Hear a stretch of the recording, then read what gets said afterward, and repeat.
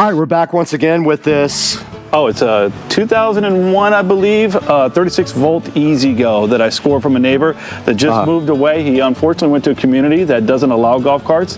Okay. Which I almost told him that he needs to not move there, but he's dead set. He's going anyway, or his wife's going to go without him. And he made me a deal that I couldn't refuse, but I knew that there was going to be some problems with it, including the batteries, which is going to be the main thing. Okay. My hopes are it's just the batteries that are the issue. Some of the cables for the batteries are corroded and pretty bad, so I'm going to have to replace those. I have extras. Awesome. But for the most part, most of these golf carts, especially Club Car and Easy Go, they're pretty indestructible. Like, you can't kill them. Like, the only thing you're replacing on them most times are batteries, tires, and sometimes some of the brake parts, but we will see. What I really like about the golf carts is in general is that there's so much room to work on them usually. The problem is with the batteries, there's not a lot of room. And when you get down in the battery compartment, it's pretty cramped up. And what you guys are going to see here in a minute is probably going to blow your mind. It might be the thumbnail. The amount of acid in the tray here for the batteries is insane. So what we need to do today is get that battery acid washed out. We're going to make it inert. We're going to clean up the engine bay, call it engine bay, battery bay. We're going to paint this thing and then get it ready for these brand new Trojan 6-volt batteries.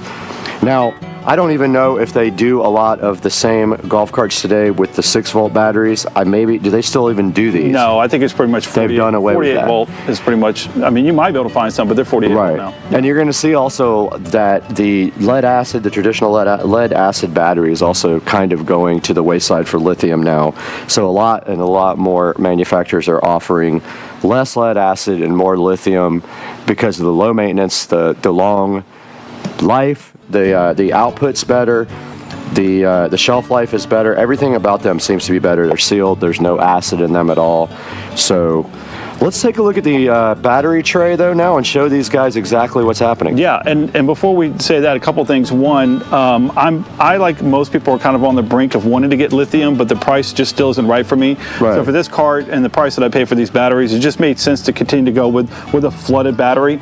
I think that probably the next set of batteries I put into a golf cart will probably be a lithium battery. A little bit of work sometimes to make that conversion. So in this particular case, I didn't want to like pour my heart and soul into doing that. I just wanted to replace them. The other thing I would say about this particular golf cart, which is made by Easy Go versus Club Car, is that they're made with regular metal in a lot of their parts. To me, it does rust, and it's kind of a turnoff. So I'm a Club Car guy.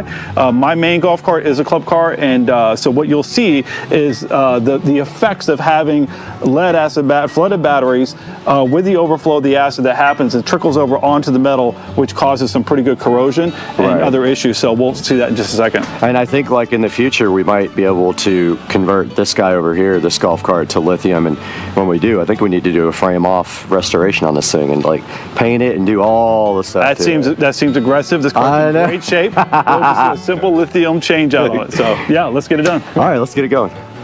Dukes of Duval here with his new golf cart. And you guys need to see this is what happens. So when you put water in these things, the water boils over as the battery makes voltage. As it's charging. And with that, some of the acid releases simultaneously. And so look at this. So this stuff right here, I guarantee you don't want to mess with it. I had it on my garage floor. It soaked into the carpet, and then it got into my clothes, and it burned my actual skin from my clothes. Yep. It'll put blisters on your body. Yeah, so earlier when I was taking the batteries out or getting ready to start, this sits on top to hold it down if you want to point it down here. Sure. And the second that I went to just kind of mess with it, it completely came off. So this took these bolts, these hanger bolts or whatever you want to call them, and completely corroded them to nothing. So did you order hanger bolts already, or do we have to? Nope, okay, cool. Already ordered these. Okay, great. Keep this because the plastic doesn't go bad, so we'll reuse this. And then, so the plan is to go through this thing and completely get all this off of here. Okay. And then we're going to neutralize the acid, and then we're going to come back and we're going to probably sand it down a little bit, and then we're going to spray paint it. Okay. Hopefully get a good coat on it, and hopefully see if we can prolong the time that this battery bay has, because over time it'll eventually get so bad that a lot of people have to come in here, cut this out, and replace the whole one, and that's just a pain. So, all right. So what's our first step? We need to roll this thing outside somewhere where we can get this stuff out. Yep, exactly. Are we just going to spray it out with a spray? Just going to spray it for out now. Okay, cool. All right, let's do it. Yep. All right, so we're getting suited up here for surgery and inspection of the the battery cavity. Battery cavity. So we're getting our gloves on here because, you know, this stuff is very toxic to your skin and to your respiratory system. You really kind of want to wear also breathing protection. But what we're going to do right here. That's only for people that were born after 2000. Right. If you're born before 2000, you're good. You don't need any of that. You're a lot stronger in the lung area. Yeah. So what we're going to do right now is brush all this stuff off and then sweep it up and put it in a bag and dispose of it properly because it's battery acid. Yep. And if you see, it's going to come right off, but when it does come off, we're going to also be able to see that the frame is corroded. And that stuff might need to get something else to scrape. I'm thinking, yeah, we're going to need a scraper as well. I didn't bring one. Do you have one? Oh, I got everything. All right, cool.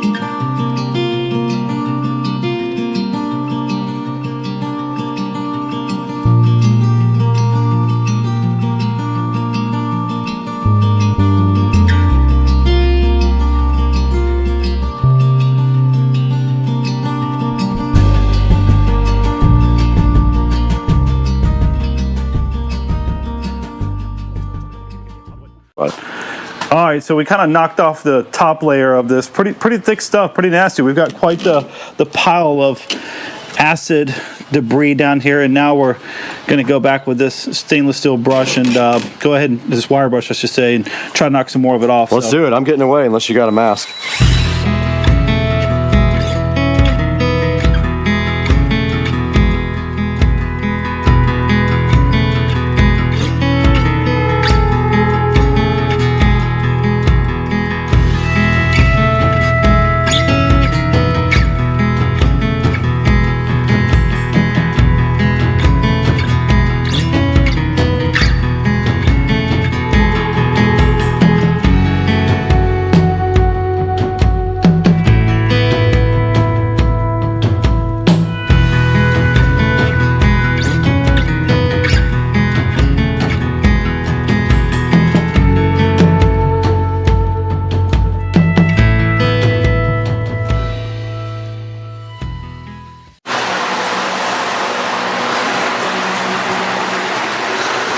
That's good enough.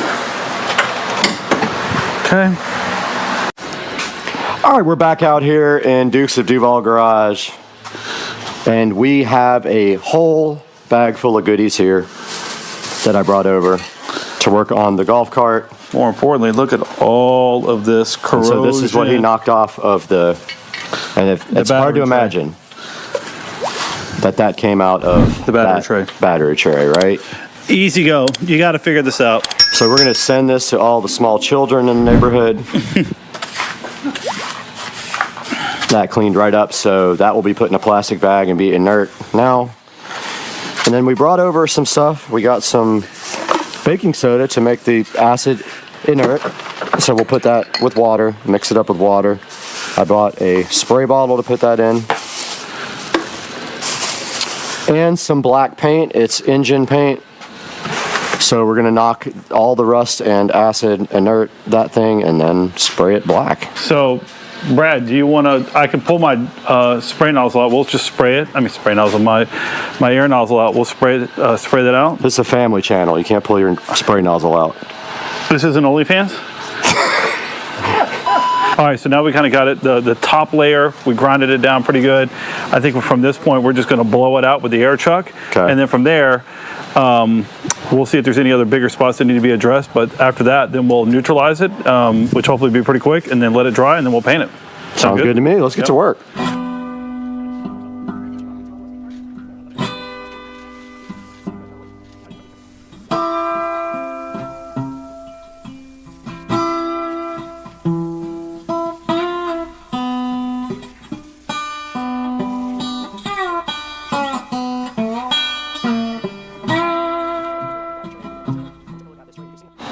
All right, we're gonna take our spray bottle that I brought over. Already prepped and ready? Full? It's not full. We got to fill it up with some baking soda and some water. Now the trick is we need a little funnel to get the baking soda in there. Yep. And then we'll put some water in it. Ratio is here? Or? Yep, I got to check my phone, so we'll be right back. We need what, 16 ounces maybe? Probably. 27 fluid ounces. Okay. So you do the math on that. I don't know how to do math. But I went to public school. we'll just put in what we think. Do a is right. lot. Yeah, that's bad. It's gonna come out in clumps. You don't have a real funnel? I'm sure I do somewhere. But this is good because we just throw it away when we're done. True.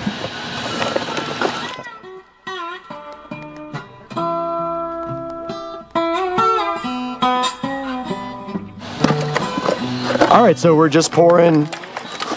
pouring the baking soda right now, and we're gonna just pour a generous amount in there because, you know, it's so much per pound, and we have a small 27 ounce spray bottle. And we're gonna make sure we got enough we might have filled up the hole. Yeah. And then we're just gonna put some water in there, shake it up. Again? Something per pound, I don't remember. That's plenty. Okay, that's the whole box, so I guess we're good. No, it's not the whole box. All right. Yeah. And now we'll fill this up with water. I'll be back. All right, so Joe just filled this up with water. Yeah, look at this. And look at this. Watch this, because this is what baking soda does to battery acid. It instantly starts neutralizing the acid. And this is why you do this when you change your batteries. Wow. Check out, it's almost like peroxide going on your skin or whatever. Now, here's the thing. Look at that. Look at that go. My spray nozzle's clogging up here. Oh my goodness, your nozzle's clogged. Look at this. Yeah. There it goes. Breaking. Whoa, that's working good, I almost said. This is killing it, dude. Yeah.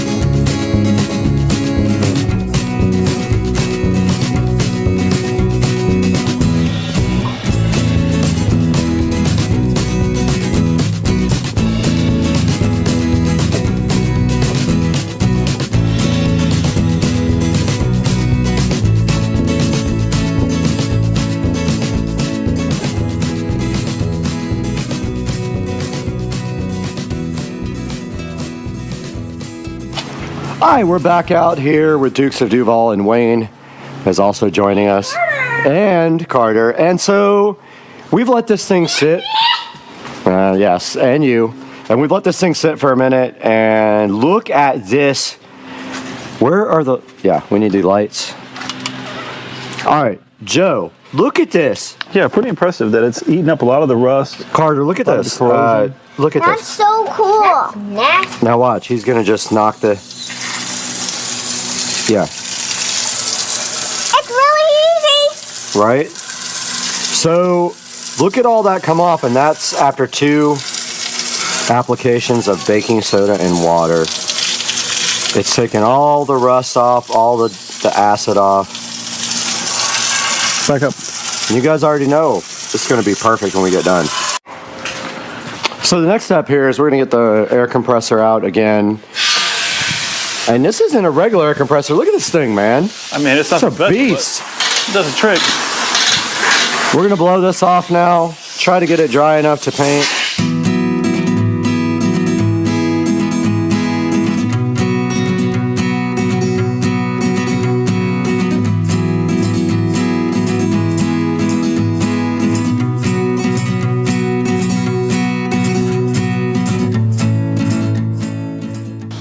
Oh, that's ready to paint.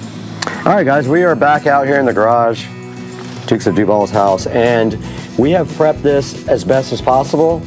Now we're just gonna spray and pray. Yep. Oh! And we're about to paint this. Oh! What? All right, all the nonsense just happened, and then we are about to spray this guy with paint. So I think we're just gonna pray and spray. Yeah. And you know, I was just gonna say they make a product, and we're not trying to do all this, called OSFO, and Okay. I believe that it will turn like, it's a product that will turn like rusty metal to galvanized by just like painting it on or spraying it on or whatever. Really? That's kind of sick. It actually is pretty sick, but we're not gonna do all that. This Okay. I would call this the aerosol overhaul. All right, so where are we gonna paint this? We can't paint it on your driveway because we'll just paint your entire driveway We're black. not. I'm gonna Pull it buy into some the grass? cardboard or grass. Grass will just grow back, so maybe we just pull it right over there? Yep. All right, This is okay. not a major cleanup. So, what kind of paint is that, by the way? 2 times Ultra Cover Paint and Primer Rust-Oleum. So it's flat black, so I think it's gonna look good. Yeah, listen, nobody's gonna be in here looking anyway, so it's just to stop the corrosion, right? Right. All right, here we go. Yo! That's gonna actually turn out good.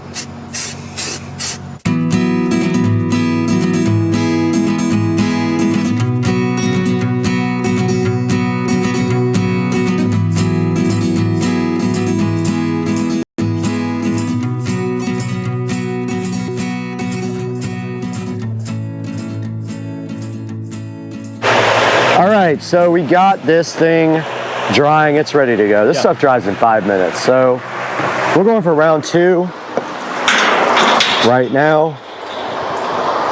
Second coat of paint will be the final coat. And then I actually have to go have some fun. Yeah, so we'll pick up on this tomorrow. Tomorrow? You want to finish it tomorrow? Yeah, we're not ripping this thing tonight.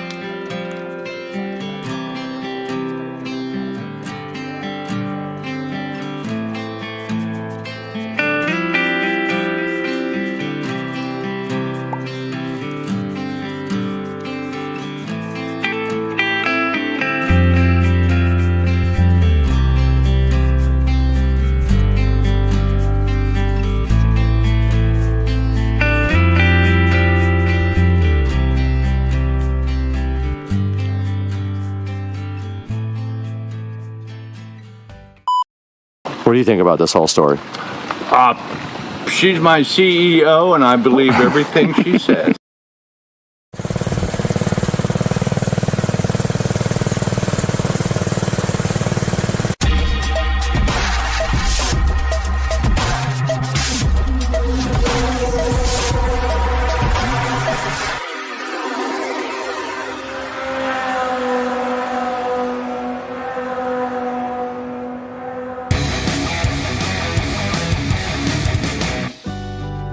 Hey guys, welcome back to the channel. Little football action going on up there. And FedEx just came over and dropped this package off for us, and this is mini bike parts. So let's take a look and see what's in here first. There's our packing list. Small parts enclosed, don't know what that is. There's our nice clutch cover. Gonna look good on there. And there's another bag of parts that I don't have any clue what they are. So I'm gonna put the phone down here and open these guys up. Okay, we have the 2 chains right here in that package. In this package, we have a new accelerator grip and a new hand grip for the other side. And we have our new black brake thingy. So yeah, that's all that came today. The rest is back ordered. The key is ordered for these sprockets. And the wheels are ordered, and I do have to order tires. I'm gonna get online and do that right now. All right guys, I just ordered the Sun F street tires for the cart. So I don't know when they'll be here, but I did order them, and hopefully they will come in soon. And we'll run these new wheels that we're expecting up to the tire shop and get those new tires put on the new wheels. And now we're going to take a look at some of the parts that we received and get these guys installed. And we really only have 3 things that we can install today, and one of them is this black, beautiful brake handle from Monster Scooter Parts, I believe is the company.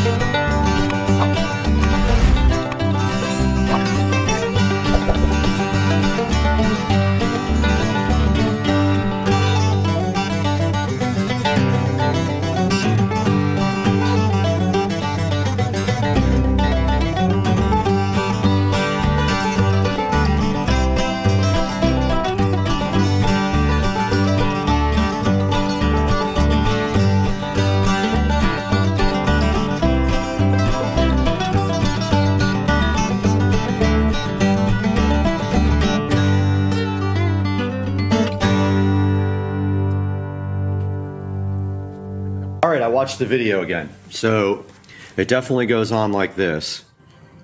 And this does go on with the indentation facing out according to the video. And then this guy, I believe, goes on like this.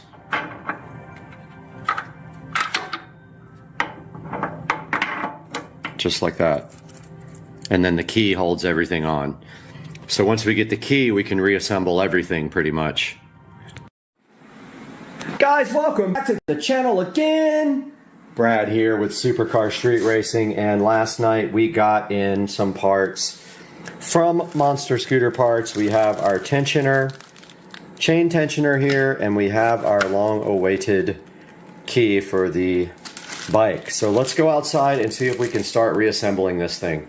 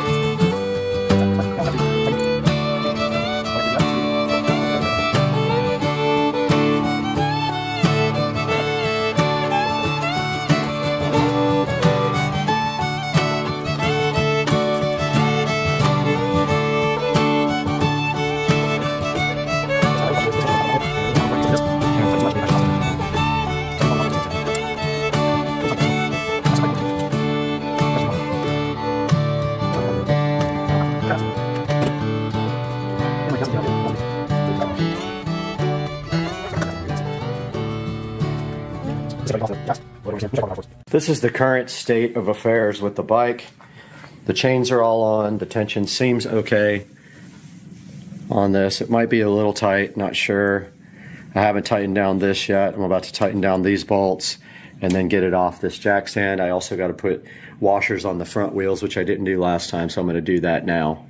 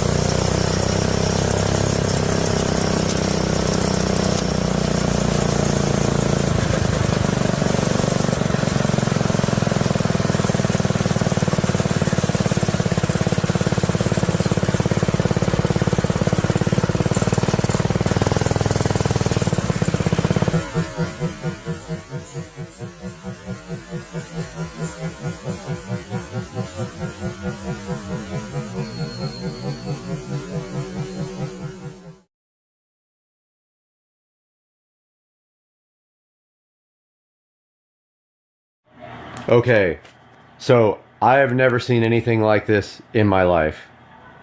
So this is my home theater system. I'm watching a Neil Young video. It stops. I hear someone through the center channel speaker.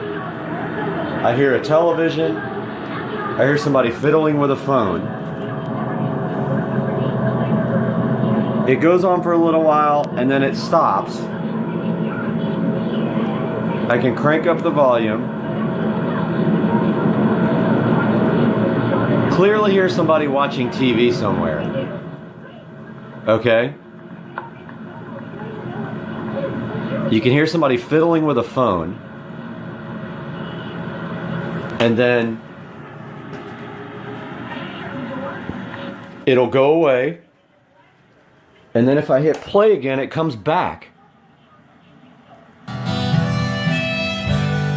Okay, it's gone. It's back.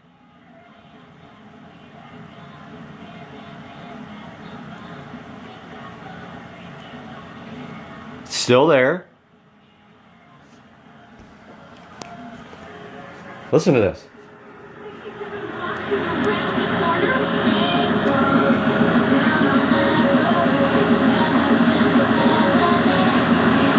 It sounds like a kid's television show. And then every once in a while you hear somebody fiddle with a phone.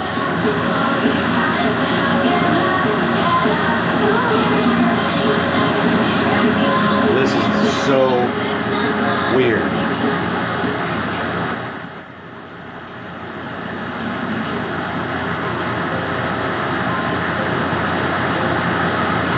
What in the hell is going on here?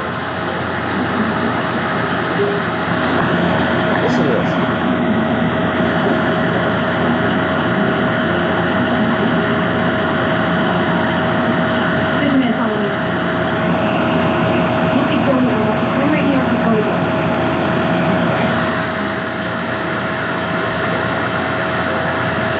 I have no idea what this is. I can only...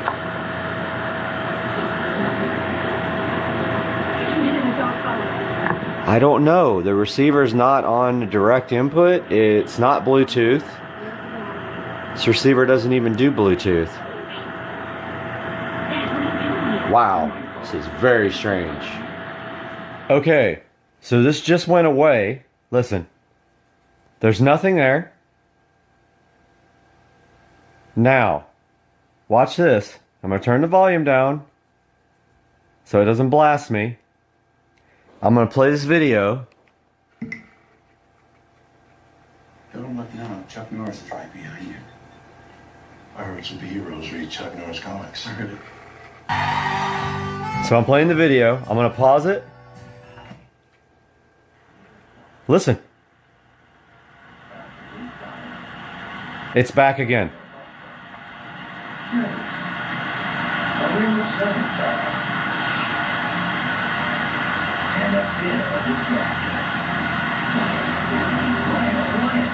This is by far the weirdest thing I've ever seen in my life.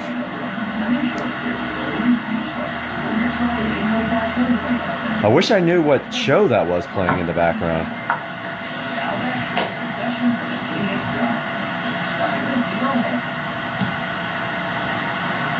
Someone please tell me what that is in the comments. How this is happening. Somebody's playing with a phone. This is coming from somebody's phone.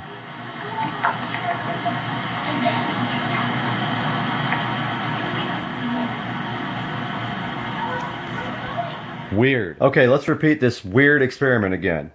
Okay, so nothing on the screen. Volume turned up wide open. Nothing. Hear that? Totally silent. Alright, so I'm going to play the video now. I'm turning it down so we don't blast ourselves. Here we go, watch this. It pauses by itself.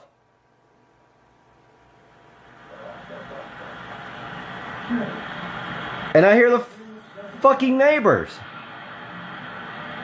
What in the fuck is going on here? Dude!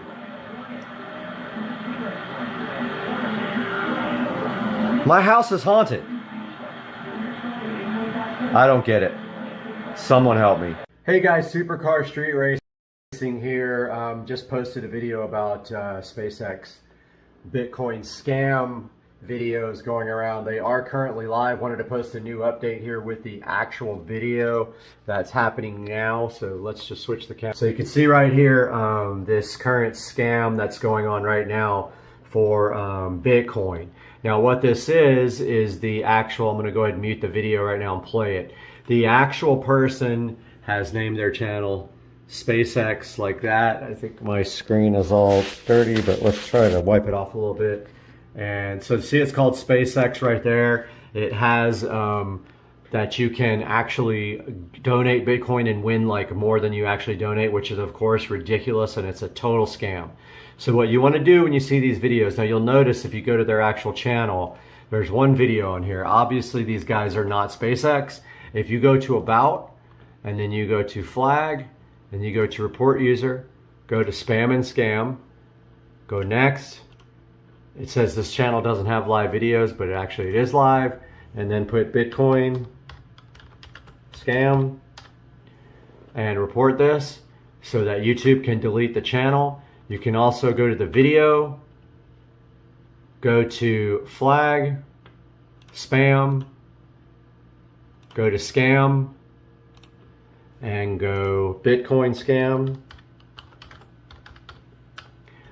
and report this. Now, if you notice, once the video plays after this ad, they will also have a fake registered URL up here. So what you can do with this, all these URLs, this is the same person or people doing these scams. You can go to reg.ru, reg.ru, and it's actually, the email address is abuse@reg.ru, abuse@reg.ru. Tell them the name of the URL that's posted here and ask them to remove it because it's a Bitcoin scam, and they will delete the actual account from the internet. So do not fall for this scam.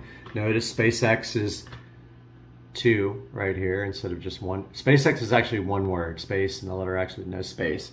So I wanted you guys to be aware of this scam. This will get taken down here pretty soon, but until then, people are actually I don't want you guys to be one of the ones that actually falls for this stuff. Please report this. Please let it be known. These people are trying to use SpaceX to generate money, and you're not getting anything. You will lose every penny you ever put into it. Thanks, guys, and have a great day. I hope you are going faster and faster. Go. You do it, I do it.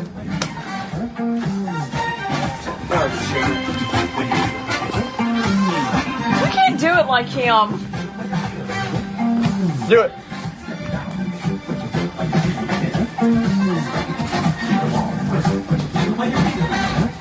He's so light. He's like, you don't even see anything. Like, what the fuck?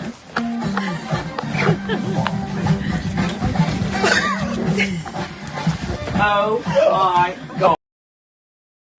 Homemade chicken nuggets with panko crumbs and lemon pepper. Lots of pepper. And Caesar salad. What is that? What's so amazing about this box? I need to know. He likes all boxes. He's on the YouTube channel all the time. He's famous. Meeks made the channel the other day. Yeah, he did. Sam's Shaver Day. Meeks made that. Oh yeah. Sam's Automotive calling. What's up, dude?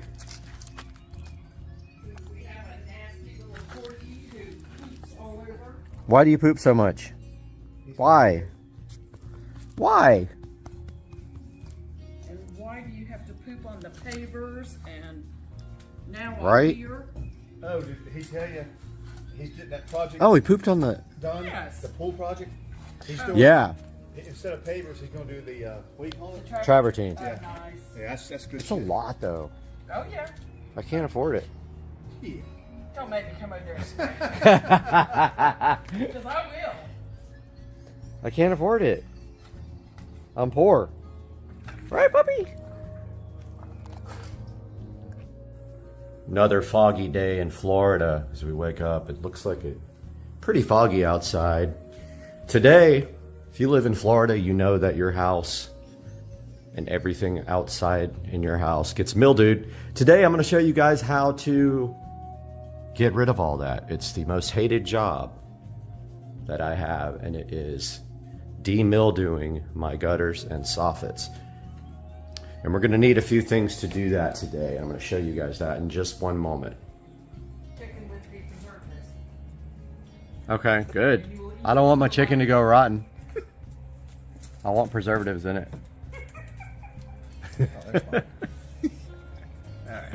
All right, go first and show me how to do it, and I'll get it. I'll get it, and we'll put it on tomorrow's video. Okay. All right, come on, man, show us. I'm shooting, so. All right, come on. Yeah, we don't I'm not that bad a shot, but still. We don't need an incident. We don't need that. Yeah.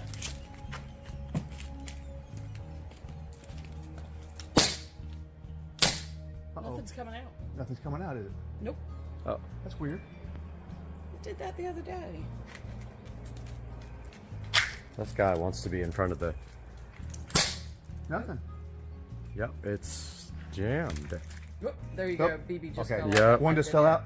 Okay. Mm-hmm. All right. It was damaged. Oh, wait a minute.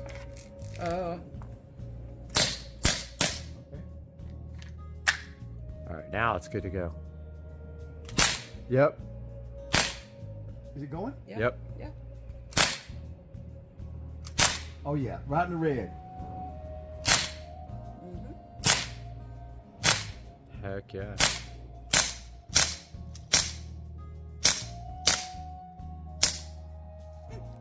Dude, That is a replica freaking mag dumped Glock on this 9mm.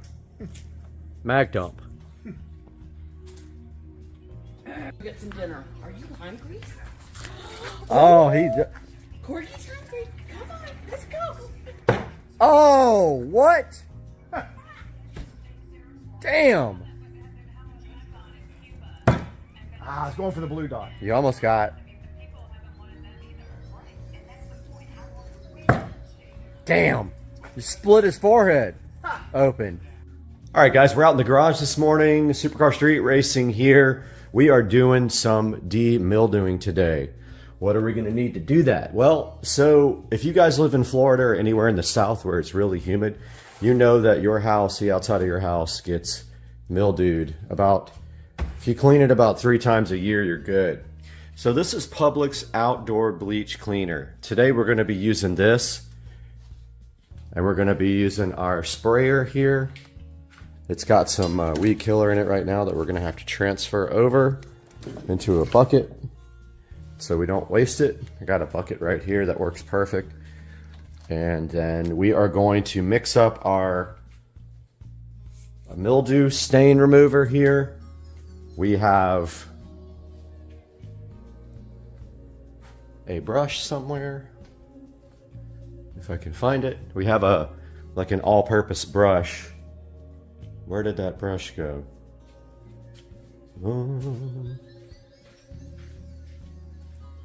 Well, I can't find the brush now, which is really important. I'm gonna look for that and I'll get back to you guys. Not bad. Somebody got brain splattered. Oh, but like this is where I hit on the axe. I hit like the upper right thing. Yeah, that's my headshot. That's yours? Yeah. It's not bad. Wait, where do you shoot from? Here? Yeah. This is the line? Well, you can use what you can shoot from wherever. You don't have to be back that far.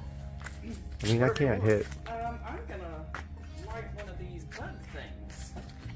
Yeah, I was getting eaten yesterday. Yeah, little bastards. Probably won't show the video on YouTube if we put a gun on it because they're Oh. so anti everything. You know, you're right. That's probably true. They probably won't. They will ban, Well, they'll You could demonetize throw it. they will axe. ban supercar speed racer. Street racing. Street racing. You could throw an There- axe. Huh? That was a good video, though. Yeah, You but were you like, you're a star. You could throw 7 million views.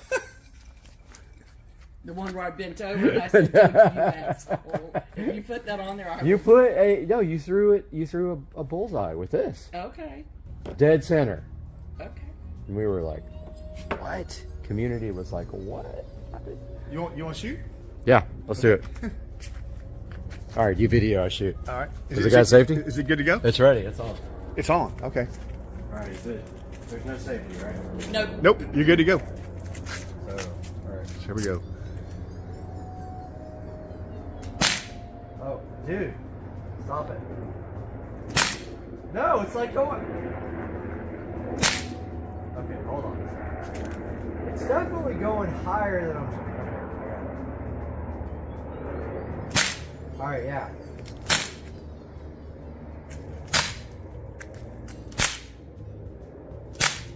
It tends to be high, I think, or I suck. I think it has a little too. There's one in the red. I know. Dude's wounded, but not dead. Oh, he's dead. Oh. There's Oh. another red. Okay, so a lot of this is my fault because I'm getting eaten by mosquitoes. All right, wait. Let me hold it. Should I hold it sideways? Gangsta style. Yeah. Oh my God! Where'd it go? Like off the chain, off. All right. How do people shoot like that? Oh, yeah. Found the brush. I was actually looking for the brush with the handle, but this is what I use, and I have a super long extension right here. So let's get this bad boy out. It's like an aluminum extension for painting or whatever. Pretty long. See, it almost touches the ceiling right there. It makes it really easy to do the to brush off the soffits and the gutters if I need to. I'm gonna try to not do that this time and just use the mildew and see if that removes it. If it does, I'm gonna save myself a lot of work, but there are some places you have to scrub. Like, I don't know, the garage door just looks so much better when you scrub it. The one thing is though, once I come out here, I want to keep that door closed because if you open it, then it drips all over the car. So I don't want to have to deal with that. But I really would like to clean the back of this garage door one day. So I don't know when I'm going to get to that. I wouldn't even mind painting the aluminum white to make it look better. That would be pretty cool. Paint the whole thing white. Anyways, I'm going to get suited up here, get ready to go outside, and I'll get back with you guys. All right, I got the product mixed up. The problem I ran into is that it was foaming so bad, I think, from this stuff that I got, I think, enough. It's definitely a high strength, which is fine. I just don't want to use this whole entire thing before I run out. But I think I decided to do the garage door last. It makes the most sense. So that way I can leave it open and I can come back and forth. So let's go ahead and open up the garage. I didn't mount my brush yet, but I'm going to show you guys kind of what I'm talking about here. See, if you look on the soffits, you see the mildew. So a couple of times a year you have to get that off, and of course the garage door around the door needs to be cleaned as well. And I will also do the brick all around the house. So you can clearly see where that needs to be cleaned. So if I do this door first though, when I open it, it drips all over the car, and I don't want this bleach stuff on the car. So I'm gonna go ahead and get all set up here, and I'll be right back. All right guys, got everything set up here. I'm gonna go ahead and start on the side here.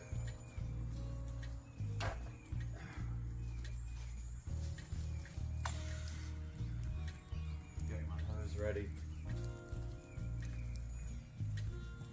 Which is over here.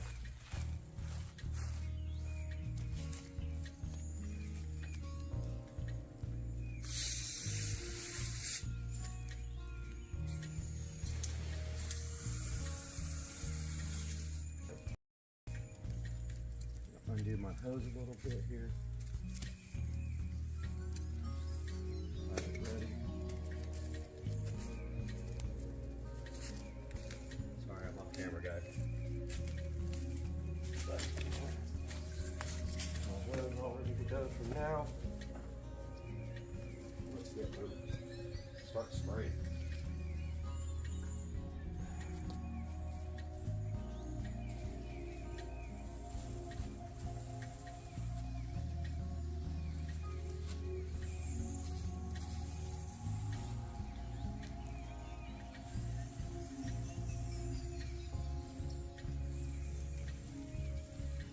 Spraying down the soffits and the gutters with the bleach spray.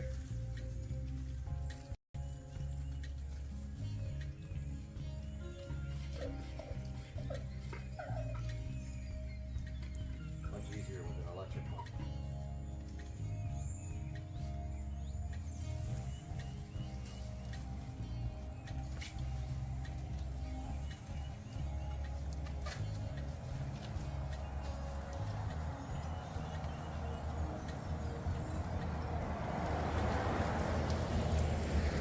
Around the window too.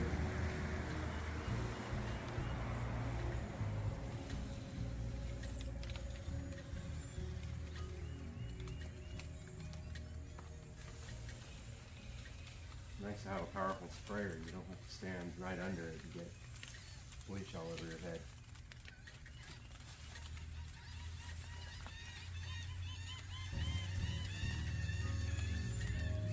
Gets really bad around this tree.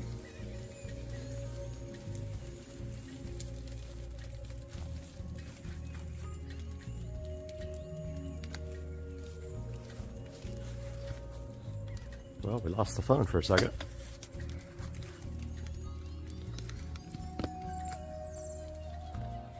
There we go. So this stuff needs to sit for a few minutes to get all the bleach off, or all the mildew off.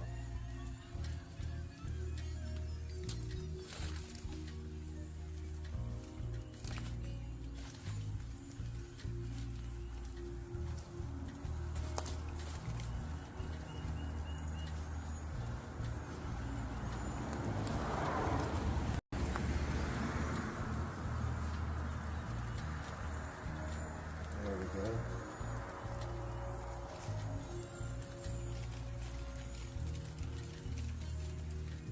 So that is sitting now. And I'm gonna give that a minute or two and come back out with my hose.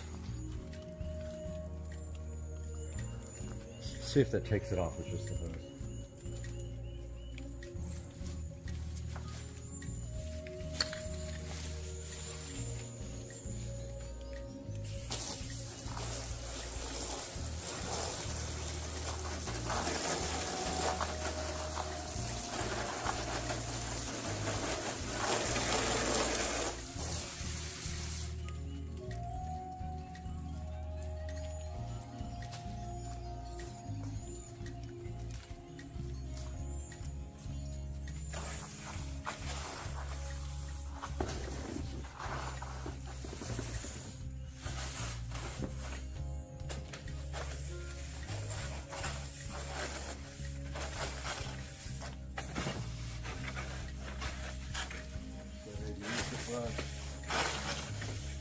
For the stubborn area.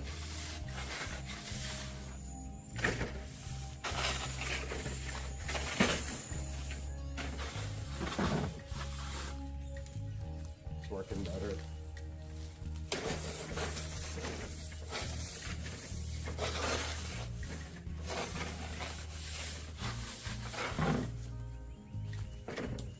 Some places are hard to get to with this brush.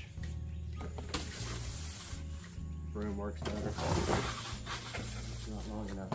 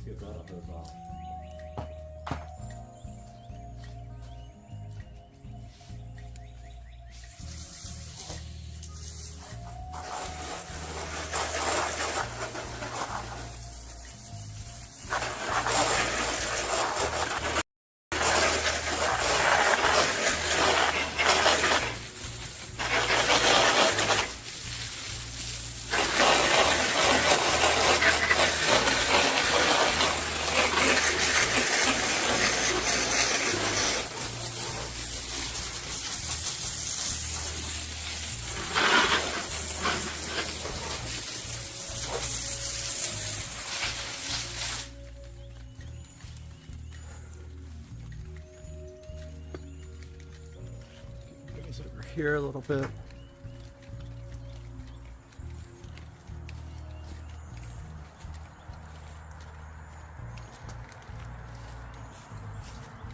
This tree is up here, the problem area.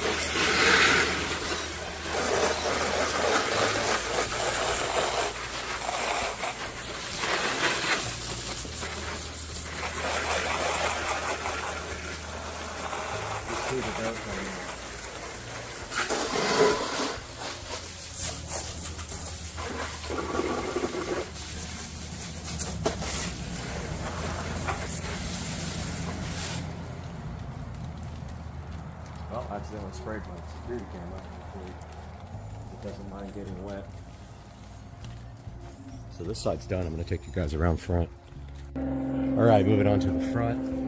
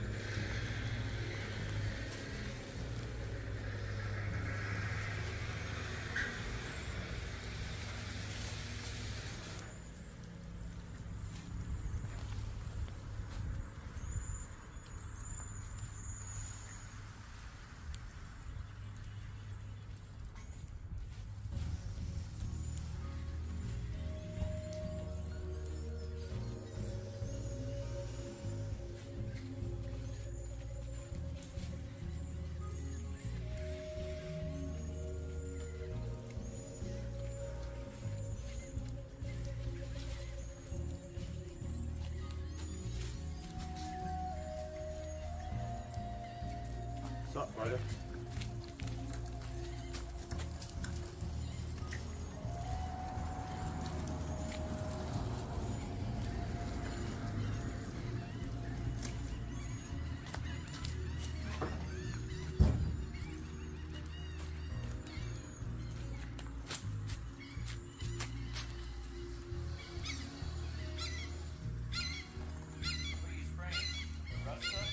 Bleach spray.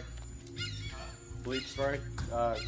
Doing all the soffits and gutters, they're terrible. I have to do this like 3 or 4 times a year. They're just all mildewed. Yeah, turns it back white. Gets all the, see all the green mildew? Yeah. This takes it off.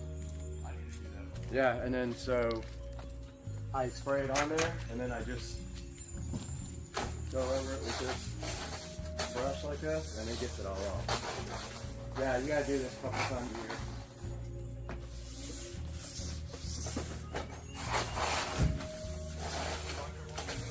Huh? No. I never really tried pressure washing it, but I know a really strong hose won't even get the mildew off. This stuff just breaks it down first. I'm sure like spray it down with the mildew spray and then pressure wash, I bet that kicks butt. But like under these soffits gets really bad. So it's no fun at all, but like 3 times a year.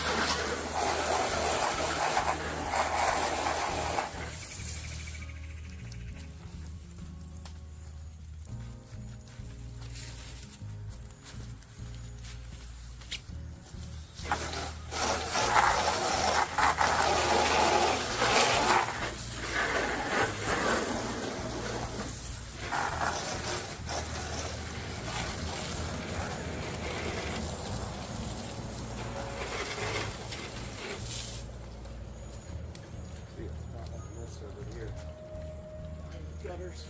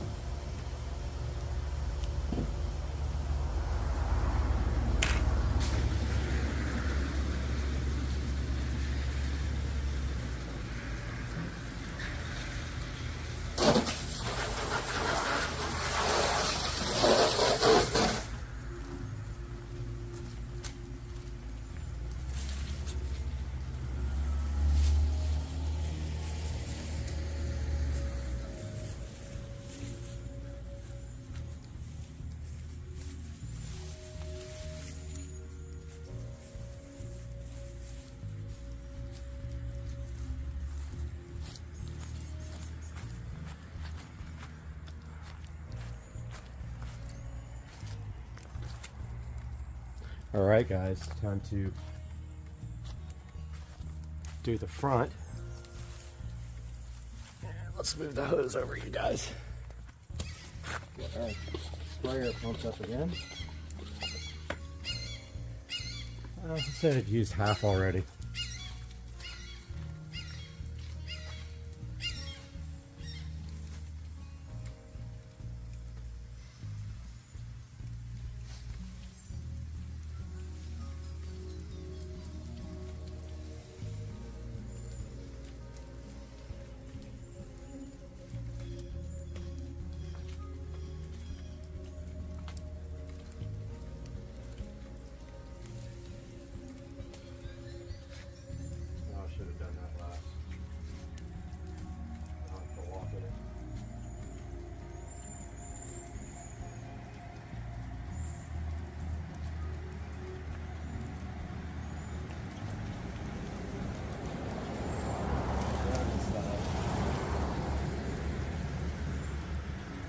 Do the part first, you gotta walk it.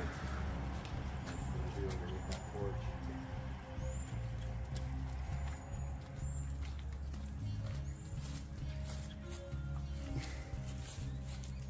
Notice I got all around the windows and on the brick as well.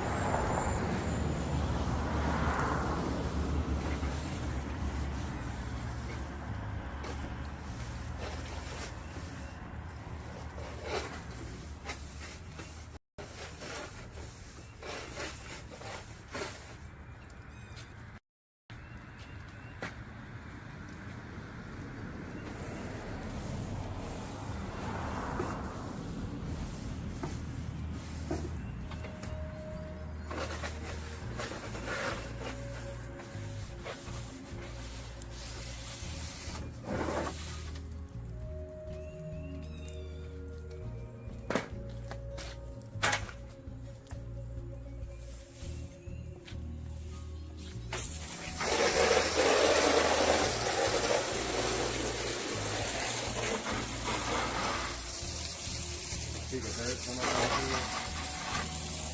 You see it all coming off, guys.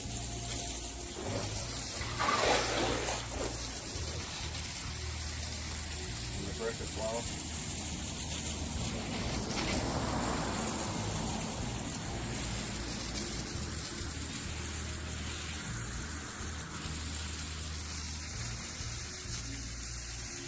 See that, guys?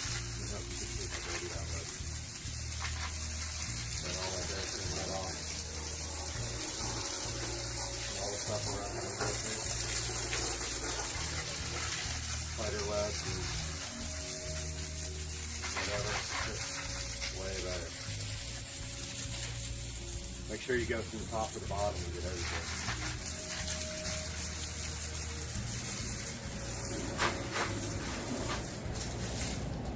Alright, now I gotta walk in the spot that I already did.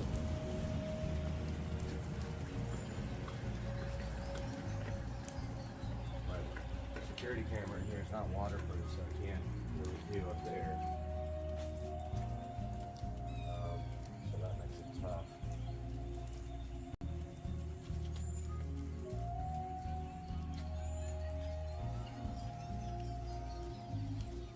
Guess I'll do that by hand, so I don't get that camera wet. Need to trade that out for a waterproof camera.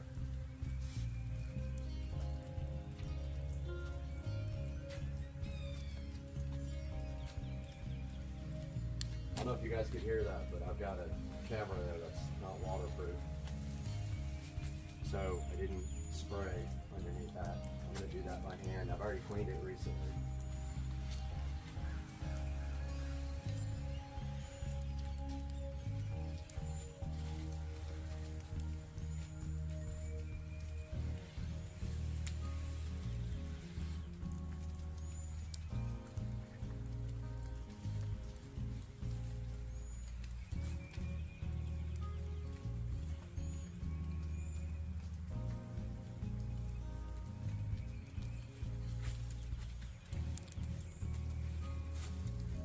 There's a lot of spider webs and dirt and stuff underneath here.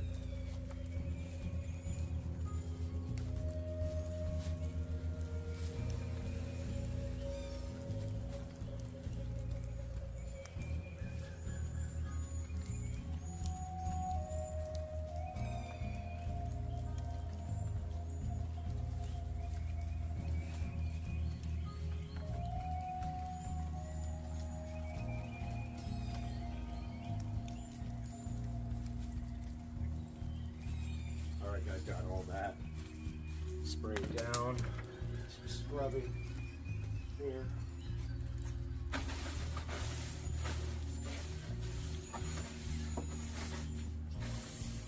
And all kinds of dirt between these soffit ridges.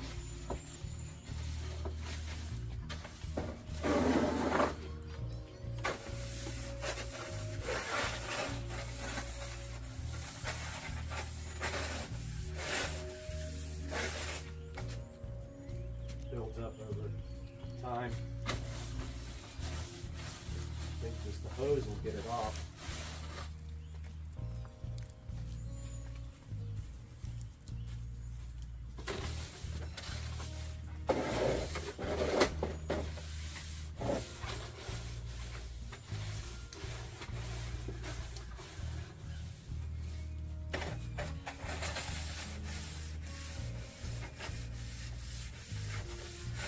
Pretty stubborn there, green.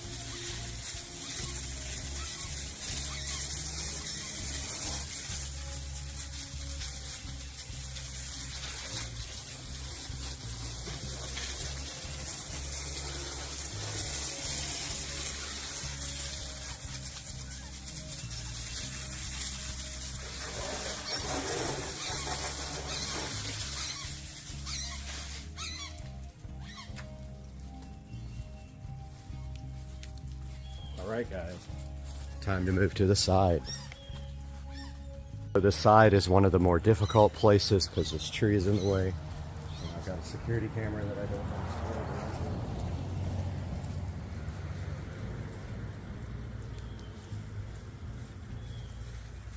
Got about a quarter of a tank left. Cleaner here.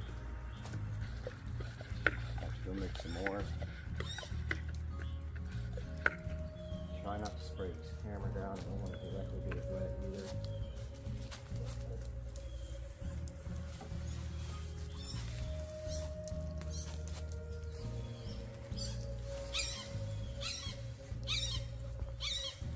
Battery's got rust all over it from the well water.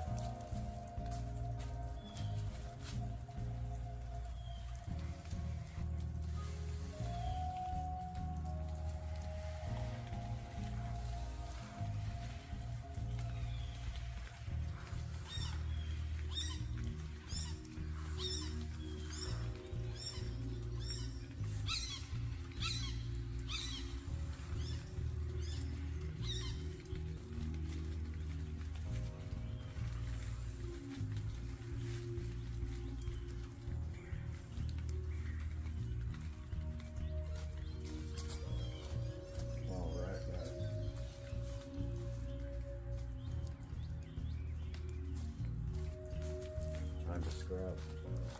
I need to get my broom.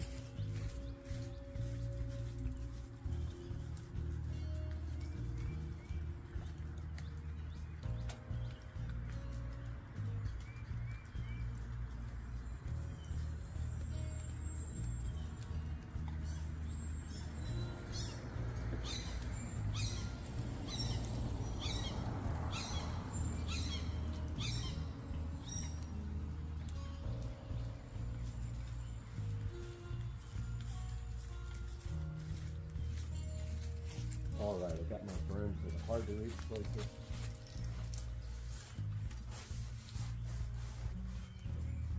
Like that.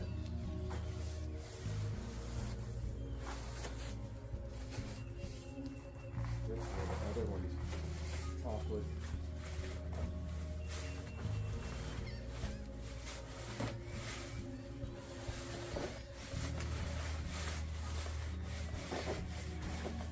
Get in that little crevice.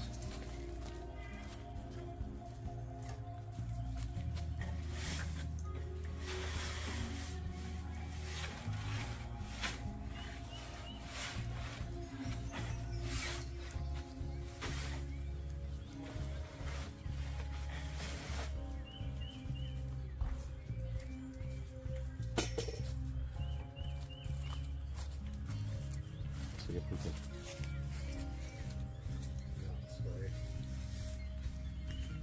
Camera here.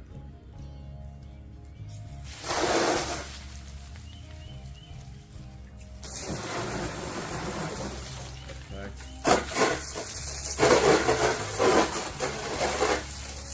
That looks pretty good. I think I'm gonna have to start using my other hose now.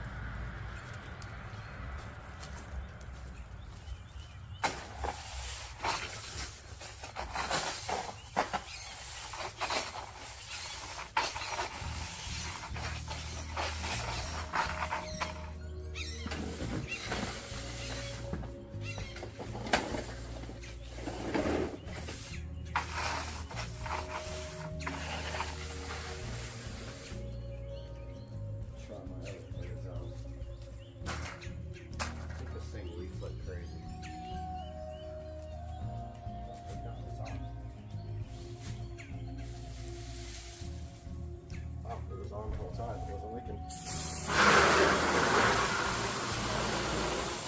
Oh yeah, this thing's got some gear.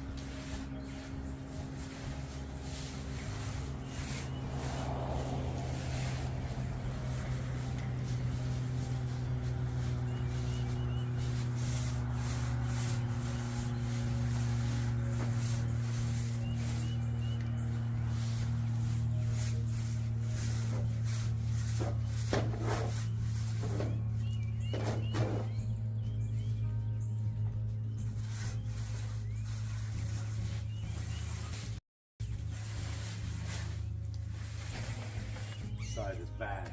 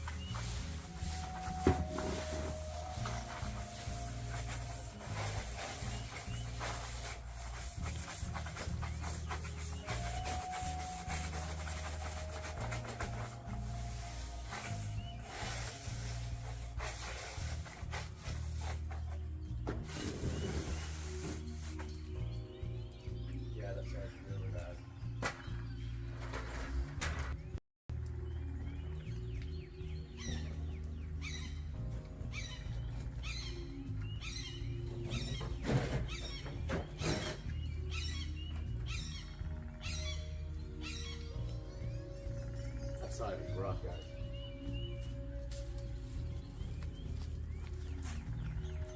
I want you guys to see.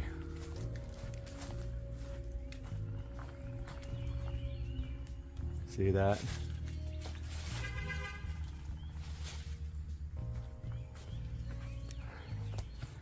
That's how that looks.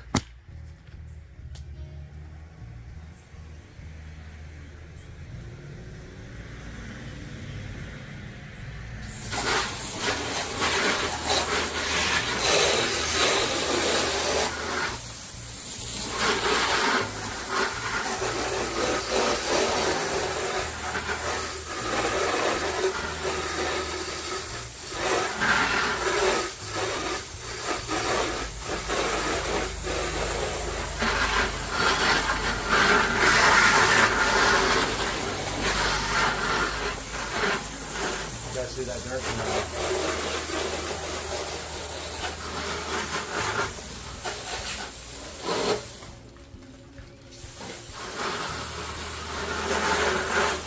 That's a stubborn spot right there.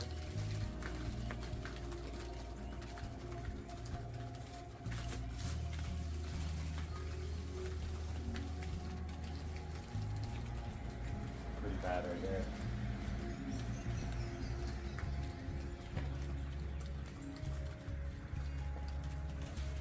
Try to hit that spot one more time. And this spot here, yeah.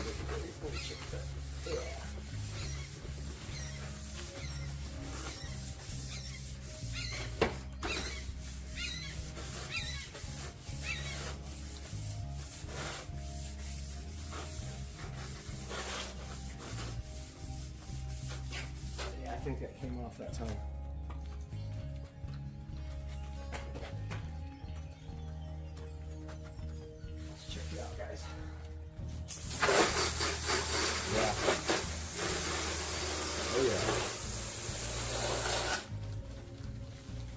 spot up there in the corner.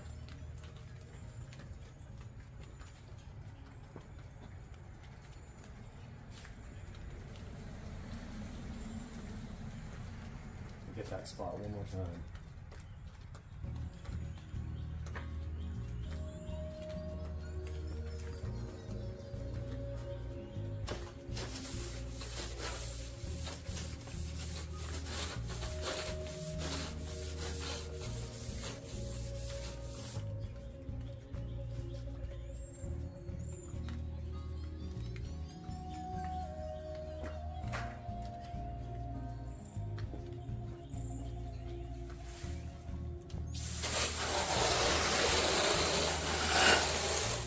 Right off.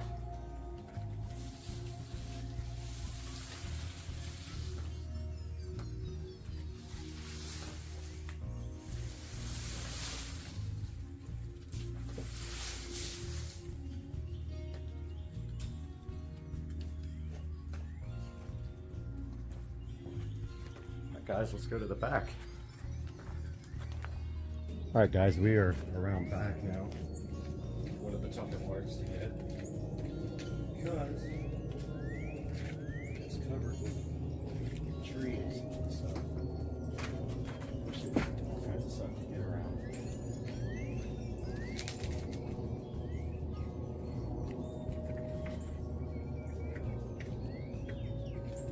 And we're gonna have to make some juice here pretty soon.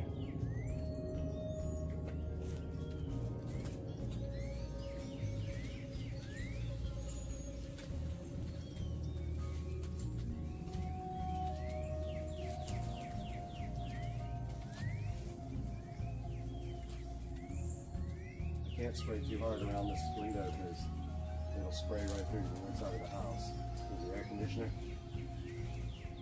So I gotta be careful spraying on this window AC. Hopefully I have enough to finish this corner. I'm almost out.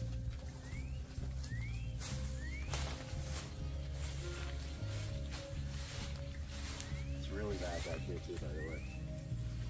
A lot of mildew.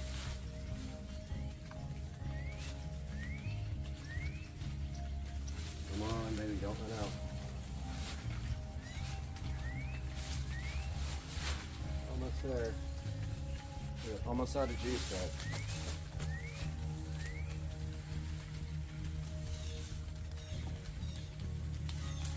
I think we're gonna have enough. Yep. We made it. Yeah, it's really bad. It's going to be hard for you guys to see on this. I actually got a little bit more in the jug, and then after this we got to switch hoses to the hose that's on the other side. I almost forgot to brush.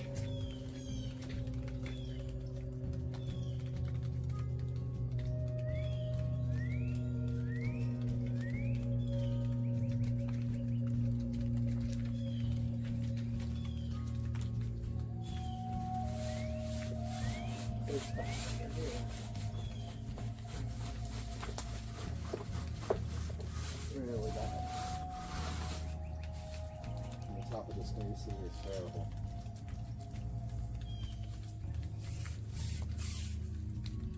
Top, the back.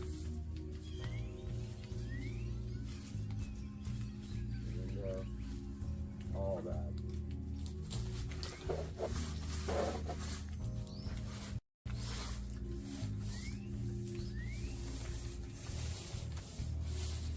I used to use balloons to do the whole house until I realized that was stupid. And I got that nice bristle, heavy bristle brush.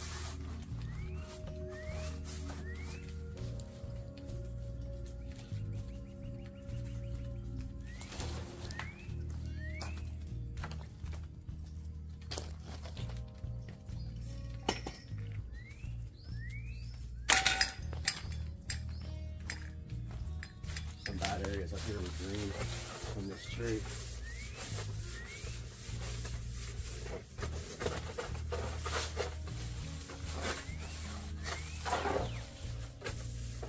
I don't think I sprayed it that well.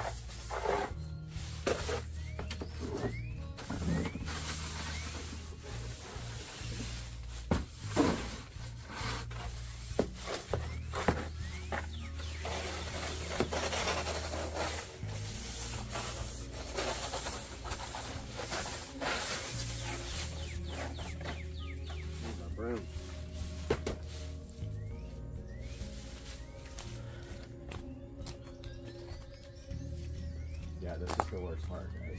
Sure.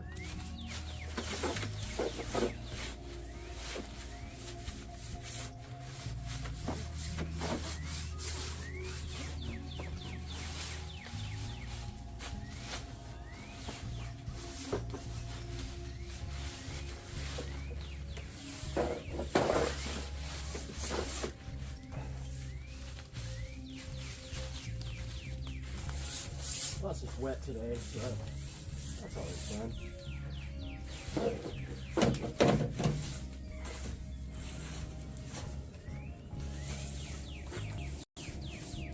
Alright, let's give that a rinse. That's satisfying. Guys, it's soaking up from the dew and the mist.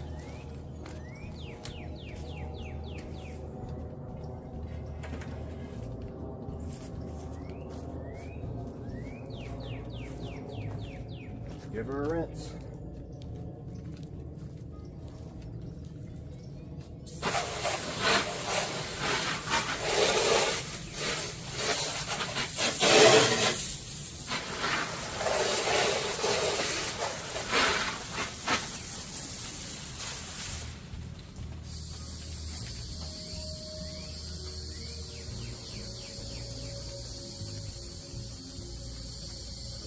Tell that's going to get straight in the house. You want to be careful right there.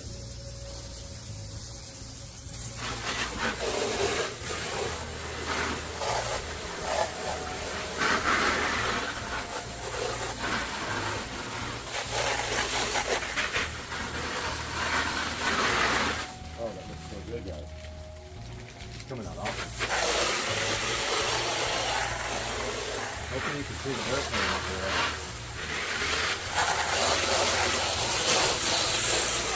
Alright, this top part out here needs another shot.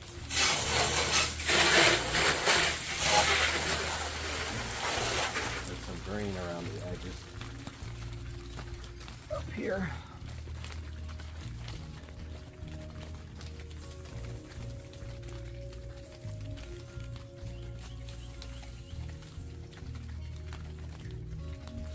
Give that one more shot there, and then see how fast we're going to run out of juice.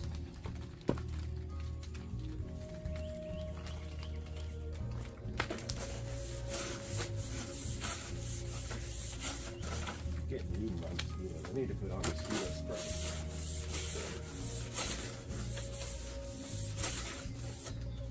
Yeah, my legs are torn up.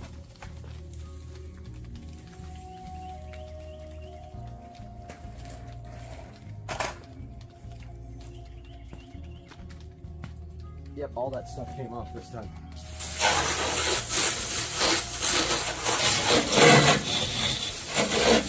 I make sure I get my side of the house too. That's my sunroom. And we can move around to the back. Start with the next hose. Alright, we are out back by the pool. About to run out of juice. But we might have enough to do this. I highly doubt it. Nope, we're at the very bottom, so we won't get much of this done. I'm gonna go put on some mosquito spray.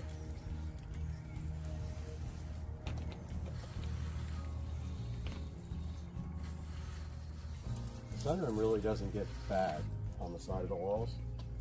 It's just the soffits and the gutters, for whatever reason, they get mildew. I don't understand why that is. But yeah, I'm running out.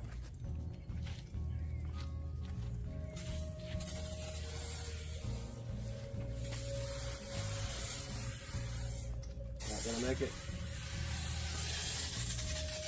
Maybe. Oh, I think I have enough.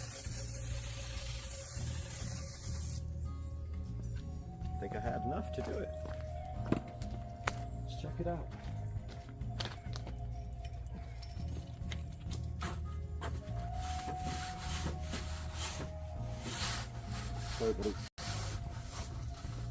So satisfying.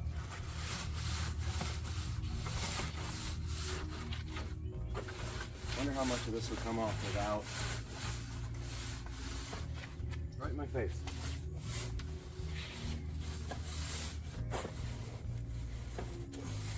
That gutter's barely on there, man.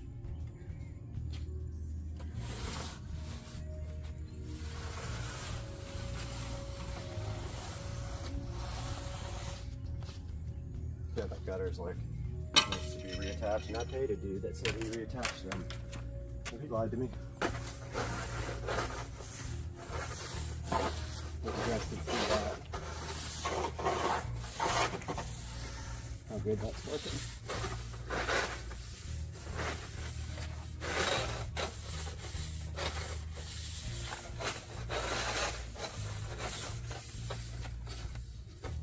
There's some green right here. Sucks hardest to get off. I think it's from plants, or maybe it's just green molding. Either way, it sucks.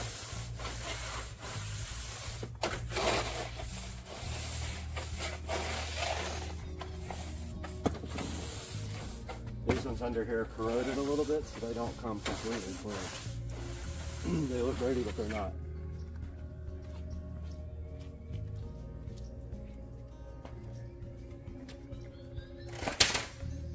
And let's give that a rinse, and I'll go mix some more juice. Oh yeah, that corner needs it a little bit more when I get some more juice in that. You can see the green stuff coming off of it, but that corner needs to be good again. And then I get all the cobwebs and stuff off the house.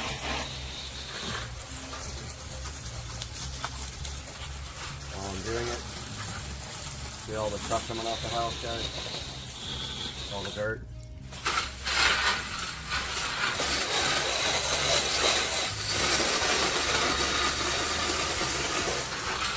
Awesome.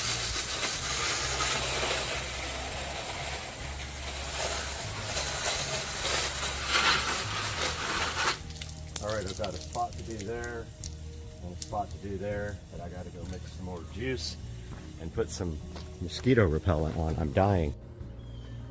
Alright guys, I got the new batch mixed up here, and I didn't use the simple grain stuff this time.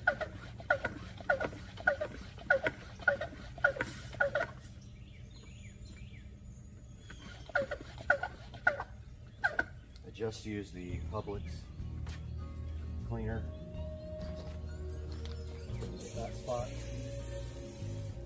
It's a good sprayer. It was expensive, but I'd rather have an electric one, obviously.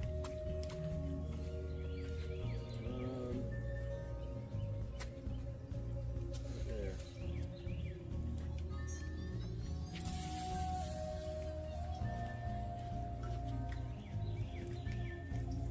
Get these two bad spots.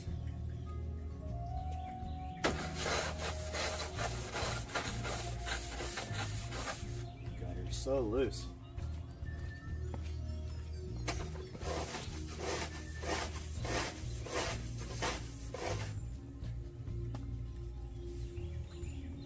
think that got everything off.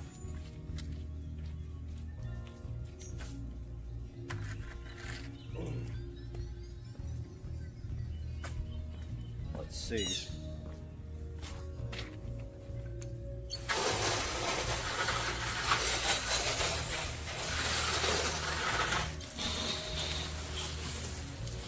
Yep. Now I'll just do around the windows and get all the cobwebs and stuff off.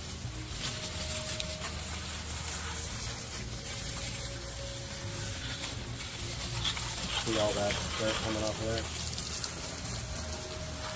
It builds up over the years from the bugs, and you know, you can see that all coming off and running down the side of the sunroom, and all the dirt down at the bottom. See all that coming on?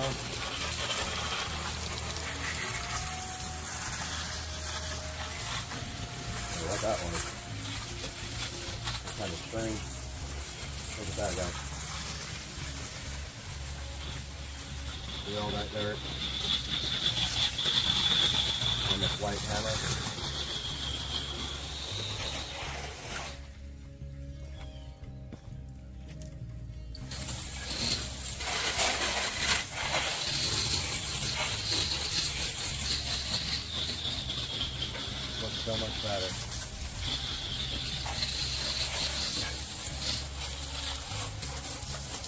this some up there, a lot.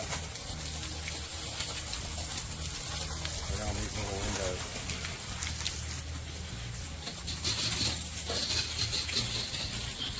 When you do that, you gotta hose down the side again. So it runs down the side.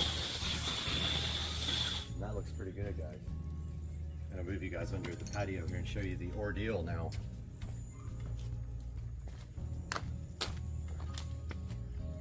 Well, I almost fell in the pool, which would have been great video, but the camera was off.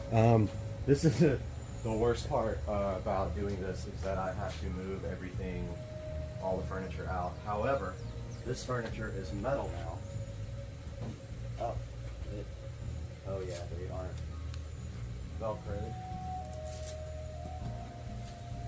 to it. So we're gonna get these out of the way. I might even wash these.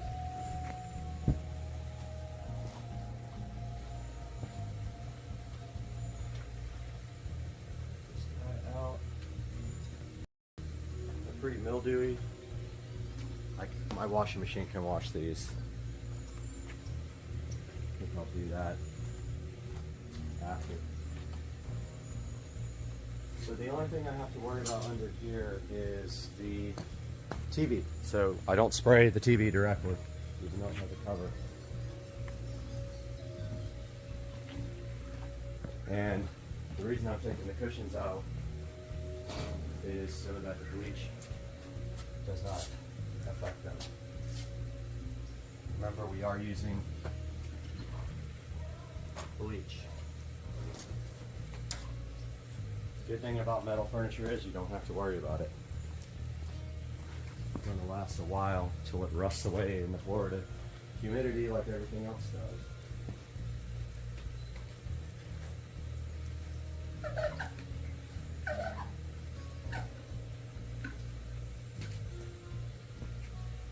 Alright.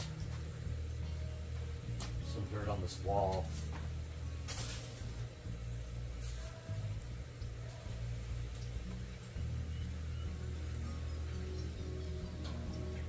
This TV cover is absolutely nasty. There's power back there, so I can't really spray it directly. This door is gross. Open this helps a little bit.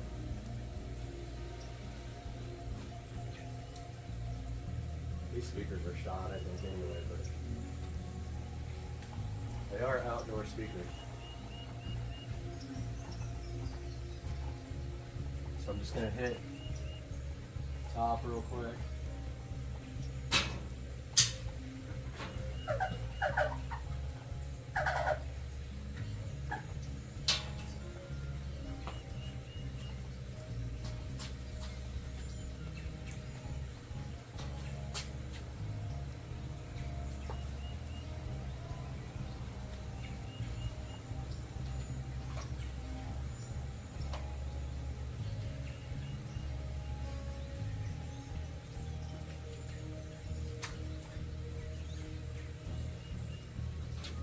This roof is kind of difficult to get because you're standing under it, you just get totally mangled with bleach and, whoops, sprayed the camera by accident.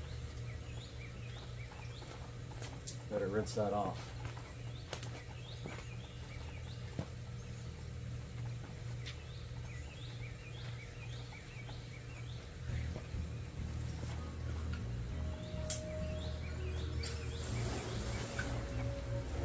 Camera is off. See if this stuff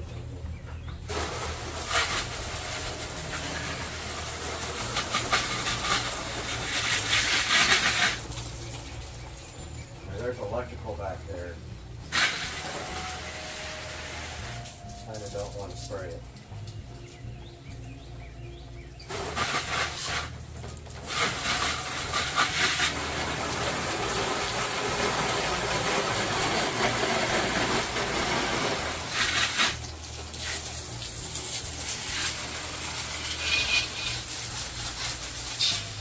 Trying to keep it off the TV.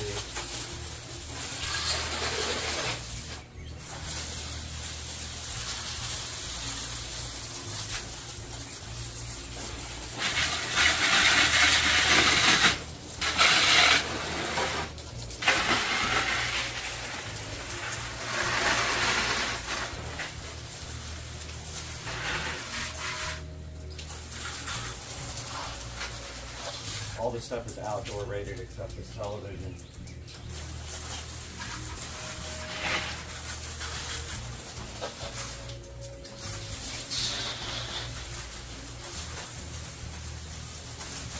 There's cobwebs and everything else coming off this.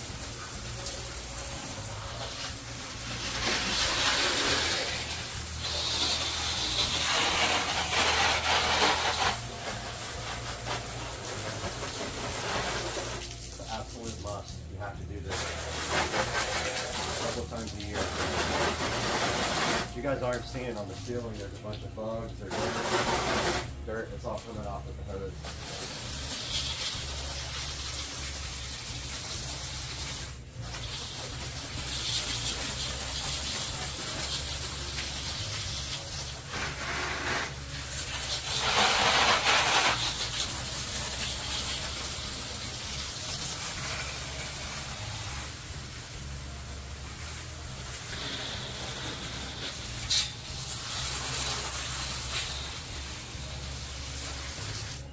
That dirt maybe right off.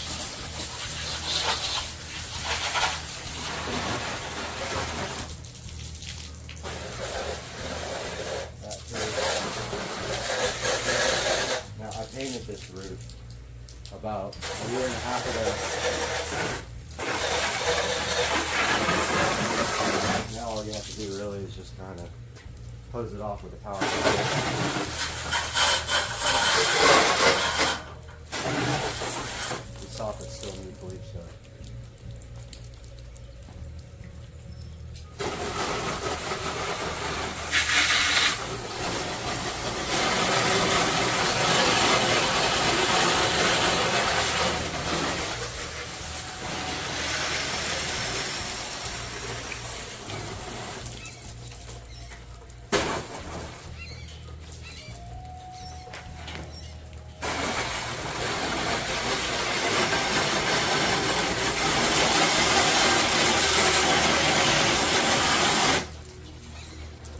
Some areas that are going to need a brush up here.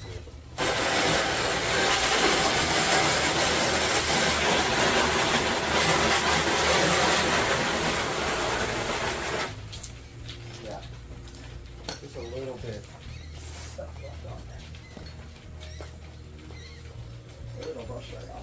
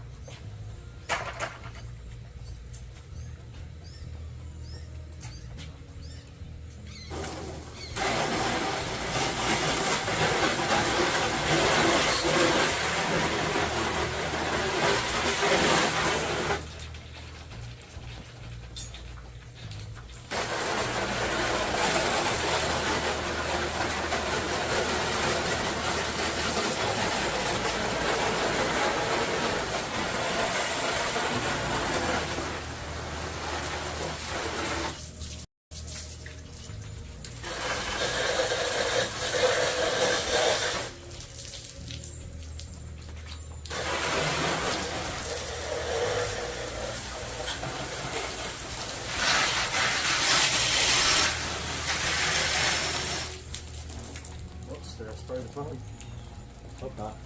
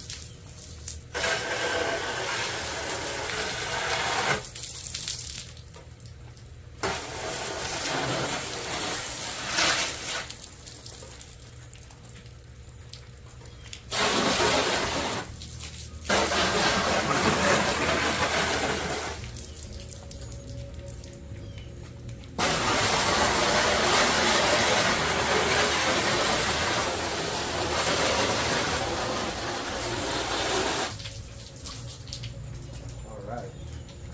Looking better.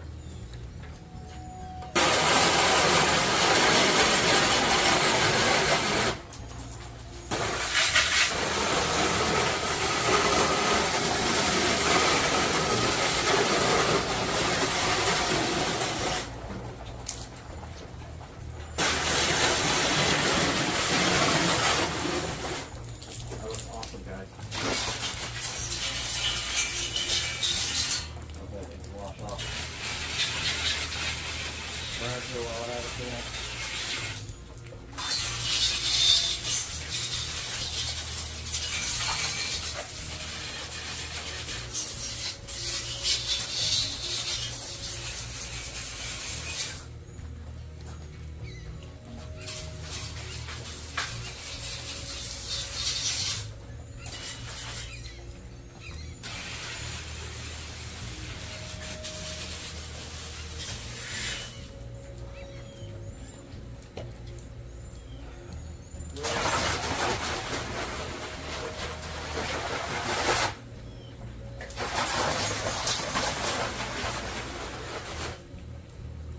Alright, it is bleach time for this outer edge, which does not come clean usually.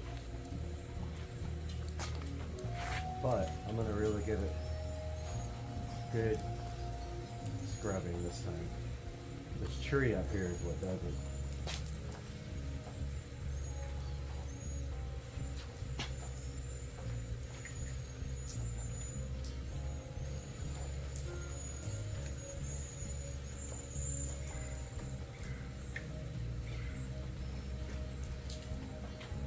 There's a lot of green up here. A lot of it.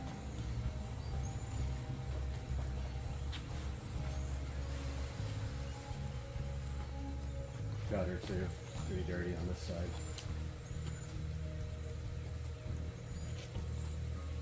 Spray this. Let it soak. Part under here gets really dirty.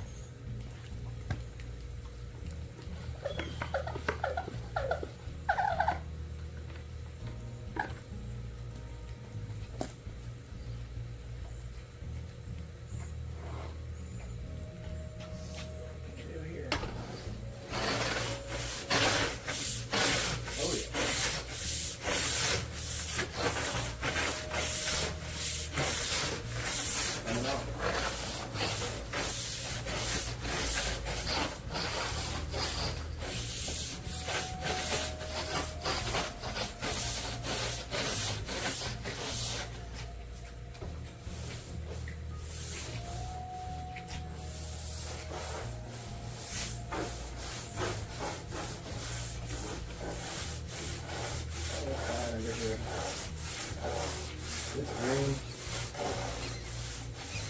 like algae, mildew, really bad repairing up here.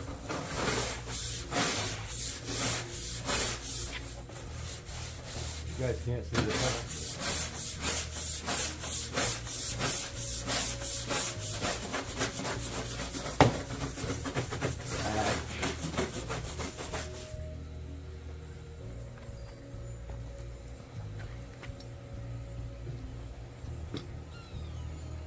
The very top there that you guys can't see. So there's this gutter.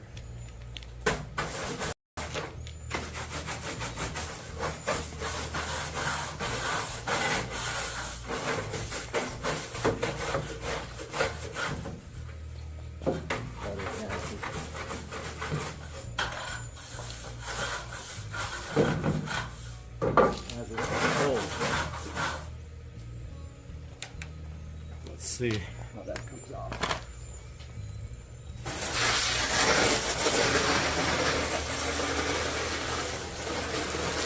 You guys can see it coming off, I hope.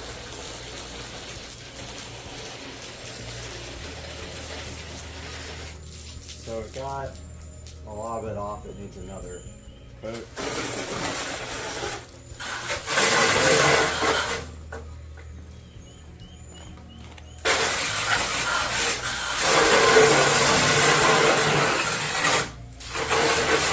gutter came clean too. Let's put you guys back a little bit. This part up here in the corner is pretty bad still.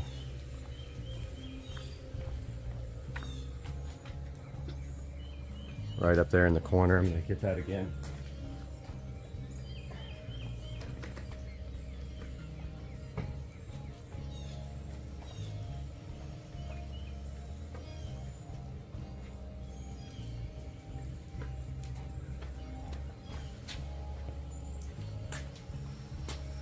Underneath there too.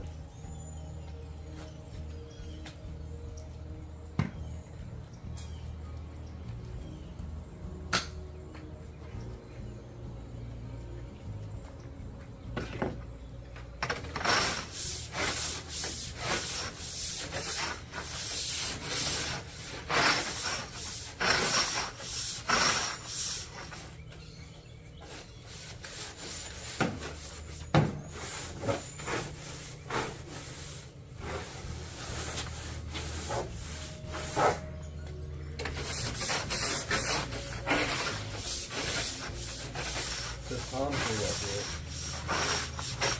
That corner gets bad.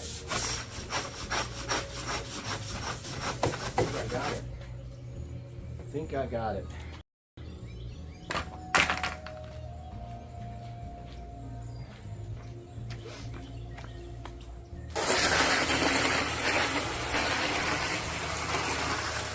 Yep, I see the dirt coming off. Looks good.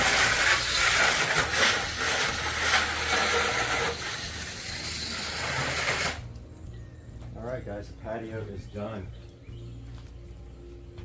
Time to move on to the side of the house. Other side of the house. Alright, we are on the side of the house now. And this side is really bad from the concrete.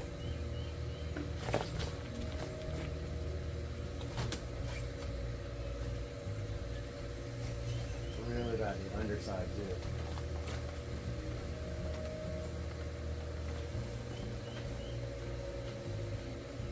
Really bad, dude. This bleach stuff is getting all over this.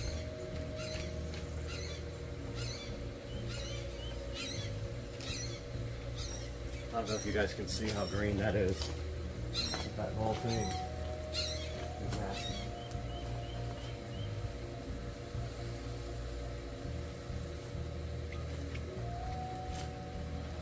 Letting that soak up there. Guess I might as well do this whole side here.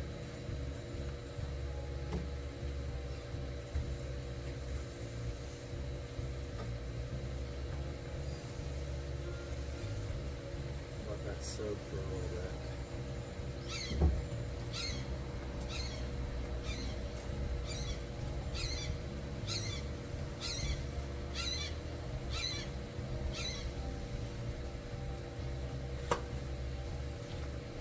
This is bad over here as well. It's got the dark mildew stains on it.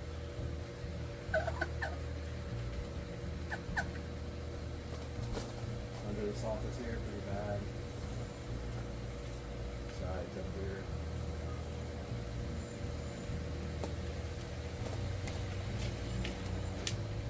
Alright, I don't know why I'm bringing this back. Well, I'm probably going to need 2 or 3 scrubbings over here on the side.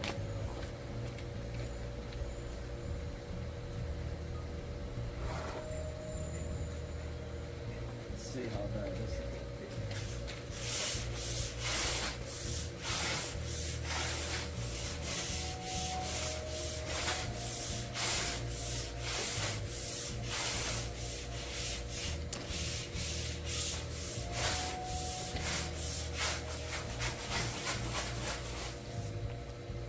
Alright, got that part. Here comes the nasty part.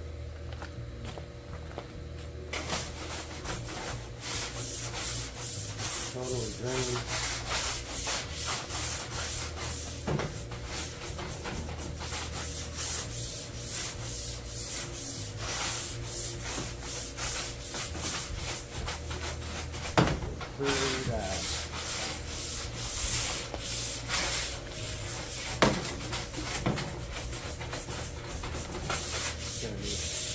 here for scrubbing.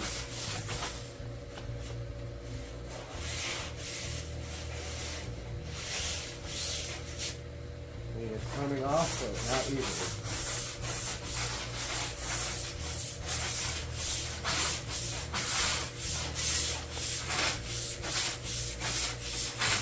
Let's give that a little rinse. Let you guys check that out as it comes off.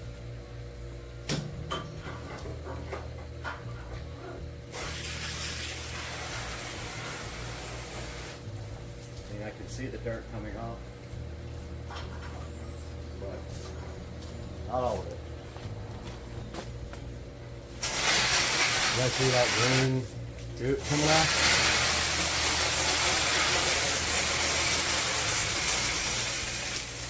Oh yeah.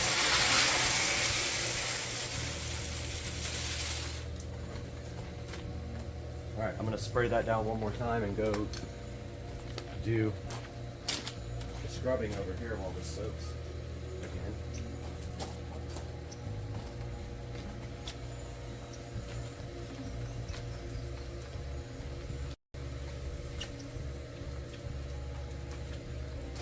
Let that soak for a minute.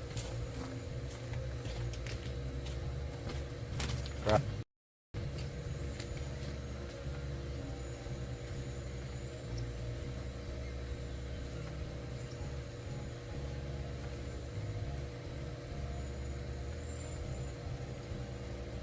Room is just way easier for this part of the soffit where you can't get in. It's too awkward.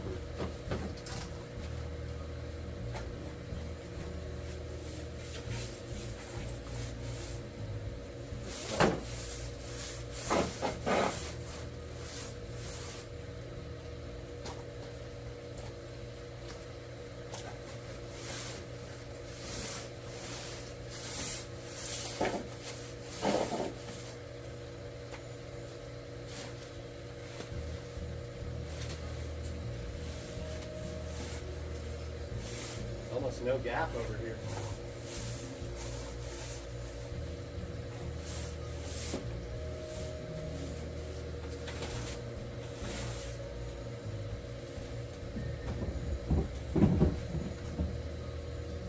Very little gap in the soffits.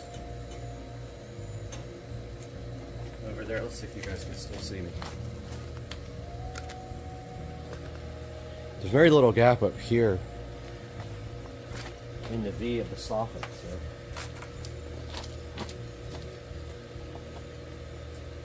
there's a clear line here where I stop.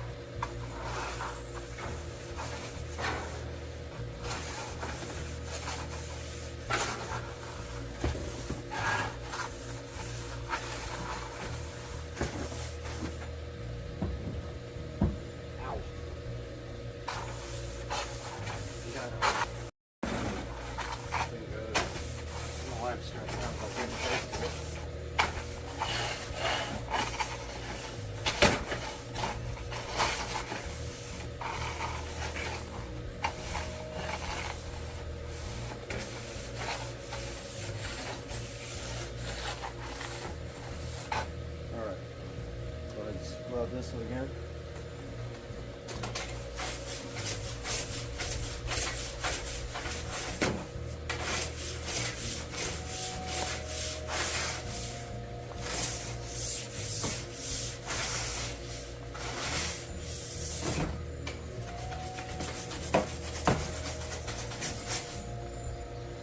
It's not perfect.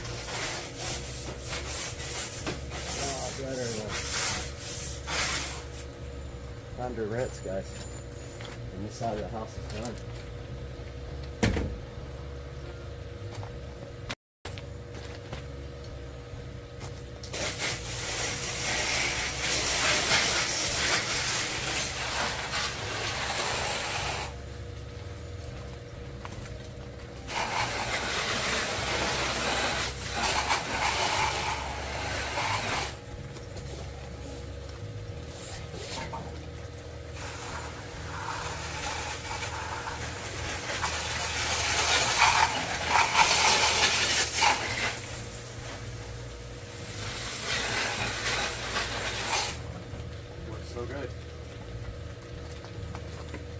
Now all we have to do is go do the front, the garage door, and the bricks in the garage. All right, we are out front now. Let's get this garage door closed.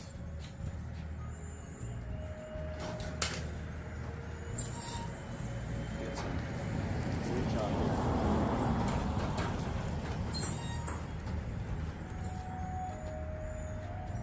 Garage door is pretty dirty.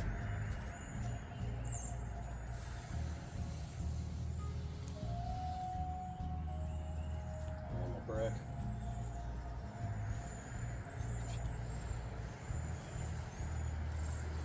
Get the soffits first. And the gutters. And back to the other side.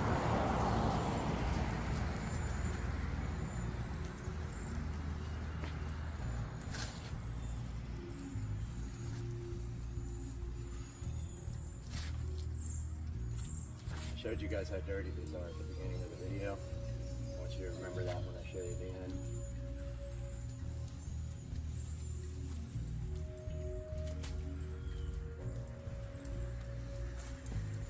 Too gross.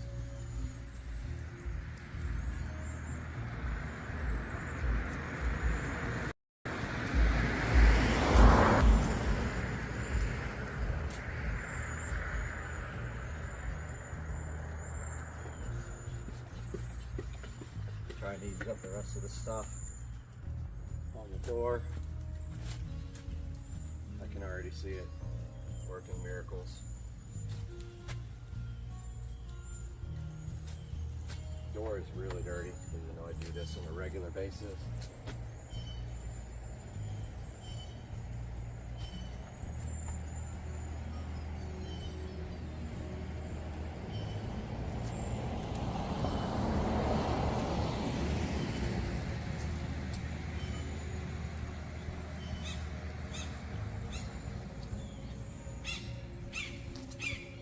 There's a lot of cobwebs and bugs and all kinds of stuff on here.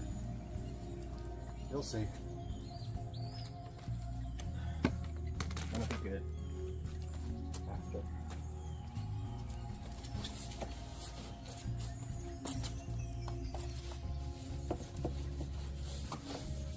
Yeah, it's gnarly.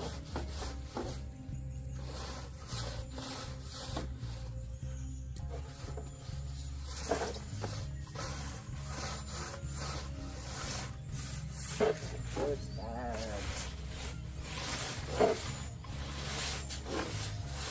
6 months worth of grime.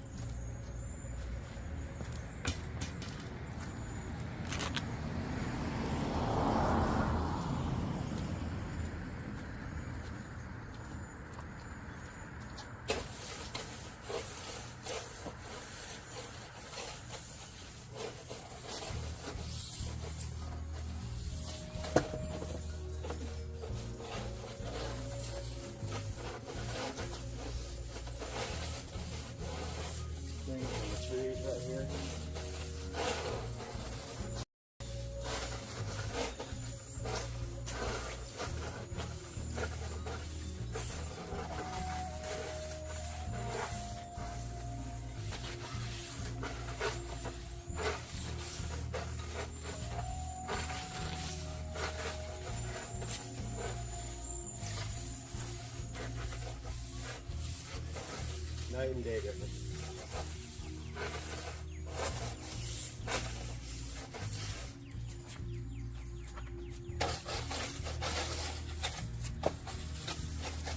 Night and day.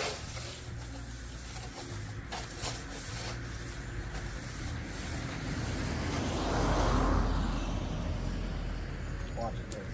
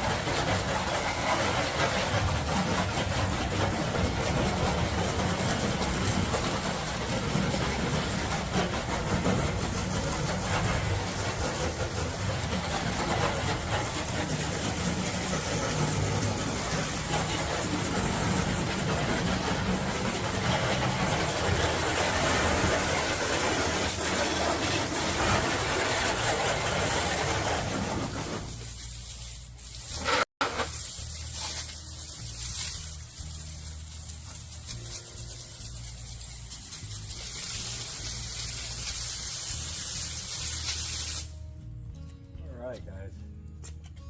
There's actually a place in the middle here that I want to hit again. That looks like night and day. Big difference. Looks so good. Yeah, just that top edge right there makes another scrub. And then after that, kind of good to go. Too bad I can't edit because it crashes every time.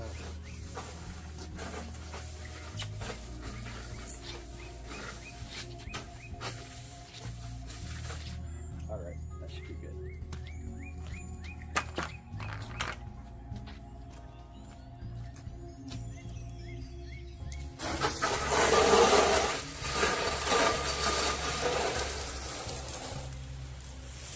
Alright guys, I hope you enjoyed this. Let's take you up close to see the difference here. I want you to see how clean this came out. You saw the beginning. Check it out now. How good that looks. And the garage door is awesome. The brick is totally white again. The front of the house looks great. Just makes the house look so fresh every time you do it. You have to do it in Florida. It just, all these houses, if you go up to them close, the guys who don't do it, their houses look terrible, but I take pride in my house. I want my house to look good. So hope you guys enjoyed this video. I'm gonna attempt to edit it, but I'm having massive problems with Adobe Premiere crashing using all the memory, so I don't know what I'm gonna do about that. But hope you guys have a good day and hope this is helpful for you if you wanna do your soffits and your gutters or clean the outside of your house. You guys think you know about Rich's ribs, but you don't got a clue. And there's the chef right here making his ribs. And it's an hour, and you don't know how to do it either, right? Hour and 10 minutes. Hour, 10 minutes. Guys, the hype is so real today as we sit here in the Supercar Street Racing kitchen. Pay no attention to that, because that does not equate to what is happening today. Because today, although we have the window open because the temperature is fantastic today in the 70s in Jacksonville, we have a package here from On that was dropped off, and we're going to be unboxing that today on the station. Stay with us. I'm hyped.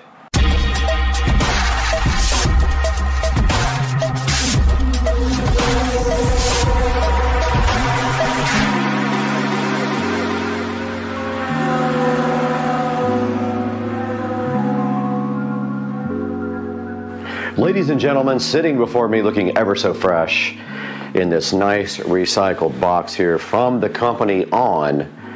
Yet another On product to add to the Supercar Street Racing closet. And the shoe rack we have today, the Cloud Drift. These are the Cloud Drifts in size US 9. And they are in white and cobalt. I have not opened them yet. They just came out of the bigger box where they've been sitting here on the Supercar Street Racing table waiting for you guys to unbox. So let's take a look at that right now. This cardboard box condom hides within it some Cloud Drift white cobalt that I am super excited about getting and trying on for you guys. And inside this box we have a nice looking packaging here from On, and also lets you know right here that this is 100% recycled cardboard, guys. So get hyped about the environment right now. And then right here, right now, we got the Cloud Drift in white and cobalt to be unboxed right in front of your eyes. And those are looking so fresh to death today on the channel. Very nice looking shoes already. I can tell these are pretty cool. They're like a light gray here, a white down at the bottom, and the cobalt would be this stripe right here. And if you flip it over, you've got a little bit of cobalt action there as well for your enjoyment. And inside of that, they have these wonderful shoe things that help them from getting deformed. we will throw those there. I have not yet had an on shoe that didn't fit me very well.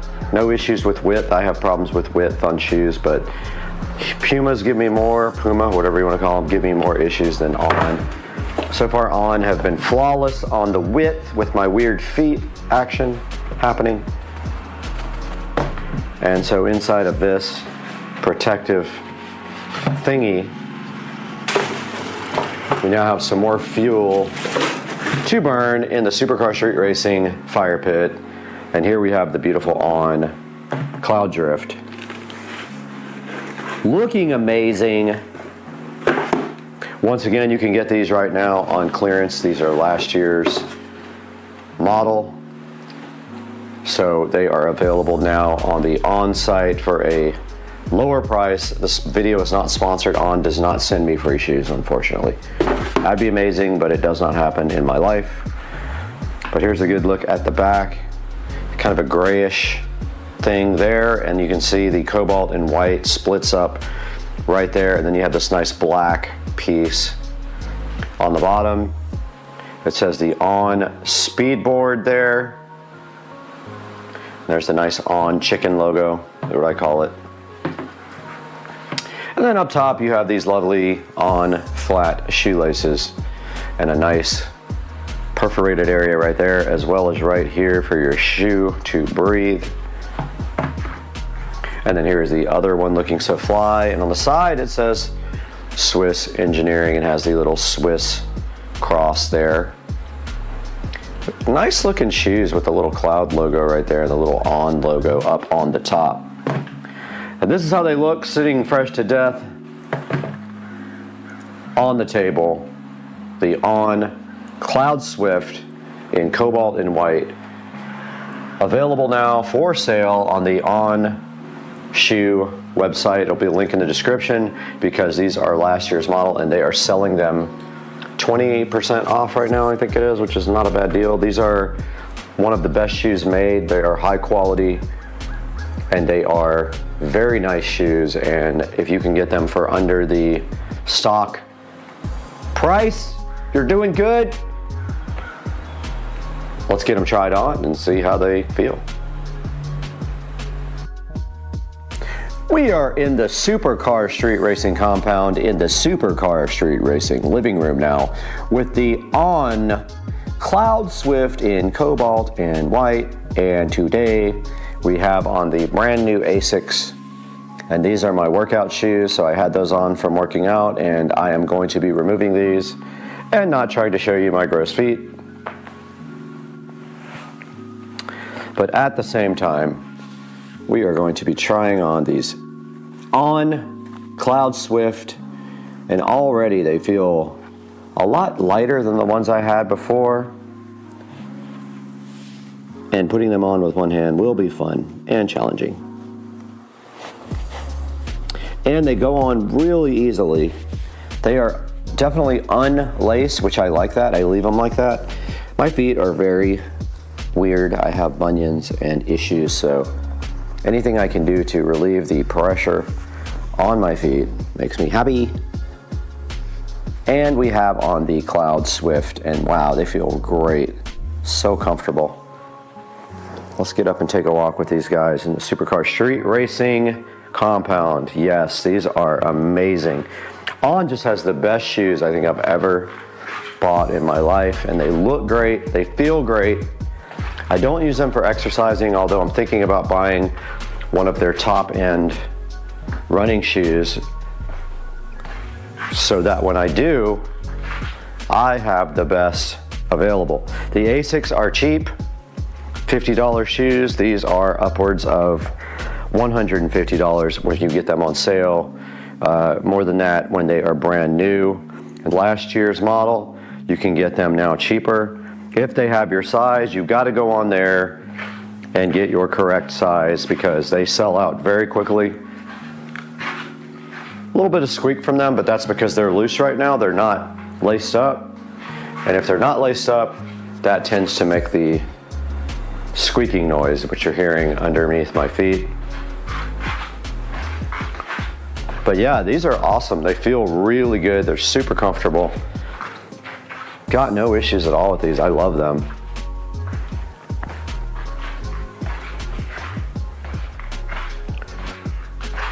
I would say that for the price, these things are amazing. If you can grab your size right now, you need to get on there and get it while it's hot. I'll get it up on the screen here in a minute when we go into the 4K production studio. So let me get the price for you guys and I'll tell you how much I paid for these. All right, we got the invoice right here. These were on sale for $119.99 right now in size 9. The On Cloud Drift in white and cobalt, coming in this fabulous recyclable container. There's the On white and cobalt there, size 9 male. And now let's get these guys where they belong, in the Supercar Street Racing closet with the rest of the goodies.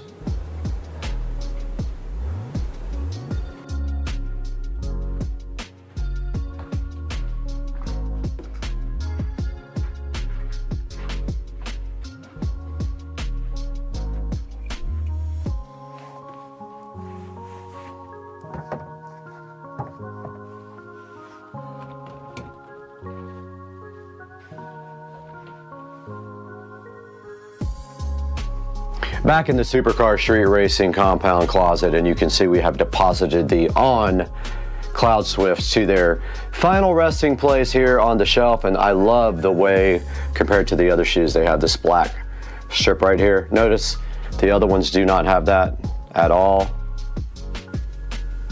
These guys are looking so fly. I really like that design.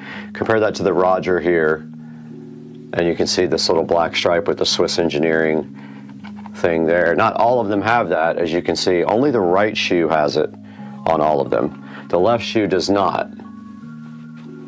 There's another set of Rogers right there, another set of Rogers there. But yeah, guys, this shoe rack is looking hot with over $1,000 worth of On shoes there. And then over here we have the Puma rack looking so fly. And so I have a choice now of what I want to wear. If I want to go with the On shoes, I go here. If I want to go with the Puma shoes, I rotate this way, and then we have that looking so fly. And we will now go to Supercar Street Racing Studios with Brad.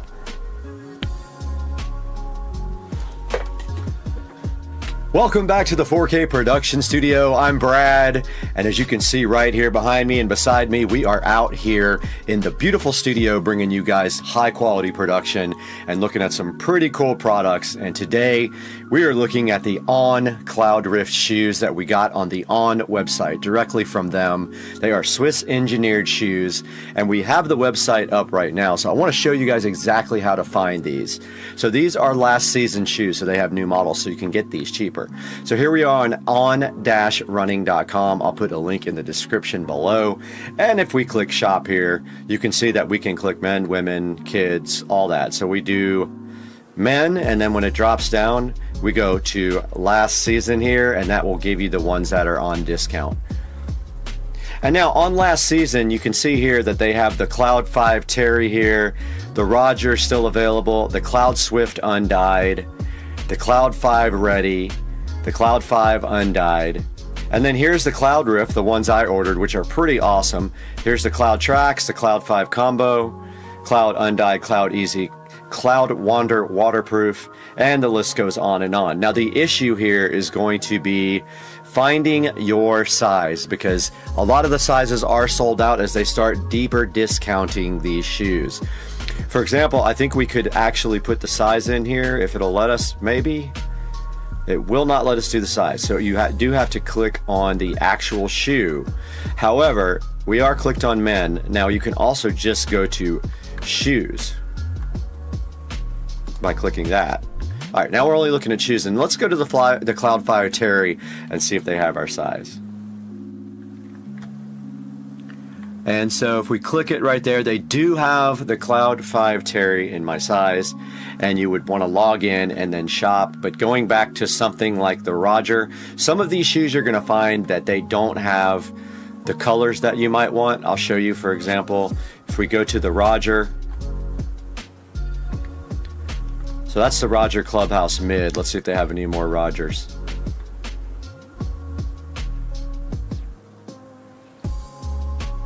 Okay, I'm unable to locate the regular Roger. Let's see. All right, they have the center court, which I have a pair of, which these things are awesome. And if we click that, you're probably going to see that they're missing a lot of the sizes. So see here, only 7.5, 12.5, and 14 are actually available in the Roger center court. So I would not be able to buy that because I am a size 9 shoe. But something like the Cloud 5, let's see if they have that in my size. They do not. And see, also, it depends on the color. If you click the colors here, they might have your shoe, like they do have my size in the red, and it's actually called, let's see, what is that color called? It is called Ruby and Rust. As you can see right here, it shows you the colors. So these are available in my size. And so are these. These are the olive. They are available in my size. The black are as well. So there's a lot of the Cloud 5 left on the site. So go ahead and get yourself over to onrunning.com and see if they have your size. And guys, we really appreciate you hanging out with us in the 4K production studio. Make sure when you buy from Amazon, you click through our links. If you buy On Running shoes, use my link in Amazon. If you buy anything on Amazon, click through any of my links. It doesn't have to be the product that we featured or the product in the link. If you click through my link, it gives me a very small commission and allows me to keep the channel going. Guys, we appreciate you so much, and we will see you next time. I am peace out of her. Hey guys, welcome back to the channel, Supercar Street Racing. I'm Brad, and what we are looking at today is part 4 of the golf cart audio install, and I am going to insert some clips over that to kind of explain what's going on in the clip this time, because there's not a lot of dialogue. It's just me working, and I didn't give a good explanation of it. So you'll see that now on Supercar Street Racing.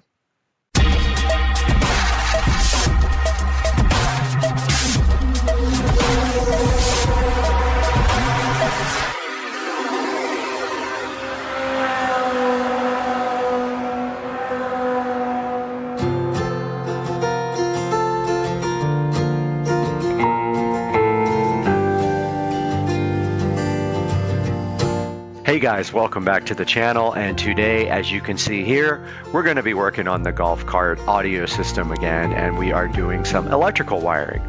Now this clip you're seeing here is me working in the battery tray, and there are lead acid batteries in that tray that provide 48 volts to the golf cart systems. In order to run the amplifier and everything for the car audio, we want to bring that down to 12 volts. We do have a 12 volt voltage reducer, and this master switch that I am installing is going to drop that 12 volts down to, that 48 volts down to the 12 volts that we need to run the audio system. I hope you guys enjoy it.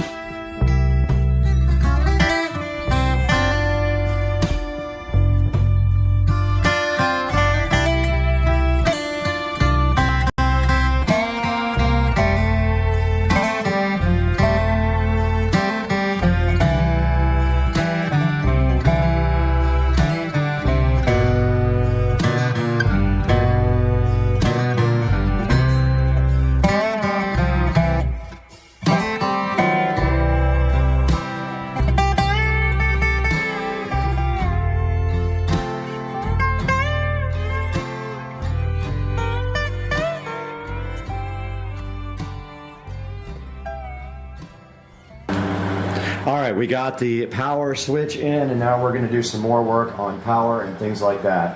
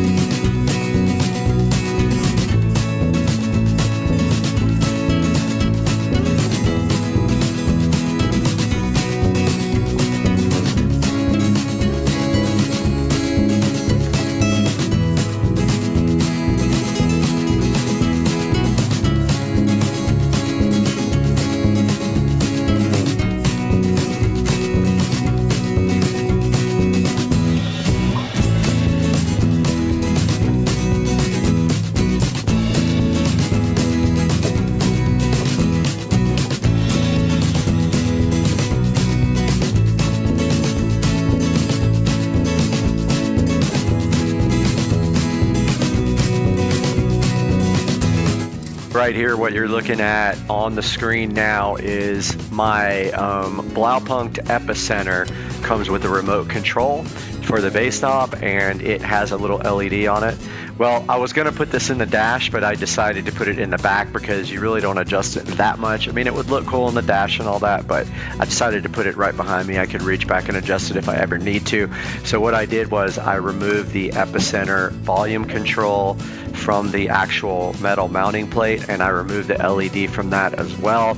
And now I am soldering the LED back to the wire. I made like a longer wire to connect the LED to the little circuit board, and I'm soldering that, drilling the hole for the LED, and mounting this stuff in the back of the golf cart.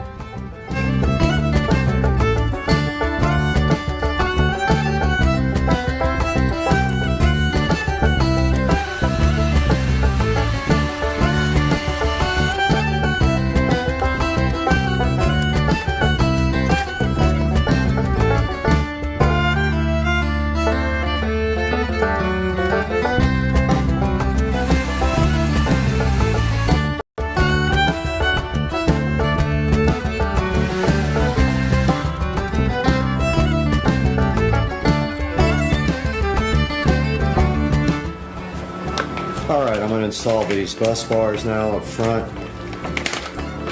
One for positive, one for negative, so we have a place to actually run wiring.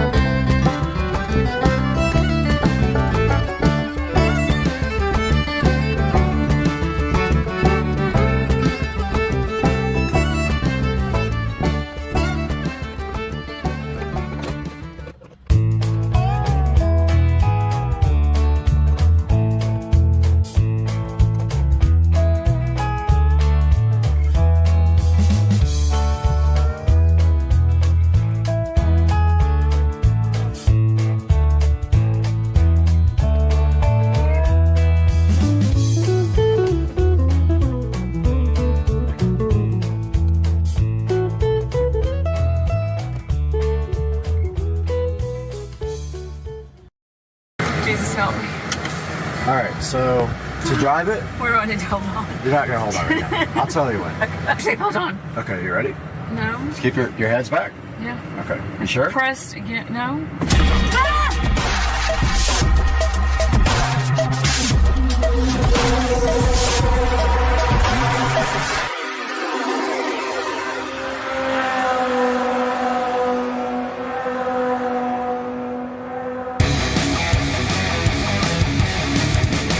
Leave it help me. recording. I'll edit it down. Jesus help me. All right, so I'll tell you what. To drive it, you just slide that forward. That's forward. That's reverse. And you notice right here. Oh, yeah. You see how it's red? So it's showing you that there's something on the sides. proximity. Yeah. Good. Don't even Proximity. And if we go here, so we have, you know, if you use the, 360. Yeah. And now everything after this, literally everything in the car is controlled with the touchscreen. Wow. And these controls here. So I have like cruise control and all that here, but now it sees the road. And I'm just gonna slow out of here because the car's a little low now. It's got an automatic. It's automatically connected to the garage door, so it should close automatically. Let's see if it does. It didn't close last time, which was annoying. So it's not closing.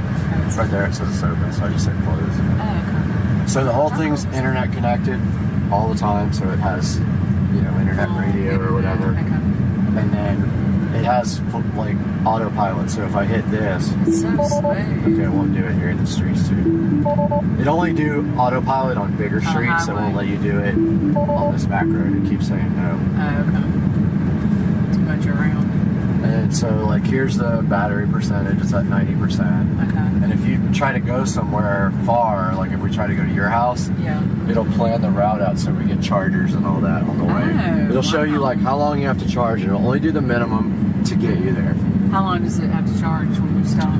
So at a supercharger, it depends on how low your battery is, but it will fully charge the car in an hour and a half. So usually they're Just supercharged. sit there. Yeah, but they put their superchargers usually at restaurants or like places where you can chill. But it adds a lot of time to your trip. If you have a Totally, long it trip. completely does. So you plan your trip around. Do you have to pay for the charging? So yes, you do. Some people got free supercharging when they bought their cars. I don't have that, but I don't travel, so it doesn't really matter. I charge it at home, and I charge it off peak, so I charge it at night. Okay. So I charge from 10 p.m. to 6 a.m. usually because it's cheaper, and it costs about $9 to charge the car. Okay, so there's no gas in this car. There's no motor, there's no engine. It's just All batteries. So all I batteries. gotta see up underneath. Tesla there. doesn't make a car with a gasoline engine. I've got to see under the hood just to see It's a frunk. There's nothing in it. You know, he just took over #1 spot in the world again, as richest man. How do you do that? I mean, again. He just bought Twitter for like 52 billion and went down. It went down. Right. How do you do that? I don't get it. No idea. Oh my god. I mean, So that's regen, so I'm not on the brake. So you see how it Yeah. just stop itself? And it wasn't jerky. No, it kind of just smoothly, and it applies the brake lights when it does that, so people behind you know. Look how I didn't even notice the steering wheel. Oh my god. yeah, it's like an airplane. It is It's a yoke, exactly. yeah. When you said a yoke, I was like an airplane. Okay, I may have to drive it. So yeah, you can Just definitely real drive slow. it. But you can drive it in chill mode where it doesn't have like all the power and all. Okay. That's stopping. Wow. Okay, so do you have a brake down there? Or is everything? Okay. I do, but you don't have to use it. You get used to that when you drive it. You just don't use the brake unless you really have to. But like, it has settings for acceleration right here, so you can go from like chill or sport or plaid. Plaid is like the good one. Put your seatbelt on. Okay, you ready? No. Just keep your heads back. Yeah. Okay, you sure? Pressed again. No. Ah! Oh, fuck.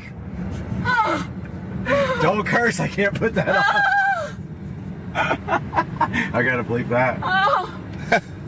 You can just put some asterisks in there. Oh. It felt like we were fixing to come off the ground. I think we did a little bit. I think we literally came. Oh, fuck. Oh, fuck. You can do it again. Oh, God. One more. No. Okay, You get your head back. You'll get whiplash. it's fine. It's fine. Ah! Okay, Brad, stop. Seriously, stop. Stop. Stop. Stop. All right, my foot's off it. So it's just regen now. Is that cool?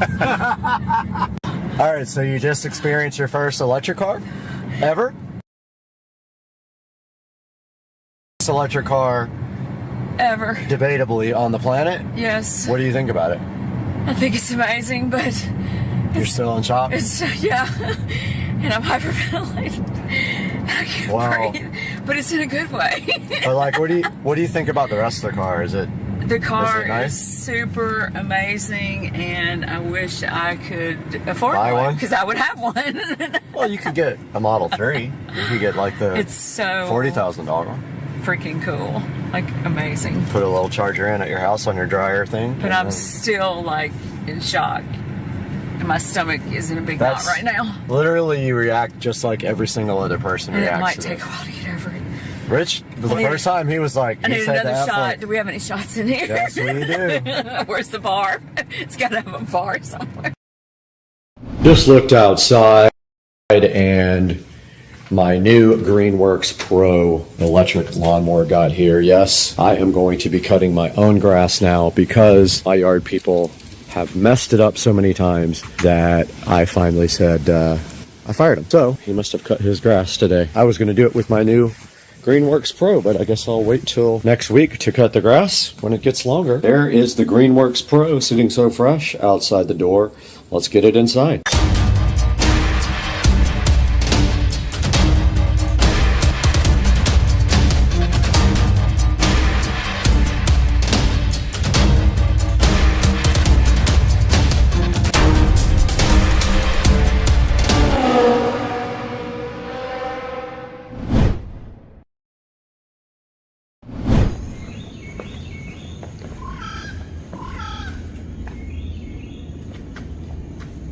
That is insane.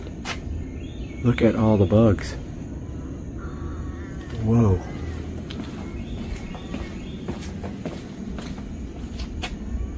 Unreal.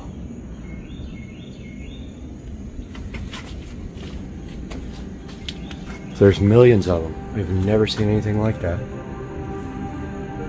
Whoa. Not gonna lie, I didn't expect this to be that heavy, but it was quite a event getting that in here. I rolled it in here, but yeah, it's pretty cool looking, huh? It does come with one battery and a fast charger. I did buy an extra battery as well. So I have 2 batteries for this, and they're both the good batteries. And I have the perfect place for the quick charger to go out in the garage, and it looks like this thing has to be assembled. Let's get it out of the box.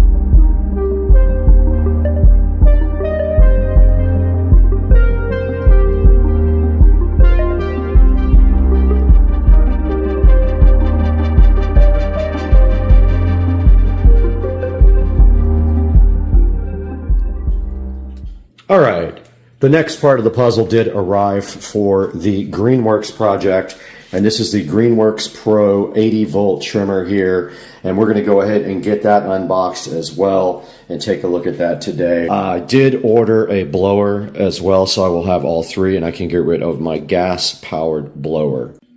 This is the cover for the Greenworks lawnmower. We're going to go ahead and get that out of the vacuum seal here. Because the Greenworks mower is going to be stored outside, I don't want to keep it in the garage and it won't fit in the shed, so I'm going to store it next to the shed under this nice cover. There's the cover laid out on the floor right now for the Greenworks lawnmower. You can see here that this fits right over the Greenworks. It's got a hole in the back here that you just slide it straight over, and it has some quick clamps there to keep it on. Pretty nice.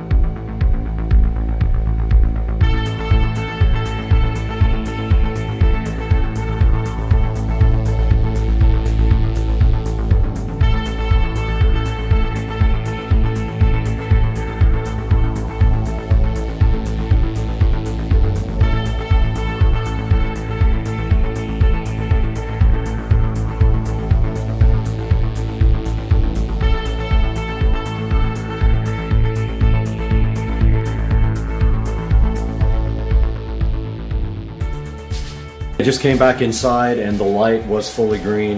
Now I did notice that the fan stays on for a while after it's done charging, probably to cool down the battery charger. But yes, it is at the 25-minute mark and this battery is fully charged. All right, we are outside of the house now, and we do have our pattern to go ahead and cut the yard in a diamond. So I have my battery pack here for the phone. I've got my pattern here. There's gonna be a few little areas where I have to make some modifications because there's stuff in the way, but I think I can make this work. I've never cut the grass with this before, so this is a first time thing. I gotta get set up and get my tripod out and all that. So we'll get back to you guys when I'm ready. And it is almost time to cut the grass, and you know what that means. We need a battery, and so we have to come out here to our charger and get our biggest battery out of here. Is that big boy right there is what we're going to use. I'm just giving it time to dry. It's wet from overnight, and also the sprinklers were on briefly because the sprinkler repairman was here replacing my valve, but I have never put one of these in, so let's see how that works. We got the 80 volt lawnmower here, brand new, never been used, don't know how to use it. I've got the deck height set to the second from the top here. Gonna see how low that is. If that's too low this time, next time I will crank it up a bit. So we should be able to just put this battery. Okay, so it goes down. So this insert's basically, this should be facing up in the back.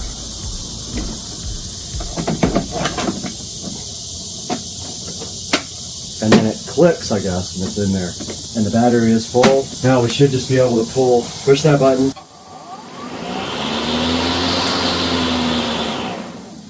And that is how you use the lawnmower. Now the self-propel functions are on here. Pull it back to go slower, push it forward to go faster, and then you pull. You gotta hold this to keep the motor running. You pull this to self-propel. And you see it is on now. So it will go right now. So my plan is to follow my pattern, cut the outside first. So I'm going to go to the corner of the yard here, start at that corner, cut diagonally to the bushes over here. That's my first pass. So you always make one pass one way and two back the other way, heading that way in the yard. So I'll start down there, cut one stripe there. You can't go backwards, so you have to go all the way either around the outer edge again to make your return stripes, or get on the concrete right here and go around. So it takes a little bit longer, but it is self-propelled, so we should be fine. But yeah, I'm going to start on number 6 on the deck and see how low that cuts the grass.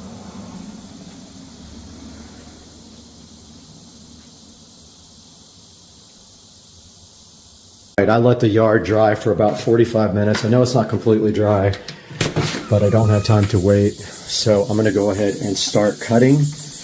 And we can go ahead and start on the edge here, go around to the corner, and put our trail back. But I got to get my pattern out here just in case I forget what I'm doing.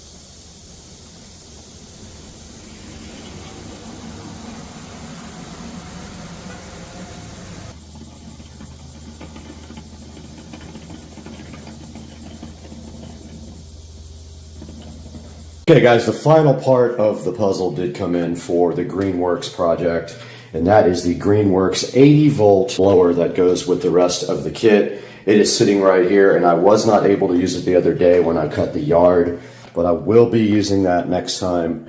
And just to give you guys a little update on the yard, this is what it looks like the next day after I cut it the other day. All right, here's a good look at the yard after I did cut it with the Greenworks mower. Looks pretty good. I did also edge it with the electric trimmer, and you can see it came out really good. This lawnmower absolutely rips through everything. No problem whatsoever with it, so I do highly recommend it. Let's take it into the studio now. We'll look this stuff up on Amazon and give you guys a link for it if you want to buy it. Oh, hey guys, I didn't even see you there. Welcome back to Supercar Street Racing. You're with Brad, and if you haven't been with our channel before, I'm so happy to have you here with us. And if you have been here before, I'm happy to have you back. Please like and subscribe is the first thing I would love for you to do to support the channel. And we are celebrating our first time to get rid of all of the gasoline-powered things at the Supercar Street Racing house. Now we only have electric-powered things at the house, so we can get rid of all of the fossil fuel that we have to store over in the Supercar Street Racing shed in the compound. And right in front of me, right here and right now, is the Greenworks 80-volt brushless, cordless, self-propelled lawnmower. And this thing does have a 60-minute charger. I went ahead and verified with you on the video that it charged in about 31 minutes, but I don't know how much power it had left right from the factory. And you can see right here and right now, we did cut the entire front yard, the entire backyard, and we still had one bar left on the 80-volt lawnmower. And this thing absolutely rips. It's so cool. It does get right through any amount of tall grass. It is self-propelled. It has a slider on the left side that controls the speed of the propel. And on the right side is where you press the start button and you hold down another lever for safety purposes. And then the self-propel lever is back in the back. If you let go of that, the lawnmower will stop going forward. And this thing did rip through the front yard like it was nothing at all. Now this thing does come with a very big, strong battery that did take about 31 minutes to charge, and it was plenty enough power to rip through the yard. Now complementing the Greenworks 80-volt mower, we have the Greenworks Pro brushless trimmer that I did purchase as well. And you could see in the video that I did trim the entire front yard with just a weed eater. Everything looked absolutely amazing. It did a great job. Absolutely no worries about the power or whether it can handle big grass and trees or brush. It has no problem at all with any of that stuff. And it does come with a battery also, the one that I will link in the description. And it's a smaller battery than the one that goes into the mower. It's less amp hours because you don't need that much for the trimmer. Right here in front of me is the Greenworks 80-volt, 170-mile-per-hour blower that I also bought and have not even unboxed yet. I had to go ahead and cut the grass, and I didn't have this yet, so I used the gas blower for the last time. That is up for sale now. If you're in the Jacksonville area and you want this blower, let me know. I'll go ahead and hook you up with it. And this thing I haven't tested yet, so we'll get another video going about that. This is an extra 80-volt 4-amp-hour lithium-ion battery that I also bought from Amazon, and you can get that as well so that you have a spare if you have a larger yard. But like I said, this thing had plenty of power left after I was done to go ahead and cut the entire yard and still have one whole bar left. This is the toe-kept cover that I bought for the mower because it will be stored outside. But don't get any ideas about stealing it because I've got cameras and other things to protect my property. And this thing is pretty cool. It already went through a storm. The lawnmower didn't get wet at all, so it's doing its job perfectly. And guys, this thing sits at a solid 4.4-star reviews, and I can tell you firsthand that I love this mower. It does exactly what it is supposed to do. And I want to thank you guys for supporting Supercar Street Racing. 10,000 subscribers this week. We hit 10,000 subscribers, which is amazing. It's such a cool thing for the channel, and I hope you guys like and subscribe, and I will leave links to all these products in the description. All you have to do is click through any of my links on any of my videos, buy anything you want from Amazon from any of those links, and it does help us out so much, and we do appreciate it. Like, subscribe. We have to get out of here. The yard has already grown up so much, we got to go cut it again.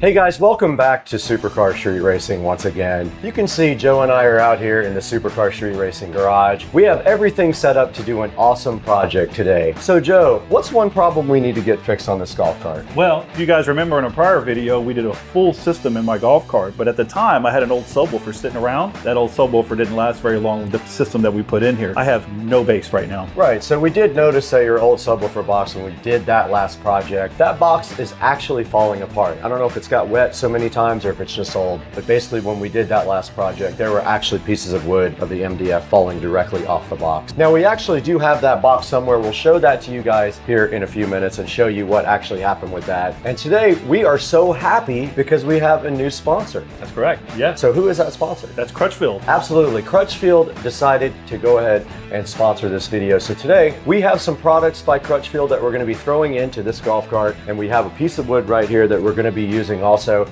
to do what? Build a new subwoofer box. We're going to build a subwoofer enclosure. We're going to go ahead and calculate the volume. We're going to do the measurements. We're going to cut all the wood. We're going to do that all today, so hang out with us. Awesome. Let's do it.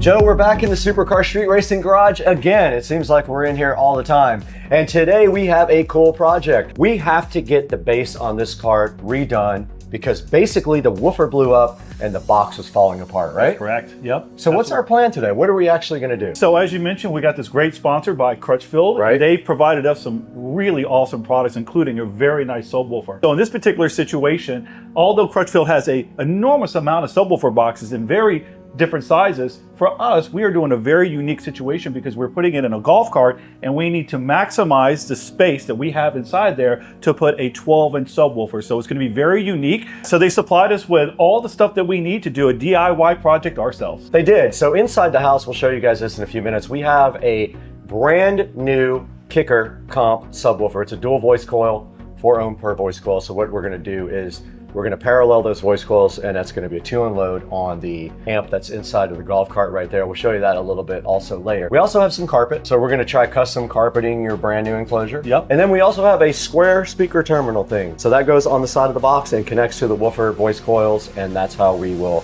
supply power to your subwoofer. Absolutely. So all that's inside, but for right now, we also want to take a look at the old subwoofer. Can you go ahead and pull that out? Let's pull it out. So I've already disconnected it. And if you can, flip that seat down, Brad. Right. And let's take a look at this thing. I found this subwoofer a long time ago on the side of the road, and it was in decent shape, but over the years sitting in the garage, it's just been weathered too much. And we did a quick carpeting job on it, but one of the things is that the carpet is completely falling off. And that's really stemming from the box falling apart. As you can see, all the particles on the side of it. Wood's coming off. Yep. And that happens, right? So this was a quick job at the time, but we knew we needed to upgrade. So on top of that, as a 10-inch subwoofer that was in here, I think this is made by Boston Acoustic. It was. It was. And as you can see, the dust coil, I think that's what they call that, is falling off. Dust cap, yeah. Yep, and then I think it's also got some other issues with it. So obviously it's time. We needed an upgrade. The 10-inch subwoofer for this cart sounded good, but I wanted some more bass. I wanted to be deeper bass, so we went with a 12-inch for this particular project. Out with the old, and then we'll start putting in the new. We're not going to do ported. We're going to do a sealed enclosure. Sealed enclosures hit tighter. They don't go as deep low as far as low frequencies go, but they are tighter bass. And we're not going to bother with the port or anything like that this time. We also have some polyfill to throw inside of the box, and polyfill helps the box seem like a bigger box to the woofer that is mounted into it. Yep. Now also, we're going to have to mimic this enclosure style because we want it to fit just like the old one. But at the same time, we do have a 12-inch woofer that we're going to be putting in here. This is a 10. So we're going to have to figure out if we have enough width to actually hold the 12. And also, we probably want to make it as big as possible because the 12-inch woofer needs a certain amount of airspace. And I believe it was anywhere from 0.75 cubic feet to 1.5 per driver. So we're going to try to get as close to that as we can. And if we can't, we'll have to deal with what we have. We have a limited amount of space down here, as we will show you guys here in a few minutes. And one last thing, whoever built this box at the time, they used an old style of just cutting a hole in the back and then sticking the speaker wire out of there. So that's letting air out, right? We don't want that. So that's why Crutchfield was nice enough to send us over a new speaker connector, which is going to be a nice connection, perfectly sealed. It's going to be great. And also you can see as we're working on it, you guys can't quite see this, but literally the box is all over the back of the golf cart now because it is literally disintegrating as we look at it. So what's our next step? Should we show them all the brand new stuff we got from Crutchfield? Absolutely. All right, why don't you grab this old disintegrating box and let's get out of here. I got a plan for this old box too.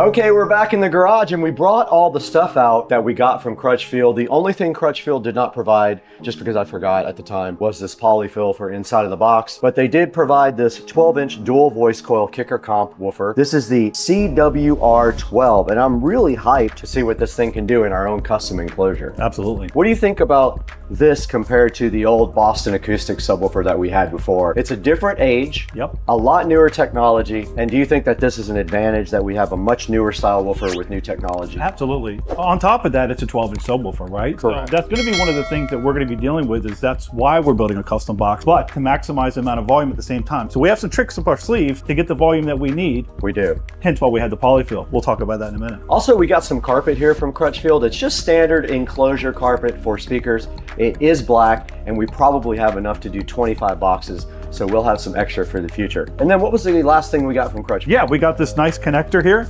So we haven't opened it up yet, but pretty simple. So this is what's going to seal that off. So when you have that connection from your speaker wire from the amp that goes to the subwoofer, it makes that clean connection. Right, and also when we put that in, we'll go ahead and caulk around it so it'll be absolutely sealed all the way around here. And if you notice on the back, it has these spade type terminals. I have a bunch of those. I have all the solder stuff for that. So we're gonna do it correctly when we do it. We're gonna do everything the right way so that it looks nice and that it performs great. So one cool thing about ordering from Crutchfield as opposed to something like Amazon is their technical support is amazing. They offer full lifetime technical support. That means when we're 75, if this woofer dies, we can call them and say, hey, this woofer's doing this, and they'll offer us free technical support. How do you feel about that? Well, that's awesome. That's a great benefit from buying directly from Crutchfield. And they have so many good technical support features that we'll touch on some of those during this video. But for right now, we want to talk about our enclosure and what we're going to be doing to build our enclosure. Absolutely.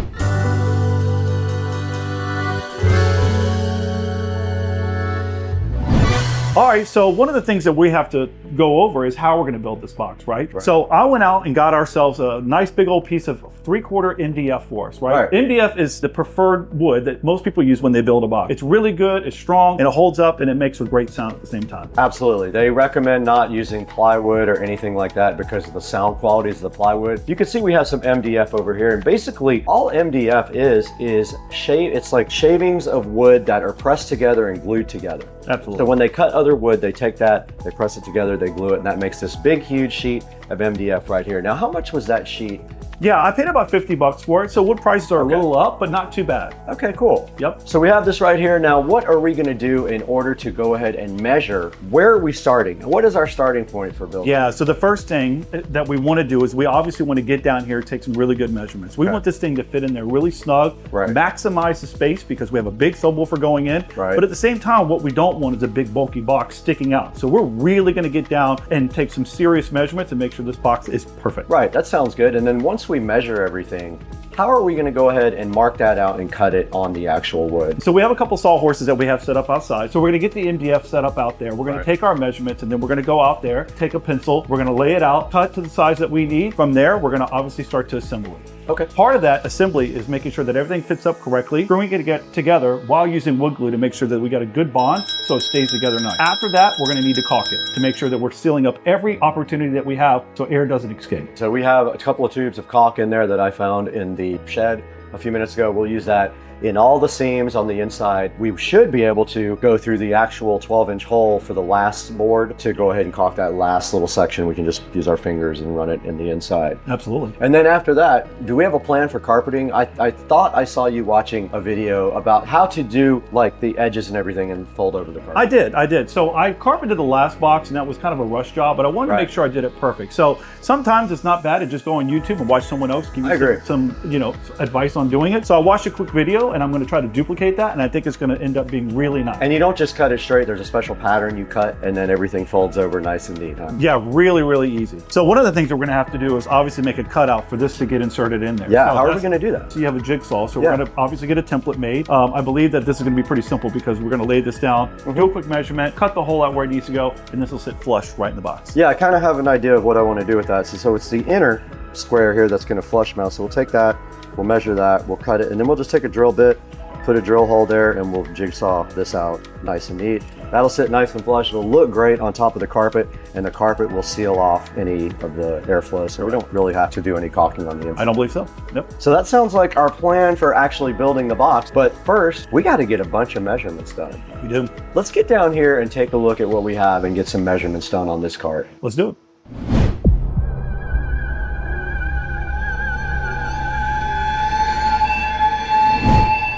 We're back in the garage with another sponsor on Supercar Street Racing. We have this awesome AIXPI. We don't quite know how to pronounce it. We did some research, but we couldn't find it. So we're gonna call it AIXPI or AXPI, this solar sensor light here. And I'm pretty hyped about this, Joe. This is pretty cool. What do you know about this thing from looking at the facts? It's LED, which is nice. 240 LEDs also. Exactly, and it's solar powered. So Right. you never have to have any power supplied to it. It's ready to go at any time. Right, now here's the sensor part of it. So this is what detects your actual motion. And so this thing is solar powered. You can see the solar cell right here, how it charges. There's the connector that you mount this with. They give you another little bracket here. So basically what you do is you mount that to your house or your gutters or whatever. Then this thing just simply slides right there. Yep. All right, so this thing is not fully charged. Admittedly, it's been sitting in the kitchen, but you can see when I turn it on, it flashes. It's pretty bright, even Very bright. completely dead. So thank you AIXPI for this awesome solar security light. 3,000 lumens is pretty bright, and it's just got a tiny little lithium ion battery sitting inside this little box right here. Now let's get back to the video and see what's going on at Supercar Street Racing.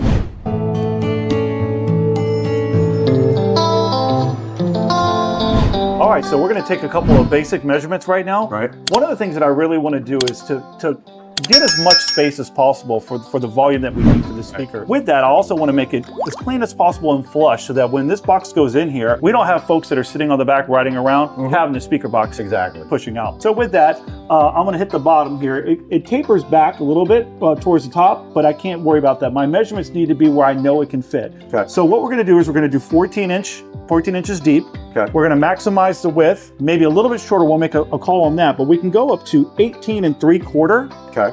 And then on the height, we're going to try to really get as much as possible, but we have to keep room for the subwoofer because it's facing up. And there are some metal brackets that run across the top here, so we have to be very careful that we leave enough room for not only that subwoofer to fit in there, but for the excursion of the subwoofer, the up and down of the subwoofer. Exactly, and also the top of the subwoofer probably sits a little bit up. We have to open it up to really get those exact details though. Absolutely. And it looks like we've got roughly 13 1/4 on that. So what we'll probably end up doing is making this box roughly maybe 10.5 to 11 inches tall to give us the room that we need. So when you measured your 14-inch depth, did you measure to the edge right here? I did. Well, I measured it just here, although it will stick out a little bit, but your legs will not sit on it because your legs are going to come out here. So it's going to come right to this part over here. Okay, that sounds great. That looks like the measurements that will work for us. So now let's go ahead and unbox the actual subwoofer right here. What do you think? Sound good?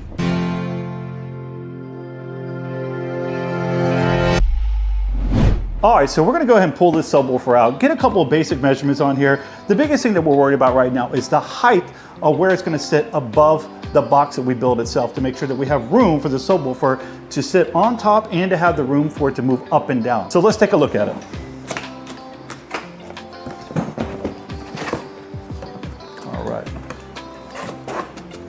All right, inside the box, always awesome is we got a nice sticker there to put somewhere, usually on a good outdoor refrigerator. And inside the box, we got this beautiful, nice, brand new competition kicker subwoofer. It looks amazing. We don't need that where we're going? All right, so let's go and open this thing up and get inside here.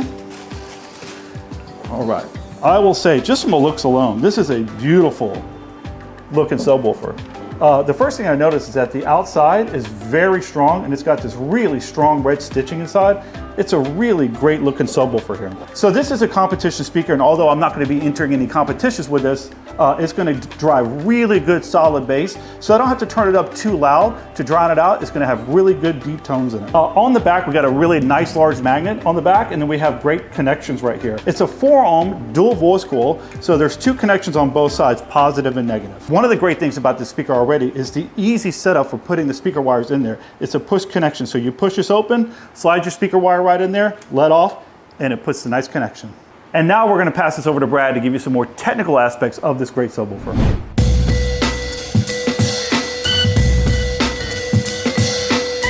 Okay, we're right here in front of the Kicker Comp 12-inch woofer. It is the Comp R. Now this guy has 500 watts RMS power handling. The RMS part means it's the average power that it can handle. It can handle up to 1000 watts peak also. Now taking a look at this woofer, if you're unfamiliar with dual voice coil woofers, basically there are 2 connections here.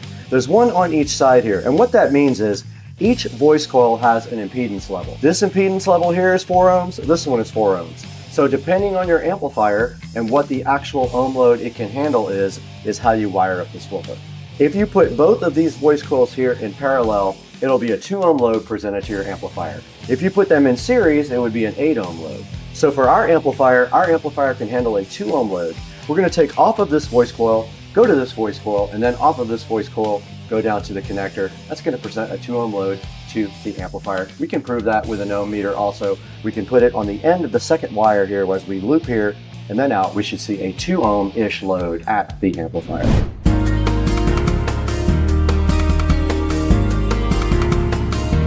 All right, so here we are on to our next step. We took some really good measurements, and one of the things that we were most concerned with was the height of the actual subwoofer because it's going to be facing up. So with that, we had roughly 13 1/4 to play with, so we're going to reduce our height down to about 12 inches. That gets us about 1.5 inches, 1 3/4 of play to make sure that we have enough room for the top of that subwoofer to not only sit in there, but to have room for it to go up and down. All right, so one of the most important measurements for us was to make sure that we had enough room for the subwoofer to sit in there. So we roughly have about 13 1/4 inches of height that we can play with. We're going to reduce that down to about 12 inches. That's going to be more than enough room for that subwoofer to sit on the top and have room for it to go up and down. So what we're going to do is take a few minutes here to kind of outline the box itself. So there's going to be quite a few cuts. One of the things that we don't have at our leisure is a nice big table saw. So we're going to be doing this by hand. So to make sure that we get as best cuts as possible, I have this straight edge here that we're going to use to clamp down to make sure that when we're running our skill saw, that we get a nice clean cut. So we're going to take a few minutes right now to take these measurements, transpose them onto our MDF, and start outlining all the cuts that we need to get done. And then from there, we can start to assemble the box. So we took a couple of minutes to make sure that the measurements were correct, and we went ahead and wrote them down just so that you guys can understand what we're doing. So the first thing is that we got to put a top and a bottom and 4 sides. So for the top, we know that we needed 18.5 inches in width, and we had 14 inches of depth to put it towards the back of the golf cart. So with that, we just times that times 2. So our tops are going to be 18.5 inches by 14 inches. Easy cuts for those. Now we need to do the 4 sides. Our 4 sides are not equal because the front and the back are going to be 18.5 inches, which will match the width. However, we need to go 10.5 inches to take in consideration that this is 3/4 inch MDF. So with that being sandwiched between the top and the bottom, we needed to take off 1.5 inches. So we wanted to get to 12 inches, so we're going to do 10.5 inches on that. And then for the left and the right, that one, it's 14 inches. In regards to the depth, same thing, 10.5 inches to make sure that we have the room to sandwich it to get to our 12 inches. So here we go. We're going to go ahead and lay out the exact measurements that we want. So one of the things that I always try to do is we have plenty of wood here. So I don't mind having a little bit of scrap left over, but I always try to utilize any of the factory edges. So we need 2 cuts on this particular one. So what we're going to do is measure out 14 inches for the top. So on here, we're going to lay out 14 inches, and then we're going to have 2 cuts here to complete the top and the bottom, which are going to be roughly 18.5 inches.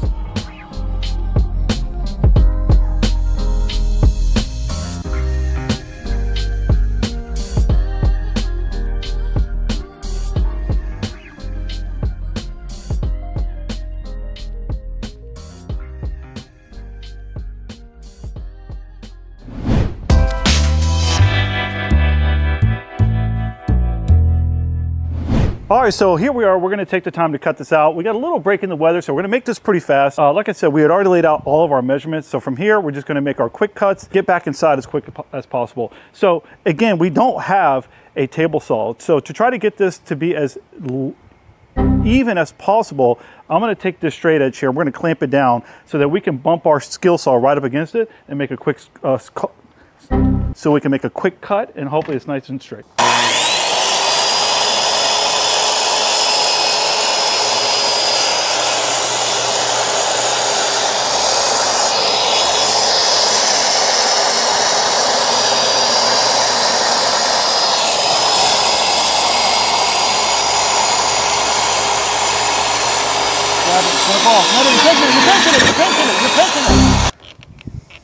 Are you ready? Okay.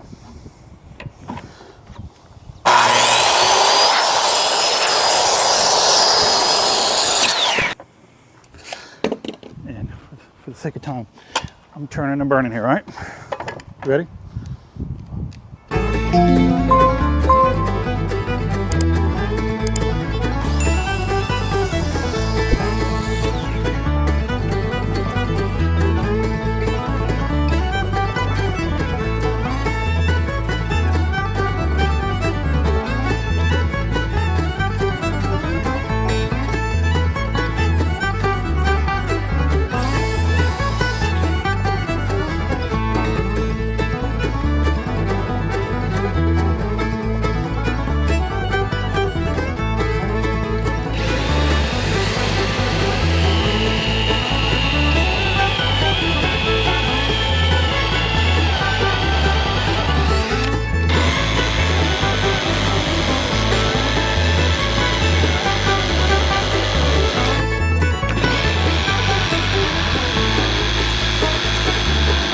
If you blow us off, we can come back inside the garage, close the door. Yep.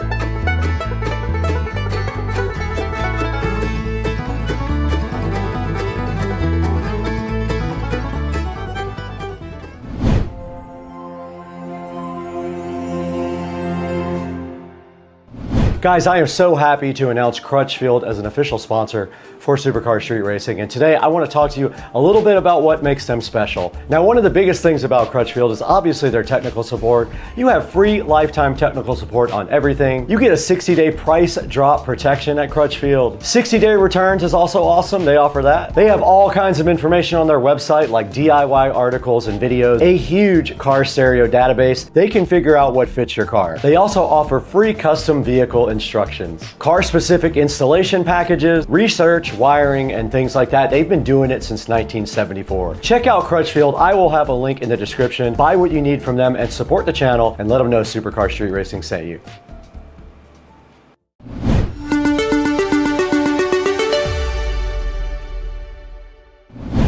All right, as you guys just saw, we were outside cutting all of our parts for our enclosure, and you did a little rough math on ChatGPT. And how big was that box? Yeah, so it actually came out to about 1.29 cubic feet in volume, which is perfect. Absolutely perfect. The woofer has, I think, a range of 0.75 cubic feet to 1.5 I believe so. feet, so that's perfect. So what is our next step here? Yeah, we're gonna get into the assembly part of it. So pretty straightforward. So I got a couple clamps. We'll kind of roughly put this together. The biggest thing is that we're gonna get our wood glue down, we're gonna clamp it together, and then we're gonna pre-drill our holes, because what we don't want is the wood to split. MDF is a little susceptible, even in the cut, when we cut it, a little piece chipped off. So to stop that from happening, we'll get this roughly put together with the clamps, put the glue on it, and then we'll take the time to pre-drill our holes, and then we'll countersink, if we want to, may not be necessary, our screws in there to make sure we get a good, nice contact and a good screw down. Sounds great. Let's get to work. Yeah, let's do it. Got your drill ready here? Yep, got a good bit. Where's our screws at, so we can make sure that we have the correct screw size. Okay. Make sure we got plenty of the same. These are 2.5. We're gonna pre-drill to get our holes, then we'll take it back apart, and then we'll glue it, and then we'll screw it back in. All right? Okay. Is this looking good right here? Yeah, just so you can see in the center. Yep, perfect. Let's go straight in. That's good. Perfect. Yeah.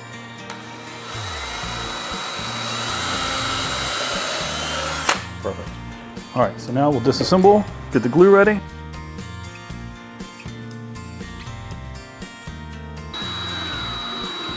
wondering if we should have countered Silicon, but I guess it doesn't matter. Oh, Got no. him. I let go of it. It didn't hold. Oh! It is what it is. Whoa!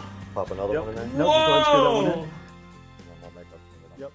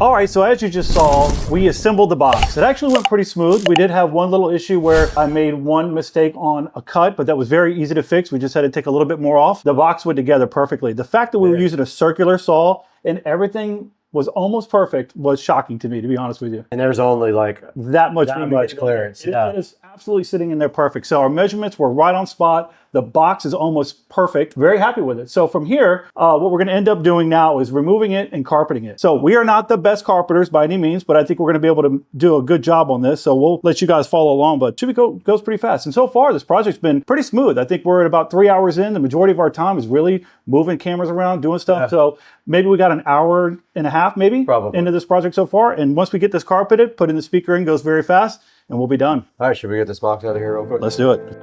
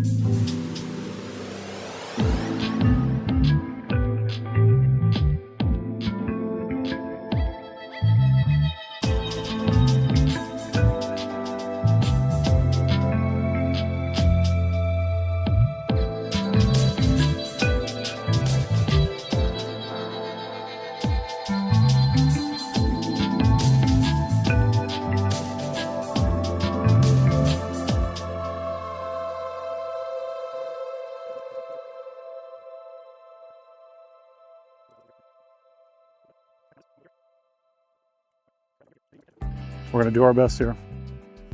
Next time you do it, you'll be an expert. Maybe. Now, if that together, this together. Perfect. Okay, you're gonna hold this tight. Pull that and hold it tight. Pull it towards you. Okay.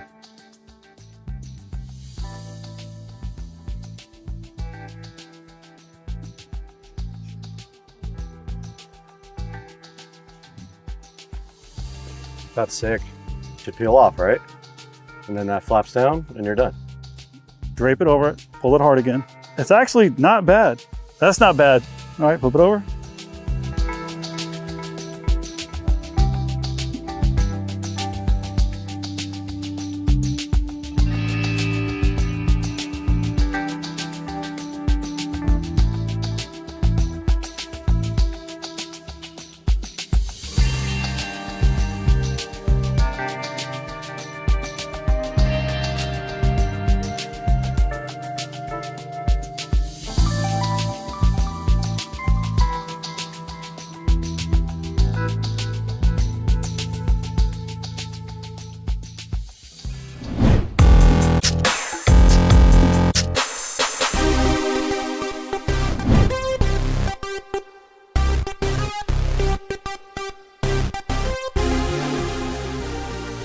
All right, guys, you just saw us carpet this enclosure with the half moon method that we borrowed from Soundman. And now what you're seeing is we're cutting out the hole for the speaker so that I can go ahead and start wiring.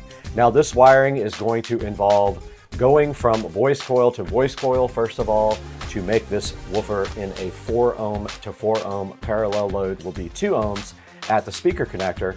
And then also what you're seeing is me crimping these connectors on and then using my heat gun to go ahead and heat shrink the end of the connectors onto the wire. So all that's happening right now, let's take a look at it.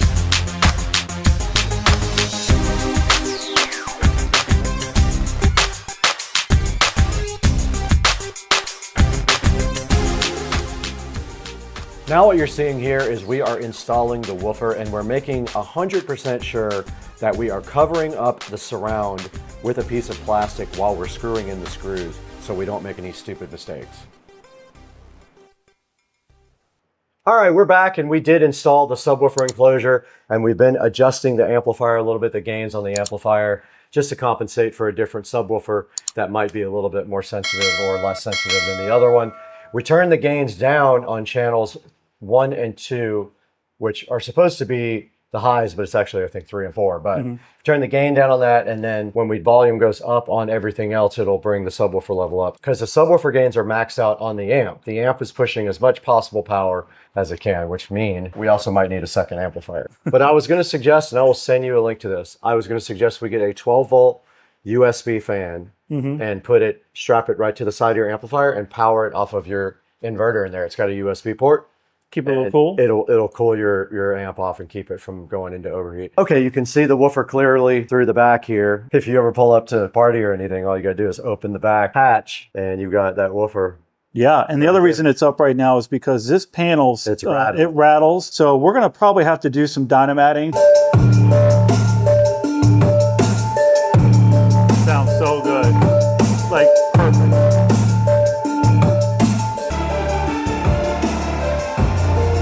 Sounds really, really good. It is. That was a lot of power it was pushing for that.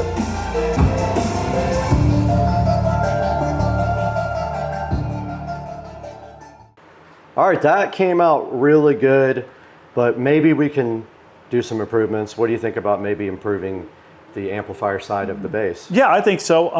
I think that the current amp is working, but this 12-inch subwoofer can handle a whole lot more power, and certainly with the battery that we have in this thing, it can take a bigger amp. So it might be a good idea to go on Crutchfield again, look around, see what makes sense, and beef it up a little bit. Sounds good to me. I'll get in touch with Crutchfield tomorrow.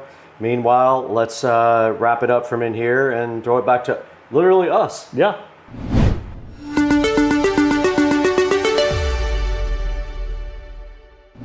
Okay guys, so you just saw us build an entire enclosure for this club car. How did that go? How was it? I thought it went pretty easy. I mean, we had a couple of tight measurements that we had to figure out, but otherwise, I think the whole box put together very nice. So you just saw us build the box from scratch. Right. Install it, test it, run it, and it turned out great. Right, it did. During the process, we need a little extra help. So one of the things that we were able to do is go to the Crutchfield site, do a little research on there. They got a lot of great stuff on there. They have videos, articles, a lot of various different links that helped you out, which was tremendous amount of help for us when we built this. And don't forget also their phone support. You can actually give those guys a call and they would be more than happy to walk you through anything that they can. And if they don't know it, I bet you they can find an answer. Absolutely. Today you saw us do all the steps to get that enclosure put into this 2017 club car. So if you have a club car and you'd like to copy our design, I'm gonna go ahead and put the dimensions down in the description. I'll put all the products that we use down in the description.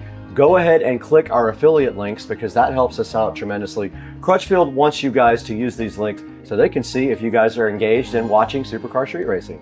All right, well, we're all wrapped up here. I just want to say thank you to everyone, including our sponsor today, to give us this awesome subwoofer that we put in, and to the 150,000 subscribers that you have obviously built up over a lot of work and a lot of time. So thank you all for subscribing. Right. If you haven't, like and subscribe. It's a super big help for us. It is, and if you're just here, if you found the video somehow and you're not a subscriber, it does help a lot if you'll hit that subscribe button. Leave us a comment too. We're really interested in what you guys are doing on your club car. And if you do this same project, we want to know about it, and I want some video of it. I'll put it on my channel and feature it for everybody. Love it. Because we really hope that you guys like our design and you copy it. Yeah, and you know what? We want to hear from you so that we know if we made some mistakes, we don't mind it, you know? Absolutely. Part of the learning process is making mistakes, and we're fine with that. We kind of learn everything on the fly sometimes, especially like with this carpet job. That is an on-the-fly thing. That was the first time that we've ever tried that. Correct. All right, guys, we got to get out of here. We got to go to lunch because we're starving. Let's go. Let's go.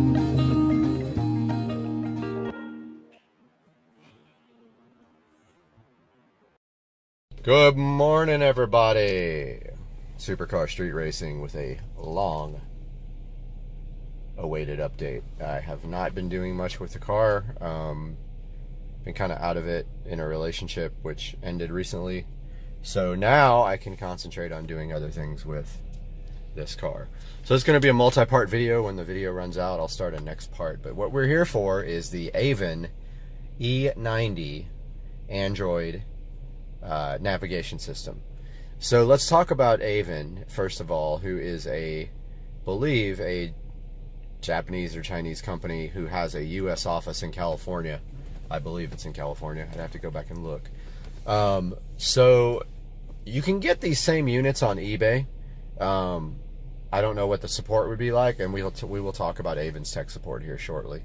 But so basically this unit, when you have a E90 car, you either have no navigation, in which case you don't have this hump. That's kind of a better option for the new navigation system retrofit, and I'll tell you why later. Or you have CCC or CIC, depending on what year, and they improved the navigation drastically. I believe in 2000, either 10 or 11, they upgraded it. But they have a replacement for either one. So basically what you're doing here is you're removing this screen completely. You get a whole brand new screen. It's more than double the resolution of the original screen, and it works with the factory BMW navigation system. So you get the best of both worlds here. You get to keep your old factory nav, and you get to get an upgraded modern Android head unit. And the way this works is your screen is up here. Let's not confuse that for your navigation system. That's the screen. Your navigation unit is right here, okay?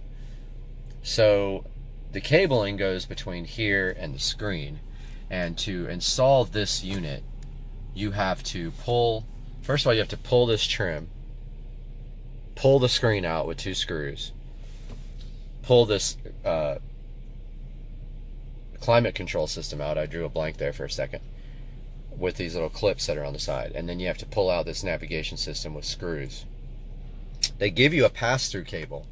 Basically, it's not a cable, it's more like a wiring nightmare. It's a big bundle of wires that you plug in between this system and that system. This is now one unit. This has the CPU and the screen all in one box. So everything is included in here now. You take out the wire out of the back of this, you plug it into the harness, then you plug the harness into the back of this. And then you move the fiber optic cable. Without the fiber optic cable, the audio will not work. So if you install one of these, don't forget to move the fiber optic cable from the back of your original plug here to the new plug that goes in the back of here. So let's talk about the difficulty of installation. This video will probably end soon, and I'll start another part. Difficulty to install. This is very incredibly difficult to install. There's a couple of reasons for that. It wouldn't be so bad if there was room back here. There's absolutely no room back here for the wiring harness. And when I say no room, I mean no room. The fact that this is mounted in here now and working is a miracle, because I sat there for an hour and a half trying to figure out how to get that wiring harness behind here and put this back in. It's so much wires. So the only way to really do it, I feel, is when you pull this out, there's a plastic cage. This video, I think, is going to end at 4 minutes. Let's see. No, it's still going. Okay. So there's a plastic cage on each side of this where this slides into. I believe you can cut that cage and just use the screws to hold this in. And if you got rid of the side of this cage, the wires could go to the side easily. You could push them to the side, this thing would slide in easily. I didn't try that. I didn't want to cut that at that point. I was about to. I had almost given up on it. The problem is if you're going to cut that, if you don't do it while it's in the dash, it's kind of hard to remove that cage. You got to take a lot of stuff out right here. Okay. The other thing is when you get this unit, make sure you get the GPS splitter. That allows you to use the old GPS antenna with both this unit and when you switch to BMW nav.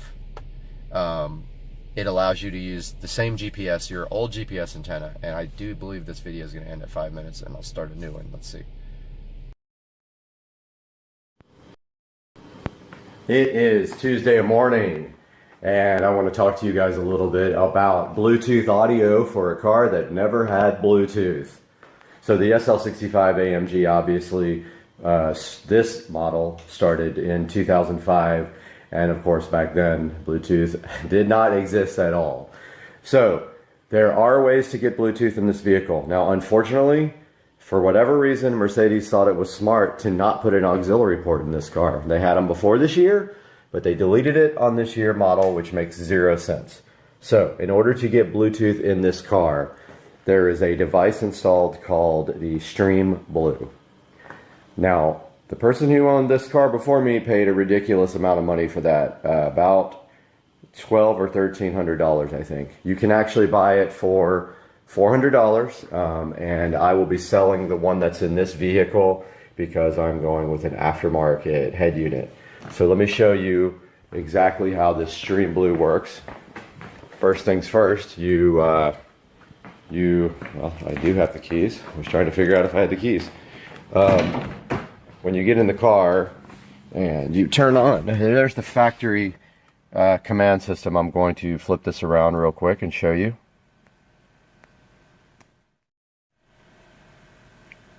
So there's the factory command system, of course, almost 12 years old now. When you put that in there and you turn it on,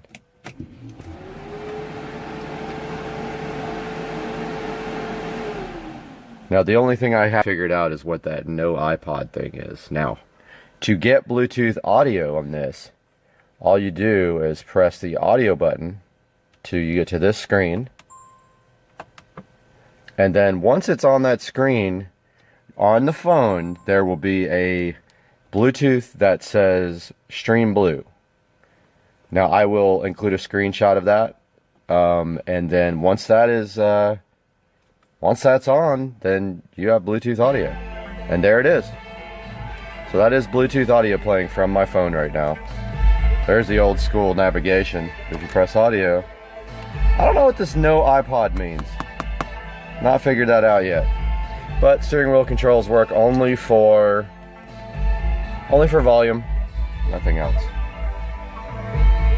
So that is the Stream Blue audio adapter for the most M.O.S.T Mercedes fiber optic Bose system.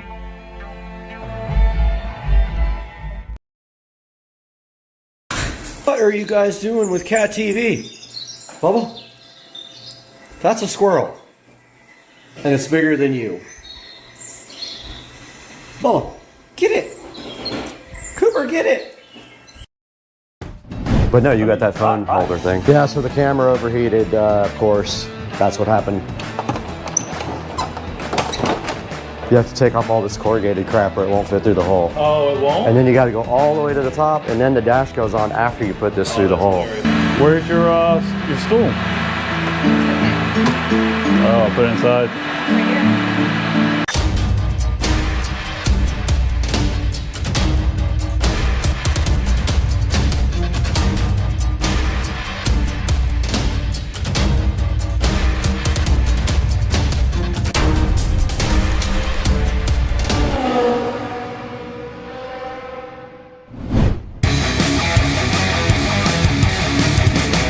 Even come out, honestly. But no, you got that phone holder thing. I'm okay with just sticking it somewhere on the bottom. This thing is tilted up at you, right? Or is it so ugly? Sure didn't have to put it up here. Just bend the wires like this and go straight through if I Because I've got 3M stuff and I've got the good 3M stuff that's not going to come off, or I've got Velcro. What do I do with all of it? What about this? All the way to the back where you can still get your finger on it. Oh, I like it. Yep. You gotta have to get into there to hold the button down if it needs to be paired to somebody else. You kind of need to see it too. Oh, perfect. Yep. And then the wiring straight back. Yep. So I found a place to put your charger cable through. Look, charger cable can go. Oh yeah, perfect. Right through that hole and right up to here. So do you have it? Right through that little. Yeah, pull it back. Yeah, grab it. That's exactly what I do with mine. I knew there was like a. It certainly does. Look, it's got threads. That's how you flush mount it. Oh, it yeah. comes apart. I don't know how to get it apart though.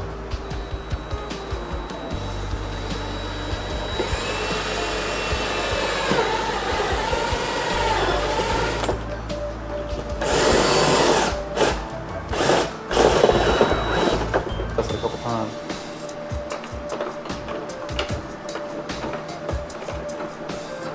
Oh, literally. Perfect. What's it hitting?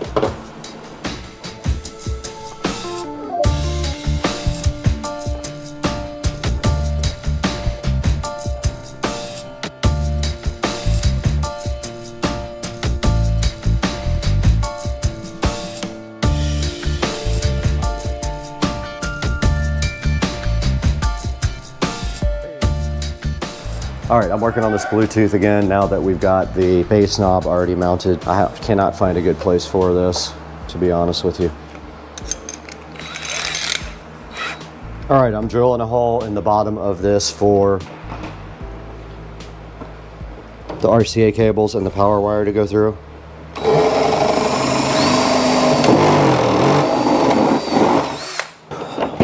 So I sent a hole straight through to the back here. I'm gonna put the Bluetooth adapter on the top. But first I gotta feed all the RCA cables through the hole. Camera's 1,000 degrees for no reason. All right, I got the Bluetooth adapter mounted. Sorry about all the noise, but it's very hot in here. We're good to go on the Bluetooth adapter. We got the bass knob mounted, and I got the power run for the charger for the iPad. So pretty much this dash is ready to go in. Everything is done on the dash. I used double-sided 3M tape on the Bluetooth adapter and ran the wiring back through the back. So now we can go ahead and get this thing installed.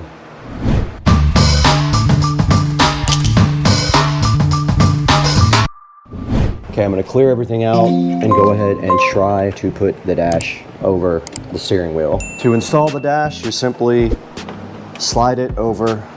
Now I can work on running the communications cable underneath the cart for the display. So I'm gonna go around to that side and start that process. Camera's probably gonna overheat again just because. So the communications cable is just gonna run right next to all the other stuff and down through the same hole. I'm gonna try to just run enough up to the top just for what we need, not a bunch of extra. And tie it up under the cart if I can. I don't want a bunch of extra wires in the bay.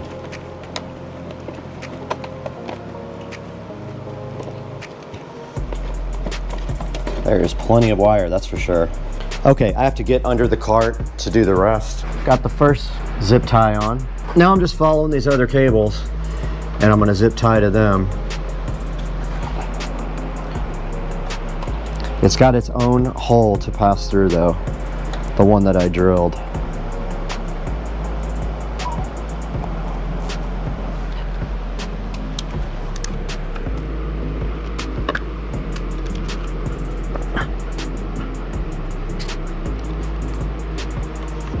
Okay, right here we take a turn through the new hole.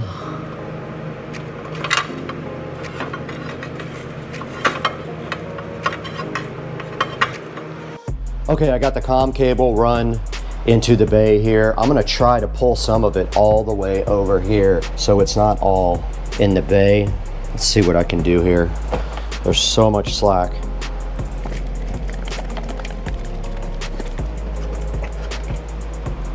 Yeah, so this is gonna work out perfect. I'm gonna come down like this. I'm gonna stuff the rest on the side of the battery, and I'm gonna come just like this and zip tie to these guys.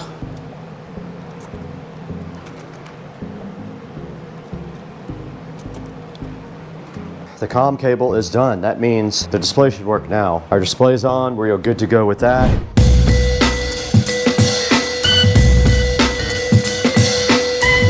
To get this plug through, you have to put the wires through first. like this before you slide it over the wheel. And then there's just enough room, I believe, for the wiring to go down. But you have to take the corrugated stuff off of the wiring. See how it goes on now? No problem. And you can also pull it till you get to that part. Now, I need to know if I have enough. I don't think I do. I think all this needs to come off. It can go back on after, but you can't get the dash on with this.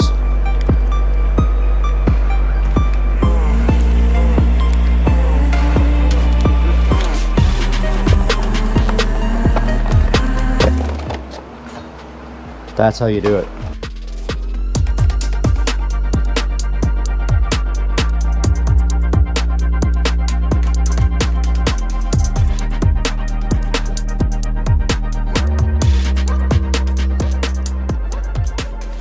It took me about 10 minutes to figure out how to get the wiring through the dash. You have to take off all this corrugated crap or it won't fit through the hole. Oh, it won't? And then you got to go all the way to the top, and then the dash goes on after you put this through the hole. Hilarious. Yeah. Because there's no notch. We need to connect some stuff, and we need to finish this real quick. I just wanted to make sure this was able to go up and everything.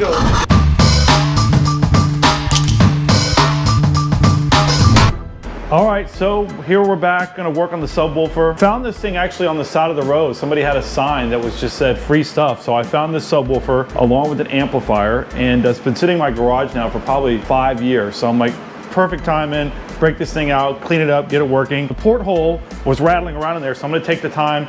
Brad already screwed it back in, and I'm gonna take the time to seal it off, caulk it up to make sure we got a good seal on it. And then after that, I'm gonna go ahead and carpet it, fresh and new, put the subwoofer back in. Hopefully we'll be able to hear some sound out of it here in the next couple hours. We're on the home stretch with just probably 5 or 6 more things that need to be buttoned up, and then hopefully everything will be done and we'll be able to fire it up and test out the new system. All right, while you're doing that, I'm gonna go ahead and finish up getting your blinker control back on and start plugging things in your dash so we can get this thing back together.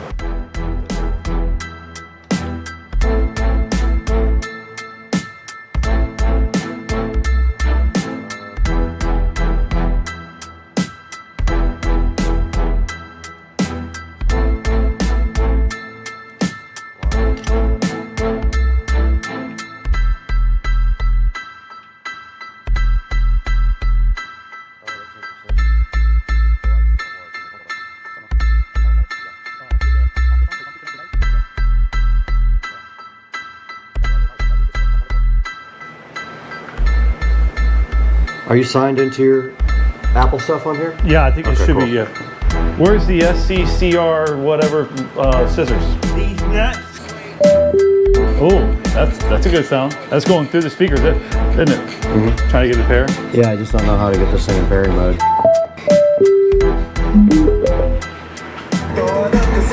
Oh! Okay, we're back in the garage. Joe has carpeted the enclosure and he's over here working on the quick disconnects for the subwoofer. I have the entire dash back together, minus the bezel. We're gonna leave it kind of open just in case we gotta get back in there for now. I've got to reassemble the turn signal and get the steering wheel back on here momentarily. And all 4 speakers are working and tested. The iPad is connected to Bluetooth. And yeah, that's it.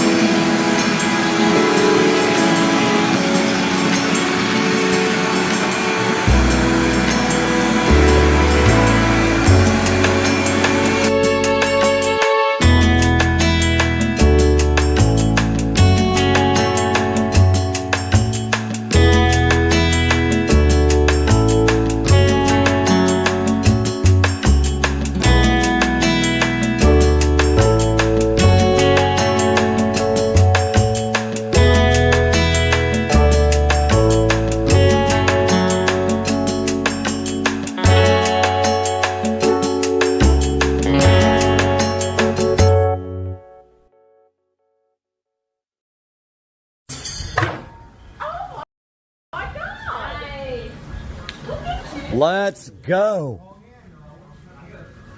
All back end. Oh my God, that pop sat. That pop sat is real. You love the pop sat. I love the pop sat. Everyone loves the pop sat. Please love it.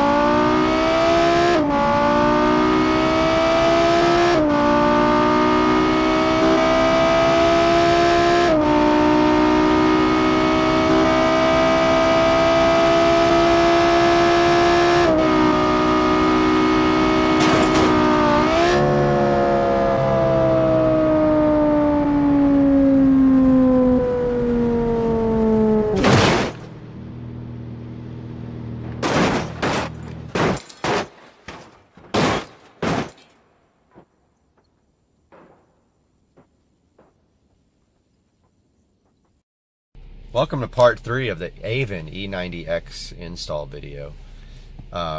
We were just talking about File Manager, but I was just going to show you guys that this has an SD card slot right there, right on the side there, right there. You can see the kind of the reflection of it. Does have an SD card slot, and mine has a 128 gigabyte SD card in it, which is very nice.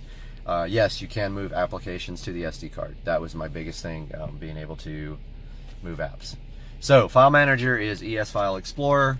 Let's go to Car Info. No, let's not. Actually, Car Info is your factory navigation system.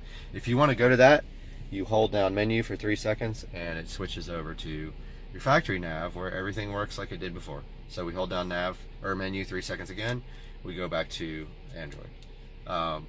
Let's look at some more of these settings here. Browser is basically, I believe, Chrome. And you can see here I had a bunch of malware installed, but we got rid of that finally. But yeah, so that's Chrome. And let's go back to the menu. The next set of menus. So this is video. This is a video player. DVR, so you can record your dash cam and either your front or your rear view camera. Settings takes you to a settings menu that looks like the BMW settings, but this is actually the settings for the unit, and this is where you set up what navigation app you want, your language, and by the way, the iDrive control works. The time. By the way, use original time and set it up in your Android settings. This is how you set the volume levels. This is how you set up your rear view and front camera. This settings actually takes you to the Android settings, just like an Android phone, and then this takes you to the nav screen, where you can then, a nav setting screen, the actual unit, where you can go into factory setup by hitting 1314. Okay. Inside here are the settings to the navigation system, and this you use your finger. Now this is important here. Car type. The only way I could get this looking correct when you switch to BMW is to put it on this. So if you have an E90X, you can try all these settings until you get the one where the resolution looks right when you switch back to BMW.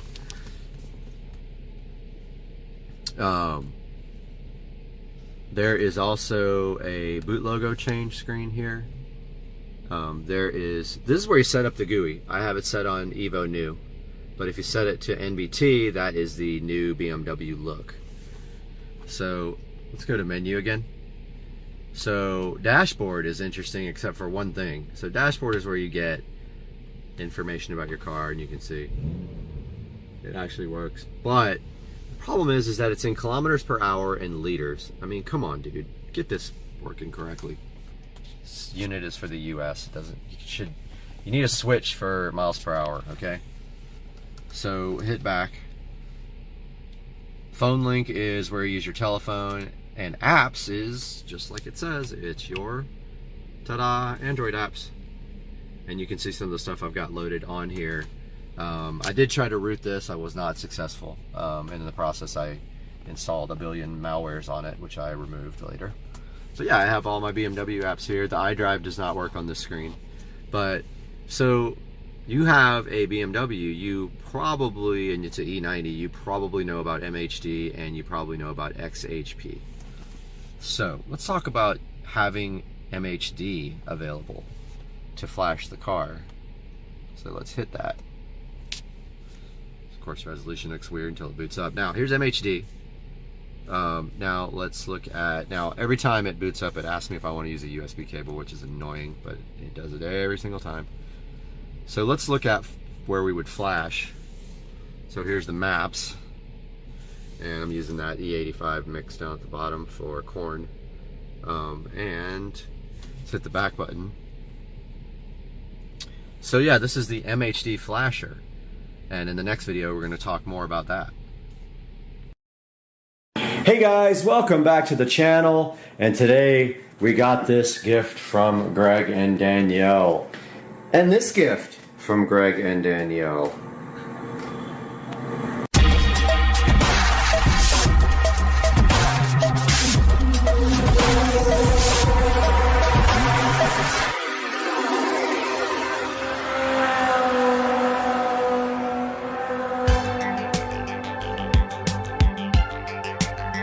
Hey guys, welcome back to Supercar Street Racing, and today we have this little project which should be fun. I'm pretty hyped. It's a HP all-in-one PC, and it says some model number back there that I can't, H3, H4, I can't read it, but we're gonna get this thing all cleaned up today, get it torn apart, max out the RAM, max out the CPU, max out the solid state drive by replacing the regular spindle drive. My thoughts are all over the place right now, sorry.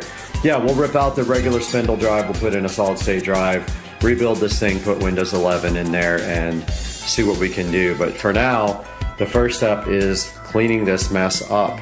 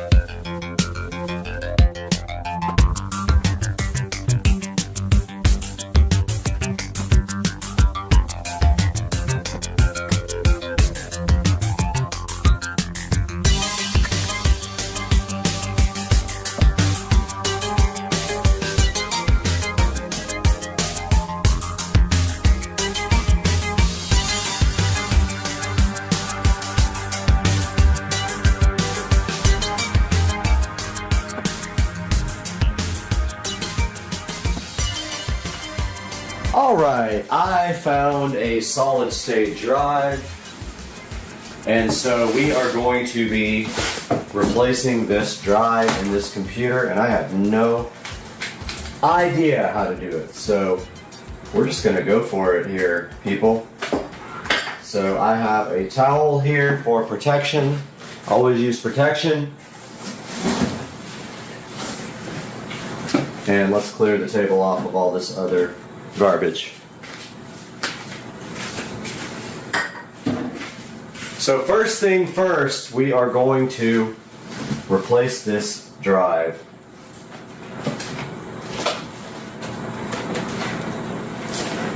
And there are a number of screwages. So I'm going to grab my little lithium-ion screwdriver.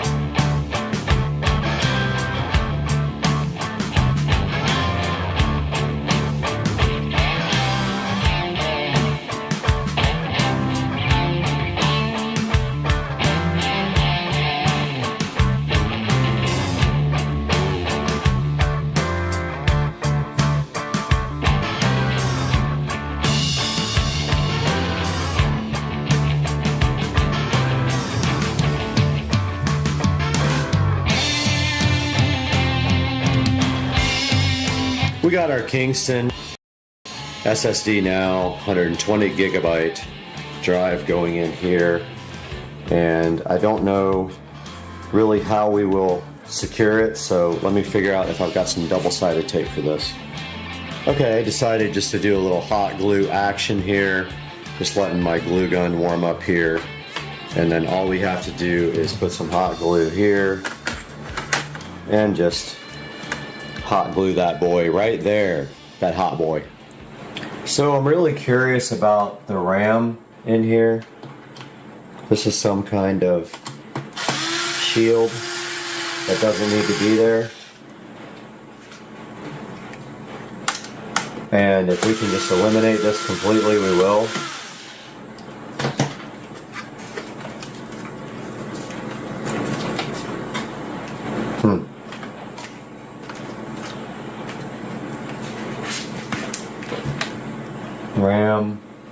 RAM. So there's little symbols here that say RAM. Ah, here's the third one. That was it. Might have some RAM for this. Don't know. Could be maxed out. I didn't even check. I say screw it. Pull it, check later. Alright, it's got a single SODIMM.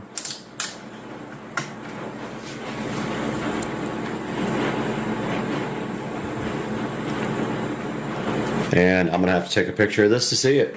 Yeah, this is an 8 gigabyte PC3 12800, and I do not have any other RAM for this. So I have nothing to replace this with.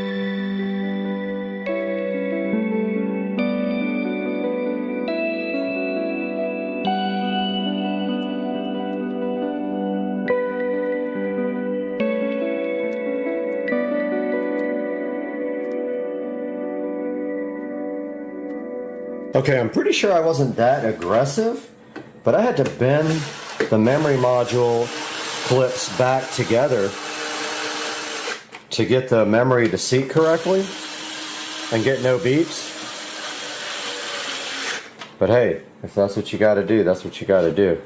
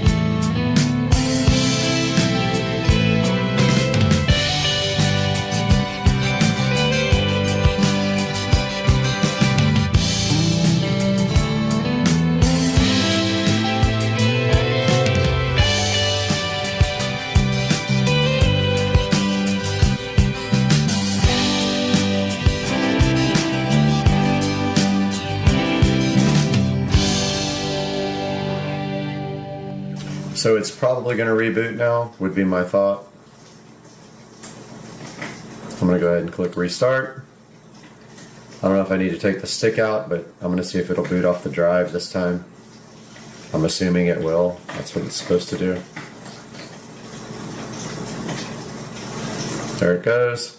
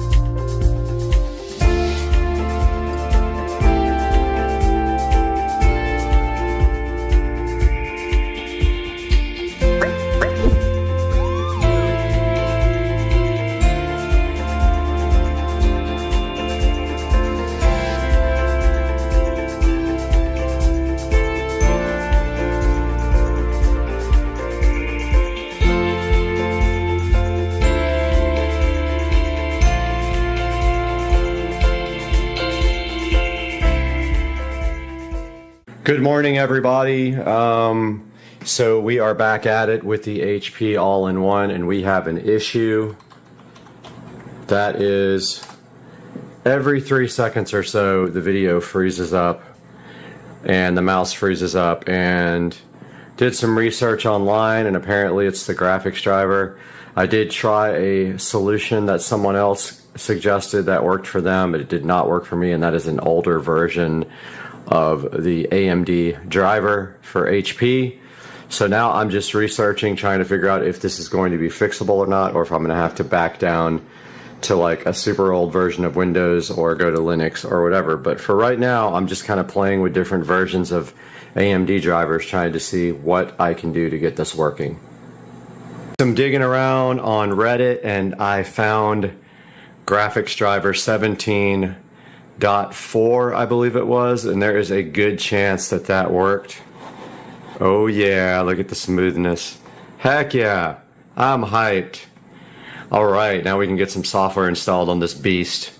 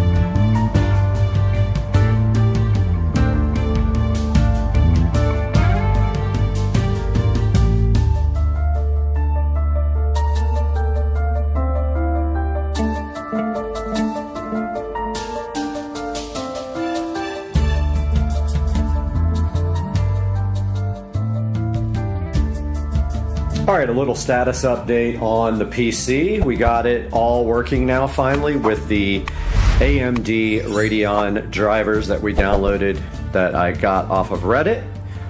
And now we are just waiting for the 8GB module to arrive later today, and we will give an update after that. Alright, we got the memory module for the HP all-in-one right here, so we will be doing a little installation on that up next. Alright, we're back here in front of the HP all-in-one. We got to take the back off again, and I forgot to shut it down.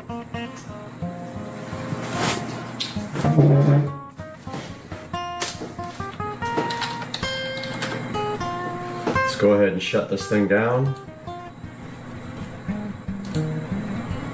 And before we shut it down, we have 8 gigabytes of RAM.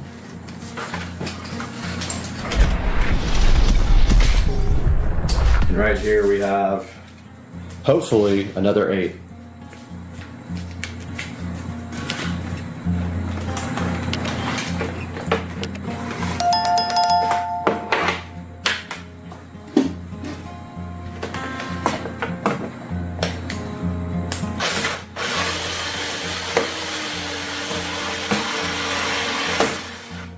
Thing comes apart pretty easy.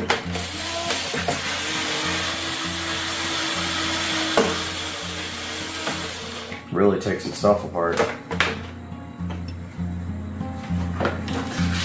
And there is the extra RAM module spot right there. Let's get our RAM opened up.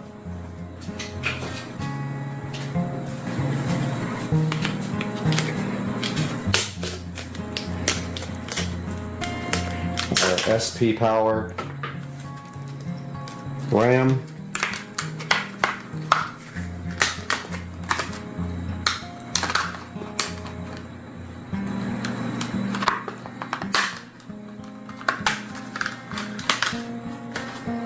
And hopefully this will work with this board. If not, it will be returned. So it goes in this top slot. I was having a lot of problems with the other one.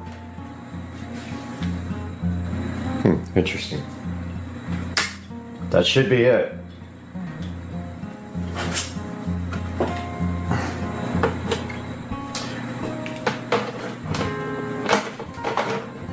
That easy.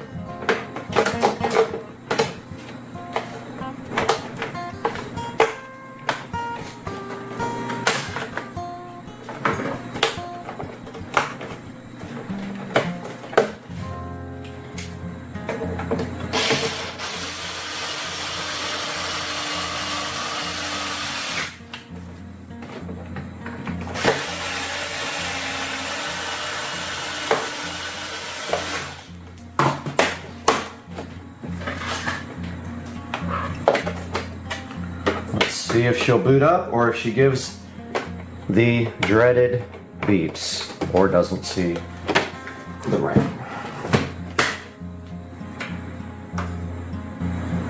Power lights on.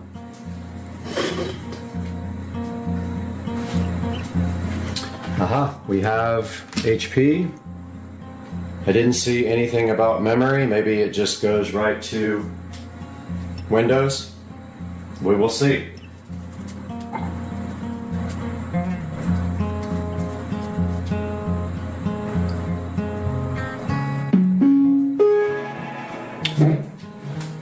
Let's see if we even have 16 gigabytes.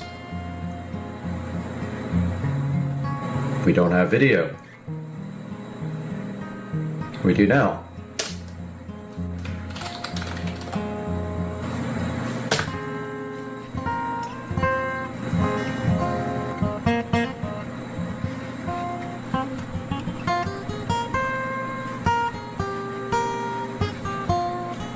Let's go to system information.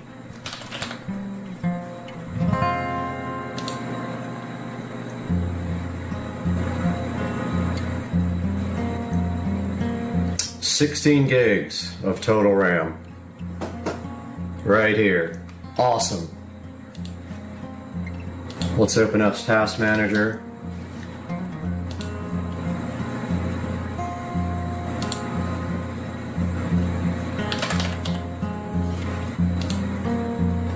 This should be substantially faster. And we'll go up here to memory.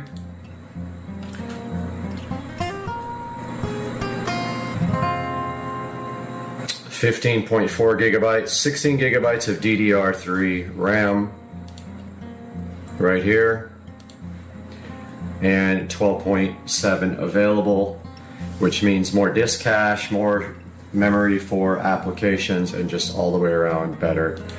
Guys, I hope you enjoyed getting this PC back to life. This was fun. I really enjoyed hanging out with you guys once again. Please like and subscribe and buy all your products through my links. It helps me tremendously. We'll see you next time on Supercar Street Racing. Hey guys, good morning. Wanted to show you guys these floor mats that I got for the E90X. Get this garage open here. So I finally broke down and bought some floor mats. I've been needing some for a really long time. And I found these floor mats on Etsy. Wow, that's the loudest garage door. The link will be in the description here. It's going to be a quick video because there's not much to it. But just wanted to show you these floor mats, custom made from Etsy. Now these guys are available with different color stitching and they are leather. So as you can see here, they have the M logo on them. And if you look here, the fitment is pretty good. Now the back ones I had an issue with. So he is actually remaking those. They didn't fit. The front ones fit perfect. They do have Velcro on the bottom. Pay no attention to that 9mm right there. So yeah, I'm going to provide a link in the description to these E90X. So they fit any E90 car. Floor mats that I purchased on Etsy. And then he does have them for other vehicles as well. So just look through his Etsy store and you'll find what you need. But yeah, just a quick little update. And these things came out awesome, I think. I really like the way they look in the car. I would have done red too, but I tried the blue and it came out nice. See you guys soon.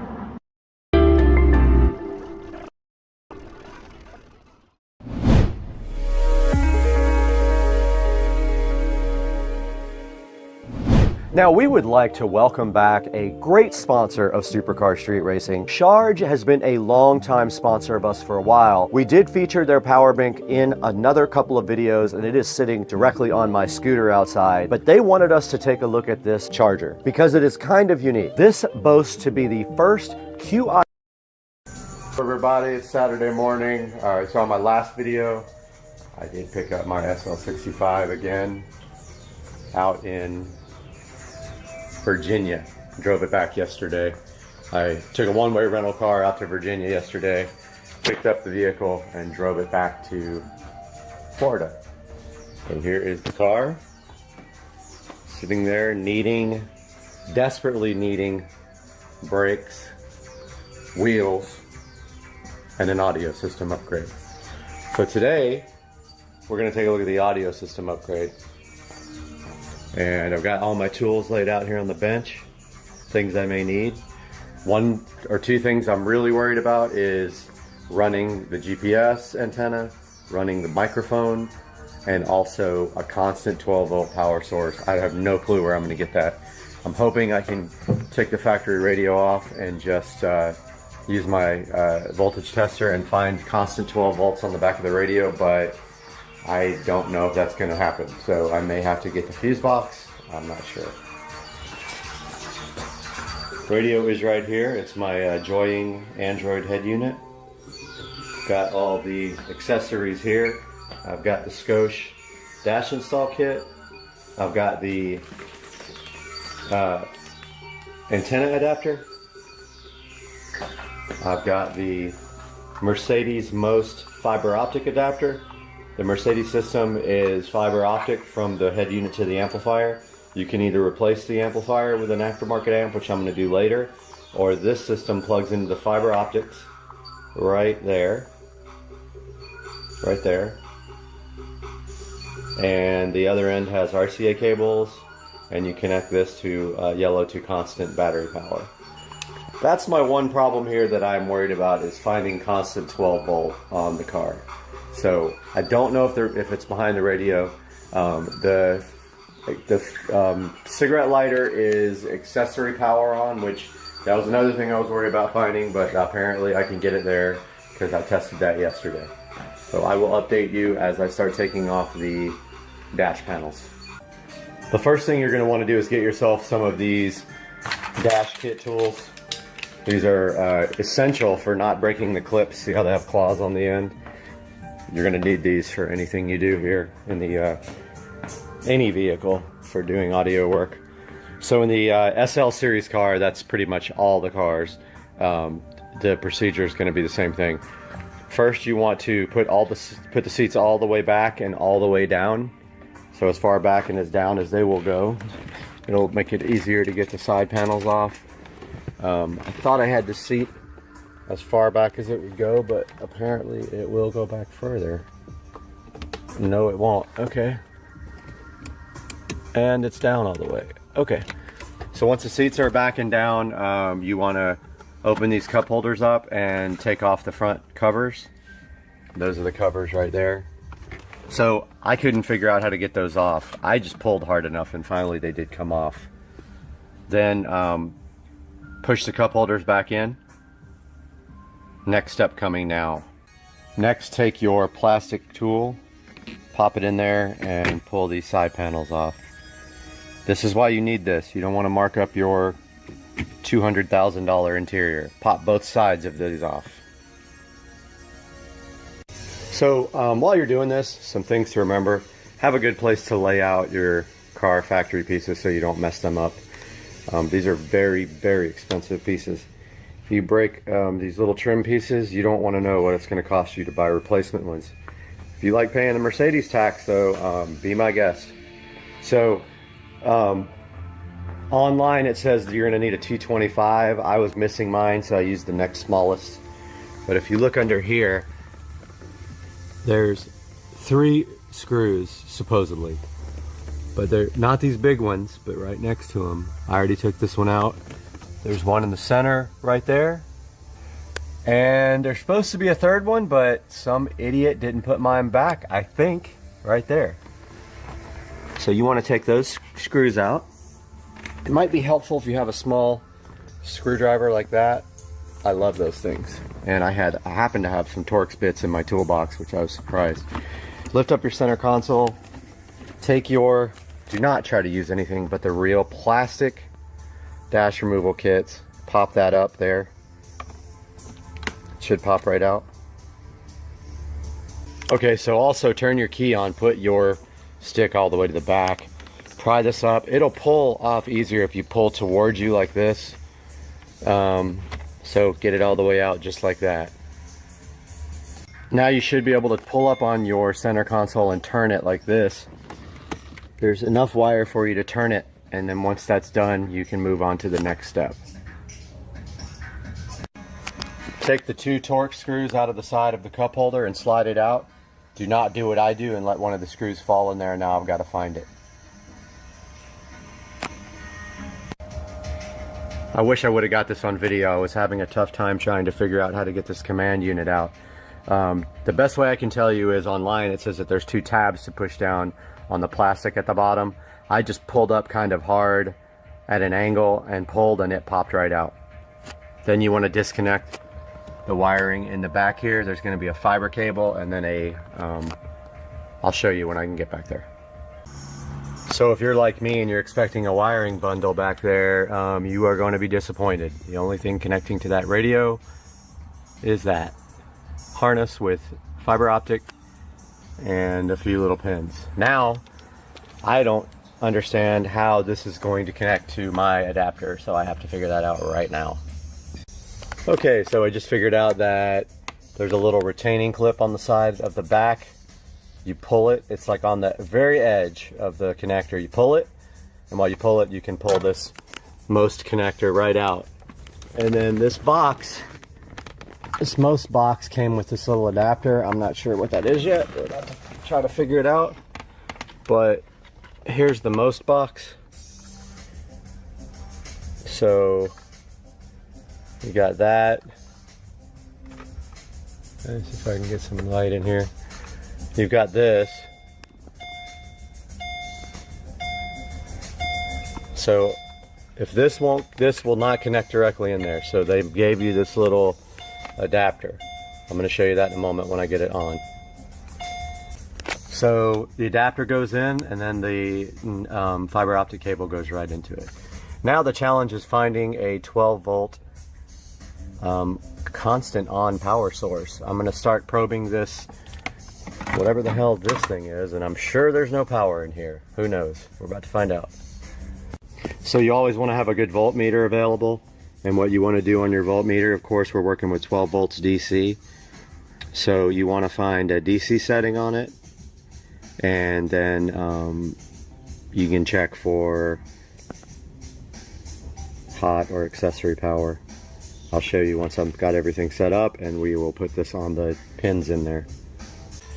Okay, so I found my switched power source.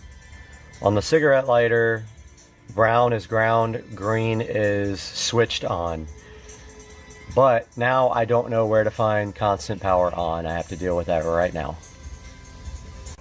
Okay, I don't know if I'm just really lucky or an idiot, but red yellow here on the back of the radio apparently has 12 volt power. So I'm going to use that for my constant. So I am not going to be soldering today. I am going to be using these connectors that I got off of Wish. These tap connectors. You should be able to just clamp over an existing wire, and then you can put another wire into that. I'll show you that in a minute. So the way these work is you slide the existing wire through the side of this connector right here on this side, and then you put the new wire into the other hole, then you push down on this clamp, and that is like a tap. That's how you get your existing working without cutting the wire.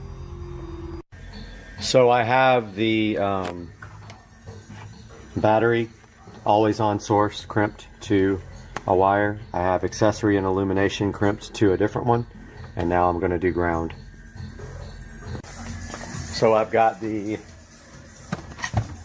tap adapter on the wire already on the ground. I'm going to go ahead and attach the wiring harness now.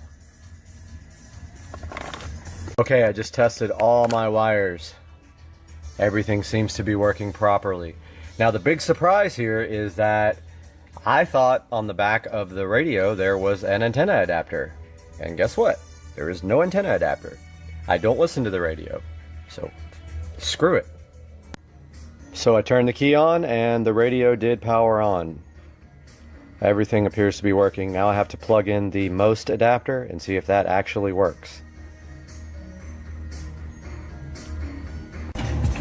So this is awesome. I got my dash complete. I got the, So this is awesome. I got everything installed, and of course, one channel of this converter box does not work. I've double checked 100 times. Only the left side is working. So this is great. I have to reassemble my dash, wait for another one of these to come in, unassemble my dash again, and then figure out what to do. Amazing. So I couldn't for the life of me get any of the stupid tabs in here to attach. So I saw these screw holes on the sides, and I'm like, Then I remembered I have this handy geek flexible drill bit, which is amazing. I didn't think I would ever use this, but dude, it's so good for getting inside here and bending. That was awesome. Now I gotta try to adjust the side tabs so that the radio fits in properly. See ya. The home button is doing ridiculous things. You press it once, it goes to every single audio source. It will not go home. It goes to then the storage, then the radio, then home.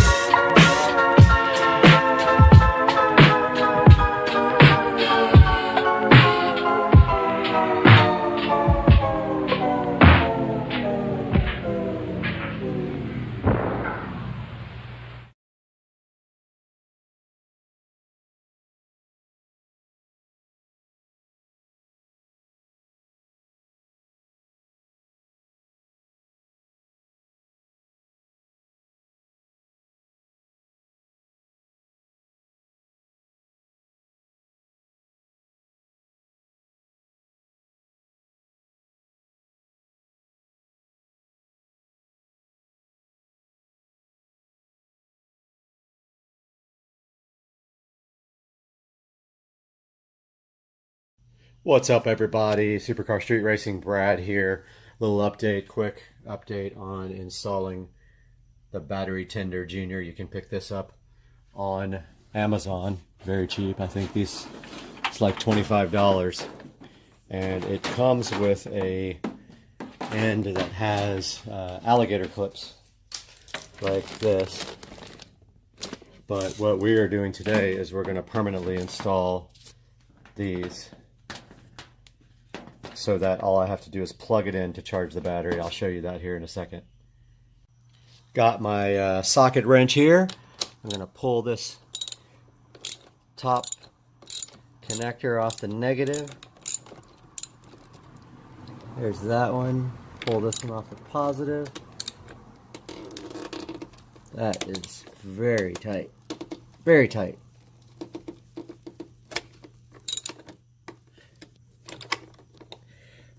That almost stripped. I'm going to go find the correct size. Got these battery posts off. Now mine are different from some because I have the top post. So I am going to take this battery tender junior connector right here. Comes with a permanent loop for it. I'm going to put I got the caps off of the posts, the top caps. Nuts, sorry, was looking for the correct word. And now the battery tender junior has these posts here that just go right on them, and you can pull this out if you need more width. I'm going to go ahead and connect those to the back there and run the wire on the side, and I'll be right back. I got the battery tender junior installed here. All I have to do now is tighten these nuts up,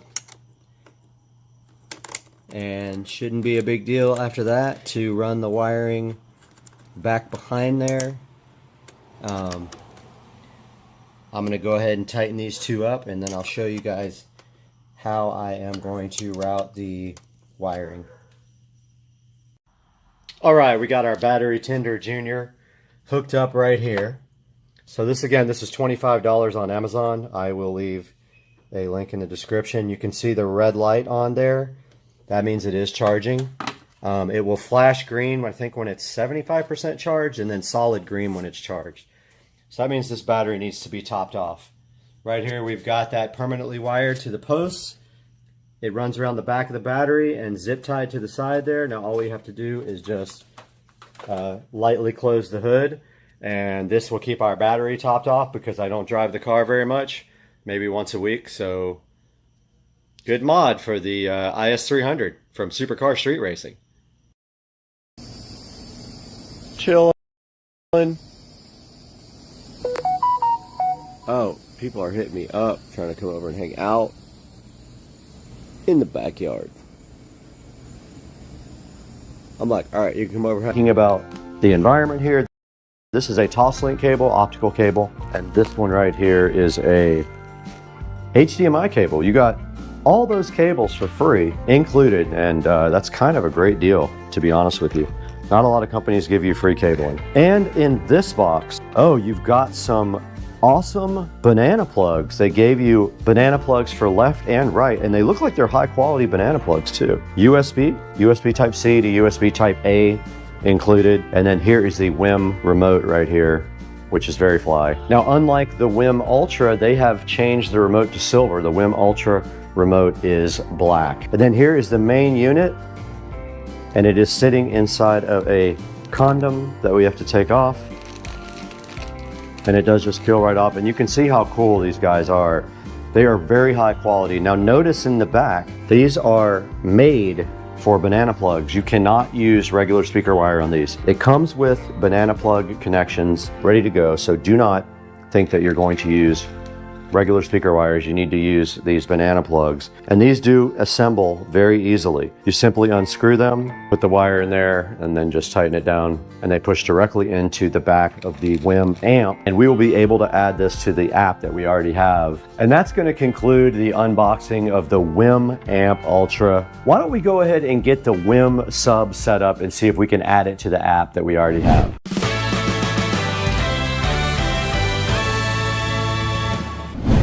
Now, I thought hard about where to put this WIM Sub Pro. I do have several subwoofers in this house, probably 7, but you can always have 8. I decided to put this in the living room. I thought this might sound good in the living room, and it is in a spot where it's not going to interfere with anything right next to this. It can move anytime. I am going to attempt to connect this via Wi-Fi. You can eat this bread tie later if you're hungry. Now you just take the other end of the cable, and it does plug into a regular US receptacle. Now I can't go too close to the wall because the plug is actually hitting the wall. So that does limit your ability to get it close to anything. You can see right there in the back, the sub cord is hitting the wall. All we should have to do now is grab the app.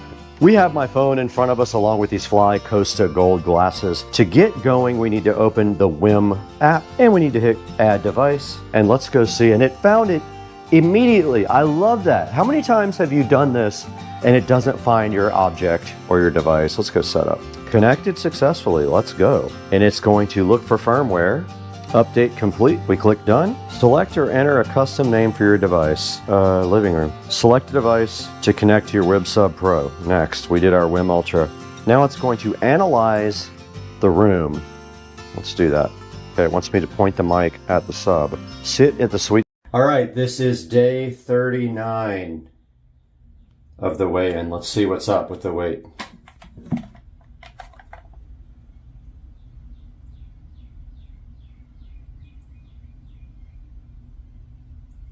$150.0 on day 39 of my keto weight loss. So I have lost 19 pounds.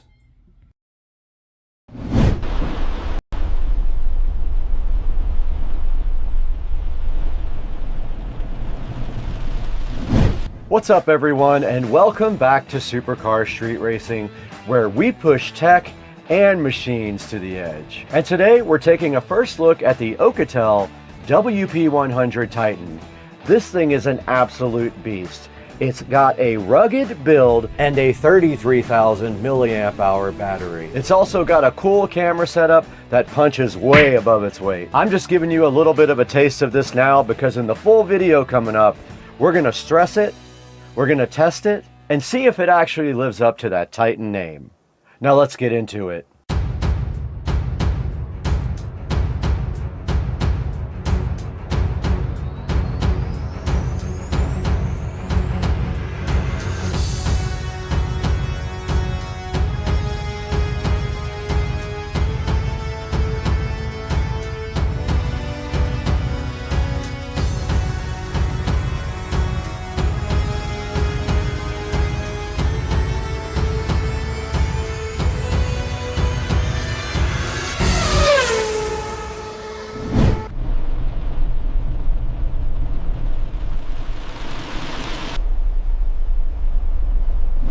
Alright guys, welcome back to Supercar Street Racing, and before we dive straight in, we want to give a shout out to Alcatel, who is a long-term sponsor of the Supercar Street Racing channel.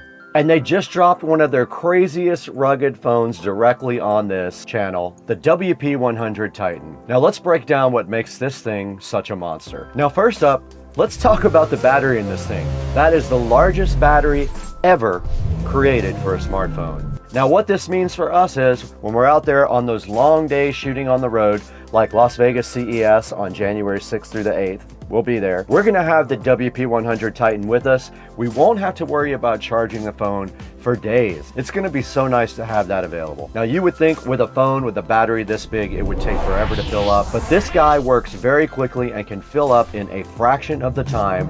That's perfect for us when we're jumping between shoots and we don't have time to charge, but more than a few minutes, this thing comes in clutch. Now, as usual with Alcatel phones, it has a rugged military build.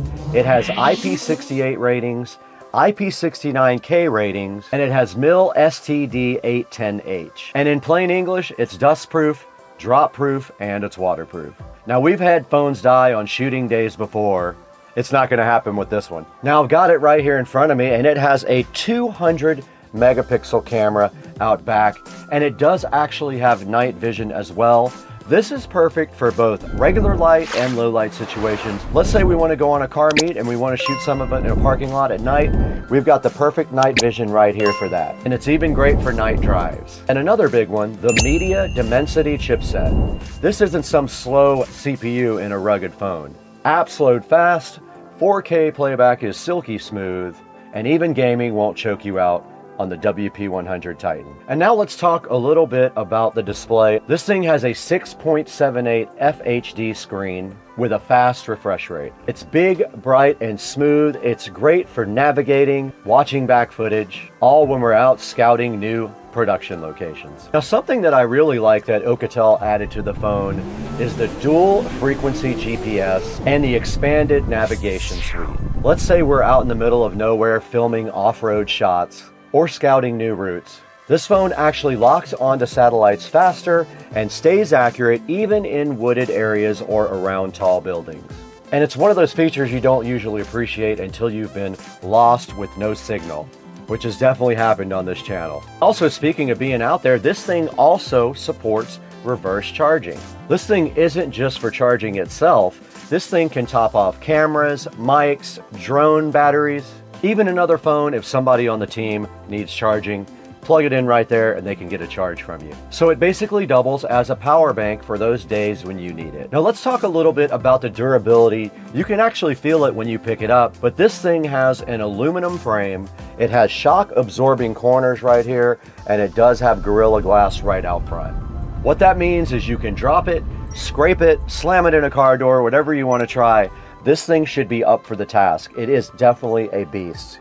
And trust me, with all the stuff we carry around this house, inevitably some things manage to hit the ground on a regular basis. And it's got this customizable side key right here, and you can actually program that to do anything you want. One thing that I like to do with mine is program it for the camera, so that if I need the camera really quickly, all I gotta do is press this one button. Now the audio on this is surprisingly good as well. So that means when you're checking clips, watching playback, or just using these guys as a mini TV between breaks, it's actually enjoyable instead of sounding like a tin can. It's also hooked up connectivity wise. It uses Wi-Fi 6, NFC, Bluetooth, and it also supports global bands. So whether you're here in the States or out of the country, this thing has you covered. It does have a slot for an SD card, so you can go ahead and expand it to your needs. Now this feels like it was built with creators and explorers in mind. So coming up next, we're gonna go ahead and unbox this thing officially for you. We're gonna throw it outside to the Supercar Street Racing Garage Studio, where we're gonna unbox this thing and show you what's inside.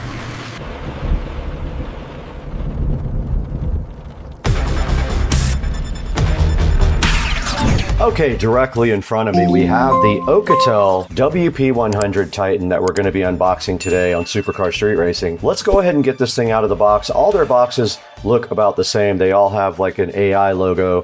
They tell you what kind of RAM and ROM are inside of it. They tell you the model number and that it is a 5G phone. Let's go ahead and crack this thing open now. We don't need this plastic where we're going. And right here in front of me is the WP100 Titan box, ready to be opened. There's not much on the back except the IMEI number and a little label, so we're not going to show that on camera, but let's get this thing all opened up now.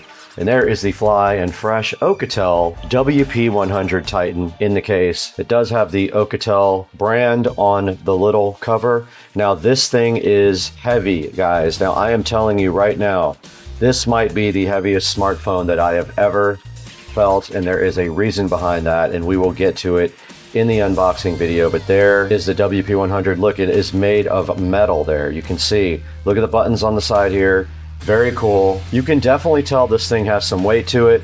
You can see on the back it does have a camping light like the other phone did. You can see its triple camera system right there as well. Yeah, on the side there's your card slot right there. There's some buttons and there's some more buttons down here. There's a USB Type-C port right there, and I would say, I don't know the exact weight. If I had to guess, I would say a pound or more, and we're going to get into why that is when we get into the specs of this awesome phone. But yeah, for right now, this is the WP100 Titan, and what else is inside the box is a user manual, and there is a charger down at the bottom here. There's a warranty certificate, there's a USB Type-C, and yes, they do actually give you a charger brick, which Samsung is not doing anymore. So that is it for the WP100 Titan.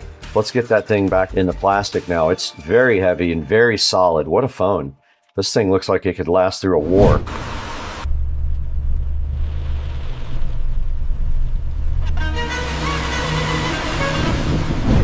All right, you can tell we're in the dark home theater room because you can't see anything. So if we go to the home screen here on the phone, you can see there's a little projector icon. We can just tap that. And look at this. We actually have projected the phone onto the screen. Now notice it's much wider. You can actually see light on the edges of the square. There's our video. It's pretty small. I'm sure we could back up a little bit and make it bigger. This is what we just shot. Now let's look at it in regular light. You can see right here, it is shining directly on the wall right there. On the side of the phone here, right on this side, there are two little buttons that control the focus. You can see right there, it's in focus, out of focus, but I can actually do it myself with the buttons, which makes that much better than what we were looking at before. That's the only controls that I could find. It does tend to autofocus, but at the same time, if you fine tune it, you can use the buttons there to get it out of focus. And I tell you what, I think that projector feature is really cool. I am really hyped to actually use this in a certain number of different ways. And I just wanted to make sure you guys saw that. And it looks actually really good, even in broad daylight. All right, guys, now that we have the Alcatel totally unboxed, you guys can see what this thing brings to the table, and it's no joke. This thing feels like a tank, but it's also modern enough looking that it doesn't feel like you're carrying around a brick all the time. Those buttons feel solid, that battery gives it some weight, and that rugged frame tells you you're not carrying around your ordinary everyday smartphone. You got all the essentials in the box. You guys saw this. You got your paperwork, you got your charger and your USB cable. But the star of the show is the hardware itself, the reinforced casing, the high resolution camera, and the built-in projector system. This phone is clearly designed for people who use their gear hard. But let's not waste any time. You know this channel, you know our mission. We don't just accept claims, we're gonna go test them. Now let's put the Titan through its paces and see what it can really handle. So up next, we're gonna do those famous waterproof tests. We're gonna do a drop test. Let's get to it. Okay, we are with the WP100 Titan, and I did locate this thing called underwater mode. We're gonna drop it in just like this. Let's see. I am walking around with it in the net. It is completely submerged. The bottom, you guys can see it just as well as I can. It's at the bottom of the pool almost. There's maybe a foot left before it's at the bottom, and it is coming back up to the top. There's our phone.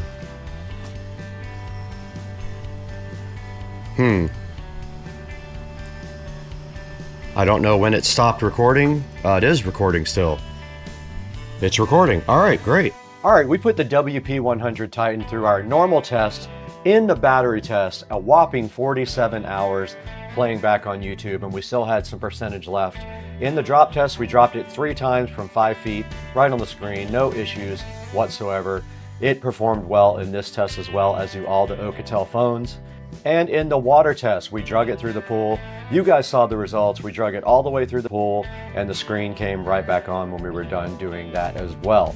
And in the performance area, we did 3D Mark and we did Geekbench. In 3D Mark, it did well as well. 355 on Wildlife, 1050 single core, 3100 multi-core on Geekbench.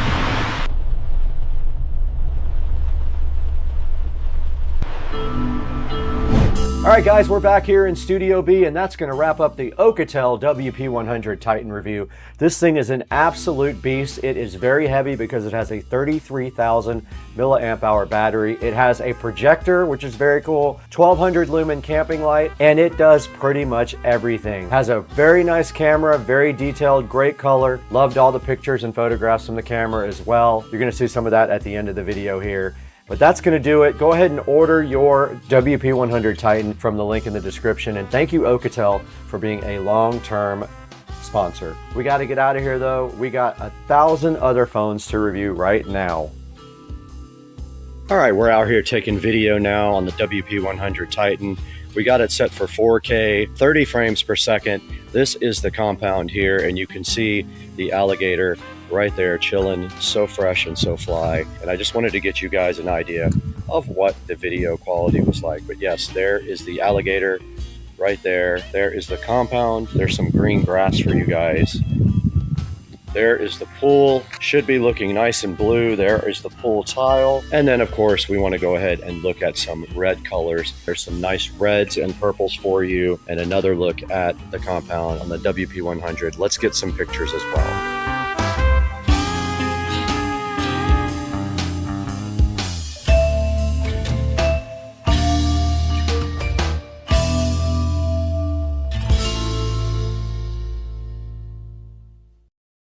All right, we are out here at Englishtown. We're at Raceway Park here, and we're pulling into the gate right now, and you can see we got cars both. Let's get in here to the LZ Invitational and see what is happening. It might take a minute to get parked. We're a little early. The event starts at noon. We didn't get VIP because they were sold out, but we'll see what's up in here. I see a lot of cool cars.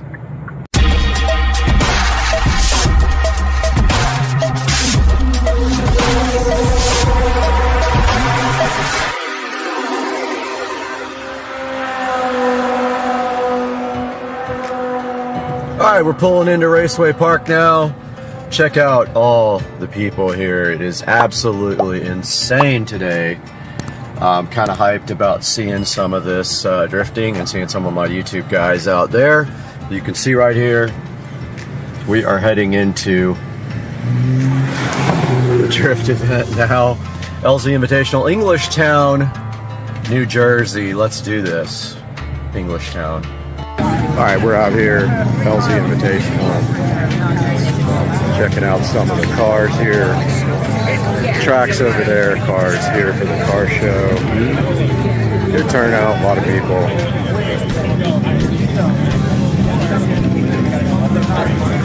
And this is the car show area. I think there is a lot of people here right now. Still people rolling in for the car show, parking.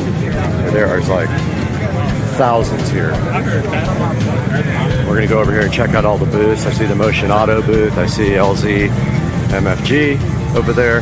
Let's go check it out. All right. I think I see Rudnick over here.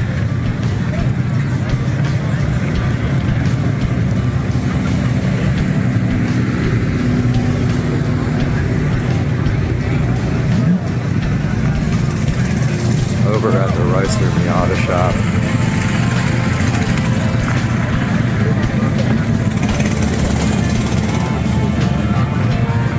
Yeah, here we go. There's Chris and the gang at the Rudnick shop. Chris, Matt, Chris. People are still coming in. Alright guys, over here Chris's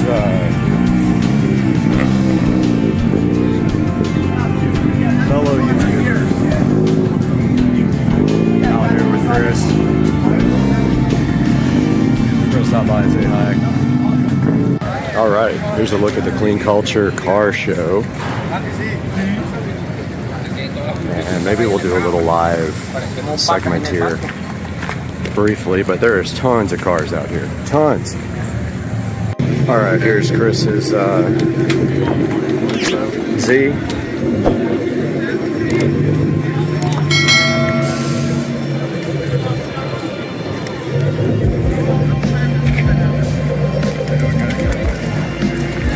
And LS B36 crashed yesterday. Right back here.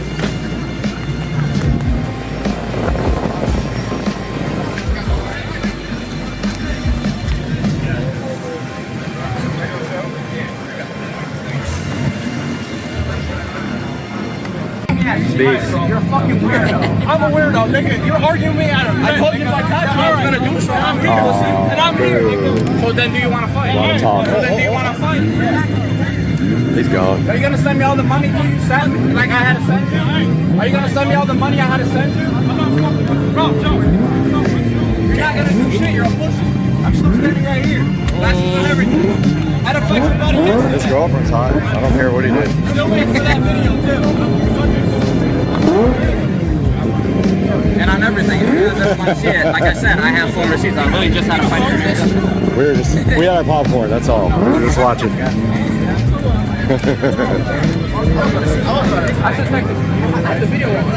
You don't like. You really don't understand. Like everything I'm saying. Like. I want her to say something. She wanted to yell "fuck you, bitch" to me the other day at Sheets when I was leaving. Coming back. There was a cop there. Coming back. No, he's out of here. They're gone. Gotta find his man. I've still been left on scene for the last day and a half. All right, they have started drifting out here. It is the loudest thing I've ever heard. It's like drag racing. You guys got no mufflers at all. Let's see who comes out.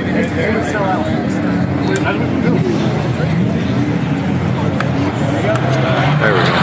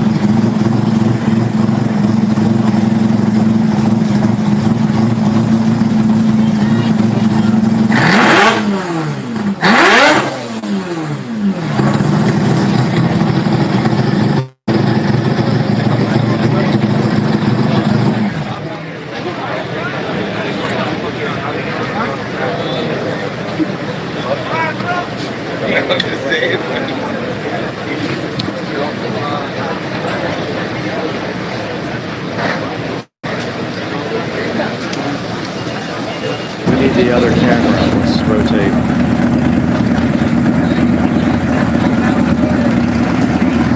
And that is Chris Rudnick's booth.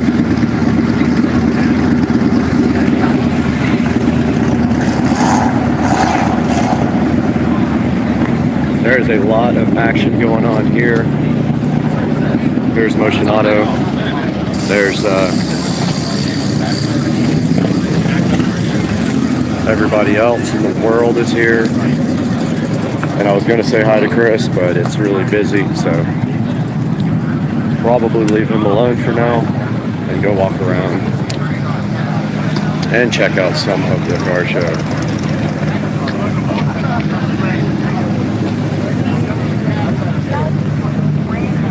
Nice looking GTR and an Evo.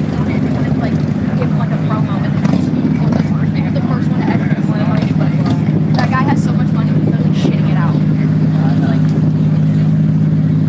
Cool GTR.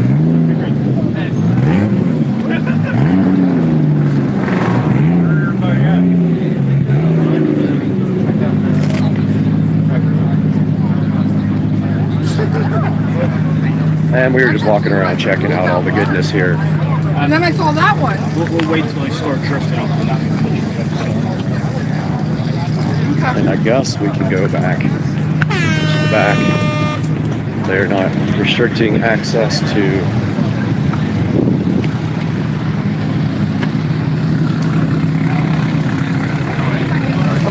there's Samet and Chris.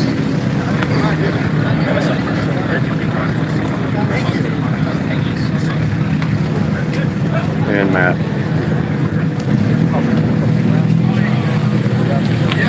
Doing photo ops. I'm not going to bother them. But we will go back here, check out the rest.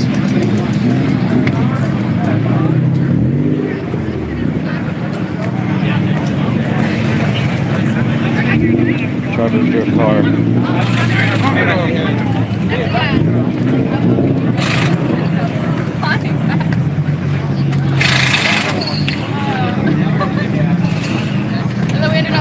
When you get to shops, you're just gonna have to work everyone. There's the MagnaFlow booth. Here's Colette's car, the rotary. And then that's the rotary, no, is that the rotary Supra? Yeah. That's Adam in the Supra. Right there.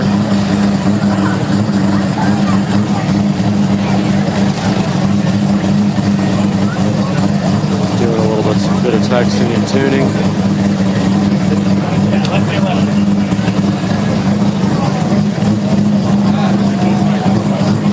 Out of the Colette. And of course, Vargas for RX-7 tuning specialist, rotary Vargas.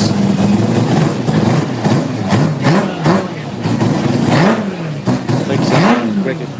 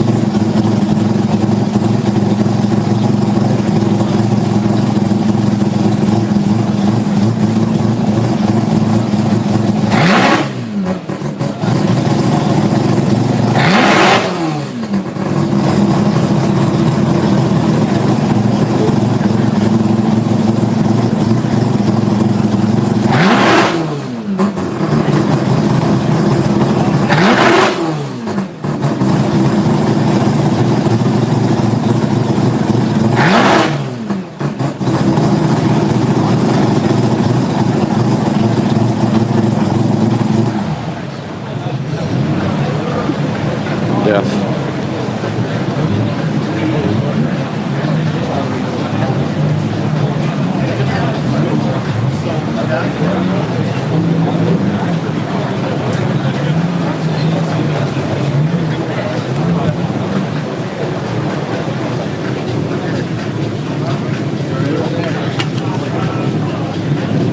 Alright guys, so that was a look at my trip to Englishtown, New Jersey. Sorry, I do have COVID right now, tested positive yesterday, and I've been sick since Friday. So that was a look at my trip to Englishtown, where I probably got this that I have right now. I hope you guys enjoyed it. As you can see, I didn't do a whole lot of video there because there was a lot of live streaming I was doing as well, but I did get to go up and check out all the booths of the YouTubers that I watch all the time, and it was pretty cool. A lot of great drifting. I got to see everybody's cars up close, which made it super exciting. I didn't really buy anything. My plan originally was to buy something, but it never really happened. So I went out there with my buddy, and we stayed out there all day long and checked out all the booths, all the cars, the Clean Culture car show, and then we took off about 5 or 6 in the evening, and then of course I came home sick. So at the current time I am battling this, and that is it for today on Supercar Street Racing. Hope you guys enjoyed the video, and we'll see you next time.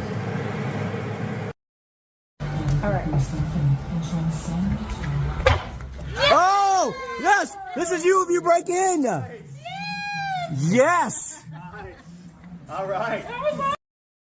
Hey guys, welcome back to the channel. Hope you're having a great Sunday. And yesterday we worked on this mini bike, which is a copy of a popular 200 mini bike. I forgot the name of it off the top of my head. It's just a clone. It is a metal machine, but it is a Baja. That's right, it is a Baja 200 mini bike. Now, where did we get yesterday?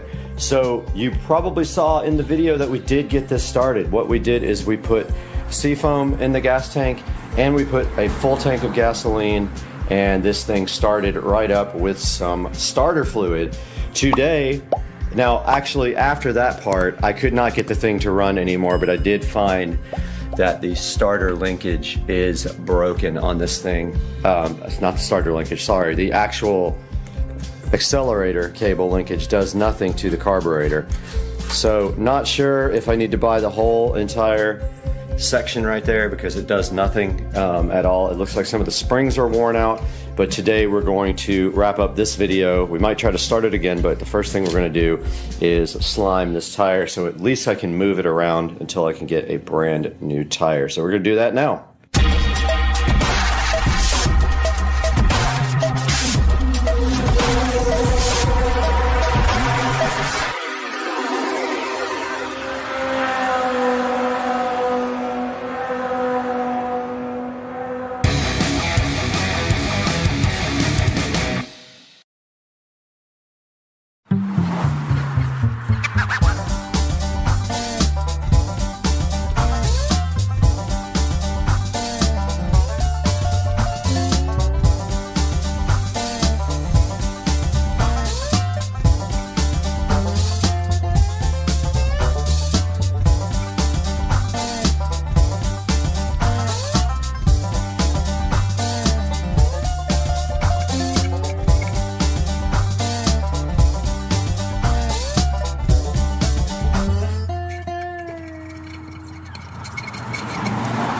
Okay, that did not work at all. I don't see any obvious holes in the tire, but it did not inflate. So there is the flat spot on the tire. I'm going to go ahead. I do have a tire inflator.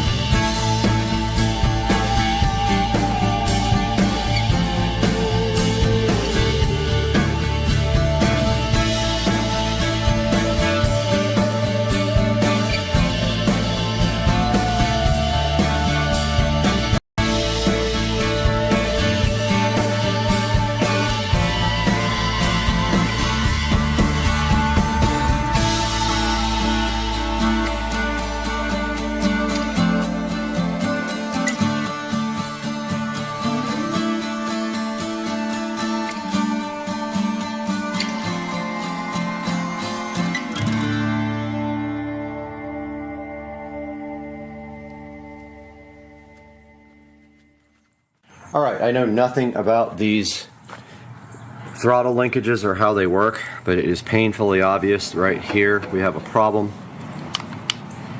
See that spring there?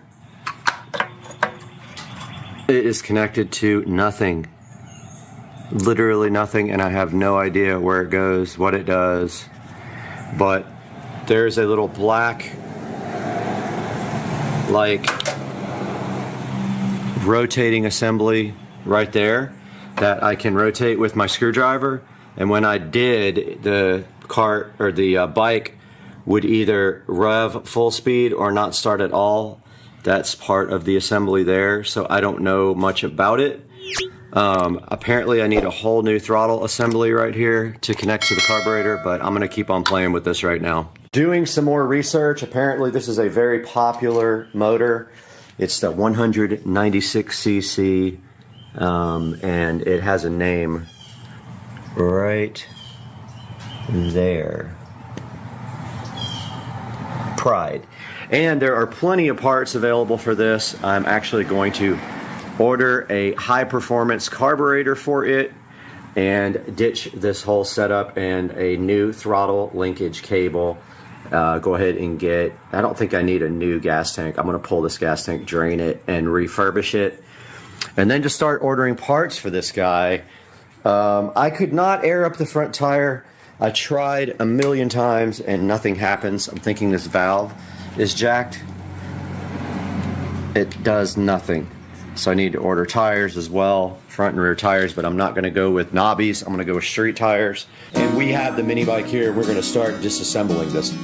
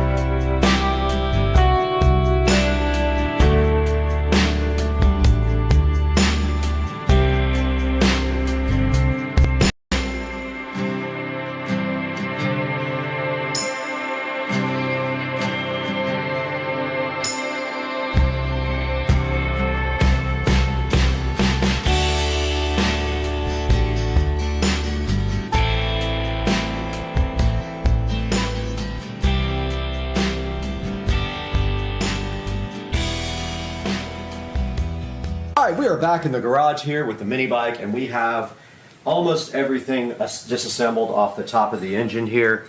I don't know quite how this whole thing works here, but it was not connected. The springs were actually disconnected here. I think the springs go right here. This side isn't doing anything. So I don't know how to put that back together. Hopefully there's some manual somewhere to tell you how to do it, or instructions. I'm not sure. I don't see a point in taking off this, but I think the new throttle assembly kit comes with this brand new, so I'm not sure. That literally just pivots this carburetor, accelerator. I think it's the actual throttle assembly linkage right here, and that was not working at all. Gonna go ahead now and take off the actual carburetor.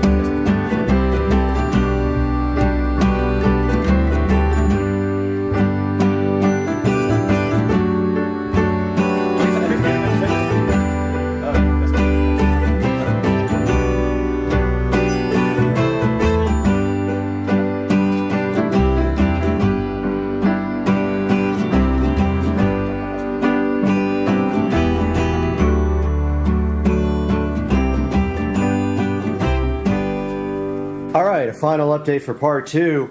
Rich came over and I was like, oh look, this tire won't air up, and sure enough I put the compressor on the valve and the thing aired straight up. And it's got no problem whatsoever except the flat spot. So I am replacing those though. I do want to tear down the handlebars and the fork and all that and get that redone, or get a new fork. I'm not sure what's available out there, but I'm going to look online. There's a lot of rust on the fork here. I guess I could sand that down and oil it really good and it would come back. But yeah, that's going to do it for part 2. I just wanted to let you guys see the tire got aired up, which is pretty crazy. I do have the chain and everything disassembled, the back tire over here, and I have no clue how to put this thing back together. So we'll see. Peace out. Supercar Street Racing. All right, we're out here, me and Christian, and we are checking out this little dude. He's so cute. So cute. Florida alligator life. There's like 3 over there, 1 right here, and that is Florida.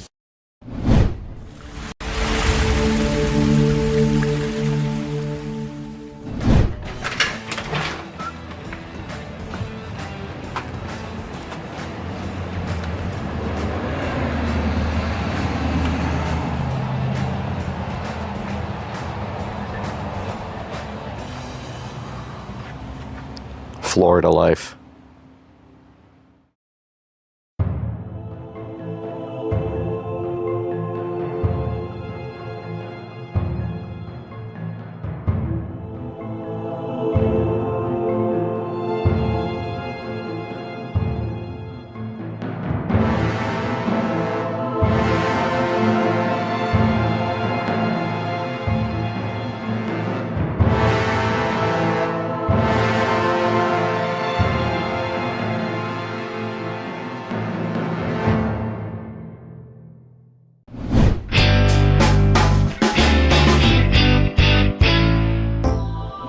All right guys, we are out front of the Supercar Street Racing compound, and forgive me, I am sick right now, but I wanted to show you guys these old plastic plants that we put in from IKEA about 2 years ago. That's how far they made it. The wind basically took every bit of them apart. You can see that there's hardly anything left here to these old plastic plants. We got one on each side now, though this one's doing a little bit better, but it is still also missing some leaves, but it still looks presentable. But these guys right here have to be replaced. So we have something inside, I think that will be perfect for this. Let's take a walk inside the compound. It's hot out here today, by the way. Let's take a walk inside the compound and go see what we have on the table that might be able to help us out with this problem of Florida life.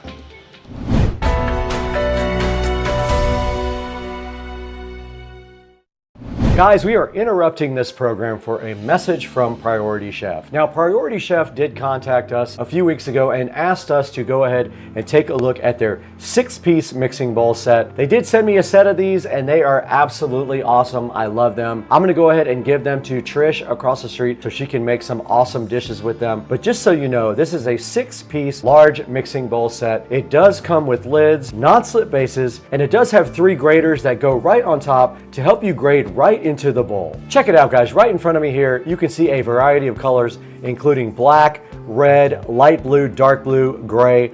Just very cool that I think you can get a different color for your bowls if that's what matches your kitchen better. And check out the grater set down in the lower left here. That's also very cool. It's hard to find a bowl set with this in it. And another great thing about this is the different sizes that come with the set. You can see right here they have a 1, a 1.5 quart, a 2.1, a 3, a 4, and a 6 quart. You have a lot of options there when you're ready to start cooking. Check it out. You can mix and measure in the exact same bowl because there are etched measurements in the bowl that help you go ahead and put your ingredients in correctly. And these graters are so awesome. Look, you have a fine, a coarse, and a slicing grater. You stick those right on top of the bowl. You can get your ingredients and go ahead and put them directly in the bowl and mix it up right there. You don't have to do it in a separate bowl. Now these guys are awesome for tossing salad, mixing ingredients, serving your dishes. You can bring them right out to the table and serve all your guests there. They have food storage as well since they have lids. You can prep your ingredients right in the bowl, and they're great for marinating stuff to cook later. These are also very easy to clean.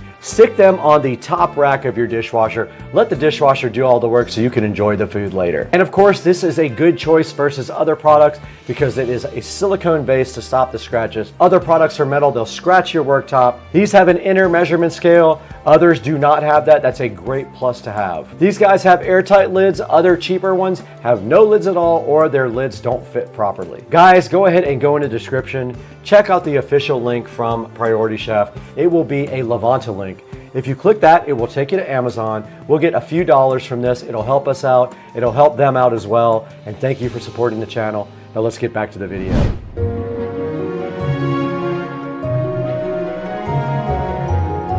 Getting hot in Jacksonville. It's 84 degrees today, and I apologize for my voice. I am sick today. So sitting on the table right here, we do have a nice box that might be able to help us with what we have going on outside. This says ASUS on it. I don't know what it is yet. We got to open it to find out. Let's get this box opened up. We have the patented SCSR knife here to go ahead and break into this package provided from Amazon today, and took a little bit longer to get this because of what it is. So it took about 5 days to get. You know how some of the packages are. You can't always get everything overnight. Can't always get what you want, but if you try sometime, you get this.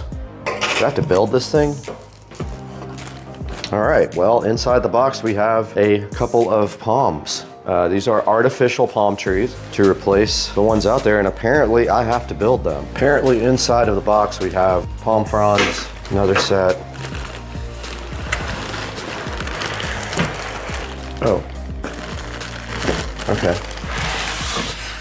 Oh. Okay, so it says, the instructions right here just say to take the other ones and put them on this. It's got a pot already. All right, so basically what this is an artificial palm, and it comes with extra that you have to put on yourself. It does come in a little flower pot. We'll go ahead and get both of these guys unboxed. We don't need this where we're going anyway. So the first step is to pull off the plastic condom. This is the same size that I used on your mom. And the instructions do simply say, in not so great terms, that you take your other, these are also tied together. Let's get the scissors, that might be easier. There are some palms tied together right here with a little piece of thingy. And you simply just separate them like that. And then you take your extra palm fronds and you place them directly on the tree. They are also tied together right here. These guys are tied together. They do simply just untie like a, now I want you to insert these directly into that. There is a hole in each one of these. Oh, that one did not go in easy. Okay, that one did not go easy. It had some extra plastic on it, giving it a hard time. See if it'll go in now. That's better. I trimmed the plastic off the leaf and it went in a little better. All right, there's two more. What happened on that one, there was some extra plastic right here and it was keeping it from going in. You might have to do that also on yours. It's right here at the very bottom. That one went in easy. Yeah, it says to bend them. It says to bend them on the instructions. So once you get them where you want them, you can go ahead and bend them into place. These bottom parts bend. I'll do that outside. Let's go ahead and get this one built first.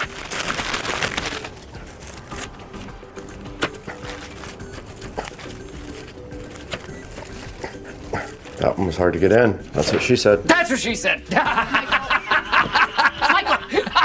Michael. This one was not hard to get in and it will come out very easy. Yep, that worked. I stuffed a little bit of this tape in there. That made it go in a little bit harder. So let's get some shoes on and get these guys out the door.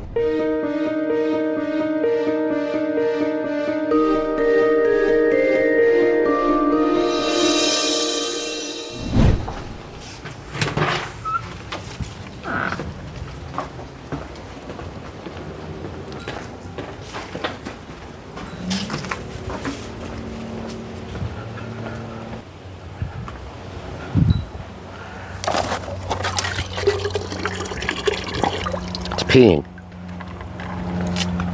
They both peed.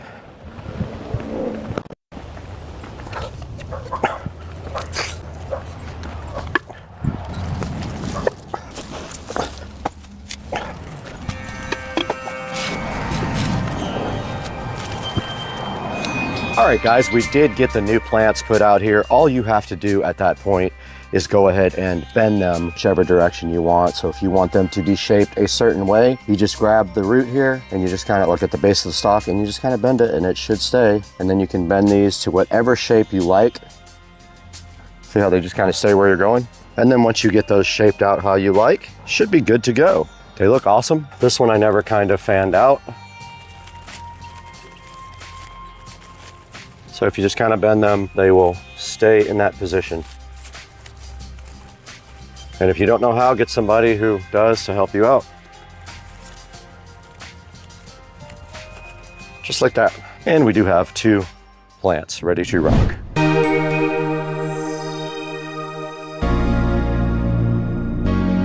Ladies and gentlemen, we're so happy to see you once again in Studio B. We are recording from Studio B right now. You can see Supercar Street Racing right behind us playing on the television right there while we do a live show for you guys right here on this video. And today you could see we finally replaced our old blown apart artificial trees that were in the front yard. Now what happens to these guys is basically Florida is relentless. The wind, the rain, the humidity is relentless. Anything outside of your house is going to have to be replaced in 2 to 3 years, no matter what. It's just a thing. You always buy warranties if you can on anything that's going to be outside. Everything wears out, including the furniture. It's just a way of life in sunny, hot, humid Florida. Now these trees were in the backyard on my patio. They sat there for a while, but when I built the front patio, if you go back and check that video, I moved them from the back to the front, and I will get some more for the back patio so that it also looks fly, because these are awesome. And they make so many different kinds of trees and plants here.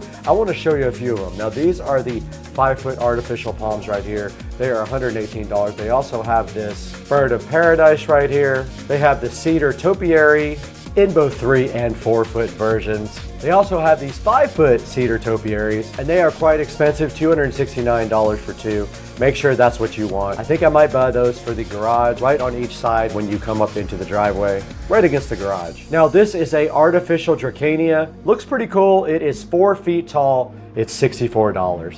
And right here, a cool artificial eucalyptus tree. I think that might look cool somewhere in the back around the pool area. Here is a 6-foot ficus for $114 also. Here's a Monstera deliciosa plant, 4.5 feet tall, faux Swiss cheese floor plant. Here's an artificial olive tree for only $79. And there's the 5-foot artificial palm trees back again. Now these guys are sitting at a solid 4.5 star reviews. I love the way the palm trees came out. You do have to go ahead and shape them the way you like them. When you get them, you'll take them and actually bend the bottom so that you get a nice natural looking plant wherever you want it. Now I'm going to go ahead and order a bunch more of these. I think I'm going to spend about $1,000 on artificial trees. I'm going to put them throughout the property. I just think they add such a cool touch, and they are zero maintenance for you. Ladies and gentlemen of Supercar Street Racing, there will be an official link down in the description. It's going to have a link for any of these trees you want. It doesn't have to be the exact one that I bought. If you click on mine and then you click on any of these other trees, you can buy those, and I still get a few dollars to support the channel. And they look so good out on the patio, as you guys saw. We'll put a little video at the end of this to show you what they look like. And thank you so much for 144,161 subscribers as we're creating this video. I couldn't do it without you guys. You are so awesome to subscribe and like all the videos. Now I got to get out of here. I got to order these plants and figure out where to put them.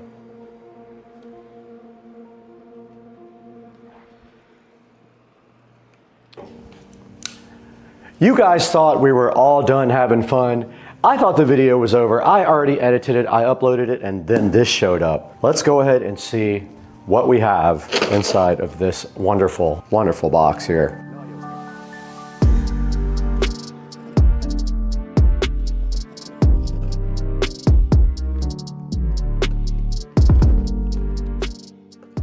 Ah, more plants. So I told you guys I was gonna order some more. I ended up ordering 2 for the front of the garage to give some greenery.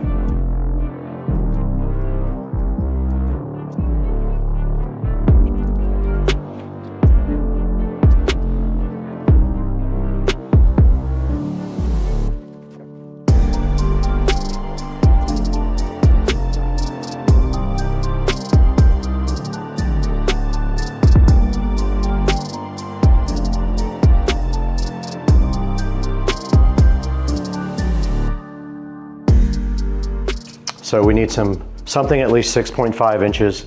So let's make a trip to Ace, see what they got.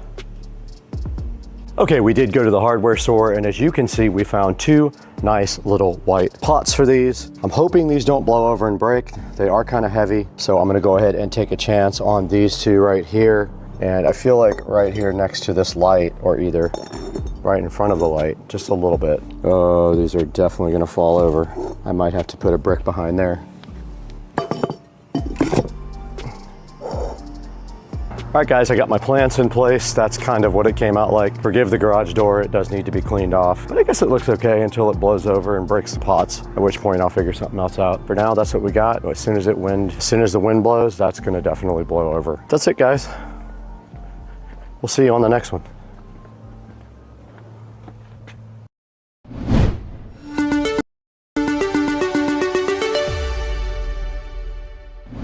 Yeah.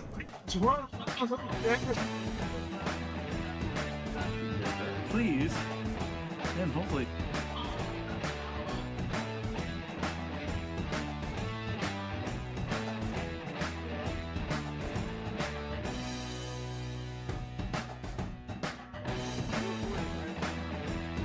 Yeah.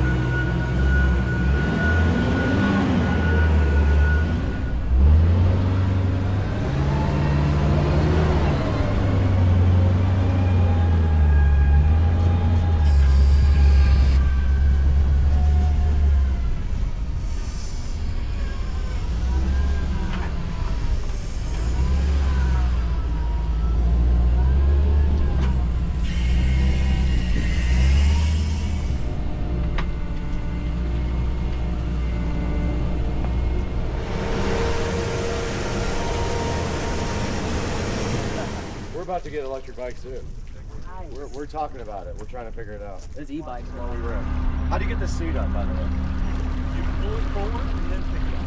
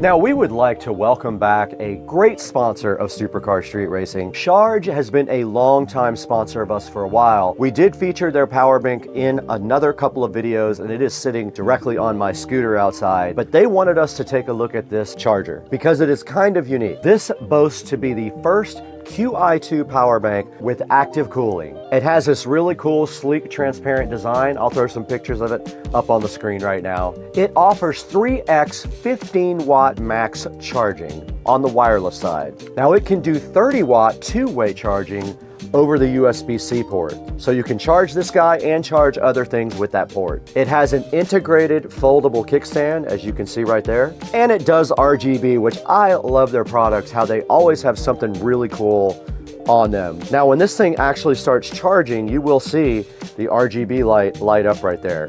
It's pretty cool. Now, it has something called a unique low current mode also, and this guy is 100% airline safe. And you can see right here, I've got it sitting directly on the wireless part of my phone, and it is charging right there. You can see the RGB right there as it's going. Very cool. You just sit it on top of your phone and it starts wirelessly charging it. Very neat device. Go ahead and check out the Ice Mag 2 in the description.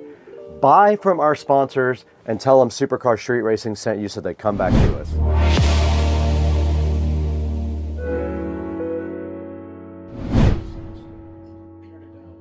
Need you all the way.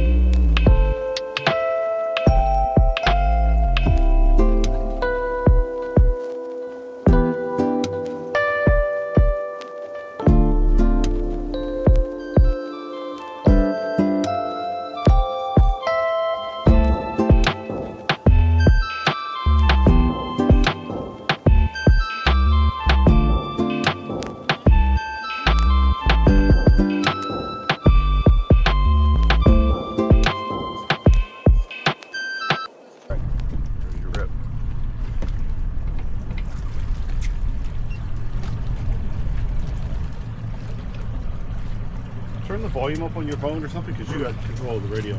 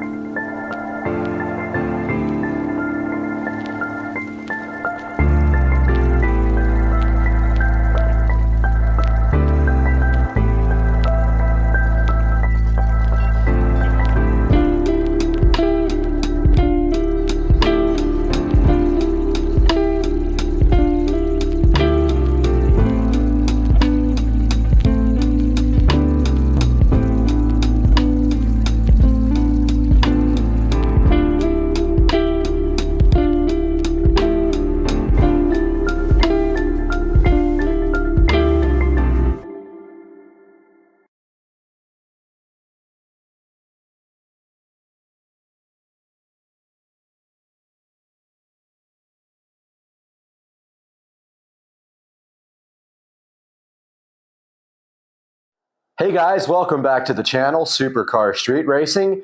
And today we're going to talk a little bit about why I switched from Adobe Premiere Pro to DaVinci 18 and why you should do the same thing for your video editing.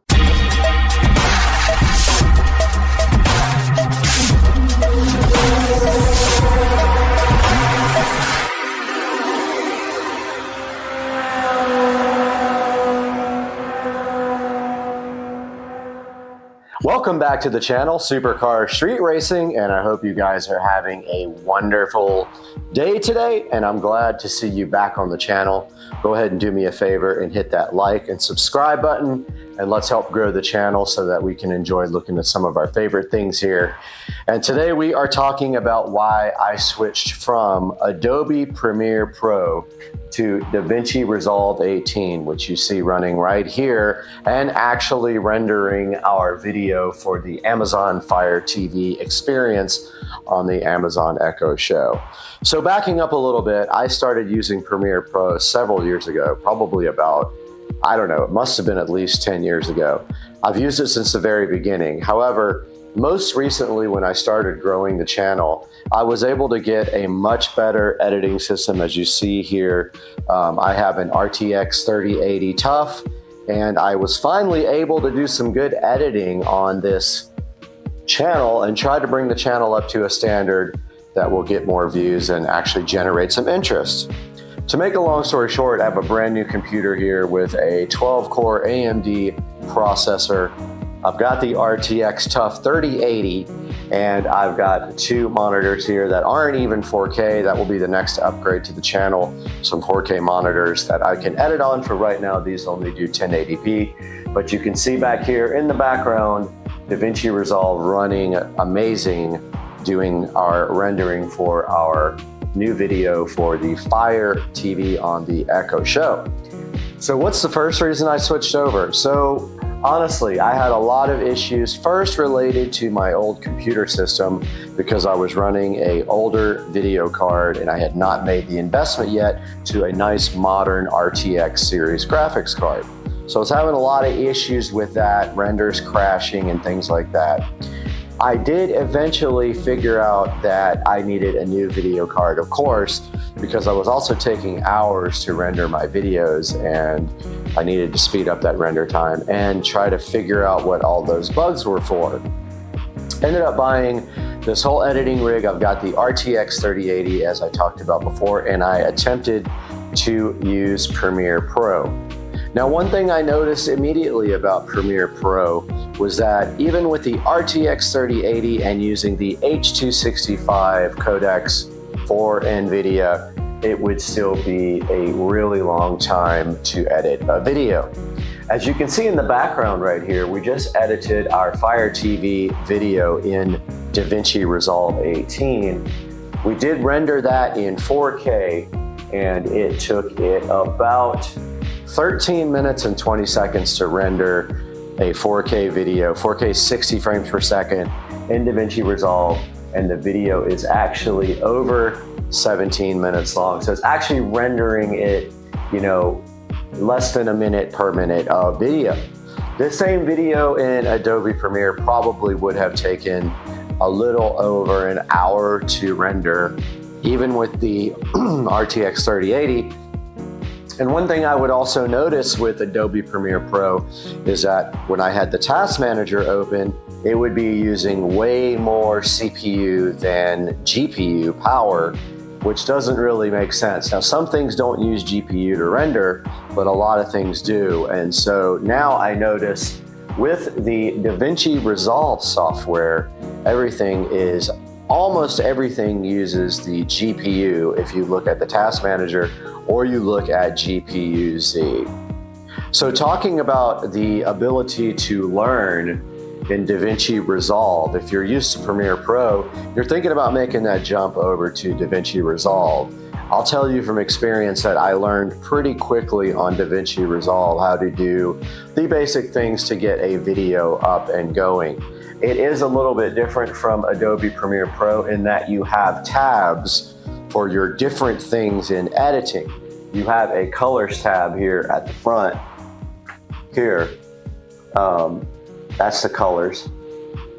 Then you have your effects, your edit, and they actually have different names here. You have your, what is this called? Fusion tab. You have your color.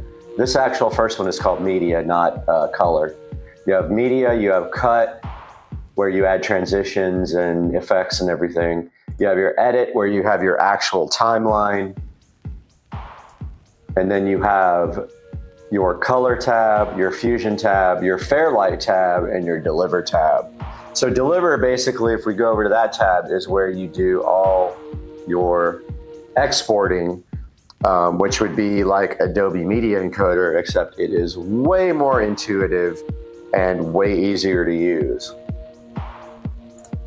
Fairlight is where you do all your audio work in DaVinci Resolve, and you can add all your audio effects. Color is where you actually work with the color. Pretty self-explanatory there. Fusion I have not used, so I'm not sure about what this is for.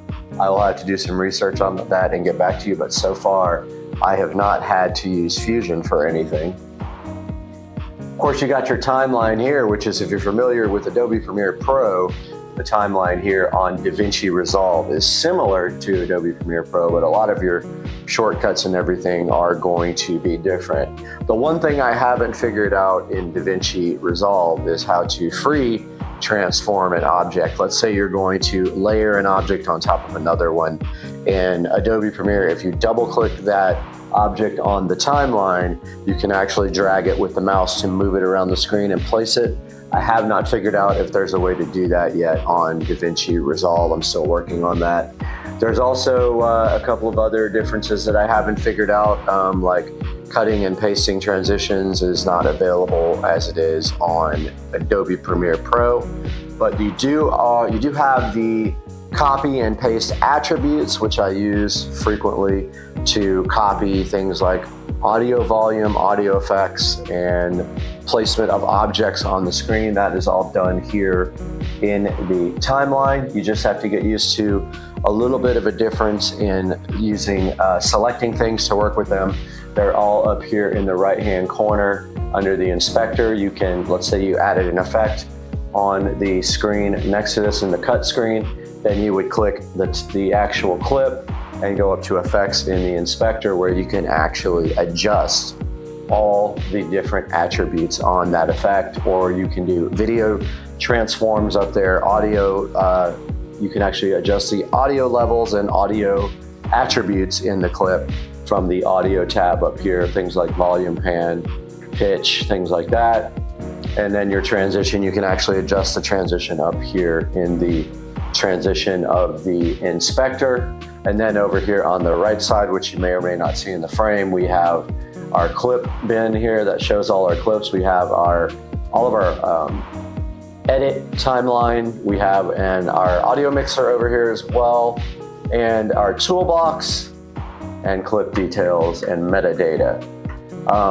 So far, so good. Also, let's go over to the cut scene. The cut area shows your clips more like blobs on the timeline, and you are actually able to add transitions, titles, and effects. I do not use titles inside of DaVinci Resolve because I use a 3D font generator online. That's really good. But here you can add effects both to your, you can add video effects, you can add audio effects, which you can also do over in Fairlight. Like I said, you can add titles, which is actually adding fonts to your videos. And you have your media pool here, which shows you all the videos that you imported in for this project. So yeah, I'm just gonna go into the conclusion that DaVinci Resolve is way better than Adobe Premiere Pro. Not only because there's a fixed price for it, Adobe Premiere Pro charges you for a subscription, but the ease of use, the stability has been on point. I've only ever had one crash while while rendering, and that actually happened during the video that I was editing here, and all I did was close out DaVinci Resolve and reopen it, and it got through the rendering process. I had a lot of issues with Premiere Pro not being able to get through rendering processes, and it would fail for no reason. Also, Premiere Pro did have a bug to this day they have not resolved on some video cards, and that is the software will start using video, or it's not video memory, but memory, actual memory, and it will eat up and eat up and eat up video memory until the computer crashes because there's actually no memory left to run the operating system. I have 64 gigabytes of RAM on this computer. It is awesome for editing, but on Premiere Pro, it would use all 64 gigabytes of RAM and then just crash. I've not had any issues like that with DaVinci Resolve 18. So guys, I hope that you can use DaVinci Resolve 18 too. If you have any questions about it, how to use it, or want to see specific videos about DaVinci Resolve 18, throw it down in the comments section. Please like and subscribe, and we'll see you on the next video at Supercar Street Racing. Guys, welcome back to the channel. Supercar Street Racing here. You got Brad. And today we are in the Supercar Street Racing sunroom here with beautiful, not sunny Florida behind me in the background. And we got this camera that was donated so graciously to us from the company MubView. We're gonna be taking a look at this camera today, get it unboxed, check out the app, and see if this thing is worth buying. This is an indoor pan tilt zoom from MubView. I promised those guys I would take a look at this and help you guys decide whether it's right for you or not. So we're gonna open this up today, take a look at it, and it's probably gonna start raining here soon because we got another storm coming to Florida. So let's get this thing unboxed real quick, see what's inside the box, and go from there, guys. Welcome back.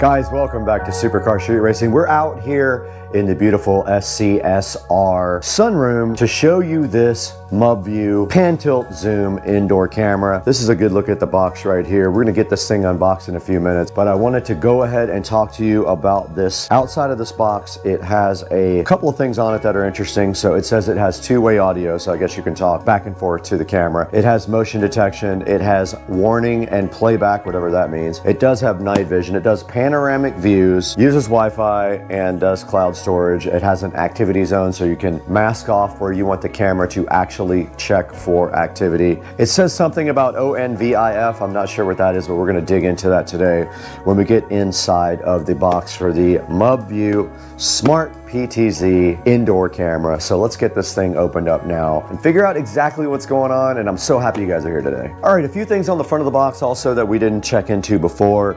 It says it's good for home security, for baby care, for elder care, or for pet care. And now let's get this thing opened up and see what's inside. All right, directly in front of us is the Mub View Pan Tilt Zoom indoor camera. We're gonna go ahead and take a look at that now. And there's a better look at the front of the box there that you didn't get to see before. It actually has a code to scan for the app, and this is the model PK320. And I guess what a lot of these companies usually do is they just clone other companies' apps, and they sell the same camera with multiple different apps, the exact same camera. And then there's a good look at the front of the box. Let's open it up now and see what's inside. And on the top it says PD. I don't know what that's about. And inside of the box, the Mub View camera that so many people clone and copy and use their own names on. Let's see. There is an instruction manual right here. And that's it. Inside the box they have this little cardboard condom with the cord inside of it. And then if you go further, you do have some drywall inserts to install it with. You have a standard USB 5-volt power adapter here and the mounting base right there. And inside of the box of the Mub View, you can see that it does have a wooden base, which is interesting. The other ones I have don't have that, but check out the Pan Tilt Zoom Mub View camera, 2.4 5G. It does say it supports 5G, which would be the first camera that I have had that has 5G connectivity, as far as I know, unless Wise has integrated it, which I don't know if they have yet, but most of these devices will not work with 5G internet. They only work with 2.4 gigahertz. They have issues with doing anything other than that. But yeah, this is the indoor Mub View, so I'm curious to see. And I think it's interesting that they chose a wooden bottom. I've never seen that before on any of the cameras that I've had. And this is how you mount it. So you basically screw this to the wall, put the camera on it, and you are done. And that is how you set that up. Here are the drywall inserts. So if you have a place where you need to put this when you have. So here are the drywall inserts. If you have a place you need to put this, take a screwdriver about the same size as this, push it through the wall, stuff these in there, and then you have mounting for your Mub View. And inside of the manual here, we can see that it has some information about the warranty. You can register it right here with this barcode, this QR code. They do have a phone number here and a website, which I will put in the description of the video. On the next page, it does show you that the camera has the lens right here. There should be a status light somewhere on here as well. There is a mic on this part, it says. There's a reset button on the bottom along with the SD card. So it looks like you have to put the card in right here, which is kind of hard to get in probably, but I don't know. But there's the reset button right there as well, right on the bottom. It does say that the back here is a speaker. So there's your speaker right there. This is your charger or your power supply. Okay, the next step here is to download and install the app, but we want to go look at the rest of the features. It looks like you have to sign up for an account with Mub View. There's instructions on getting the camera connected here, which we'll get to in a minute. And yeah, connecting the camera to the app is right here.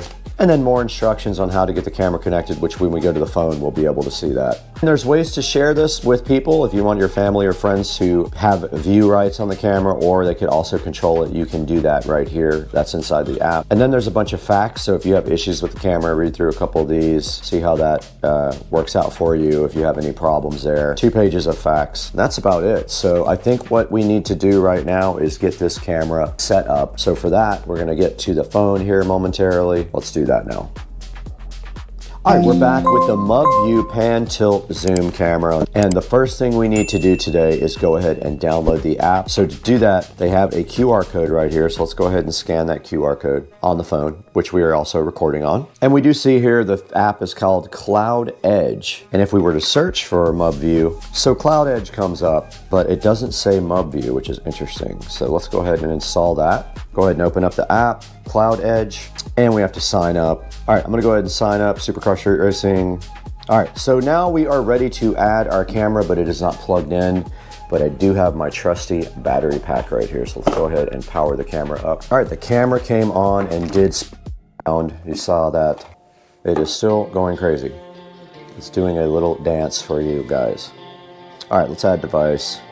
All right, went ahead and added device. It did find the camera, and it looks like this camera can be battery charged. So it does have a rechargeable battery in it. You can see right here on the screen, we found it. Hit next. Please reset the device by holding the reset button for 5 seconds. Wait for the indicator light to flash red. Okay. It's flashing already red. You can see right here. Let's go ahead and hit next. Select the 2.4 gigahertz Wi-Fi network and enter your password. All right, it is successfully added the device to Wi-Fi. Let's click next. Let's rename the camera. Let's call it MubView. All right, we're done with that. All right, now we're looking at the management for the MubView PTZ. You can see it right here on the screen. If we hit play, it is showing us how to work the camera here. All right, we're back in front of the MubView now. We do have a 128 gigabyte SD card to go ahead and put in the device. The other device, the other card would not work. We are ready to put the SD card in the MubView. Let's go ahead and press that in, see what happens. All right, it's fully inserted. Let's go into the app and see if it recognizes it or if we have to format it. We got our SD card formatted on the computer, and when you format this, you should do exFAT for the format. SD card is inserted.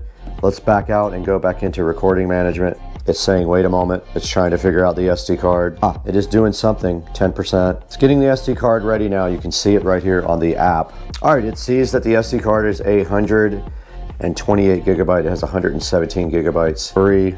I'm gonna set it on all day recording. All right guys, we're back in the Supercar Street Racing office with the MubView camera, and I just wanted to give you guys a little update. I was able to use BlueStacks on the PC and successfully look at the video live on the PC. There should be other ways to do it with this new open standard.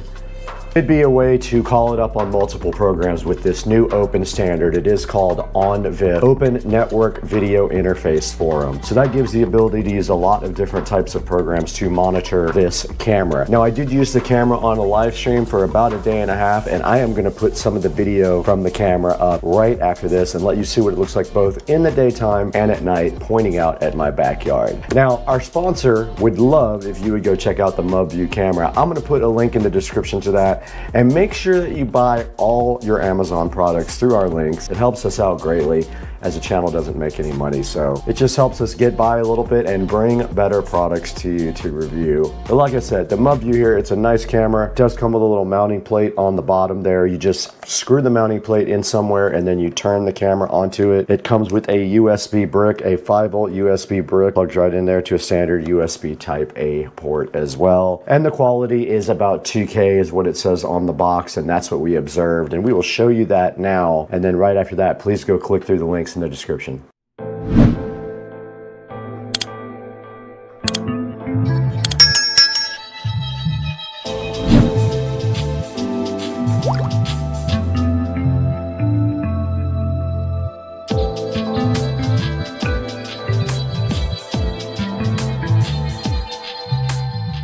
We'll see you next time.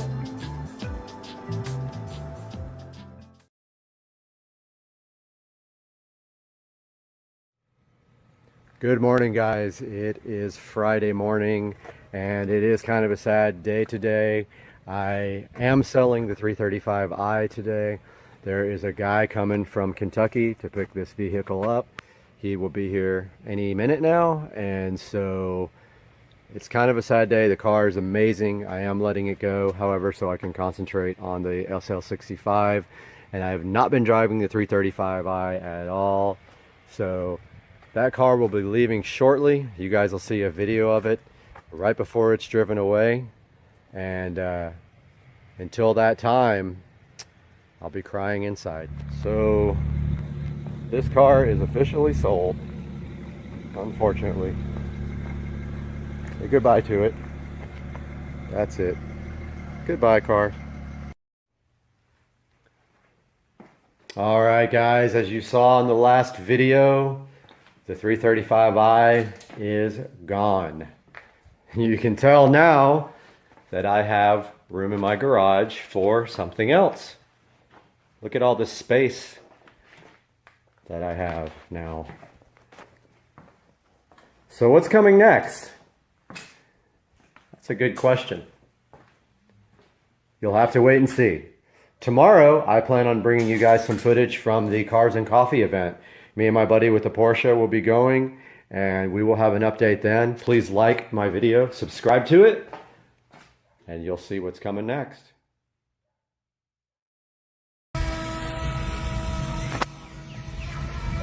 You're gonna have to go over there and get it. This thing's sick, dude. Let's go. Ah!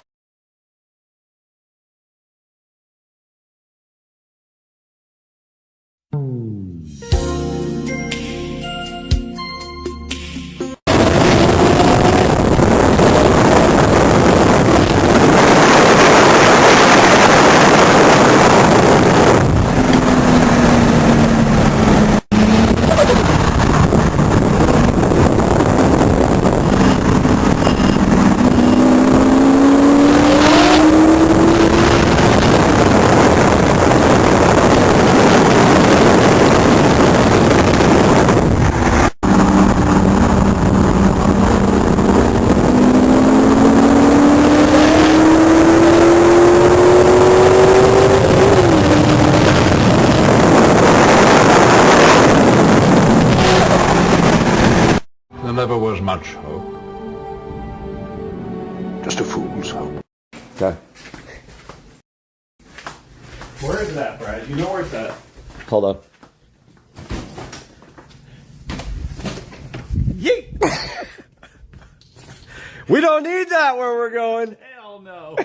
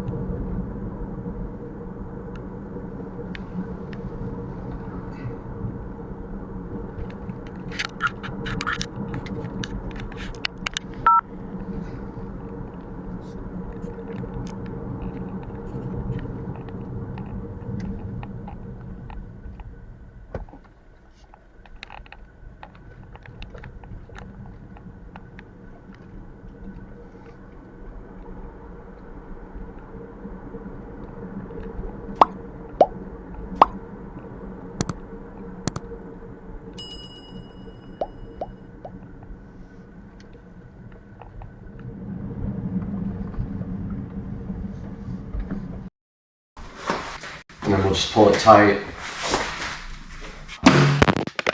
Well, that's not good. Anything break? No. Guys, welcome back to the channel, and today we have a special enhancement for the garage, and it's sitting right here looking so fly and fresh. And this is going to go into the garage right now, but first we're going to open it up on Supercar Street Racing.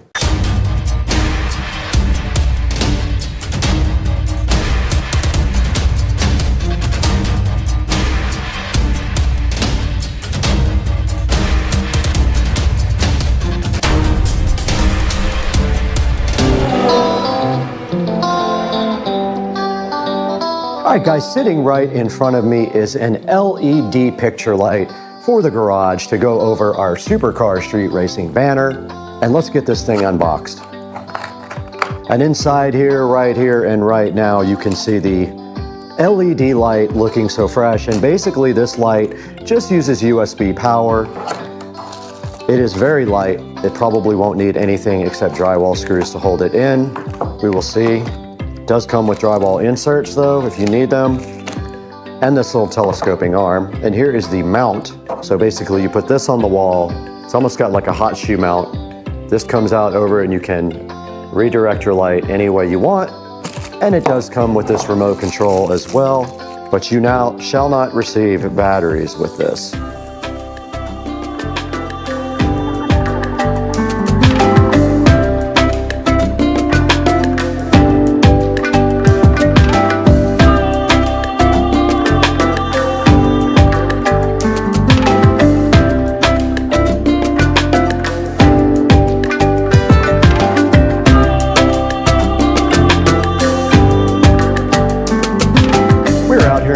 In front of the Supercar Street Racing banner, and the plan right here and right now is to put this TV back all the way like this and hang this banner. The TV will generally be facing this way because it's in the corner. Now all we want to do right here and right now is mount this TV. Now all we want to do right here and right now is mount this light so that it shines down on our banner, like so. And then the wire will simply run behind the TV to this USB receptacle that I have. We have power available, a USB-A right behind it. It's super convenient. And I believe this thing works like this. Well, no, it would have to be like that. Screws on like that, so that's how you do that. And then we will just mount this up here and we will zip tie our wire. I wish the wire wasn't running, wasn't right on the tip of this. I wish it was like, but actually that's not bad, you can't see it. So that's as high as we want it because it's going to be hidden right under the TV and we want it dead centered. So somewhere we probably need to get we need to get our measuring tape and measure dead center. Grabbing the measuring tape, and it is 4 feet. So we're gonna go at 2 feet. 2 feet is right above this little graphic. So what we wanna do is go as high up as we can without interfering with the TV, right there. And at 2 feet, right at the center. And just throw our screws in right there, like as high as we can go. Hopefully we don't need inserts for this, it's very light.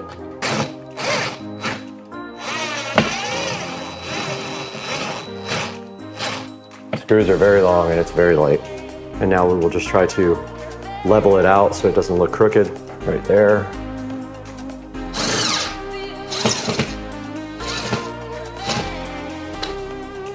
There is that.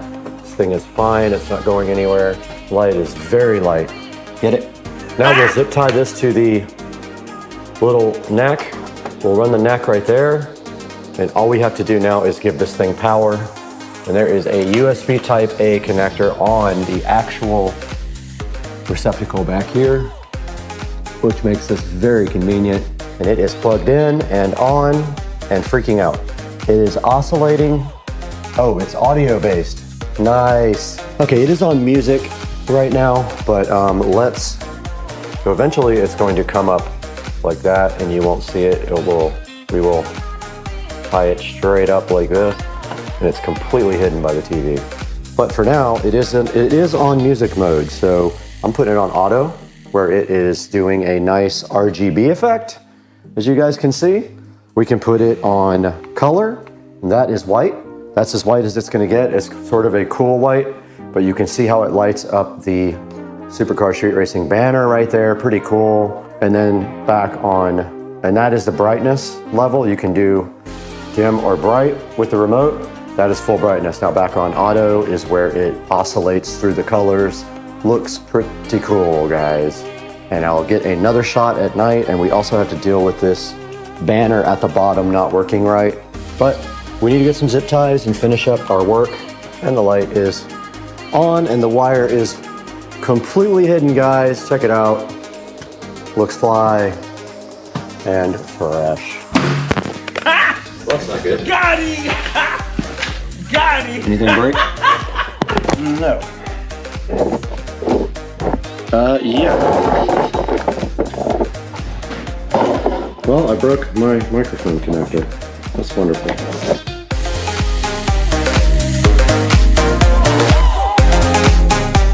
Hey guys, and welcome back to the 4K production studio. My name is Brad, and today we're taking a look at this RGB picture light. Now this RGB picture light is pretty cool, and what we wanted to do is also show you our custom vinyl banner. Now this banner was made specifically by me, and I designed it on uprinting.com. But first, let's take a look at this RGB picture light. Now basically what this light is for right here is for hanging on top of a piece of art, and it can light up your art in multiple different ways.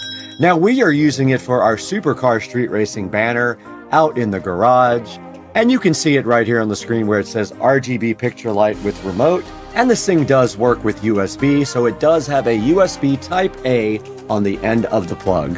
And checking right here online here on Amazon, it does have a 4.3 star review, and it does cost $34.98 right now for the RGB one. And that's the one we have out here in the garage right now. And let's take a look at some of the reviews here. It has 69% 5-star reviews, easy to install, and so nice, satisfied, and perfect fit. And the 1-star reviews say it's supposed to be wireless, but that is not true. It is not chargeable. And this guy says doesn't work with the timer.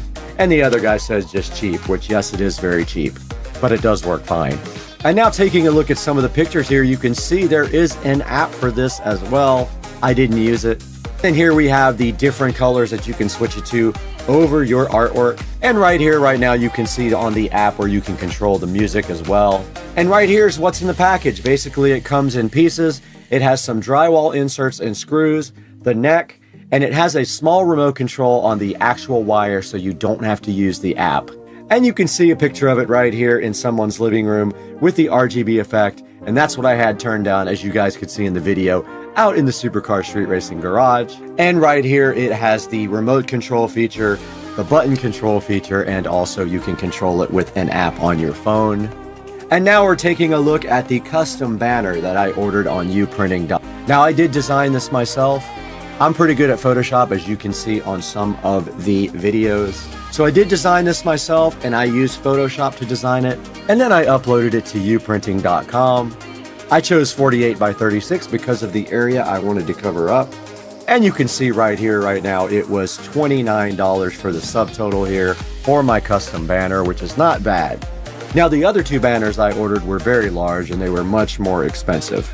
Now, you can see the other order was almost $250 for the two large banners out in the garage, but the 48 by 36 banner was only $53 with everything included. So please check out uprinting.com. And back here on this Supercar Street Racing channel here, and we want to encourage you to please help out the channel by buying all your Amazon products through the links in the description. And you don't have to buy the actual product. You can buy anything you want through any of our links in our description. It does give us a small amount of money, and you help support the channel. And please like and subscribe. That's very important for the channel as well. A lot of people watch but aren't subscribed, and we could really use your support. And we want to thank you guys for the shark coating video support. That video has over 200,000 views, and it did very well. And we're so excited to be growing with the community and have you here on Supercar Street Racing. So go ahead and hit that like and subscribe button. And we'd love to hear from you in the comments as well. What do you think about the channel? What needs to be improved? What are we doing right? And what are we doing wrong? And we're going to be back soon with the Marantz Cinema 70S review. We have that all set up and ready to go. I just need to put that video together and get it out to you guys. But for now, I got to bounce. I got to get over here and edit.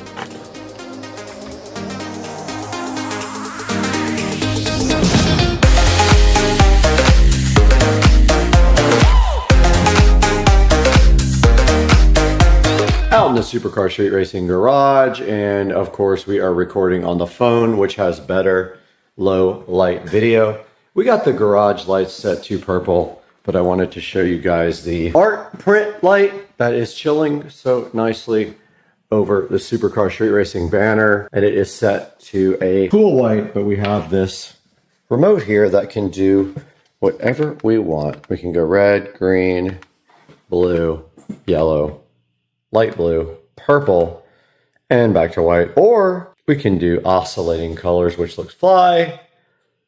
Guys, I hope you like this video. Please like and subscribe.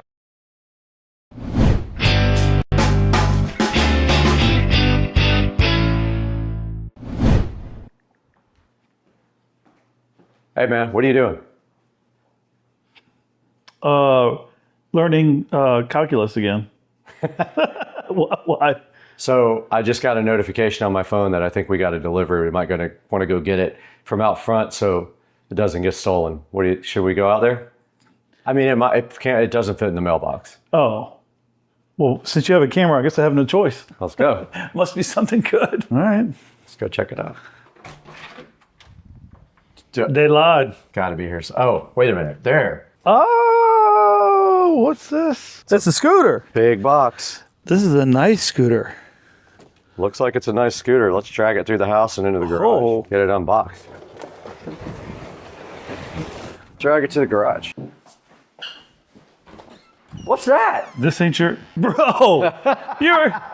What the heck? What's going on here, man? You got two of these things. We do have two of these things. We have two Navi SC3 Pro scooters to play with. This one's already ready to go, but this is yours. This is mine. We're going to be able to customize them for ourselves, whatever we want to do to them. We each got our own scooters. So all we have to do is get this thing unboxed. And to do that, we're going to need some tools. Wow. Thank you, Navi. When you say my scooter... This is yours. You get to take this home with you. Shut up. Come on. What? That's right, man. This thing's going to be sick. This thing looks nice. Ready to go. Wow. So I guess today, this is our mission, to get this thing unboxed like this one, and go ahead and see if we can set yours up, get your app set up and all that, and go rip these two things. Wow. Let's do it, man. All right, let's do it.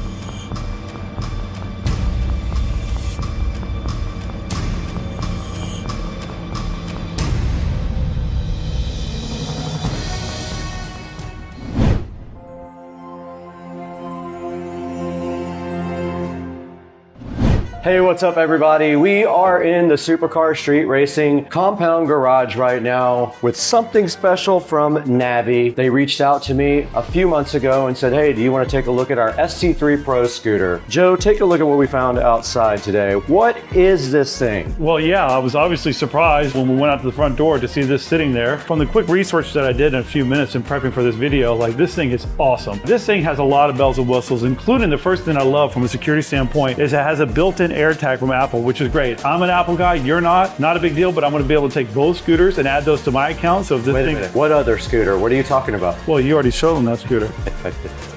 So this thing has a lot of different features to it. One of my favorite is from a security standpoint that it's got an Apple AirTag included in it, which is awesome. This thing has a ton of range, I believe up to like 46 miles on one charge. It'll also go 25 miles an hour, which is scooting pretty fast. This thing is just awesome. There's so many different things that I can talk about, from the suspension to the lighting, everything. This is a super awesome scooter. I'm so excited to have two of these. We have something special planned for these two. We're not going to reveal that. You're going to have to watch till the end of the video to see what happens, but we have something special we're gonna do with both of these scooters. One of the scooters is already built and sitting behind the camera. I didn't want to reveal that yet till we had both of them, but we need to get this scooter out of the box. And if we look at the front before we do that, basically This guy has dual suspension. It has a dampening arm for the suspension, and it can climb a 28-degree slope. And if you look over here, maximum power 1350 watts, which is going to allow you to do some really good climbing and get some good speeds. It'll do 25 miles per hour maximum speed. It has a triple braking system, and this is supposedly one of the best high-quality scooters made. It is not cheap. The box was heavy. It took 2 of us to get in here. So what do you think? Should we get this thing unboxed? Let's do it. All right, let's do it right now.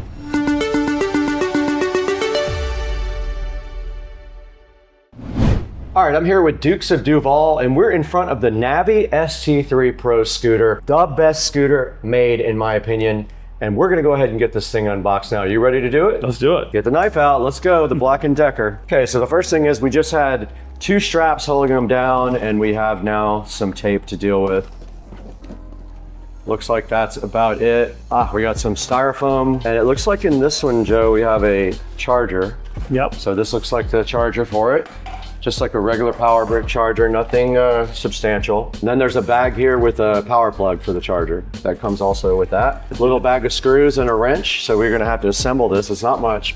I think it's 4 screws or 3 screws. Wow. I can't remember. And then the actual scooter is now in the box. Another styrofoam. And then the Navi should just come right out of the box. And it does have a kickstand. You can go ahead and put that kickstand out.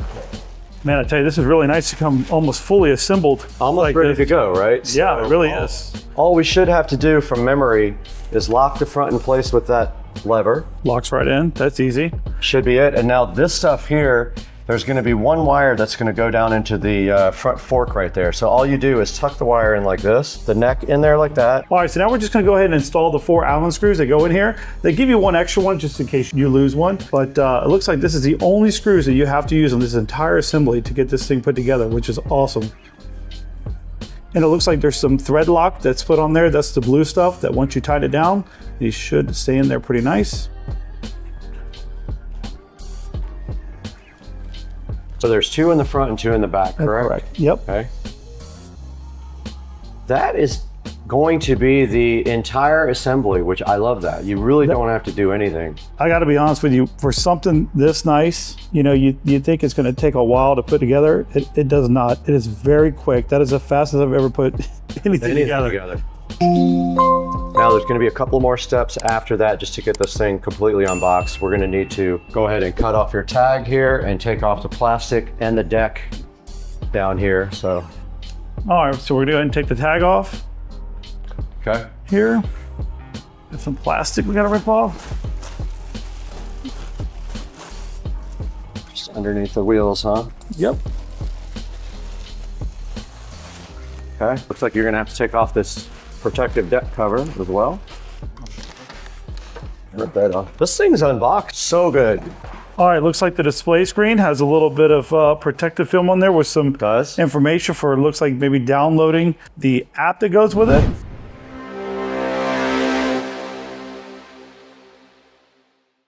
All right, so I just downloaded the app, setting up my username and password, which was very easy to do. Now I'm gonna go ahead and take off this screen protector here, where I was able to find the QR code to download the app, which is very easy to do. Right. All right, now with that being said, I believe we have to power it on, and then we just need to link the devices. All right, power's on. Power came on. All right. Looks like your battery's at 50%. Yep. All right, so you're gonna go ahead and add a device now, huh? Correct. I'm gonna go link the device. Okay, found it already. Look at that. That was fast. Link the device. Cool. Sound like we're connected. Writing. So there's a writing guide that goes along with it. Mm-hmm. You can skip that. Yep. All right, we're connected. Awesome. So you can see your scooter now on all the perimeters, right? Yep. Okay, we're out here with Joe's ST3 Pro here from Navi.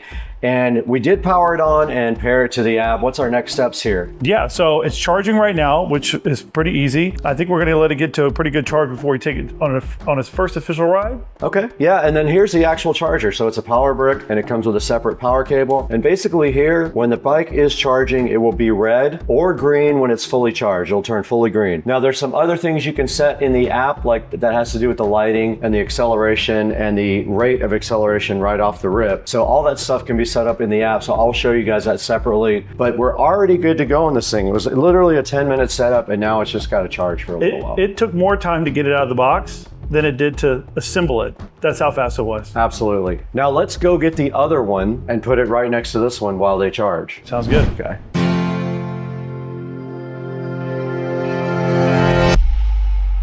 Okay, we're back in front of our ST3 Pros. We got both of our ST3 Pros right here on the chargers. I think Joe's is at 58% right now, so we're letting it charge up a little bit. But we wanted to get together with you guys and talk a little bit about the features of these guys. So one of the cool things is there's a variety of ranges available depending how fast you want to go. Yeah, so I think the speed also is indicative to how far you can go. So if you want a top speed, of course, you're going to go less distance. Right. But if you want a longer, then you put it on eco mode. So I think there's 3 particular modes, right? Yeah, Eco? sport and drive. Correct. So in eco mode, you get 47 miles. In sport mode, you get 20. So there's a trade-off there. Yeah, absolutely. But depending on what you're doing and how fast you want to get there, obviously you can change in the settings pretty quickly. Yeah, you just have to plan your trip. Another thing about this thing is that we didn't even know till we started researching is it has a 1,350 watt brushless motor. Yeah, the brushless part is a big thing, right? So a lot of the newer motors are all coming brushless, and what it basically does is it's less wear and tear on the motor, so it lasts for a lot longer. I have a good idea that these things are going to last for a long, long time. Cool, I'm excited about that. It says it might last 10 times longer than a normal motor. I would believe it with brushless. All right, another cool feature of these awesome electric scooters are the suspension system. This is not a toy. This has a dampening system that uses a dampening arm.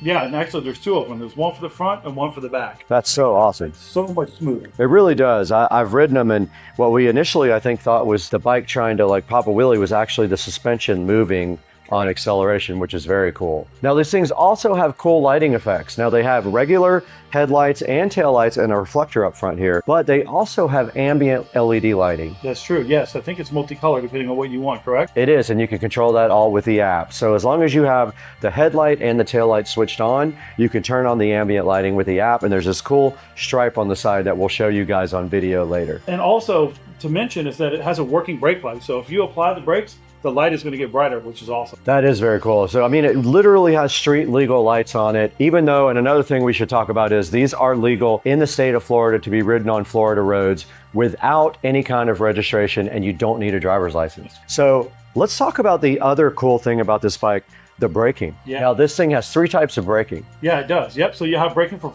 both the front and the rear. But the third one is the most important, which is regenerative. And as you guys know, we like golf carts, and that's what they have on all those. So it's very cool to see that technology here. So it does have a setting inside of there that I think you can do 3 levels, right? Depending on how much you want the regenerative to stop the scooter itself. But I will tell you, as a person that loves using it, I'm going to put mine on high and allow that to brake for me so that I don't wear my normal brakes out. Okay, so I've only tested on the lowest setting. We actually put both of ours on turbo for regen, so I'm excited to see if that gives us any battery. And I'm excited to see the braking because as in our cars, the regen's awesome. We don't ever have to use our brakes hardly. Correct. One of the great things that I love about this, much like our golf carts, is that they're all aluminum frame, which is really, really good for longevity, right? What we don't want to do is to get out in the elements and find ourselves dealing with a bunch of rust. Aluminum's going to stand the test of time, so I'm really excited about that part. Same here also. And also a cool feature of these guys are they have tubeless tires, almost like a regular motorcycle or car, and they are self-sealing as well. Yeah, so in the event that you run over a nail or something in the road, looks like it seals itself back up. We're gonna find out. And also one other thing, they have a set of ergonomic handlebars on each one, and I have ridden this quite a bunch now, and I'll just tell you that it's all about your riding style. If you can get on it and not just go crazy on the grip, you can actually ride comfortably for a little while, but that does help a lot. And it's got a bell.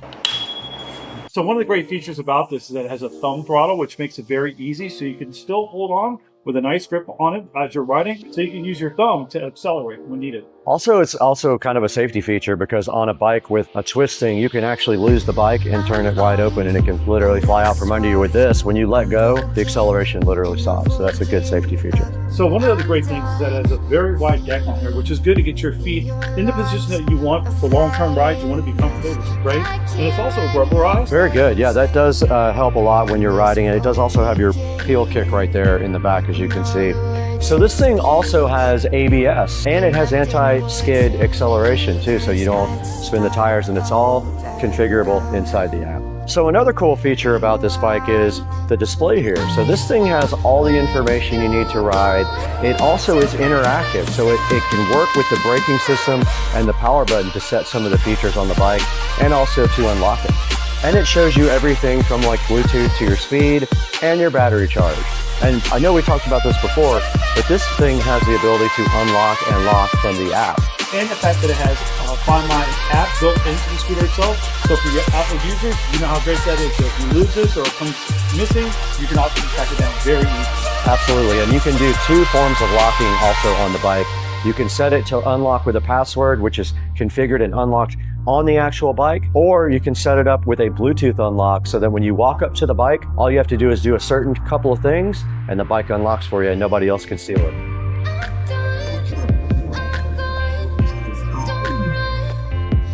Let's stay close for a little bit.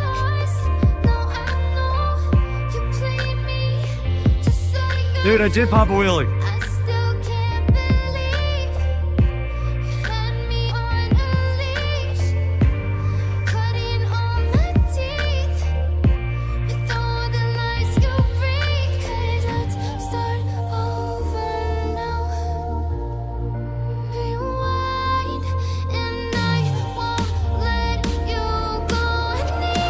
We need something way louder.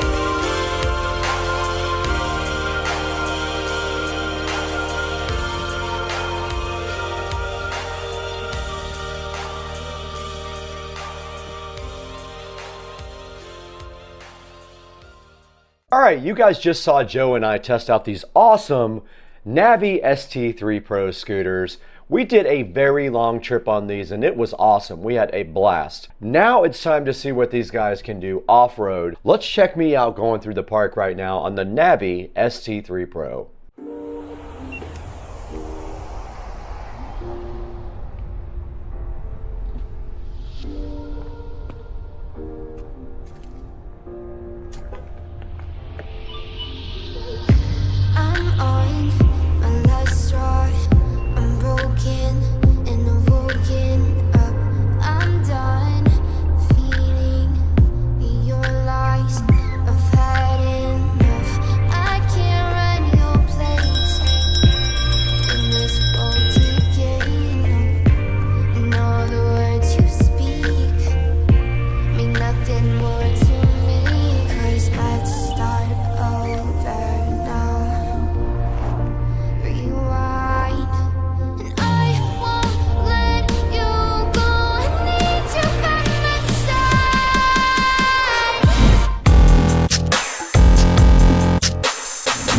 Alright, what's up everybody? Good morning. It is Sunday morning. It's football day. And I have my USB 5 volt to 12 volt up converter here to try and power the screen for the scooter. So all my plan is right now is to see if this works. If it does work, then I'm going to solder it on, but we need our power bank. Now, we also discovered very quickly that the amount of power going through the bag charger cable was way too high for that cable, and it literally was almost melting. So we're gonna need a different cable for this, but it's really easy to see if this works because I have the wire for the Android Auto screen right here. All we have to do is hook it up and then try it. Let's get this thing connected up and see what happens.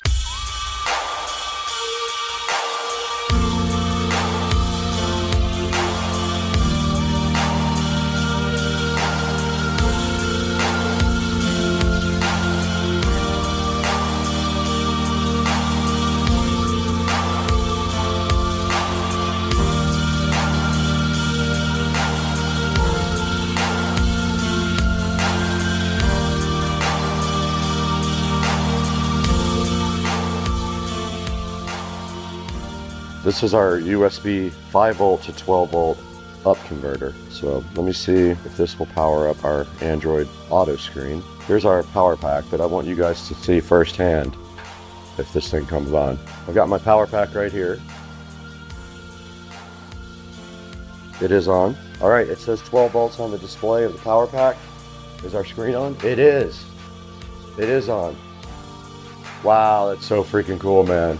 I'm so hyped. All right, I have another mission. I am going to go ahead and permanently run the wiring for the screen. All right, we know that works. Let's turn it off. So basically, I'm gonna drill a hole in this bag and run the power through there. Okay, my wire and my screen are tied up nice. It's gonna come right down here and into the back of the bag. I went ahead and got my drill bits right back here. Close as I can to the wire.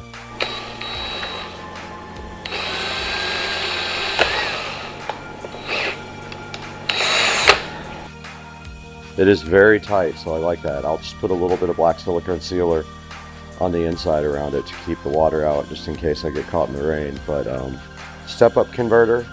Now I'm gonna have to solder this to my other wire.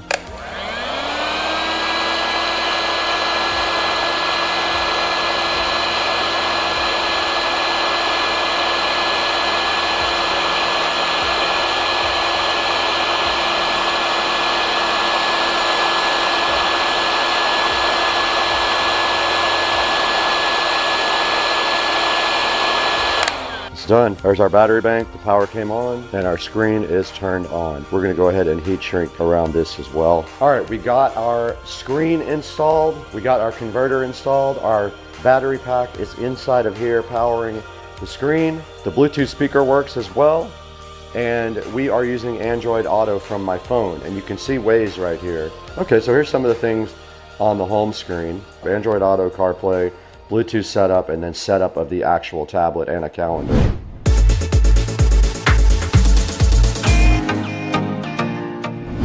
Hey, what's going on, everybody? Welcome back to Supercar Street Racing. We are so happy to have you on the channel once again for something super special. You guys saw what just happened. Joe and I got two Navi ST3 Pro scooters. We went ahead and took them out and did an awesome excursion. We went about 6 or 7 miles at one time. Didn't even get close to coming less than 50% battery power. What you see on the screen right now is the Navi ST3 Pro. Navi sent us two of these and we were so happy to go ahead and check them out, modify them, and in the process, we added another sponsor to the mix. Lamto sent us their 7-inch wireless motorcycle CarPlay system, does Android Auto also, and we put it directly onto our Navi ST3 scooters. It was a very cool project. You see, we can do everything from there and play out the music on our Bluetooth speakers as well. What a cool time we had with Navi and Lamto on this collaboration for Supercar Street Racing. Go ahead and pick up your Navi ST3 Pro. These things are awesome. They are not kids scooters. They have full suspension, so they work great on any ground. You saw me go into the park as well. They work great on the road, and when you go over bumps, they do an awesome job of keeping you safe. They'll go up to like 47 miles if you keep the power level down. They are very fast. They have a lot of torque. No problems climbing hills or anything like that. The Navi ST3 Pro is the real deal. If you like scooters and you are not a child, this is not a child scooter. You will want to put an adult on this because it is a bad boy. Now I'm going to have a link in the description to both the Lamto GPS, CarPlay, Android head unit for motorcycles, and one for the Navi ST3. Please click through our links in the description to buy all your products for Supercar Street Racing. It helps us out greatly. We get a few dollars here and there, enough to keep the channel going. And also, I want to thank you guys for over 225,000 subscribers. That's absolutely amazing. We couldn't do it without you guys. You are our support system. This video was crazy and it took me forever to edit, so I got to get out of here. I have to get out of here.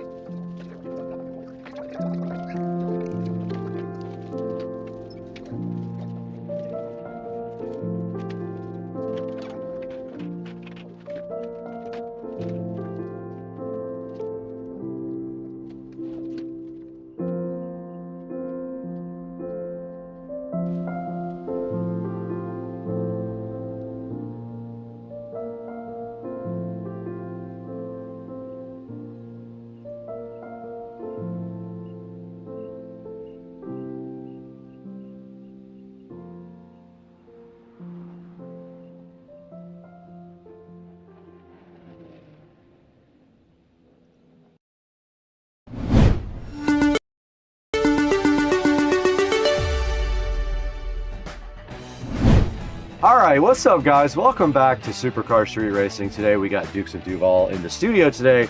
We're out here in Studio A. We built this studio from scratch. You guys can see the whole thing on the channel. And what are we taking a look at today, Joe? Yeah, so we had an opportunity to get some new batteries for a awesome project where I put in a new trolling motor on my boat. This is awesome. I can't wait to show you guys VESA batteries today. So today we're going to be taking a look at that. Why don't we kick it off? You got a lot of video that you took that we're going to show these guys, right? Yeah, exactly. So Brad was pretty busy on a couple of projects, so I kind of took the lead on this particular one. So you'll see me most of the video, but basically it's me installing all the new setup for this trolling motor. It was quite the process. So included in that, we did the trolling motor, we did new wiring, we did breaker, along with a new charging system, as well as these new VESA batteries. All right, well, let's get started. We got a lot of ground to cover today.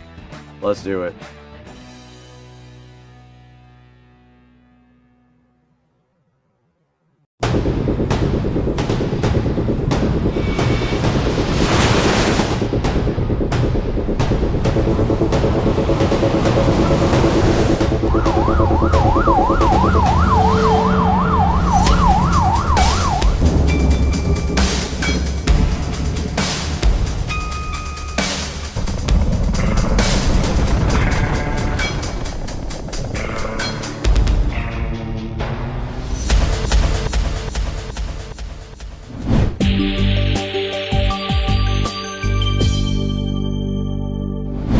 Hey guys, welcome back to Supercar Street Racing, and we're out here in Studio A with Joe. This is our primary production studio. This is where we edit a lot of the stuff and go live for you guys. And we have a special project for you today because VESA reached out to us and wanted to work with us on any kind of project. And they have so many different kinds of batteries that we had to think about something that we really needed to do. And what did you decide? Well, I knew this was a great opportunity because for some time I've been wanting to put a new trolling motor on my boat. And obviously there's a big expense that comes along with doing that. So that trolling motor itself that I put on is very costly. So to do that and to do it right, with VESA coming in to offer up these batteries, the timing was perfect. So it was a great project. You know, had to spend a little money on the trolling motor, but boy, it was perfect timing. And I'm very excited about the finished product of it. Right behind us, right up here on the screen, you can see VESA and all of the advantages of this 100 amp hour, 12 volt, 150 amp BMS battery. Some of the cool things that it does up here, as you can see, it has low temperature cutoff protection, so it'll cease charging when the weather is too cold to allow a good charging cycle. It also is made for what you have. Correct. It's built for trolling motors and marine. It weighs 17% of what a normal marine battery does. Has a battery management system that also helps keep the battery healthy because live PO4 batteries need a management system just due to the way that they drain and recharge. And then of course it has 20 protections that go along with that BMS system that keep your battery healthy. And then this is equivalent to two 12 volt 100 amp hour lead acid batteries with a fraction of the weight. Correct. So tell us a little bit about what you did when you put this in your boat and what we're going to be looking forward to in this video. What you'll see is I put a brand new Minn Kota on the boat. It's a 24 volt system. Okay. This system obviously was a little bit different than the system that I had on there. It was a 12 volt system. So a lot of work needed to be done to be prepared to be able to take on such a more powerful system. Installing the trolling motor itself was quite the project. Along with that, what we needed to make sure is that we had all the proper wiring, all the proper breakers, everything that was necessary to make sure that it could handle this 24 volt load. So what VESA did was they gave us two 12 volt batteries. So what we did was we put them in a series to give us that 24 volt that we needed. We had to increase the wiring to make sure that it could hold the amperage that we were about to push through it, along with the breaker that's 60 amp. So you'll see in the video, what I will say is that it's trying to get the video that we needed in the tight area that I was working from was very difficult, but I think I did a good job of capturing most of that. But we just want to emphasize, thank you VESA for reaching out to us and providing us two 12 volt batteries. They are not cheap batteries, so we really appreciate the high quality VESA batteries from VESA.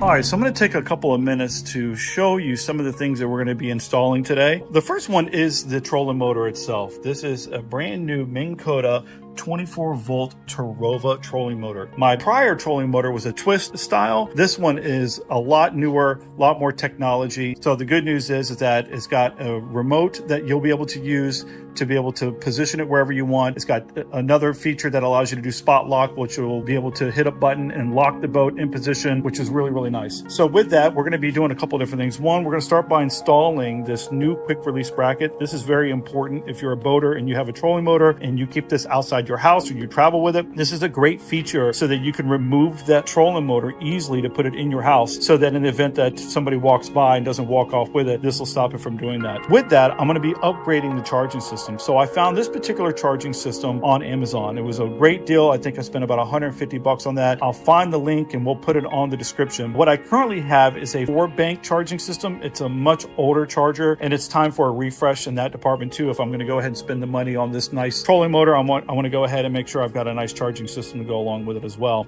So with that, we're just going to do a 3-bank system. The 4 was too much last time. It allowed you to charge 2 house batteries and 2 trolling motor batteries. I really only needed to charge 1 house battery because the other one is being charged by the alternator, so it's not necessary. So with that, what's great about this particular charging system is that it does a myriad of different types of batteries, including lithium. So my thought process is that I have these 2 12-volt lead acid batteries that are currently in the boat now, and I'm thinking it'd be a whole lot better if I upgrade it to lithium. I also have a quick connect here. The old one was in bad shape, so we're going to go ahead and replace that. With the new 24-volt system, the wiring that was in here currently on the boat is not enough to support 24 volts through it. So I went ahead and sourced through Amazon a marine grade 6-gauge wire, which I'll be going into the boat, tearing the old wiring out, putting the new wiring in, making all the connections, and then also adding in a 60 amp breaker. Very important to have that on a system like this for sure with that much voltage. One of the other things that comes with this is that it does have a brain that they add to the box with the particular trolling motor. I'm not sure why they're adding this, considering that this particular model, the brain is now built into the actual trolling motor itself. So if you wanted to add a second layer, I guess you could install this, but I have done my research and I'm told that this can go right in the trash. So that will be the plan. It'll save me some time and energy and less holes in the boat. So from there, the only other thing is to make the decision on whether or not I want to stay with lead acid batteries or go to something much better. But I think that I want to do lithium. So let's go see if Brad's got some lithium batteries at his house that maybe I can borrow. We'll be right back.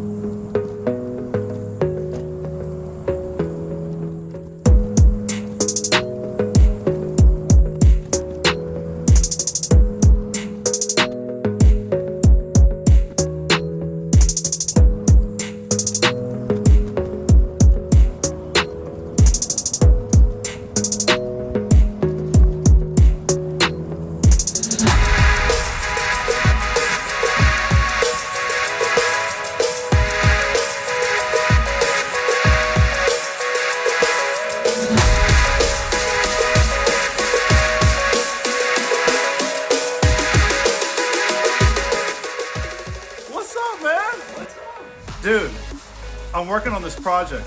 I bought this trolling motor and I got 2 old batteries that I don't want to use anymore. Do you happen to have any marine grade 12-volt lithium batteries sitting around by chance? Let's see, I've got some home theater chairs and these lithium batteries. Dude, I knew you'd have some. We have these Batcher reliable power empowering lives batteries. There's some information here about Batcher.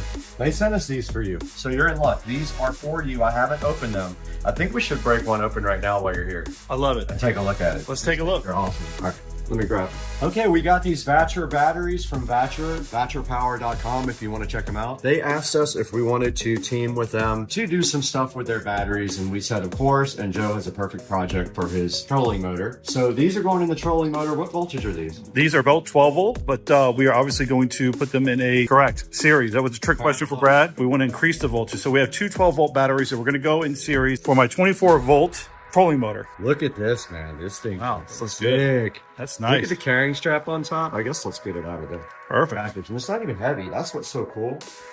You save so much weight on all your vehicles when you go lithium ion, because this battery probably weighs 20 pounds if I had to guess, compared to a regular battery that probably weighs 50.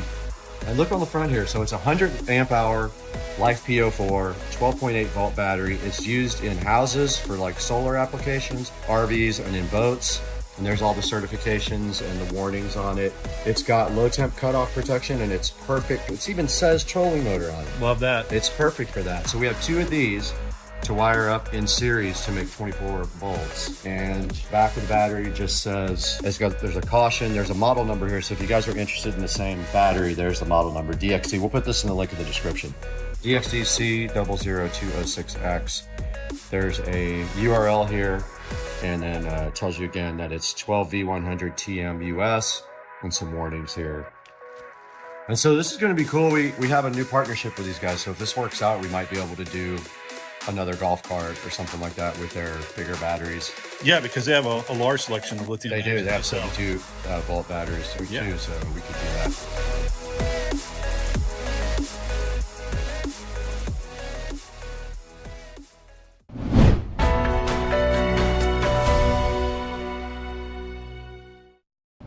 All right, so the first step that we had to do was to pull new wires. In the prior existing setup, there was, I believe, 8 gauge wires, which isn't ample enough to hold the load that we were gonna put on it. So that was quite the process. Something that I thought was gonna take hopefully no more than 30 minutes to pull the wires ended up being a 2-hour process. And that really came down to how the boat and all the channeling works to get the wiring through there. It was a one-man project. I didn't have somebody else to kind of help feed them through from the other side, so it took about 2 hours. But very important that we get the correct wiring that we needed to hold this type of load that we're gonna put on it. So I was able to get that all put in and installed. And then of course, on top of that, we were gonna make new connectors for that. So I got some really good connectors that I was able to source, along with a very good crimper to make sure that those connections were really, really tight. One of the things that you wanna be careful of is when you're doing wiring, you want good, solid connections. You don't wanna have any frays, you don't wanna have any issues where they're not touching completely. So I made sure that I went out and sourced a really good crimper to do this. So that was quite the project, but as you can see in the video, it takes a little bit of time, but well worth it to make sure you got the right stuff when you're using such a large load. This project, we had a lot of support from Thatcher, but we also had support from local businesses. So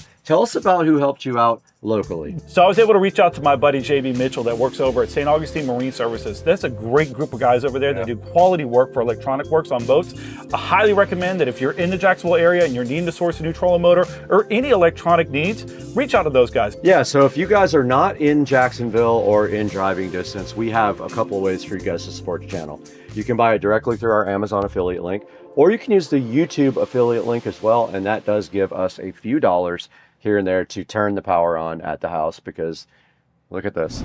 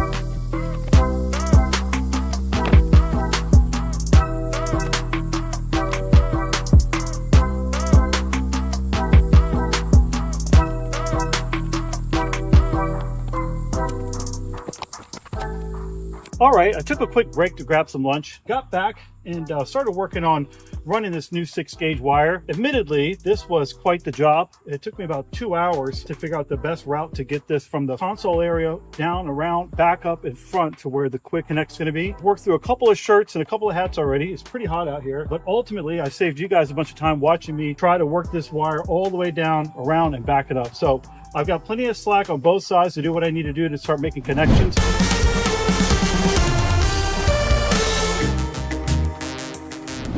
You guys just saw Joe in his boat ripping the old wires out. They're not big enough to support the amperage of the new batteries and motor. So he went ahead and ripped those out and he put a brand new 6-gauge wire in. First thing that I wanted to do was to make myself a little bit of space inside a very tight console. So I needed to first rip out those old lead acid batteries. And I will tell you, when you're watching this, when I was pulling out those batteries in that tight console, it was a chore, to be honest with you. It was going to be impossible to get 2 sets of hands in there. So me ripping those old batteries was quite the process, to be honest with you. So I needed to clear those out, make room for me to get in there to start working on the next part of it, which would be installing the circuit breaker along with the new charging system. Okay, cool. So we're going to take a look at that next on the video? Yep. All right, let's do it.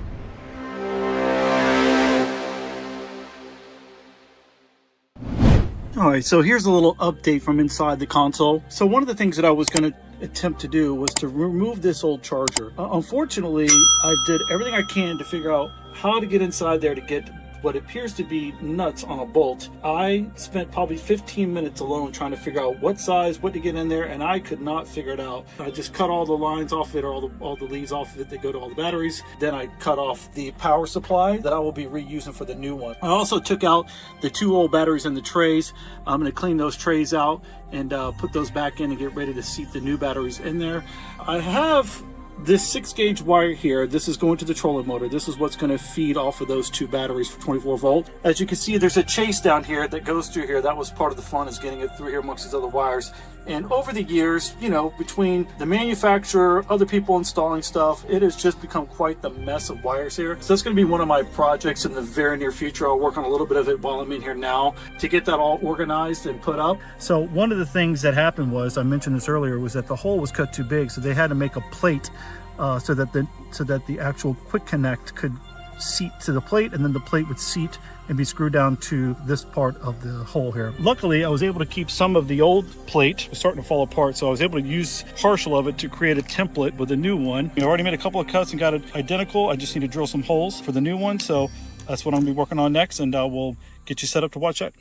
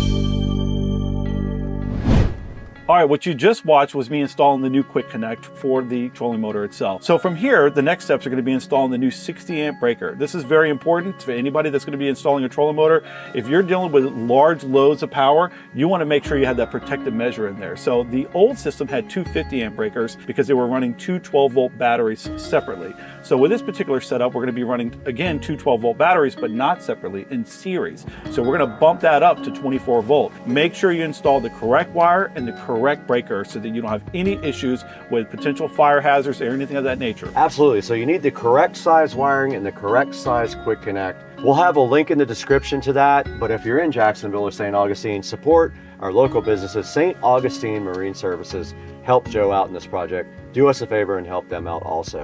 So what's coming up next? Yeah, so from here, we're going to go ahead and install the new breaker, which is a 60 amp breaker, right, along with a new charging system. Awesome. Now, what I will say is that Vatra has a long list of products that they provide, along with battery chargers. I had to go out and find a very unique battery charger that allowed me to not only charge lithium, but to charge original lead acid AGM type batteries itself. Vatra does have a large selection of batteries. If you go onto their website, you'll see they have a ton of batteries, a ton of charging equipment, and they're a high quality company, so please support them as well.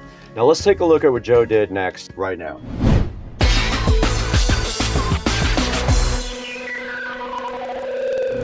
All right, we're back. This is day 2. Yesterday we made some pretty good headway. I was able to install the 6-gauge wire through the boat. Like I said, that was a real pain trying to get that run through the chase through the boat. That was completed. I also got the quick connect for the most part, about 90% done. I need to get it screwed in and caulked in, and that'll be completed. For today, what I'm going to try to concentrate on is getting the 60 amp breaker installed along with the new charging system. This charging system, as I mentioned, is going to be able to give us the ability to do normal lead acid batteries plus these 2 new lithium batteries. So pretty excited about that.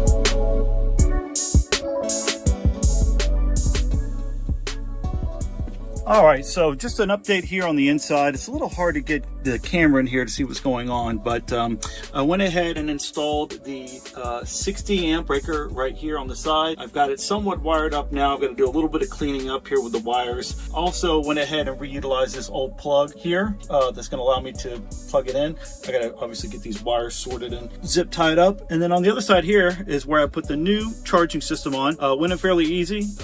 As you can see, it's all powered up and working, which is good. And then I'm going to start working on now is getting the 3 batteries connected that are going to be on this system and installed now.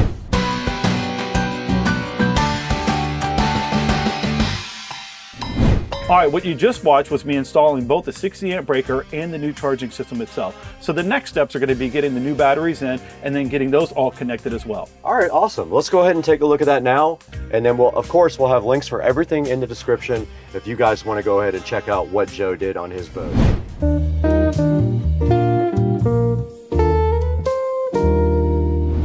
All right, everyone, today is day 3 of this project. So basically what I'm going to concentrate on today is I'm going to try to finish wiring up the quick connect for the trolling motor. And then lastly, I'm going to install the lithium batteries that were provided by Vatra.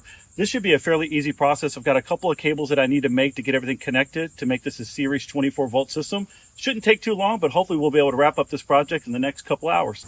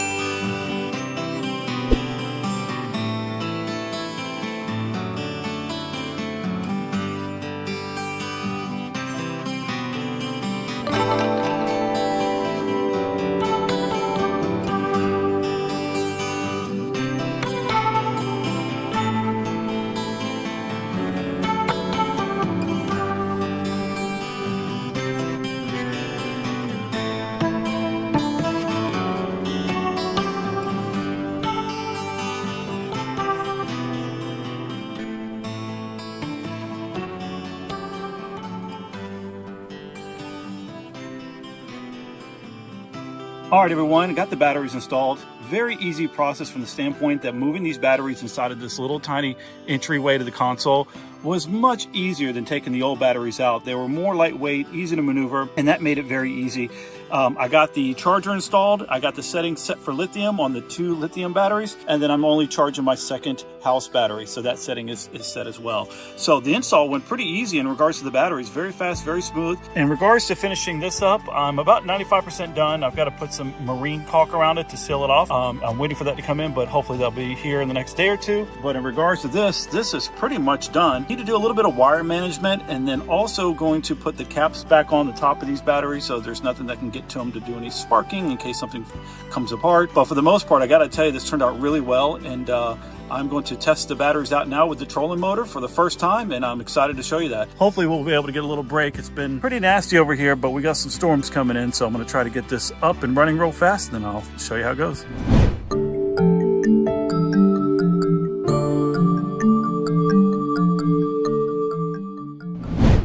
All right, so what you just watched was me putting in those new batteries. I will tell you that there's a lot of benefits to lithium, but the biggest thing is the weight.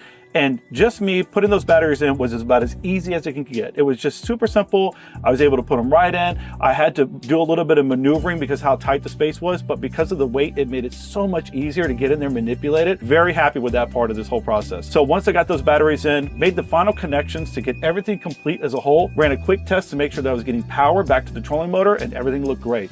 So from here, the next step was to get it live. So I'll meet you out on the water. So the next step is actually getting on the boat? It is. All right, let's check it out.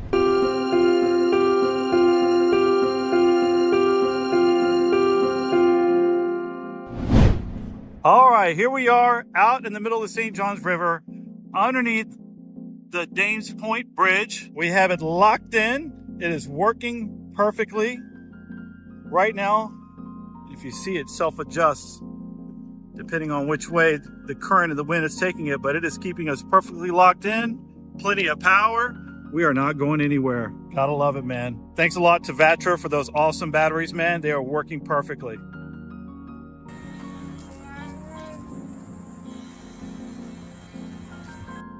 All right, you guys just saw this entire project go by. Joe got 2 12-volt batteries from Vatra, specifically designed for his trolling motors. He installed it directly on his boat and took it right out in the water and tested it out. How was that whole experience? Man, it was great, to be honest with you. I've always wanted to put this trolling motor on the boat and have this type of technology.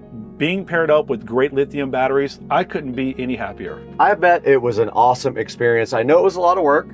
I had the same experience across the street recently putting in lights over at Rich's house. It was a lot of work, but it was worth it in the end. Now, we want to stress to you also that Vatra has a lot of different types of batteries. They have golf cart batteries as well. Right here is the Club Car 72-volt lithium ion. We'll throw that up on the screen right now for you as well. Make sure if you need any kind of battery, go to Vatra first and check and see if they have an appropriate application for what you need. And chances are they have it, because they have literally probably 50 different types of batteries on them. They have a long list of every type of voltage that you need, every application when it comes to batteries. So it looks like they got golf cart batteries, they have marine grade batteries, solar batteries. Yep. They have about everything. Very impressed with their website and the amount of products that they offer. They do have everything, and we're actually looking forward to working with them on some other projects as well. So hopefully Vatra wants to work with us again. I'd be excited to work with them and do some more projects with them. I can think of a lot of different cool things we could use their batteries for. Absolutely. All right, guys, thank you so much for watching the video. Thanks for liking and subscribing. Always click through our affiliate links to buy anything you want from Amazon.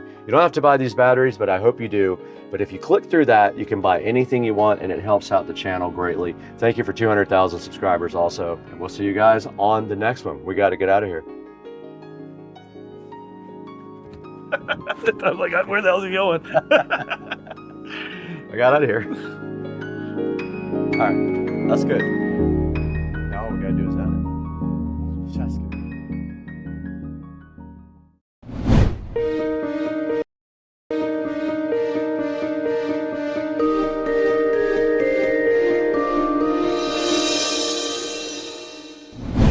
What's up, guys? It is football Sunday today. You're at the Supercar Street Racing compound. We are outside in beautiful Florida, where the weather has been exceptional for the last couple of days. Nice and cool here is a great change from what we had last week or the week before that, where it was 90 degrees and very warm. We're out in the sunroom today to tell to you guys about something. I'm super excited about this. We have the coolest thing waiting in the garage for you guys to check out. Let's go see it on Supercar Street Racing.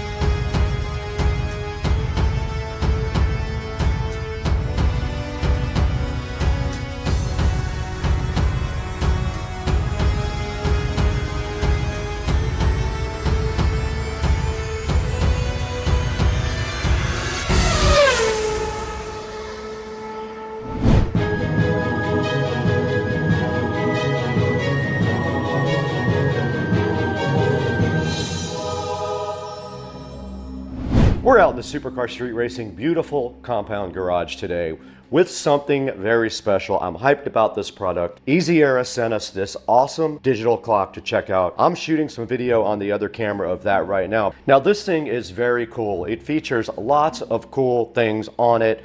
It does a lot of neat functions, and we're going to show you some of those today in this video. Now this thing is a 10-inch clock. It has a remote control with it. It does digital music sync, RGB atmosphere light, low reflectivity. It shows the temperature. It has a nice LED display, dual alarms, and it can Bluetooth sync to adjust your time. Now I have the remote control right here in front of me. I'm going to show you guys this as well. This is the remote for it. Now we will play with some of these cool features on this remote a little bit later when we install this in the Supercar Street Racing studio, because that is my intent. This thing is going to look cool in the studio. Why don't we get this thing on into the studio and try to start the installation process on the clock?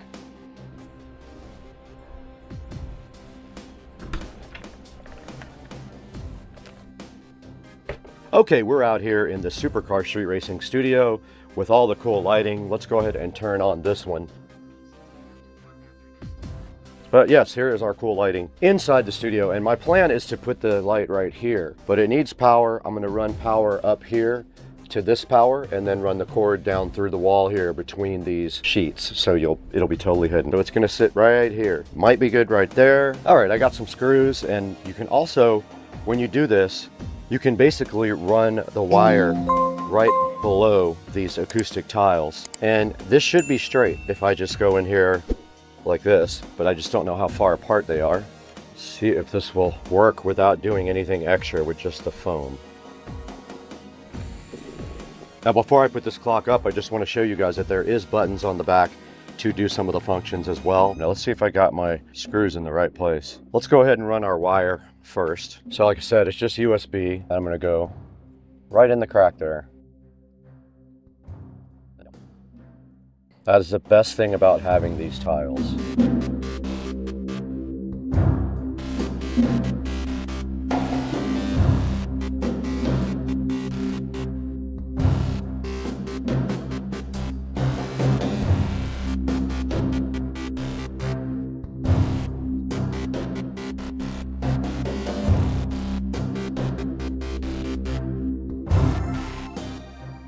There is our clock installed, and it looks great on camera. You can see it on camera right there. You can see it on OBS Studio, and that's what it looks like. You can see behind the clock the nice glow that it emits on the wall right there. Pretty cool little light. Now there are some functions that it does as well we need to take a look at. There is a remote control included with it right here, and also some nice instructions on how to use this thing, but you can sync it to your phone via Bluetooth. I'm going to show you guys how to do that now. By pushing the Bluetooth button on the remote control, it does say BT right there. Okay, I'm in my Bluetooth settings.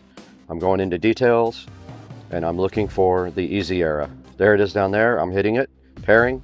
I hit the pair button. Let's see what happens. I hit allow, and there we have it. The time and the date and the temperature are perfect now on the Easy Era digital clock. Now this thing does also feature alarms as well. You can set the alarm with the clock button or with the remote control.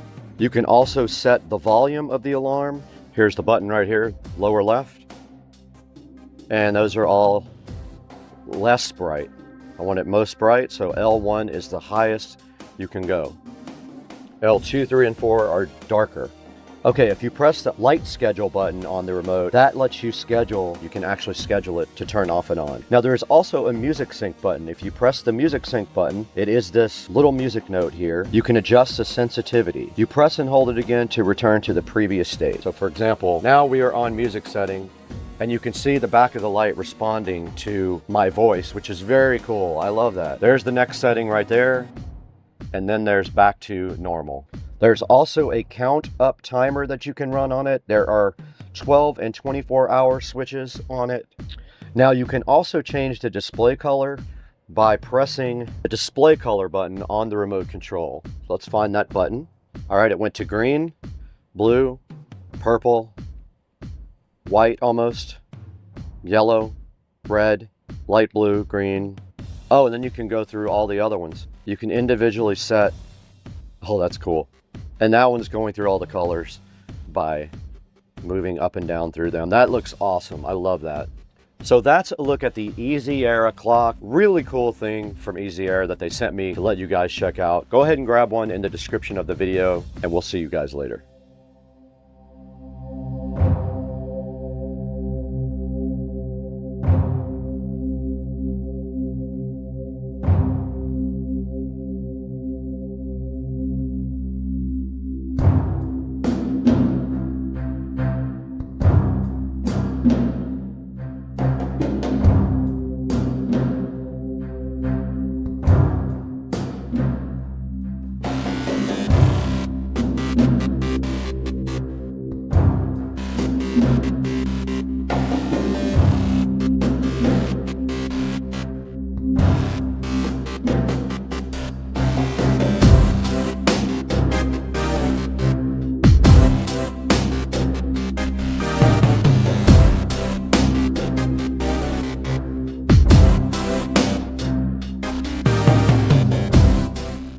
Hey guys, welcome back to Supercar Street Racing. Brad here, and today we are taking a look at an upgrade in tool equipment.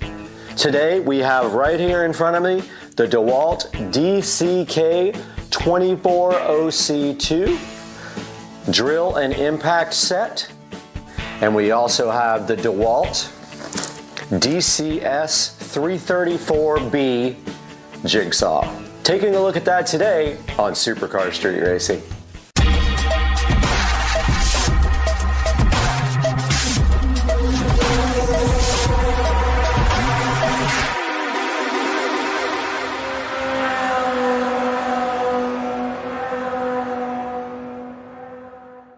Hey guys, welcome back to Supercar Street Racing, where we do product unboxing, talk about power sports and cars, and do just about anything around the house and show it all to you guys. So today we've got a set of nice DeWalt tools here. Now I have suffered for years with broken Hitachi tools that I have gone through battery after battery, bought a new charger, and done plenty of other things with them, and they finally have really made me upset in the last couple of days, and I decided to go ahead and buy some good tools for the first time in my life. So today we have the DeWalt DCK2402C. It is a combo pack. It comes with the DCD771 drill and the DCF885 impact gun, 2 batteries, and a charger. Now we picked this up off of Amazon for the low price of about $150, and it came in about 2 or 3 days. So if you're interested in getting this, I will put a link in the description to this. I got the DeWalt jigsaw off of Amazon also, and I will put a link in the description to that. But now comes the fun part where we're going to go ahead and unbox this for the first time. It still has the sticker condoms on it. It is still nice and sealed. So let's take a look at this now. So it looks like they got some tape here. I got my trusty Christmas present here, my Smith & Wesson Extreme Ops, ready to take on some really tough cardboard boxes. Now on the back, it has your typical battery warning label, and I do have this turned the wrong way for the camera, so let me put this right here. It shows you the specifications here for the DCD771 drill right here, you can see. And it has all of the specifications, the speed settings, and the chuck settings and everything like that. And then below that we have the DCF885 impact driver with all of the specifications for that. Down below that it tells you about the warranty, 3-year warranty, 1 year for service, so 3 years limited, 1 year service, 90-day money back guarantee. Battery is 3-year and for limited warranty, and 2-year of free service. Now right here it also tells you that it includes the DCD771 drill driver, the DCF885 impact driver, a belt hook, 2 lithium-ion batteries, a charger, and it's supposed to have a contractor bag. I heard some reviews online that it might not be the biggest bag in the world, but that it will hold these. I'm hoping it will hold the jigsaw also.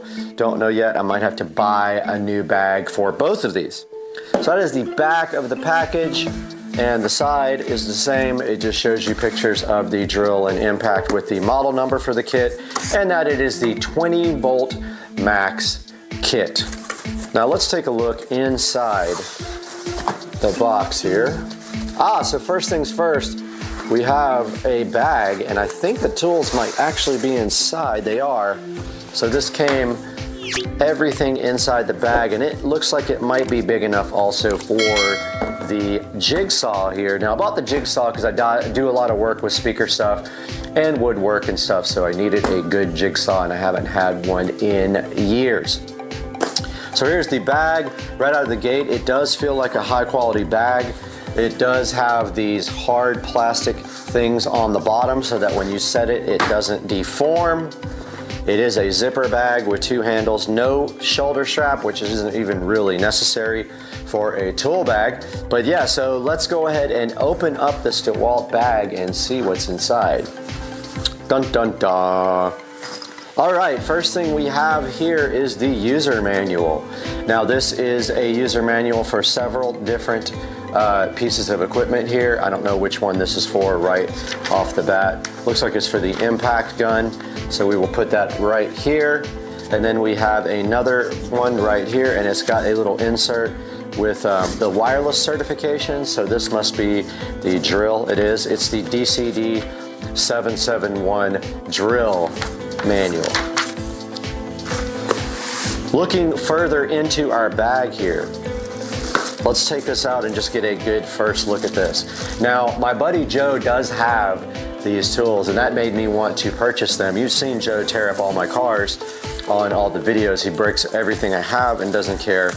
And here is my new DeWalt impact driver, and I can tell you right out of the gate, it's got a nice belt hook here, but I can tell you right out of the gate, the quality of this tool, if you've seen other tools, and I have my Hitachi out in the garage, if you've seen other tools, you feel the quality and you see the quality right away of the metal here, and it just looks like a high quality tool compared to some of the cheap stuff that is sold on Amazon. You know how that goes. You get a $20, $30 impact gun and it comes to you and it feels like plastic. Not this guy. Looking high quality, looking great with the rubber grip here. You can see on the front here, here's where you put the actual chucks in, or whatever they're called, the bits. And looks like we got 3 LED lights right here on the front of the impact gun. So here's a good look at that impact gun now with the belt hook. So it hooks right on your belt. The 20-volt max batteries go right here, and your reverse is right here, as of any standard normal impact gun is, and your trigger right there. But yeah, it's got a good heavy, I would say this weighs a good 1.5 pounds. I would have to weigh it to see exactly what it weighs, but you can tell there was some quality put into the DeWalt 20-volt max impact driver. Let's set this aside and keep digging in our tool condom. All right, so the second thing out of the bag is a battery, which is enclosed here in a battery condom as well. And we have the 20 volt DeWalt lithium ion. This is a lithium ion kit, and it is pretty lightweight, probably weighs, I don't know, half a pound or less. And that is the first battery. Okay, digging into our DeWalt bag even further, we have another lithium ion battery. That's right, this kit comes with 2 lithium ion batteries, not 1. So that lets you keep 1 battery charged at all time while you work on the other battery. 2 lithium ion batteries inside the DeWalt bag. Now let's keep going here. Kind of want to do this next. So inside the DeWalt bag now we have the DeWalt DCB107 charger. Now this is just a lithium ion charger only for the DeWalt 20 volt max charging system for these tools only, and they do make aftermarket batteries for the DeWalt. I don't recommend buying aftermarket batteries. I will tell you my story with the Hitachi batteries at some point, but yeah, I recommend getting the genuine DeWalt charger and also the genuine DeWalt 20 volt batteries when you buy your tools. If you buy cheap tools, you get what you asked for. That's always the case. There's never an exception. Digging further into our DeWalt bag here, what do we got now? Okay, so in this tool condom here, we have the DeWalt 20 volt max drill. Now, my buddy Joe has this drill. This is the DCD771 here. Feels very high quality. It is heavier than the Impact. Obviously, it is longer than the Impact, so it's going to be heavier. Here is your torque adjustment speeds. This is for a high and low speed on the bit. And so you torque down. Right now, it's set on full torque here. That's the little indicator there. And then you can dial this back if you want the actual drill to slip rather than having full torque.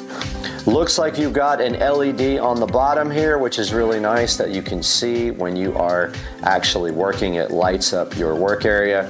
Standard 20 volt interface here for the DeWalt battery. Clicks right in to release the battery. I've never done it, so I am going to see how that is done. Okay, so you squeeze these two.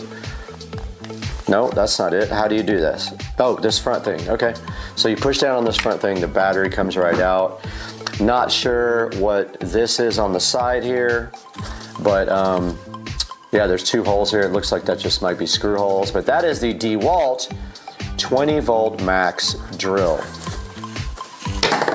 This is the bag once again. Also inside the bag, it came with just a filler like this and a little silica gel pack that you can eat later if you're hungry. Putting this aside, we have all these nice DeWalt tools, but let's move on now to the DeWalt jigsaw. So this is the DeWalt DCS 334B jigsaw. And I bought this because I am always going to be needing a jigsaw to do work on wood and plastics and projects for the channel. You know, we like to do a lot of projects around here. We're doing something all the time here, so we're always busy at Supercar Street Racing. We need a nice, really nice jigsaw actually, and the jigsaw costs more than the actual toolkit did. It was about $150 alone. Now putting this together, I maybe could have got a combo 20 volt kit. I really didn't look into it that much. But on the front here, you see it shows you the jigsaw and it says that battery and charger are sold separately. I already have batteries and chargers. I didn't need one. Would have been nice if this came with another battery.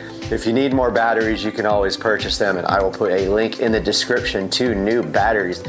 So let's take a look at the side. It just shows you the jigsaw again, the 20 volt, and it's XR. It is a brushless jigsaw. And on the back here, it shows you the specifications, the strokes, the keyless blade clamp, 4-position orbital action, and keyless bevel adjustment, and so on. And then it has something underneath the actual label here. probably something about the warranty, not sure, but let's take a look at the sides. Nothing extra there to look at, so let's get open the DCS 334B jigsaw from DeWalt. Hoping this is a high quality device, just like all the other DeWalt tools have been known to be. First, we've got our instruction manual here in a nice instruction manual condom, and they were nice enough to, for our $150, it looks like they were nice enough to give us a free blade. Sound the hype train. Free blade for $150 device there. They gave you a free jigsaw blade. I did order more jigsaw blades, so let's put that aside here and take a look inside the box. Okay, putting the box aside here, now we have our brushless DeWalt 20 volt XR jigsaw, which I think the XR line costs a little bit more than the regular line, but I'll have to do some research. Looks very high quality, feels very high quality, something that you will not break easily, and it is awesome, and I love it already. I don't know how to operate it yet. I haven't broken open the instruction manual yet, but there is a blade here, and I do not know how to put it in. So blade would face that way, and then I believe you just push it in here, but I don't know if you have to do anything to do that. Let's see. Okay, that's not for the blade. All right, I got to do some research on adding a blade because I really don't know how you do it. Yeah, I'll find out, and we will do that later.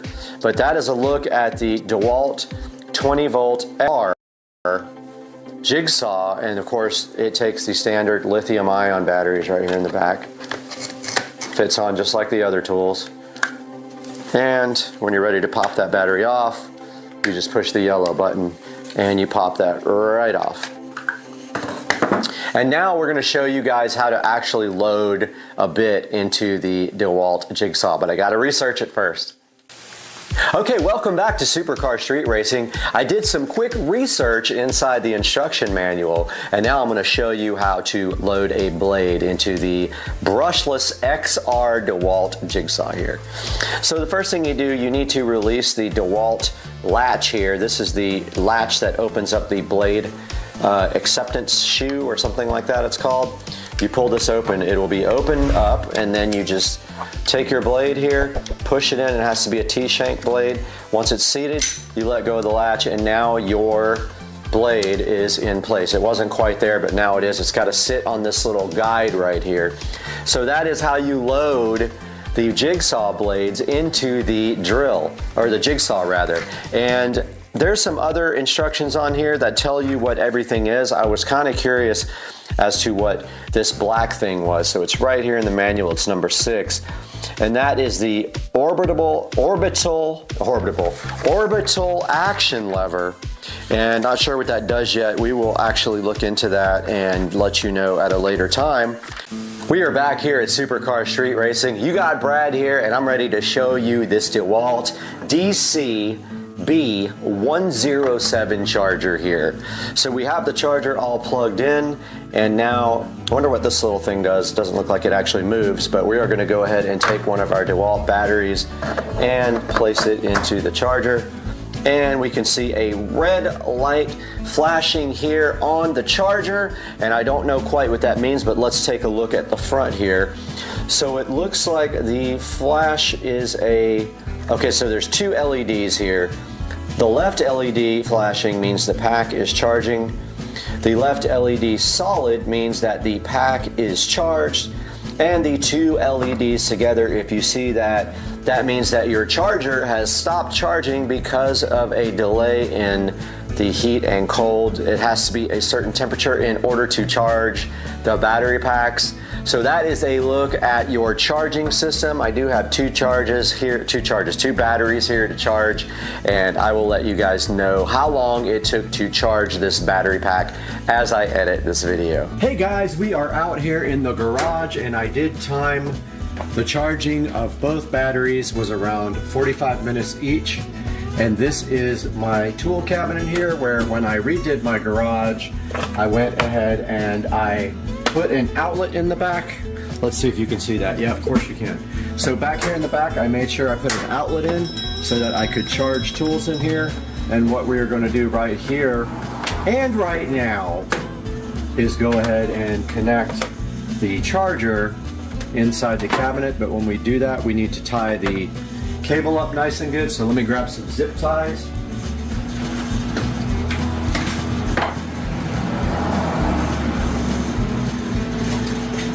Okay, I got my zip tie here. We only need about, I don't know, 6 inches of cable.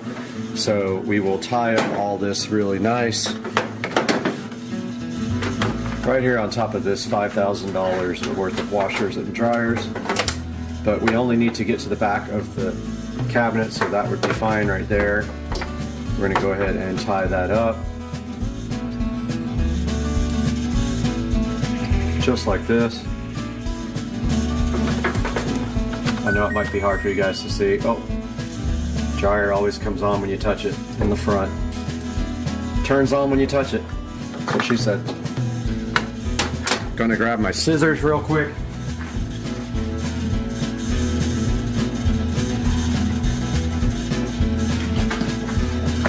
And go ahead and cut this little pigtail off. All right, now we're going to move our battery charger into the shelf and go ahead and plug it in the back, just like that.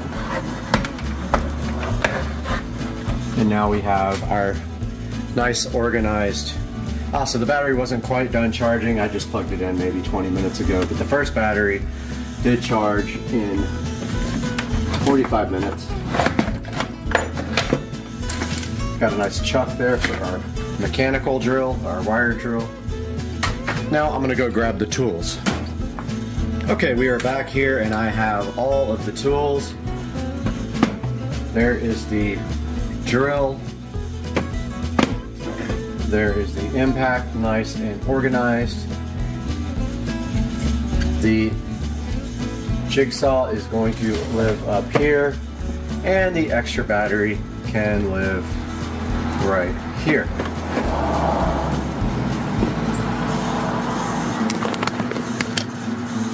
All my drilling accessories are over here. And here's my drill and my impact gun, my extra battery, my charger for the DeWalt's, and that is my little Walmart special Black & Decker lithium ion I've had for about 10 years. And then up here will live the jigsaw, and I may move some other tools up, power tools up here that I have, and get it all nice and organized, because I don't need to keep other miscellaneous wire and things like that up here. Yeah, so that's how this turned out. It's really nice. I love it. That is a look at the DeWalt 20-volt tool set. I got the full set of drill, impact, charger, and 2 batteries on Amazon. That link will be down in the description. I got the XR DeWalt jigsaw off of Amazon as well. That link will also be in the description. Guys, thank you so much for joining us, and we will see you next time on Supercar Street Racing.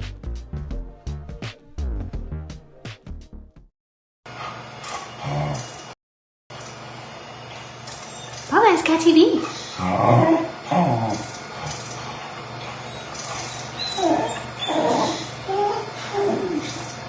Kiss Papa.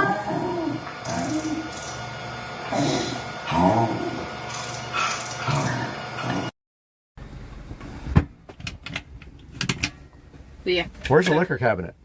All of it, all the way right there. around's open. This thing is awesome. Look at this full kitchen. Holy crap, dude. 2 TVs. They swivel. This is...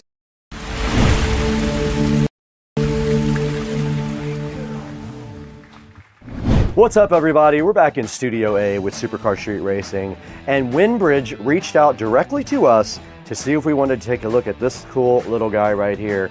This is the Windbridge M31 wireless mic sitting right here. And if you look inside of it, you can actually see 2 lavalier wireless mics here and then connectors for going to both an iPhone and an Android phone. Now, if you need clear voice, zero dropouts, and effortless setup, meet the M31 right here in front of me. This is a high quality compact microphone system designed for creators, teachers, presenters, and anyone who needs professional audio without the pro price tag. Let's take a look at this today on the channel. Let's get busy.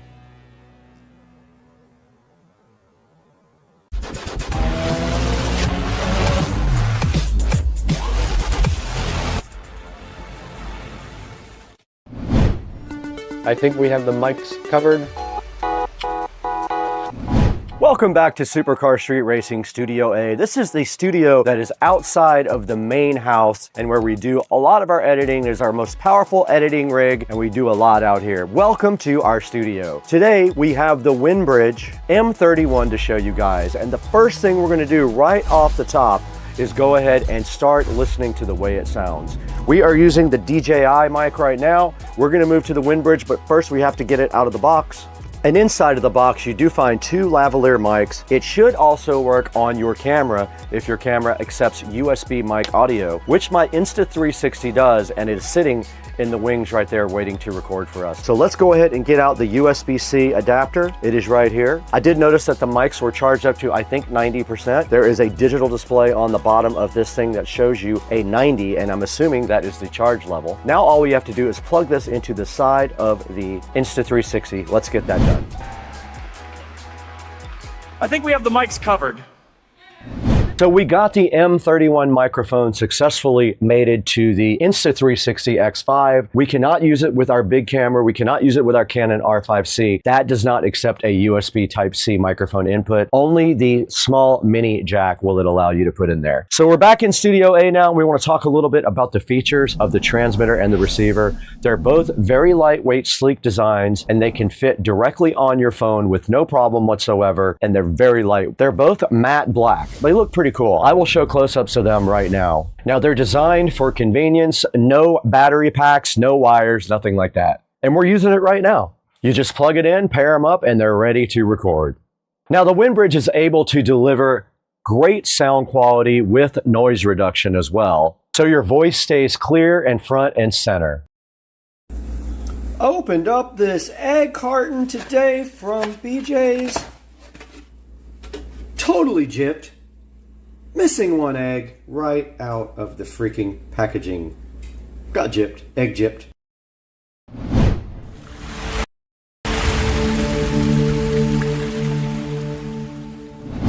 Guys, welcome back to Supercar Street Racing today. We're in the living room again because we've got an exciting project coming up. I love doing projects, and this is an important one because it's for out by the pool out there. This project is going to be amazing. Everything is sitting right here on the table. There's a very long story as to why this has to be done, and I'm going to tell you that right after this awesome open on Supercar Street Racing.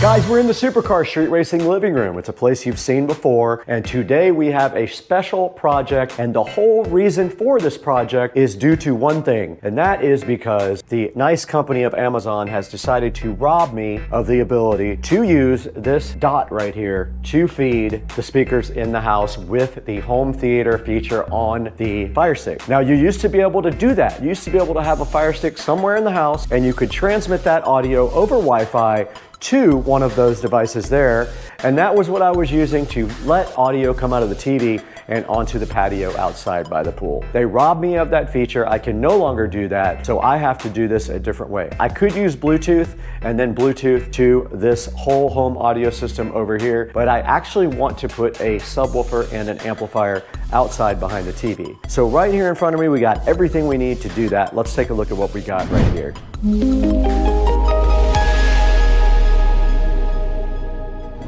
Directly in front of me, and also right here in front of me, is everything we need, minus one more of these cables, which is on the way right now on a truck. We have everything that we need to go ahead and get the outside audio system working again.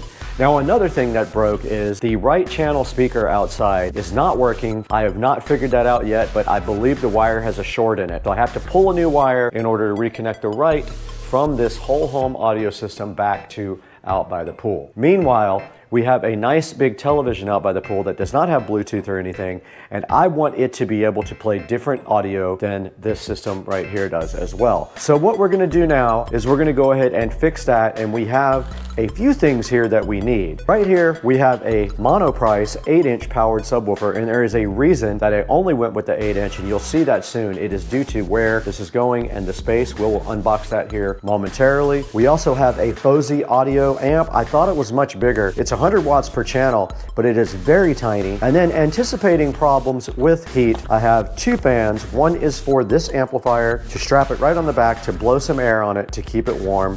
I said warm. To keep it cool. To keep it cool, this is going to go on the FOSI audio and also on the heatsink on the subwoofer. I know it gets very hot out there. At least it's under the patio, so it does get shade. This is going to feed audio from the television to the amplifier here, and then we have another one of these that comes out of the amplifier and goes to the subwoofer. It is another little guy right here, mini to RCA male. We have two of those. We have some insulated wire. Make sure when you do anything outside, you get insulated wire. It will literally fall apart if you don't do that because of the heat and the humidity in Florida. And then we have a shelving system here. This shelving system basically is going to hold the subwoofer up. We have these nice big shelves, and what we're going to be doing is using Tapcons into the stucco. So this is not going to go anywhere. It's going to be very, very good for this subwoofer right here. It'll be plenty. It'll go right against the wall like this, and the subwoofer will sit right on top, and this is going to be behind the television. If you don't want it to stick out so far, you go this way. Then what you do is you go underneath and you screw this to the subwoofer, and that will keep that sub on the wall with absolutely no problems. The other RCA to Mini is in the mail. It should be here any second. Let's get the rest of this stuff unboxed. I want to see this amplifier, and I want to see this powered sub.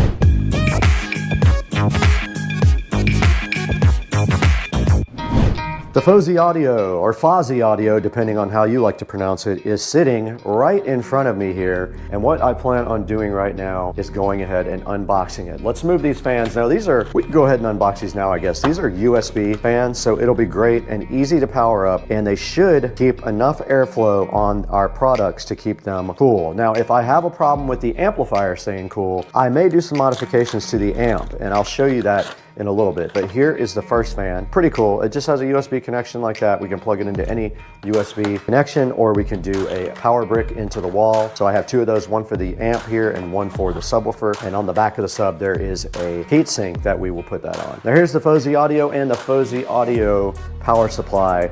So this is a 24 volt power supply at 4.5 amps. Here is the cool little FOSI audio amplifier. It uses integrated circuits. And on the back, the cool thing about this is it also does Bluetooth, by the way. But the cool thing about this is it has a subwoofer output or a preamp output. You can use this with a powered subwoofer. And the input is also mini. So that was the plan, to come out of the television's audio output jack. We go right into the input here on the FOSI. We come out of the output here to the subwoofer, and the output of the speakers is going to be going to my speakers outside. And then there's the Bluetooth antenna, and there is the power. And the good thing about this is the size, and we do have a bass and treble and one USB. This can play music from a USB stick, because we could use that for one of these fans. We could literally come from the front. We're gonna zip tie that fan on, and we could just power it just like that. Now this says 100 watts per channel, and it does support 2 ohms. So we have 4 speakers will be paralleled on this. Let's see if this has power. It does. Look at our fan, and that is outputting quite a bit of airflow. Right in front of me is the Monoprice 8-inch powered subwoofer sitting right here on the table for you guys. It's very light. First of all, I would say it probably weighs 25 pounds if I had to guess, which is great. It's compact. It breaks your table.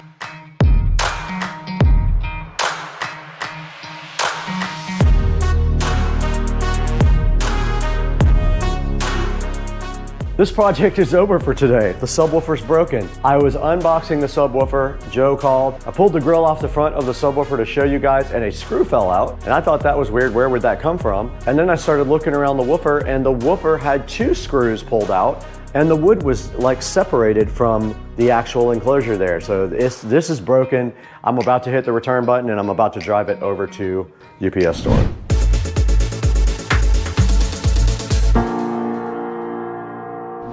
All right, that was a whole ordeal and a half trying to get my GoPro to work because it's a piece of crap every day.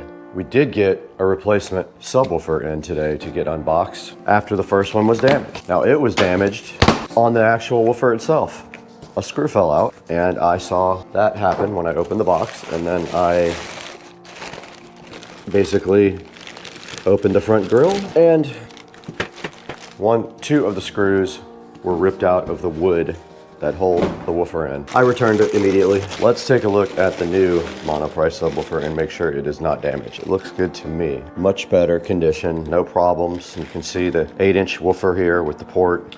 Then I'm gonna try something with this speaker that's not working outside. And I think there's a short somewhere between the middle of the attic and the outside.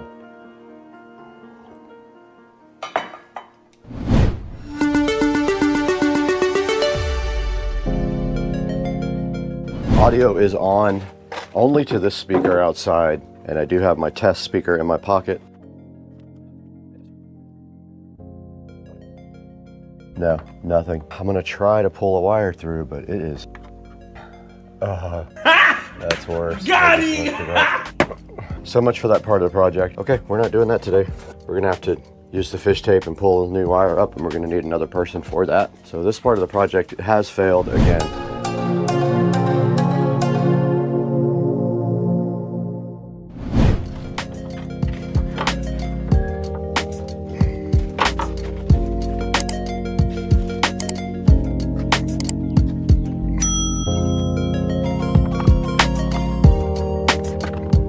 I am going to use a little bit of spray foam to keep this on. Just a little bit on each side, I think, is all I need here.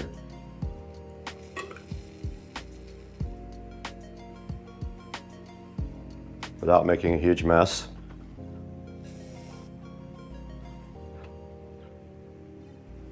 That should do it. It's a sacrificial can, but that should keep that from going anywhere. That should dry very quickly and allow us to have a nice cooling source on our sub. There's still room to plug in the cables, so we're good to go there. So that's just gonna sit there and dry now. Keep that fan tight on that subwoofer forever. It's going to, feet are basically 9.5 inches apart. So our measurements are going to be, we're gonna do 8.5 inches on the wall. So our brackets are gonna fall between these 2 feet.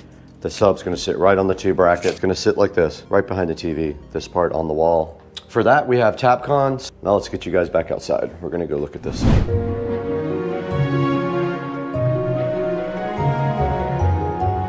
Here we are behind the TV outside, and as you can see, there's plenty of space up here for our amplifier and our subwoofer to sit right on top of that. What I'm gonna do literally is just go right above the power strip right there, and I'm gonna put the sub directly above that. You won't see it because of the television. Top of it will be 12 inches above this, so it'll just be that tall. I'll center it right in the center. Come down more. I have my Tapcon drill bit here.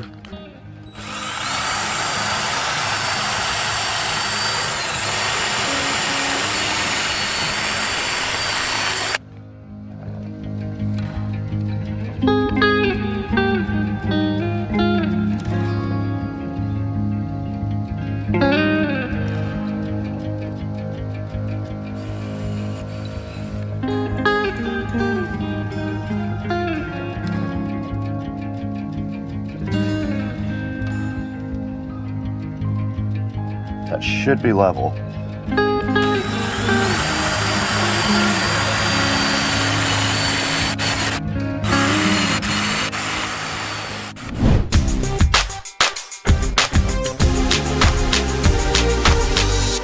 All right, so I'm actually going to do heat shrink on these. I've got my connectors. I need 2 more of these.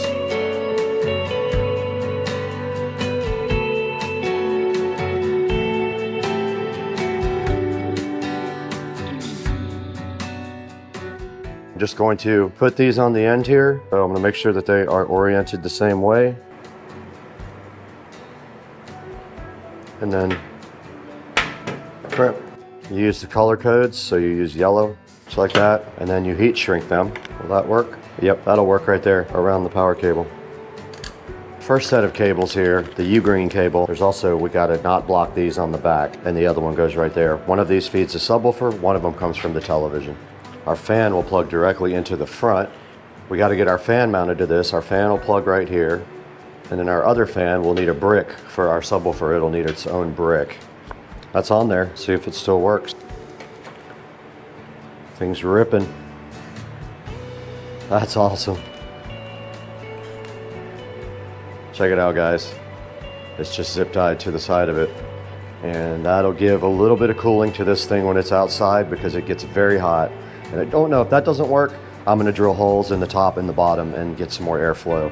But that's putting out some good air right there. Our sub looks dry enough to go back outside and mount it. What the? This one broken too?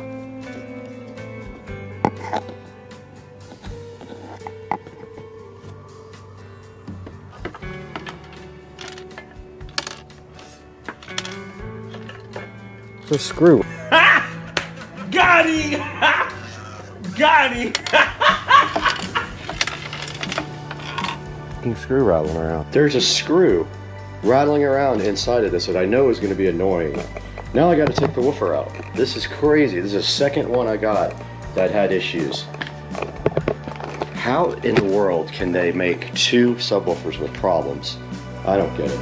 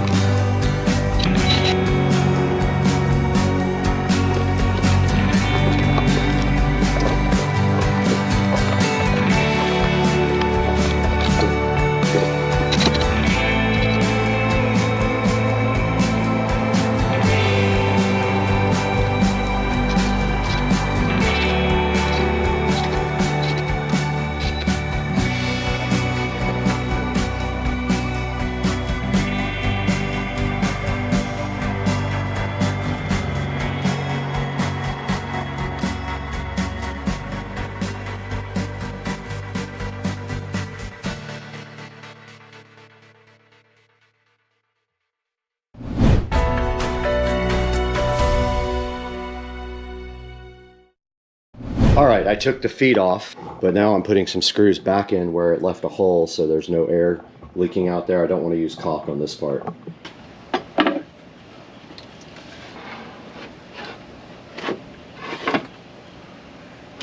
That's how it's gonna sit, just like that. And it's perfect. Not in the way of the TV at all. I can still get to the back of it if I need to adjust, if I just have to get on a little stool. Perfect, look at that, guys. This came out really good. Now I just gotta figure out mounting the amplifier. I'm gonna wipe down the back of this television. It's all dirty with pollen, but I think the amp can go right here somewhere. And then the wires can go up and up to the top, and they're gonna go up the soffit right there to that speaker. Get something to drink first though. I'm gonna mount it just like that, if you guys can see this. The TV can still move and articulate either way. If it needs to, it can articulate all the way this way to about right there, or all the way that way without this being in the way.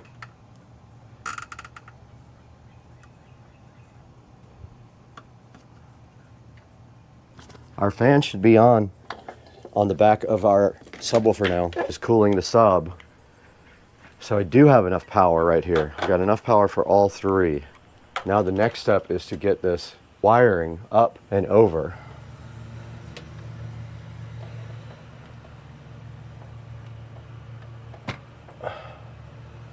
And so I'm putting this speaker wire in the soffit. There's a little lip on these soffits that this one can run behind the sub.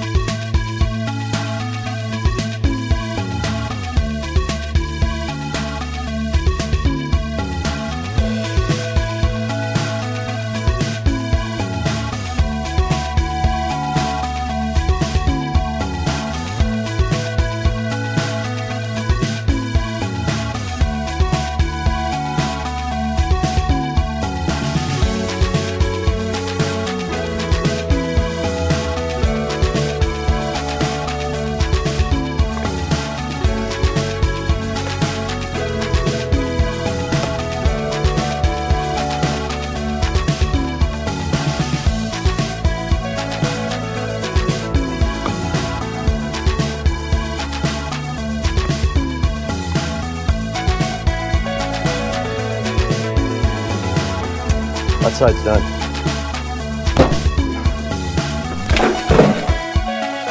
Got it! Well, I broke my... I'm an idiot. I literally threw the GoPro on top of the barbecue grill and broke the mount for the audio, but I did get this side done. I'm gonna go ahead and go up there and push that wire in the back. I didn't see that hanging down. This side is completely done. All we gotta do now is finish the wiring here underneath the television.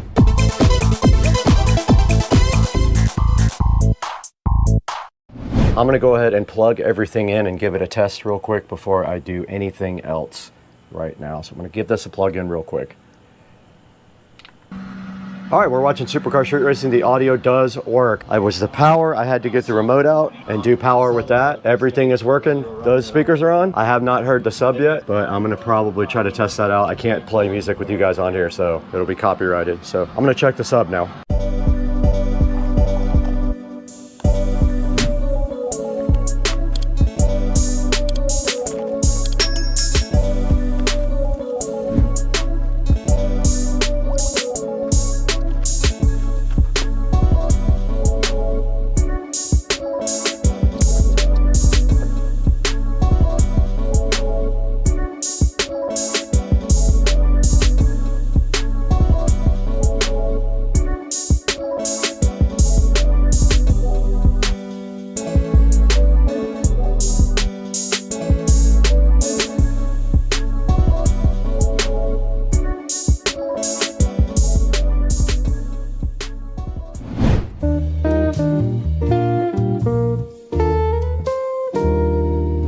Guys, we're in Studio B again. As you can see, Supercar Street Racing is playing on the TV right behind us right there.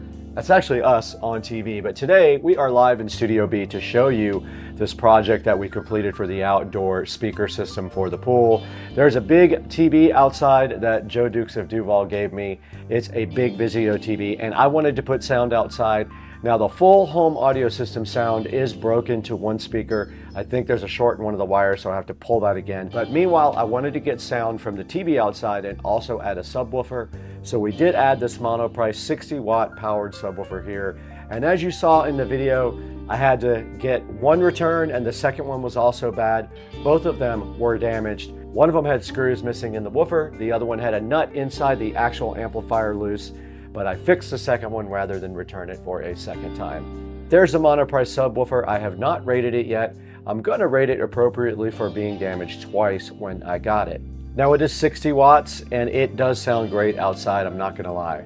We did put it right up behind the television on some L brackets that I'll show you here momentarily. Here's the 3.5 millimeter to RCA cables we use for input and output to the amplifier, one of them feeding from the TV and the preamp output going up to the powered subwoofer. Here's the Fozzy audio amplifier that we used, 100 watts per channel, Bluetooth. It does have preamp outputs, which is awesome. It uses integrated circuits for its output, not transistors. It does have a remote control with power and volume as well, and I love that. So far, so good with this amp. These are the metal wall brackets I used. Pretty simple. They are heavy duty.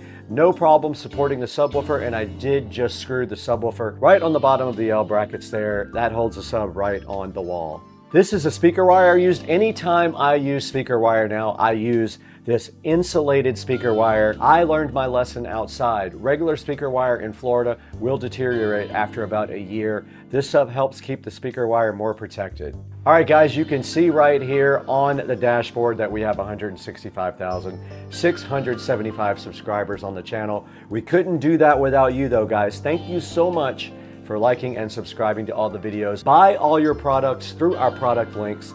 There will be links in the description for all of the stuff we used today on this project. I gotta get out of here though. I gotta go to Dukes of Duval's house. Of this guy, it's time to get this thing directly out of the box now and see what's inside. Let's do it.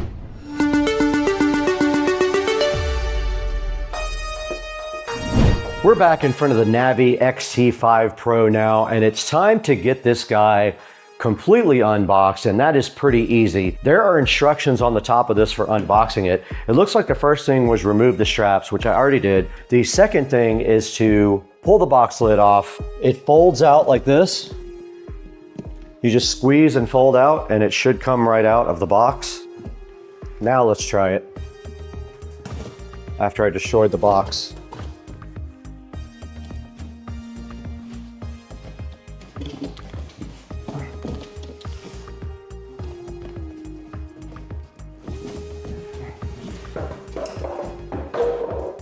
And just like the other Navi, you fold up the front fork and it does lock in place just like that. And then you have your handlebars here, which have to be assembled. Now it's not hard, it's only 4 screws. But this bad boy is definitely heavier than the other scooter. Okay, so you just kind of feed the wires down inside and these 2 red wires stay outside and your 4 screws to go ahead and assemble your scooter. You just use a supplied Allen wrench here, a little T-wrench to assemble your handlebars, and with just a little push, it should go directly in.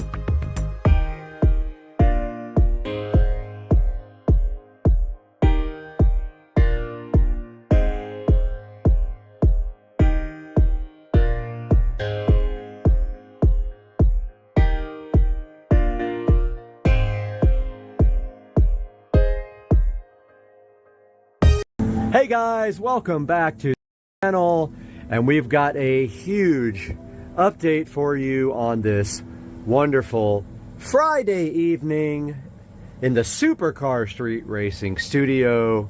That's right, you are looking at the 95% finished Supercar Street Racing amazing 4K production studio.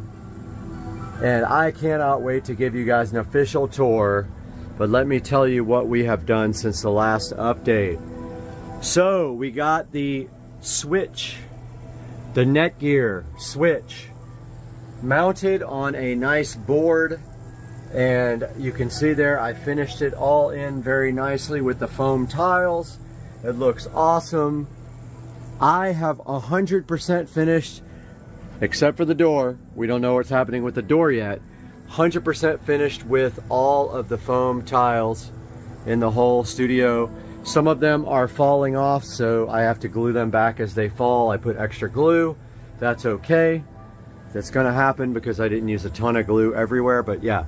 The other thing that's not done is the studio lighting. So this is lights for maybe studio stuff, like a lighting for me when I'm doing productions. There's one on both sides, permanently wired on. That is not done yet. Everything else almost is done except for table management. So I ended up buying this desk. It's very cool. It's actually a door that was made into a desk with IKEA legs. 90 inches long. It's actually perfect for what I'm doing here. It will fit all of the editing equipment plus my work stuff on this end. I'm going to shift everything down to the end and then move it right over into the corner. That's going to open up this whole space over here for whatever I want to do with it. It's going to leave this space open. There's the subwoofer. I did put the subwoofer connector over there in the corner, and that sub is too big for going in that little pocket right there. So I don't know if I'm going to move this couch that way or keep it that way, but either way, this can actually go under the table as long as it doesn't hit my feet. It's fine. We've got the editing rig down there hooked up to the 4K 50-inch TVs. Two displays there, two displays there, and of course when you move the mouse, you can move from one display over to the next display, and then down to this display and over to that display, where then you can open up a nice monitor session here for Supercar Street Racing. So that is all done. There is the Marantz NR1711, which is actually output from the PC is feeding it. So we're listening to Purple Planet, no copyright music, playing through the Marantz in... Oh, and another thing I finished the wiring 95% for the 7.2 surround sound. That goes down to the wall plate there. It all goes right there. And all I have to do now, right here, right now, tomorrow, because I'm burned out, is on the receiver end, I'm going to put banana plugs. So I'm going to shorten the wires once I get the table closer to the wall. You can see right now it's about 2 feet off the wall. When I get it closer to the wall, I'll shorten the cables, put banana plugs, clean that up, and then I've got tubing to run straight down because there's no wire management on this desk. What else did I get done? I got all the wall plates installed, all the foam tile done, all the speakers are on and running, and they have been set up with Odyssey, so they have been calibrated. That is probably not my final subwoofer. It might be, I'm not sure yet. I'm still looking for one. People think I'm a scammer on Facebook because I don't have a picture. Well, that's fine. I won't buy your stuff. Yeah, so we got Supercar Street Racing going on this monitor, some Visual Dawn up here, some 4K scapage, and that is going to wrap up this update until we do the full tour when I am finished. But guys, it's looking fabulous in the Supercar Street Racing studio. I hope you guys love it, and we will see you tomorrow with another update. Hey guys, Brad here, Supercar Street Racing, with another video. Looks like we got our Anchor Cosmos Max 4K projector here. We're gonna do a little unboxing, setup, reaction, crying, sadness, all that stuff. So let's get this thing unboxed. Hopefully I don't get, well, I can't get demonetized because I don't make money on my videos anyway, so who cares about the music? Alright, so this is a refurb. The projector was actually on sale for $200 off, but even with that it was $1,500, so I elected for the refurb. Here it is, right out of the box, has not been touched yet. Let's give it a little look-see. See, it says Android TV, does use Android TV, don't care, because I am going to be using my 4K Fire Stick.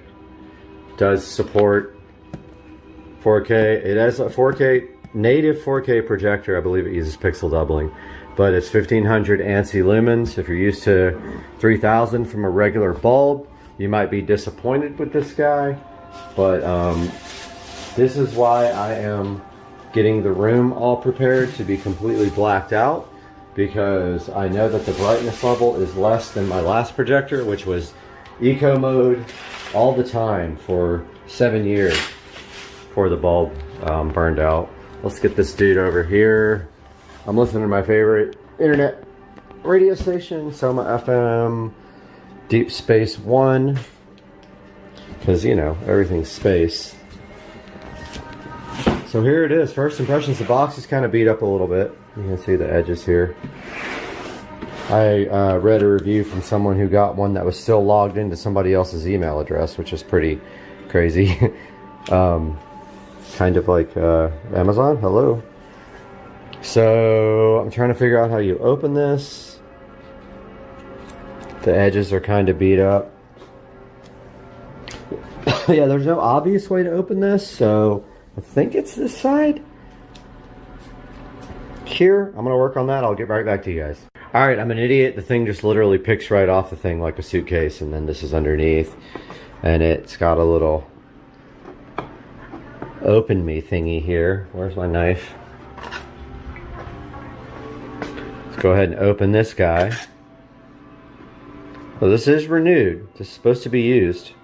Somebody else has owned this before and returned it. All right, let's see if I got that. Looks like I got that out.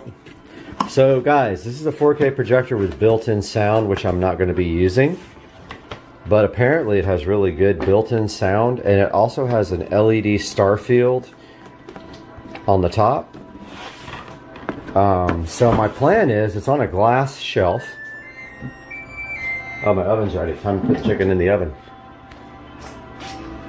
You guys can hang out with that too while I do this. So here's my chicken thighs for dinner. And let's set our timer up here. 45.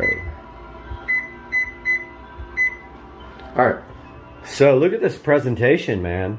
It's like this nice, almost like a suitcase, and you open it up and, oh, there it is. No, but like, so this has a star field on it when you power it up. So got a little condom on there to make sure you don't mess it up. First impression, size is smaller than I thought. It's actually smaller, probably about the same size as my Epson, but it's way thicker. Yeah, oh, it's got the thickness, look at that, because probably the speakers. So yeah, so this will sit upside down like this and project inverted on my glass shelf, which I'm gonna go tighten that shelf up right now, put this up there, get it powered up, and see if we have issues with the height. But apparently this has an automatic keystone, so you don't need to like tilt it to fit the screen. It should be able to adjust quite a bit for up and down. Let's check that out now. Alright guys, also wanted to show you what was underneath here. Got this little instruction manual, kick-ass remote, batteries, power brick, and power cord right there. Let's get this thing set up. Got the projector set up. First thing was my moon men were casting a shadow. Here it is. You can see upside down. The little star field there is kind of cool. It actually needs to come up just a little bit. I'm not sure how to do that. It could work like that, but it probably should come up like a few inches. And I don't know if I have to manually do that or what. I'm gonna look around, but I just downloaded the update. After powering it on, it automatically focused, it automatically keystoned. So cool, such a cool projector. Let's see, so let's restart this guy. So this is with ambient light, so this is all going to be knocked down to almost nothing once I get the blinds and the curtains in. So this is Android TV, so it looks just like an Android. Put you guys on hold while it updates. Restarted the projector after the update. It is installing. I love this dark room. Can't wait to get these curtains replaced. I went ahead and took them down because they were ugly. I'm gonna get some regular non-reflective looking ones that are just like straight up black for this guy. And for that door is getting a set of curtains, 2 on each side of the door. This is installing. I'll update you guys when it's done. Projector is rebooting, so you can see here ambient light from that window, and it's still pretty damn bright. Now I do see what other people saw. There is a little frame that runs outside of the actual frame. That is actually light, I think, from the projector. The projector is up there on the shelf, chilling. And I am about to try to play some content and see what it sounds like. I'll be back with you guys. Alright, first thing is the keystone correction auto does not work well for me, so I put it on manual and then I adjusted it. But the whole thing needs to come up, I don't know, just a tiny bit. So, I mean, you can't see the star field through this glass, so I think I'm going to swap the projector over so that it's face up and then maybe raise it a little bit. I think it has feet. I'm gonna have to check it out. So I couldn't figure out how to raise the whole image up on the projector. I'm not sure. You're supposed to be able to like raise the whole image, but keystone correction's maxed out to the top. So what I'm gonna do is I'm gonna put a couple of little like feet underneath the front to raise it up maybe 1/4 of an inch so that it lines up a little bit better with, oh, what do we got here? Mailman. Lines up a little bit better towards the top of my screen here. But my shelf is perfect. Like, it didn't work out great for my last projector, but it's going to be absolutely amazing for this one. I just put the, I just painted the rest of this area. I'm kind of thinking about painting the HDMI cable. I haven't tested it yet though, so I think I'm going to probably just go ahead and paint it and get it over with so it's not white and standing out like that. I do have black paint. Maybe I'll just do black. Yeah, that's what I'm gonna do. I'm gonna grab some black paint, paint the HDMI cable. Peace out. Be right back. All right, got the projector all finally in its final resting place. Unfortunately, the glass is not It's particularly see-through, so you can still not see the stars, and I missed some spots on the paint, which you can't see because it's so dark, but all I can say is wow. This projector is amazing. Like, I am above and beyond, even during the day with the window open. This thing looks so good. I'm still working on the adjustment. Look, like I need to zoom it down a little bit. So let's go to projector settings, zoom, see how it's off the screen.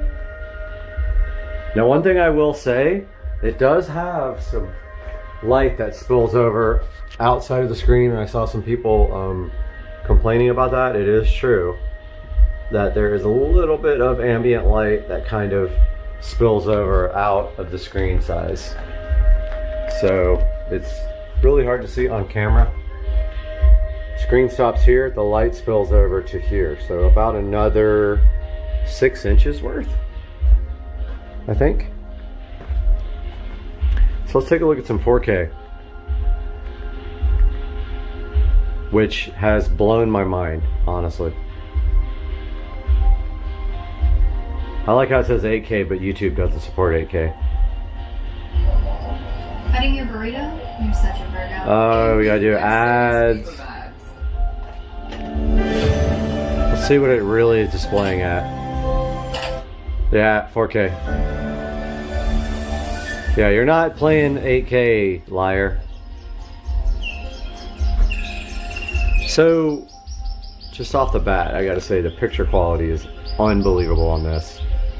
I've never owned an 8K, or sorry, a 4K projector. I've owned a 4K television, but oh my god, this is absolute insanity. It is just like a window. And there is the Anchor projector sitting on the little glass shelf. I need to paint the wire black, but I got all my pictures set back up here. I got to move the recliners back in place, hook up the surround sound, move the receiver in here, which I'm going to update you guys when I do that. And so as you can see, this is amazing.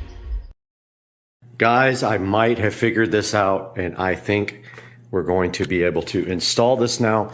It was a process, but I am about to try it.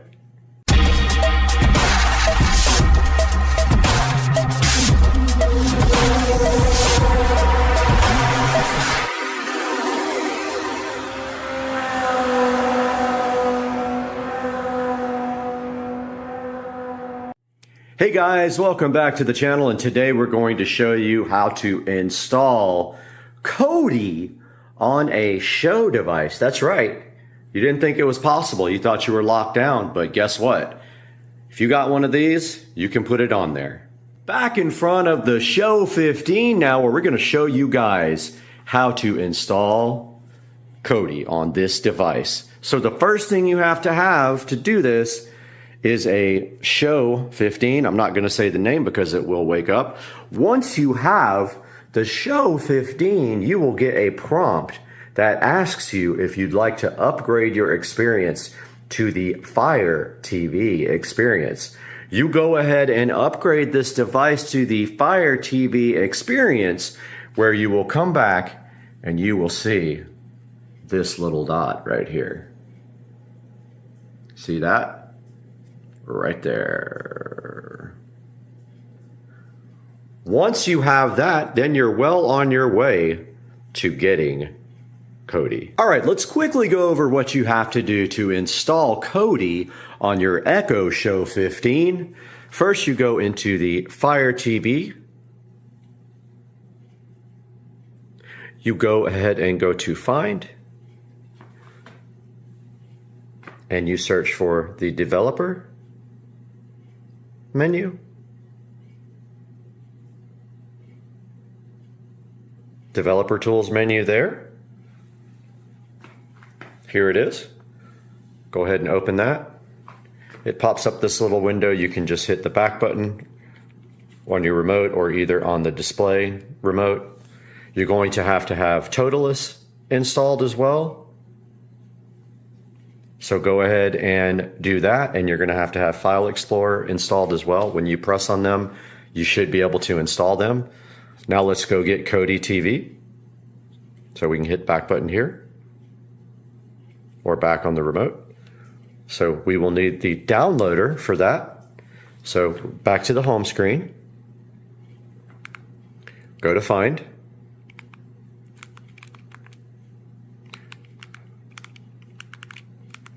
Try that again. Find, search for downloader. There it is there. Go ahead and install downloader.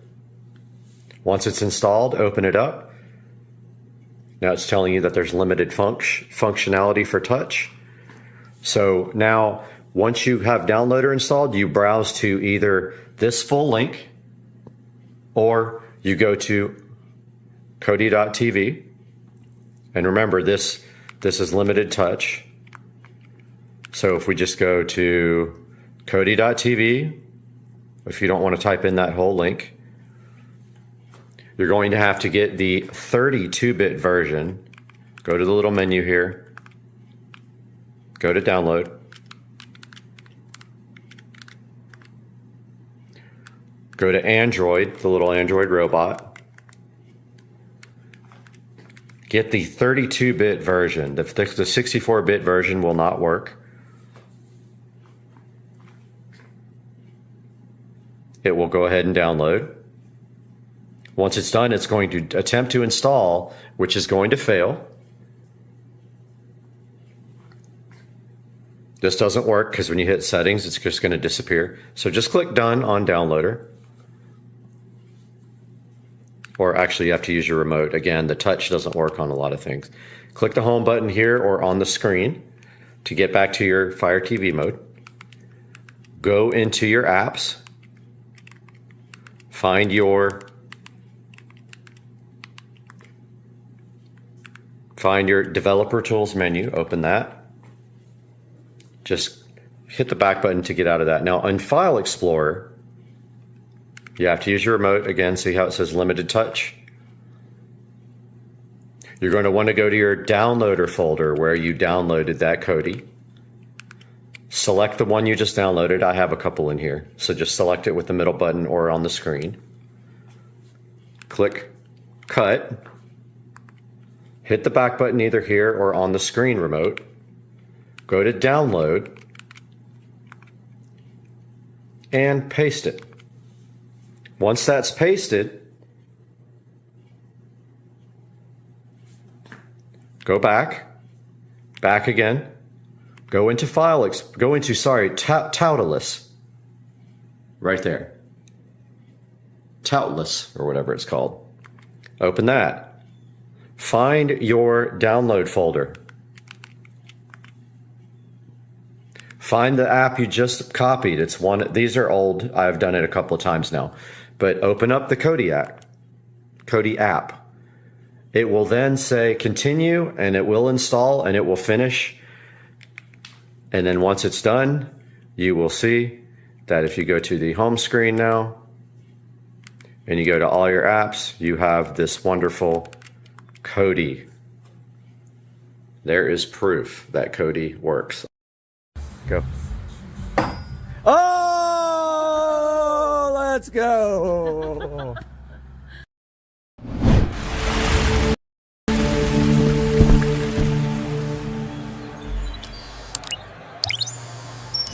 Ladies and gentlemen, directly in front of me here, eWin reached out to see if I would be interested in checking out their ergonomic gaming chair. Now this thing is supposed to be awesome. I'm really hyped to get this in my office and replace my regular chair. So today we're going to be taking a look at this eWin ergonomic gaming chair. This thing looks pretty cool, man. Look at the box. It's very heavy. I feel like it's going to be a high quality product.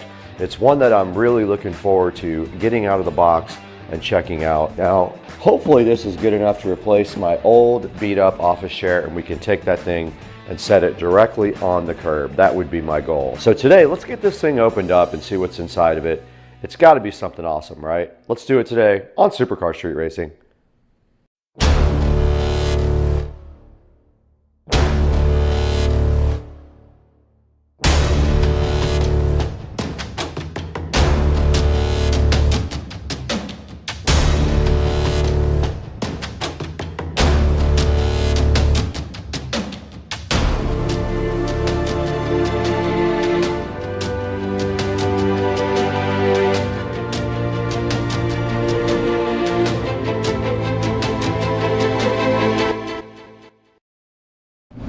Now,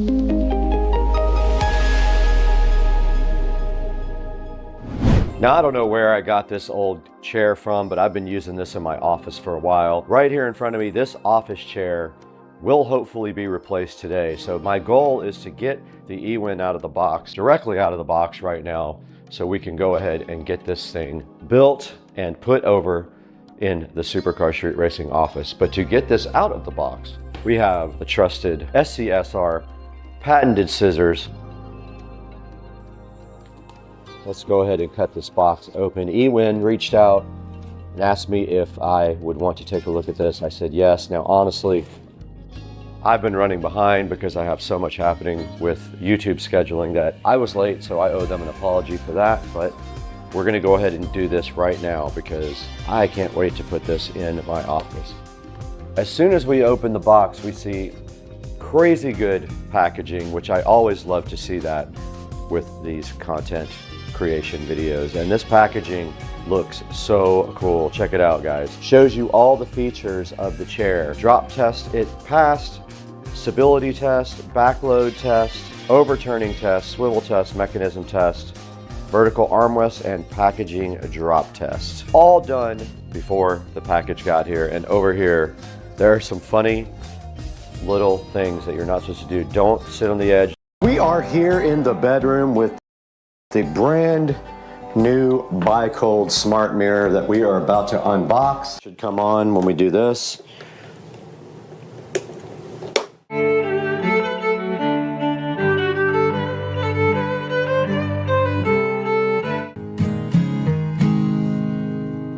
And we just have to put a hole right here. All right, this is the new puck light to replace the one that is there.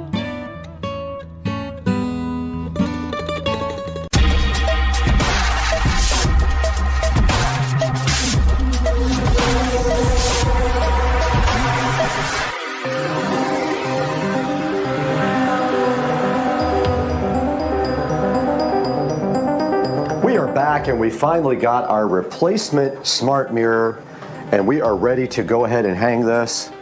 So what we're going to do right here and right now is bring this mirror in here and hopefully not drop it because the other one was broken. And I have set a towel on here for this. Yes, this is a two-person job handling with one person, which is not good. And then the last thing we'll do is the peel sat. Oh, yep, don't do that. Thought I broke it again. So this thing is pretty much ready to go. We have to run the wires through the wall. Just like that.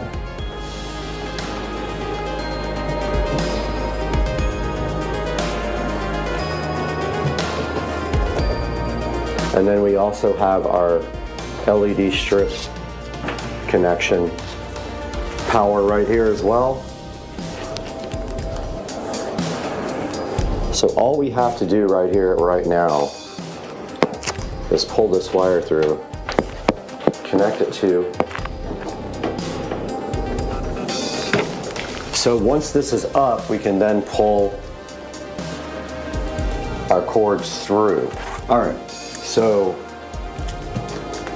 this is the hard part. It's kind of heavy. Yeah. We need all this stuff off of here.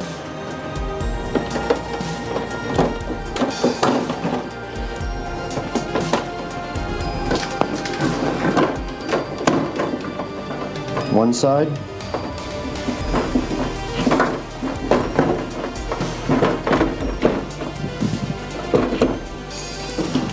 Is it off?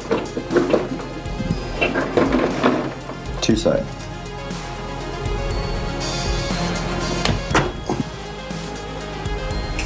Now, if the mirror is not level, we can maybe fiddle with it a little bit, but that mirror is hung.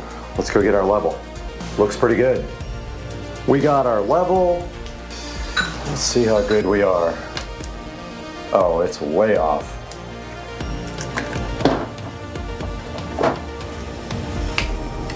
How is it so off? Does not make sense, but this side needs to come up, or this side needs to come down. I loosened the screw a little bit more. It's still off. I'm gonna put some stuff on this tape, on this screw, to try to get this to come up, because it's off, and I don't know how it's that far off, but it's like 1/4 of an inch off.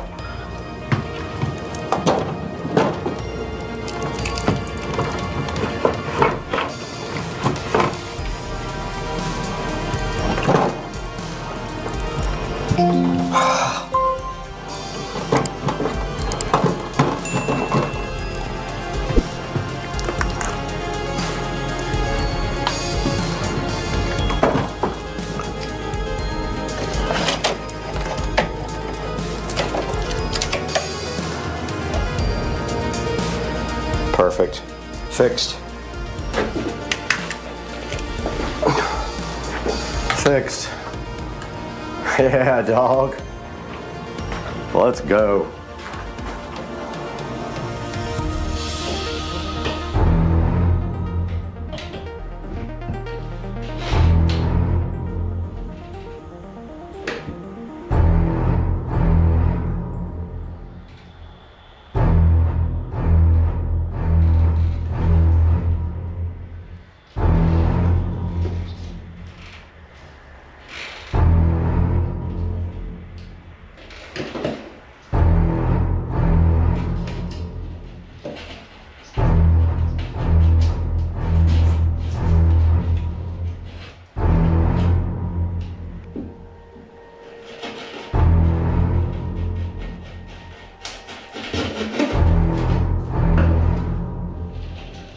Alright guys, we are here in the bathroom, and the footage of this speaker install got lost, but after you saw me come through the ceiling with those, I put the templates up there and cut the holes. We already had wire from this bedroom for the speakers that are now used for the home theater, so we had to use those for this because we're out of spaces on the Supercar Street Racing switcher right here for audio. But as you can see, we have YouTube no copyright audio playing on these brand new speakers. There will be a link in the description to these so you can pick some up for yourself. But yeah, it came out really good. Sounds awesome in here now. Never had audio in this bathroom before, but I have it in the other bathroom. So I went ahead and added it in here. And these are pretty nice speakers. They're about 50 bucks each, and they're 8-inch. So they have like a tweeter and a woofer inside of them. But yeah, came out really good, really clean looking. Just have to touch up one little space right there where I made a mistake. All right, we're in the middle of the peel set. Actually, it's really hard to peel. They make you work for the sat.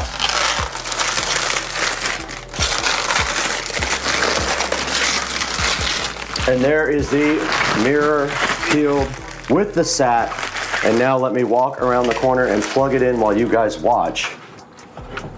Gotta be smarter than the plug, I guess. It is plugged in. And I'm pulling all the slack on the power.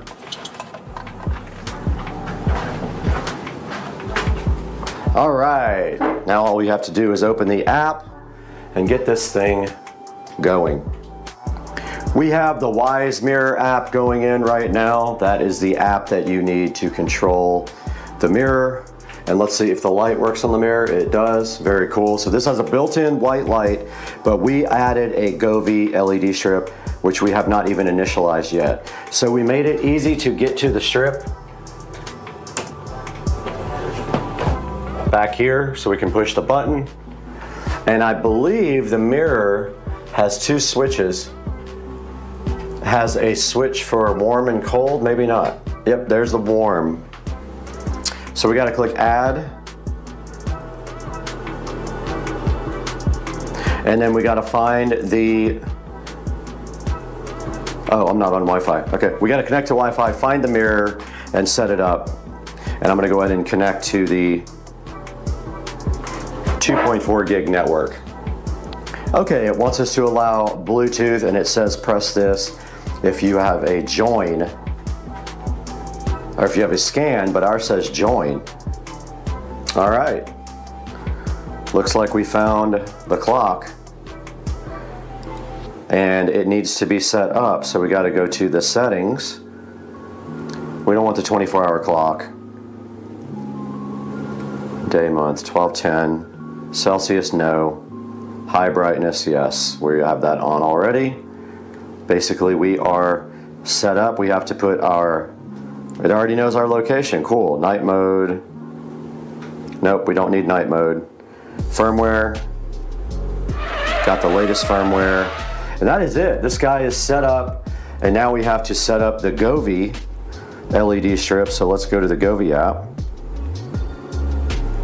And we're going to go back out and hit the plus button. And it did find it. And I'm clicking add. It wants me to hit the button in the back. So that's why I put it where I could get to it. I'm connecting the LED smart strip to Wi-Fi as we speak. Our mirror is connected to Wi-Fi and now it is connecting via Bluetooth. And I don't think it needs a firmware update. Oh, there it is. It is going to update the firmware. We're going to go ahead and let it do that now. All right, guys, we have the RGB IC LEDs from Govee paired to the app, and it is doing its thing now. And you can see we have a scene set up, and then when we want white light, all we have to do is push that, and we can get white light. Now, the next thing we have to do is hang our towel rack, and it is going to go right about here. We got to get some drywall inserts, and we're going to hang that guy right up there. But yeah. The mirror looks awesome. We got the smart going here with the temperature and the time and the weather. And this project looks crazy good. We need to go ahead and get our towel rack mounted as a final step here. I do not like how high the mirror is, I'll be honest. I think I mounted it way too high, but I'm gonna leave it like that just for effect. I do like the way the lights flow down there. But the towel rack is going to sit right here somewhere. So I'm just going to put the thing in the wall, you know, somewhere right there. And I do have one of these things that you kind of hammer in and then you turn with a drill. So I'm going to grab the hammer real quick. Maybe I can just screw it in like this.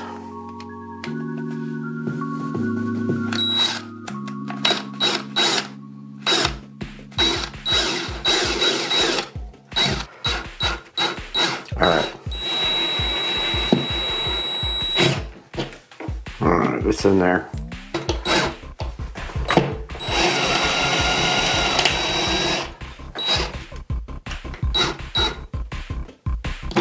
This part you need the level. I'm gonna go grab the level real quick.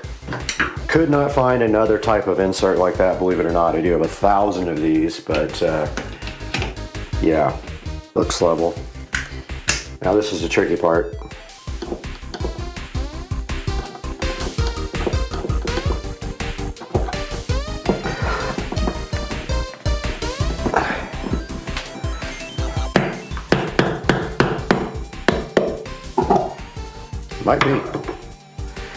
Might be too big.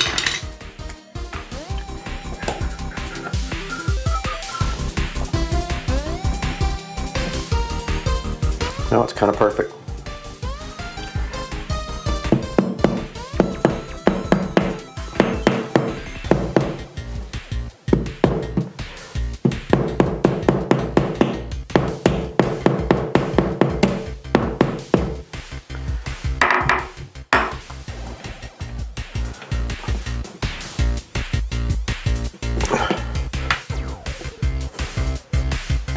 All right, number 2 going in, hopefully.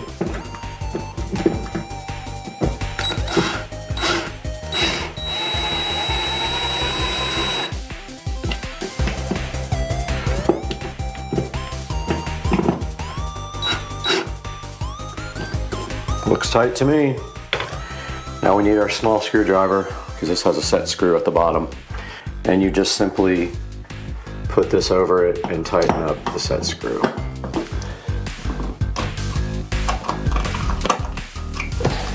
These things tend to come loose, which I hate. And we got our towel right here ready to go, all fresh and washed. So it will be just like this.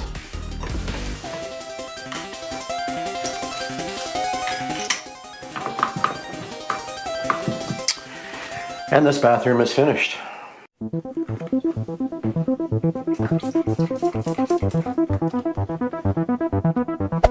Hey there. Subscribe to my channel. And also press this bell icon.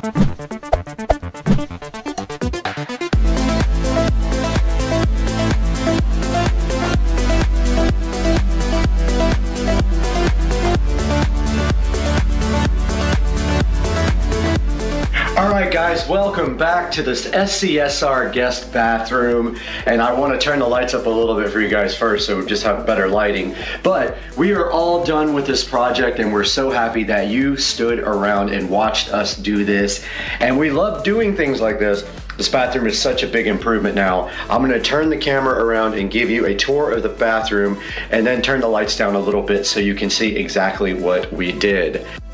Alright guys, we are in the SCSR guest bathroom that is finished, and let's move from this side to this side. The only thing that we're really going to do after this point is replace this switch with a smart switch. That way when we hit the button it comes on at a certain dim level instead of the slider. But if we dim the lights down here, we can still show you what we have done here. Now, from here to here, what we did was we tapped into the power, and we did get power for our Echo Show 5, and we wall mounted our Echo Show 5 right there. It was just sitting on the shelf.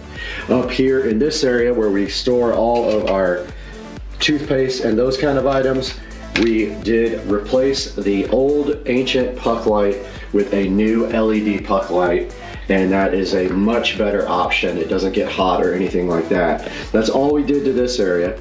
And then moving this way, we have the Bi-Cold smart mirror here, as you can see. Now it might be flickering, but that's just the frame rate of the camera.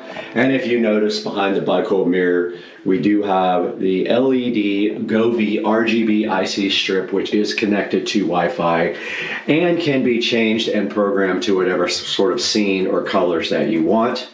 And then moving up here, we have the LED light, and I will get the name and the link in the description of the video if you guys like that as well. And basically it is a dimmable warm white LED light, and if we go all the way down, then you guys can see the RGB LED GoV backlit doing its best to look beautiful. Now if you want the built-in light, remember this mirror does not come like this with RGB, this is my creation. If you want the built-in light, you press this button and then you do get a white outline, and you can control the GoV LED strip from the Show 5 right here. So let's turn that light back off and turn this back on and step back with the lights on. Now we did also paint the entire bathroom when we did this, so that was a little bit of an effort that I didn't know I had to do. So moving around here, you can see our new paint color is a pretty cool color. I did enjoy looking at this color after I got it on the wall. Now moving up to the top, we have our 8-inch in-ceiling speakers as well, and I do need to touch up the ceiling just a bit right there. The ceiling, if you even touch it, it goes scuffed, and the paint did come off when I pulled the tape off the ceiling, but I have touch-up paint for that. So that completes it. We have the in-ceiling speakers, which are part of the whole home audio, rounding off the bathroom here, and I hope you guys like this series. I like doing it. We're gonna do more stuff like this. I mean, I like doing this all over the house. So stay tuned. Thanks for liking and subscribing, and we'll see you guys on the next one. It looks crazy out here, dude. The camera does not do it justice at all. But this is post-hurricane Florida life.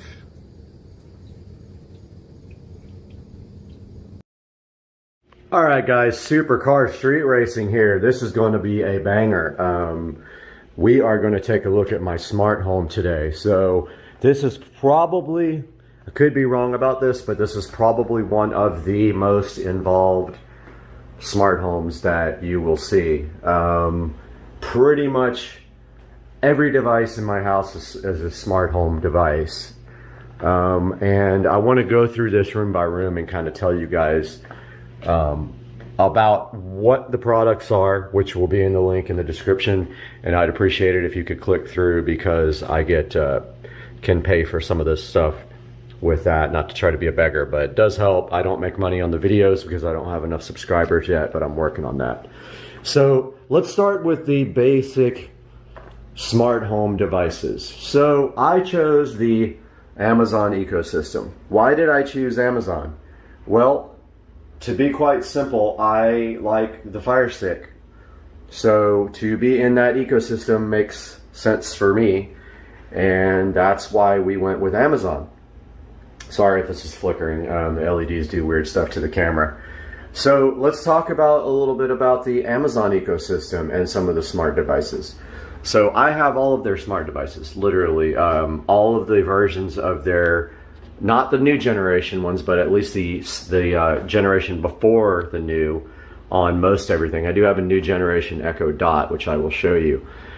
This is a generation before the new one, Echo Show 10. Now, this is located in my kitchen. It's not ideal. I do like my devices kind of mounted, flush mounted and things like that, but this one, it's really hard to get it flush mounted just because of the depth. So as you can see here, it is quite deep. Let's go like this. Now, what I was able to do in this case though, was I was really lucky. I was able to get the wire in between the shelf.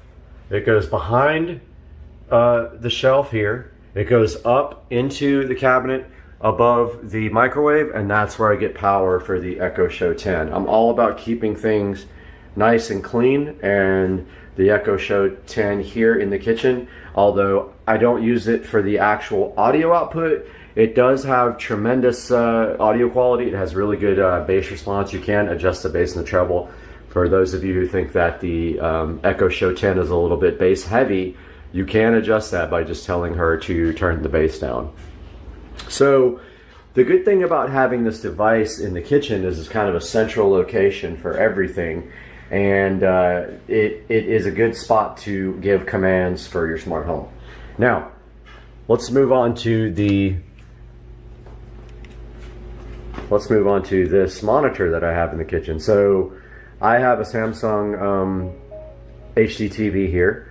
This has a Fire Stick 4K, and if you look here, so this can also do anything that Alexa can do because you have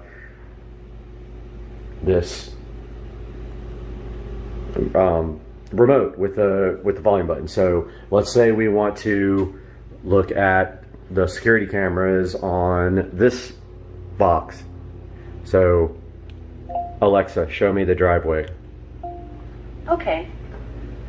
So hopefully Alexa will now do her thing. So it is calling up the driveway now. So there we have it. So now a little bit of explaining to do. So these are Wyze cams, W-Y-Z-E. They will be in the description. There's going to be plenty of affiliate links there for you guys to click through.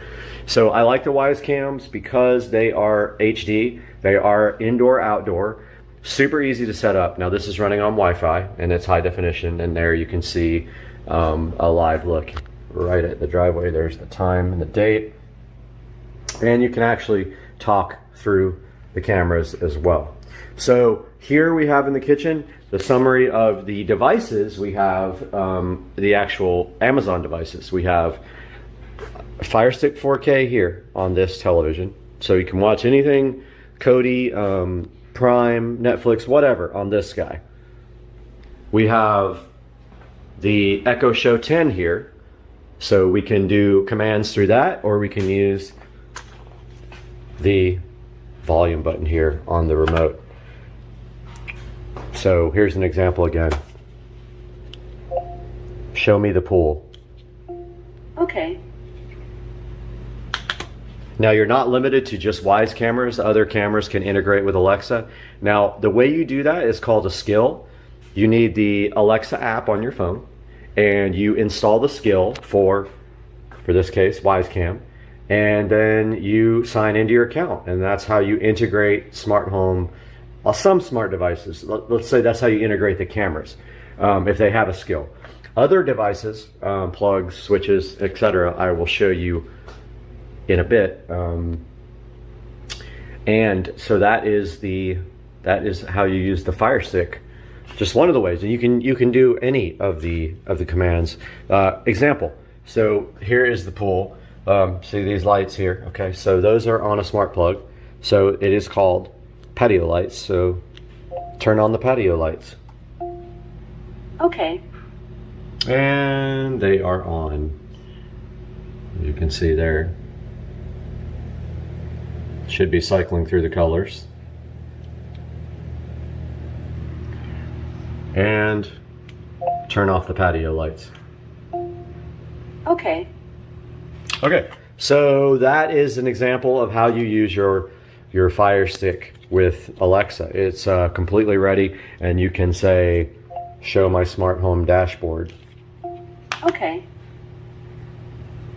Let's see if that actually works. Pretty cool, dude. Pretty cool. And you got your smart home, your lights, plugs, switches, cameras. These ones, I guess if I go ahead and call them up once, they'll show thumbnails there. Now let's take a look at some of the other smart home devices in this room. This room is full of smart home stuff. This is the kitchen. So these under cabinet LEDs. Now there's two ways you can go with this. You can go with native smart LEDs that have smart Wi-Fi built in, or Bluetooth. Well, actually it has to be Wi-Fi. Some of them have both. Or you can have your lights on a plug, and that plug can be controlled. So, however, on a plug you cannot dim them. So these are actually on plugs, and so those are on smart plugs that are various places. One place being up here in the above the microwave. So I have one plug here for these under cabinet LEDs, and one plug over here for these under cabinet LEDs, and they are not dimmable with that. They can be turned off and on with that. However, they are dimmable with the native remote here for the under cabinet lights. So I don't usually switch them off and on, but I do have the capability in case I'm out of town and I want there to be light or not light in the room. So that's on two smart plugs. Now let's talk a little bit about smart plugs. So you can see that smart plug right there. That's a generic smart plug. Those smart plugs use a generic app, which I will show you guys. I will take a screenshot of. And it's Smart Life. So that controls a lot of different generic smart devices. You can get an Amazon plug that will interface directly with Alexa, and you don't need to run Smart Life. However, it is more expensive. You can get these plugs very cheaply, and I will put a link to the smart plugs in the description. Okay, so we got the smart plugs on the under cabinet LED lights, and please don't pay attention to this. We don't promote flavored water on this channel. Okay, now let's take a look at a smart switch. There's a bunch of different kinds. I have experimented with some. I wanted to try all different kinds.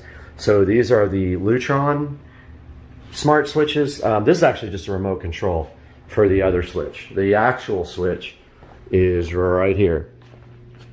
So the pros, there's not many. I thought this might be better for flickering. It actually wasn't any better, and this also needs a hub. The hub is located by my cable modem and my switch down there. So this is a smart switch, so it is kitchen lights. Alexa, turn off the kitchen lights. Okay. Alexa, turn on the kitchen lights. Okay. Alexa, set the kitchen lights to 20%. Okay. Okay, so that is a Lutron. I think it's called a Casita. I will link that in the description. So that is the actual switch. There, that's the actual switch. This guy over here, since it was a three-way switch, this is just a remote. You can purchase like the remote separately. So really it acts like a three-way switch. So we have that. Now, we'll get to the living room when we get to the living room, but it actually is running the same set of light. Now, there's another reason why I use this one, and I will get to that in a bit. But yeah, so the kitchen is on Lutron Casita, I believe is the brand, the type switch. Now, this guy here is not on a smart switch. Just a regular old dimmer because it's just above the table. Now, I'm going to eventually switch that out because almost everything here is on smart devices. All right, what else do we have in the kitchen? Well, believe it or not, we have the LG appliances are smart devices. You can see right there. Now, there's an issue with the LG skill. I have never been able to get the skill to work. So, I don't know. Actually, this guy, oh, yep, see, it is on Wi-Fi. Okay, so this works with an app called ThinQ.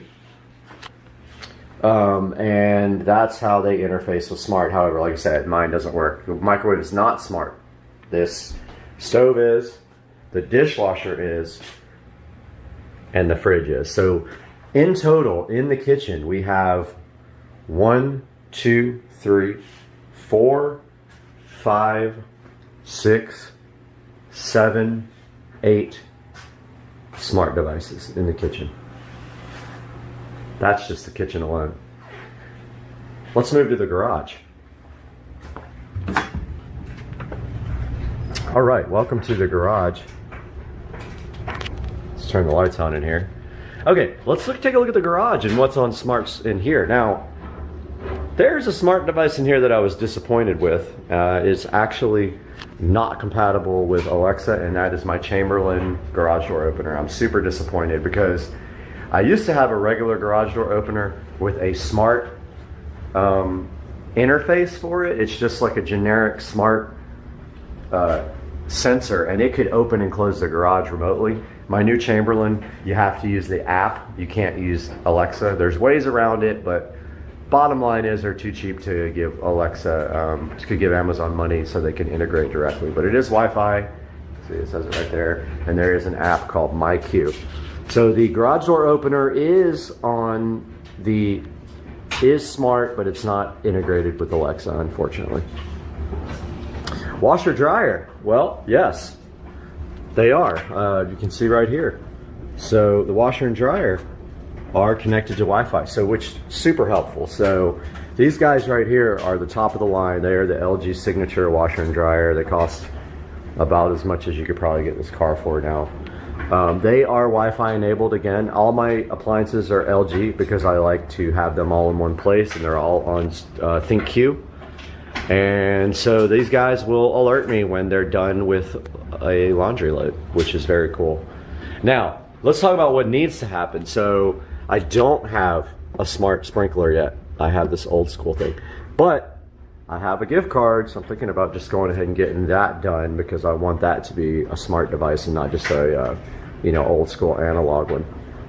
Echo Dot. This is the newer Echo Dot. I believe they upgraded the speaker. They had to go with a bigger form factor here because they upgraded the speaker. But this is the Dot, and it is helpful out here because I can do commands if I need to. I mean, you can always use your phone and you can use the Alexa app, but you've got this guy out here which is just commanded. And by the way, you can change the wake word so that all your devices don't think that they need to wake up when you say the same word, but there's only like 4 choices. This guy is called Amazon. Let's see, woke up. Amazon. Never mind. Amazon. Turn off the garage lights. Okay. Now this guy right here is automatic. This has a sensor. When I walk in the garage, it'll come on. But the other ones, Amazon. Turn on the garage lights. Okay. All right, let's talk about how that happens. So notice here, I spent quite a bit of time doing recessed lighting in my garage because I just like the look of it, and they are all LED lights. And then of course we have this guy here, which that was a standard light fixture, so I used it to light up the washer dryer. Okay, that was on an LED, on a smart plug, but it actually doesn't ever need to turn off. It's been on since I installed it, so it doesn't need a smart plug anymore. These guys up here are on the coolest switches ever. They are on these RGB smart switch, which at the time, this is not lit up, but I'll show you one in another room. You can actually change the color and the pattern on the switch itself. But yeah, so these are smart switches and they use Smart Life, and that's how you link them to Wi-Fi and then into Alexa with Smart Life. You're gonna like the ones when I show you. So that's gonna do it. That is the garage and everything in here that's integrated. Let's take a walk to the living room. Living room has a few smart devices. Let's take a look around and see what we can find in here. First of all, we've got this television, and if we look behind it, yep, it has a Fire Stick 4K, which actually just plugs directly into your HDMI port. Cable goes down, and it is connected with Wi-Fi to the router. Down here, we have a switch. We have a network hard drive, and then back here we have our Nighthawk cable modem. So that's what's providing Wi-Fi. Let's take a look around here. So the dining room light is not smart. It hardly ever gets turned on, that's why. These guys are. So this guy right here is an Echo Show 5. His name is Computer. Turn off the living room lights. Okay. Computer, turn on the living room lights. Okay. All right, let's talk a little bit about the LED smart switch now. Now here's another Lutron Casita. Here's an LED smart switch which I have programmed with Smart Life, and you can see that I programmed this color and I programmed it to like cycle. This is actually for the fan. Computer, turn off the living room fan. Okay. There's several ways to control your fan. You can control it natively with a device, remote device that goes inside the bell up there, and it is Wi-Fi enabled, or you can use a switch. However, with the switch, you can't set the fan speed. I do have one that you can do that on, but it is not in here. Computer, turn on the living room fan. Okay. Now notice it's named living room ceiling fan, and said error occurred even though it worked. Now let's take a little bit closer look at this. This is the best. So this is an Echo Show 5. Now this is the old generation Echo Show 5. It does have a audio output even though I don't need that. Now the interesting thing about this is the wall mount for the Echo Show 5, and I'm going to put that in the description below. But basically comes with a template. You cut this out with a drywall knife, and then you push the mount in, and then the Echo Show 5 just clicks right into the back of it. It's so cool. Now, where did I get power? That's what you have to worry about. You need power. So you either need a power over Ethernet adapter and pull Ethernet through your walls and use that, or this is so easy though, because it's right, I put them right above a switch. So what I do is I hardwire, it's got to have a neutral wire. So remember, it's got to be like full power for the USB. It's a power adapter, like a USB power adapter looking thing. I hardwire mine to my switches. So you need some electrical skills to do that. And then I put the plug inside the wall. I don't cut or solder anything. I literally come off of, I get neutral and hot, and I go right into a female plug, like a wall plug, like an extension cord plug. And I plug in my little Echo Show 5, which, you know, it might not be completely 100% electrical code, but it's low voltage. I'm not concerned about that. So yeah, the wall mount, what a savior. And the cool thing about it is the speaker still works, because the sound from the Echo Show 5 comes out right there. So, computer,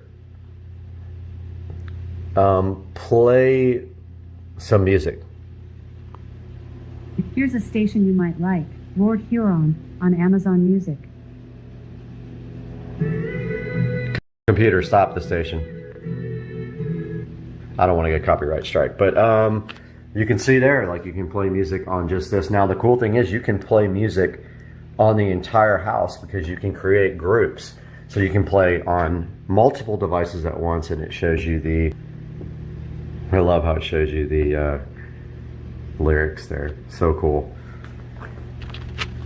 And also just remember, anywhere in the house, computer, show me the front yard. Okay.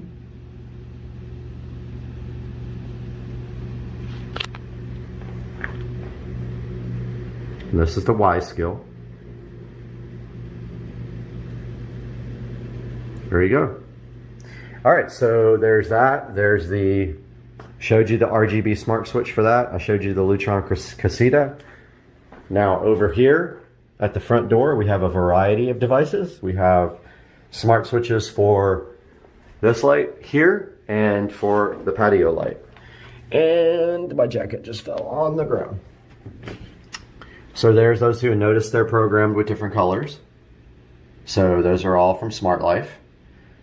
Now here's what's cool. We have a smart door lock, a UFI smart door lock. Well, this guy's awesome. It does integrate with Alexa. It does both, so it's biometrics. So it does both the fingerprint and a passcode or a key, which is underneath this guy here. You just move it aside and there's a keyhole there. The good thing about this is you can unlock it and lock it remotely or with Alexa, and it locks itself after a certain amount of time if you wanted to. So you can physically not get locked out of your house anymore. It's just not possible unless the battery just died on this guy. But then you go in through your garage. What I don't have a smart doorbell yet with a camera. I kind of want to do that, but I also already have cameras up there in the corner outside. And I guess we can show you that now. This is actually a Wisecam V2. It's not the outdoor camera, but it doesn't get wet out here, right, Mr. Binks? Mr. Binks, I think, heard the door open and wants to come. You want to come inside? Come on. You come in? He's probably going to get, he's really a independent soul. Probably get bored. So that's a summary of the devices besides this camera up there, the Wisecam up in the corner, which is pointed at my door. We've got, yeah, that's it for that room. Moving on to the theater room. We got a few devices in here. This fan is a smart fan. So I have a smart fan dimmer switch on that, and that is that guy right there. That is controllable with Alexa. And you can actually set, what? So vocal. And you can actually set the speed, yes, and I do love space stuff, so I got my astronauts. But yeah, you can set the speed there. Why are you so vocal? So in this room, we have a Fire Stick 4K powering the home theater system. Obviously, we have an Xbox One. We have the fan. We have the Echo Show 5. We have Mr. Binks, Thackeray Binks. And that'll do it for this room. Pretty much it, but I mean, still, you know, 3 or 4 devices per room here. Moving on. This is the computer. Turn on the audio closet light. Wow. So vocal. What, just flop down. Such a good cat. Not mine, but good. So we have the whole house audio closet, which I showed in another video. We have the Echo Dot right there. That's what's providing audio to the whole house. Now, of course, this guy is on the internet, but not smart. It doesn't integrate with Alexa. I know, but there is a smart plug right there on the subwoofer to turn it off and on if I don't want bass coming out of here, and one on this light, which you can see, computer, turn off the audio closet light. There we go. That is the whole house audio. RGB smart switch for the hallway light right here, programmable with smart life. Venstar thermostat, Wi-Fi enabled. Computer, set Brad's house to 71 degrees.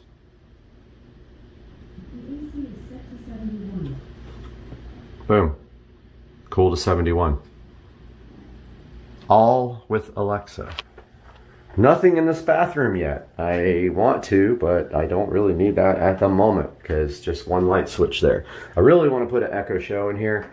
I just have to figure out where, because this medicine cabinet is taking up a lot of the thickness of the wall. I really wanted to put it right there in Echo Show 5. I might still do that. What? Why so needy? Bedroom. So now we're taking a look at some dimmable smart switches. This is a dimmable smart switch, which I will put in the description. This is what is connected to these overhead lights. Now these overhead lights are LED, however they have a really bad problem with flickering, and I've seen people complain about it. But yes, this is available on Alexa, and you can dim these lights via this beautiful Echo Show 8. Again, want to get this wall mounted somehow, but the depth is pretty good on it. And where are you going in the closet? Crazy cat. So that's an Echo Show 8, the previous generation. So it does have the audio output on the back. Hopefully I didn't just bust it. It does have an audio output, so if you need to feed a home theater or a whole house audio with that, you can. This fan is on a RGB LED smart switch, but I have it off obviously because it's really bright at night, and it will only turn the fan off or on because it's not one of the built-in dimmer, it's not one of the built-in ones where it's up in the bell there like in my theater room. This is for future home theater. In here will be 5.1 audio. I don't have the in-ceiling speakers yet, and in the TV we have Fire Stick 4K. That will do it for the smart devices in the bedroom. Are you ready to go to the other room, Mr. Banks? Such a good kitty. So needy. Alright, so next room we have is the office. So in the office we have a variety of smart devices. We have a PC, obviously, which can run the Alexa app, so you can do everything you need from the Alexa app there. We have a monitor, actually a television, with, this is the only one left in the house, but this is the old school Fire TV that does the same thing. Get some lights going in here. That's the old school Fire TV that does the same thing as the Fire Stick. That's I believe the second generation model. So we can do, obviously we can do Prime Video and Netflix and everything from that TV. We have the Echo Show 5 here, just like in every other room, mounted above a dimmer, smart dimmer. Again, interfaces with Smart Life for the in-ceiling light. That bulb I have out because it drives me crazy with that fan. The fan is not a smart device.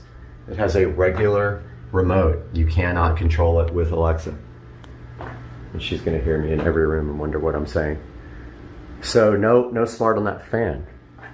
We have smart bulbs in standard lamps. Let's try it. Echo, turn on the office lamps. Okay.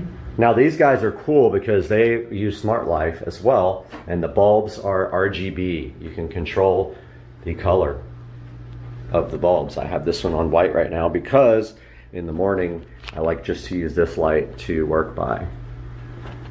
So we have 1, 2, 3, 4, 5, 6 smart devices in here. Now, I haven't even showed you the bathroom yet, so this is the same type of dimmer for the bathroom. So it's a smart dimmer, and it is on these two bulbs up here and these LED in ceiling bulbs. Okay, now we have a variety of smart devices here controlled in different ways. So these mirrors did not come with these LED strips behind them from the factory. They came with this guy, just white. Okay, that's how they look. Let's turn the LED smart strips off. Alexa, turn off the mirrors. Okay. So you notice the blue went off. Now, these guys are natively white, but I added LED smart strips to the back. Check out the mirrors. So they are Wi-Fi connected. And I know. Wow, so vocal. They show the time, temperature, weather, all that stuff. So yes, they are backlit with a white LED strip from the factory. So that's what that looks like. Looks pretty cool. But I have some Govee LED smart strips. Alexa, turn on the mirrors. Okay.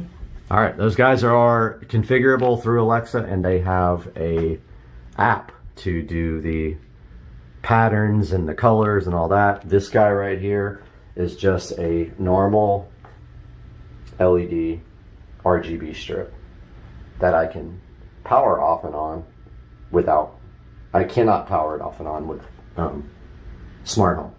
These guys I can. Pretty cool.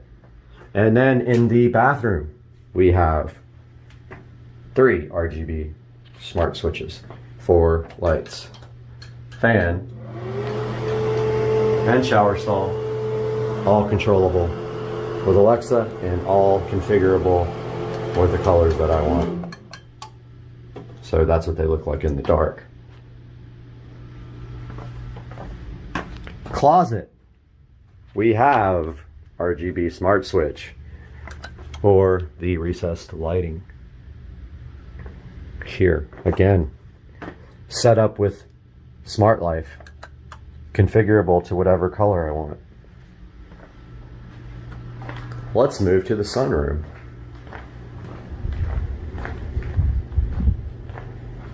Sunroom. We have a variety of devices, but we start out here. LED RGB smart switch for the outdoor light in the yard. Dimmer, smart dimmer for the sunroom lights, the in-ceiling. Remote for the smart switch for the pool light. The actual switch is outside. And in the home theater room, we have a Wise Cam. We have a monitor with a Fire Stick 4K. So when I'm huffing it out on my treadmill here, I can watch television. The fan is not on a smart switch. It has a standard remote control, speed control, light control. Right, Mr. Binks? And then outdoors, we have a Fire Stick 4K on this TV. And we have a smart switch on the pool light. And there goes a beautiful big bird flying away from the, I don't know. Do you want to go outside? Come on. Maybe not.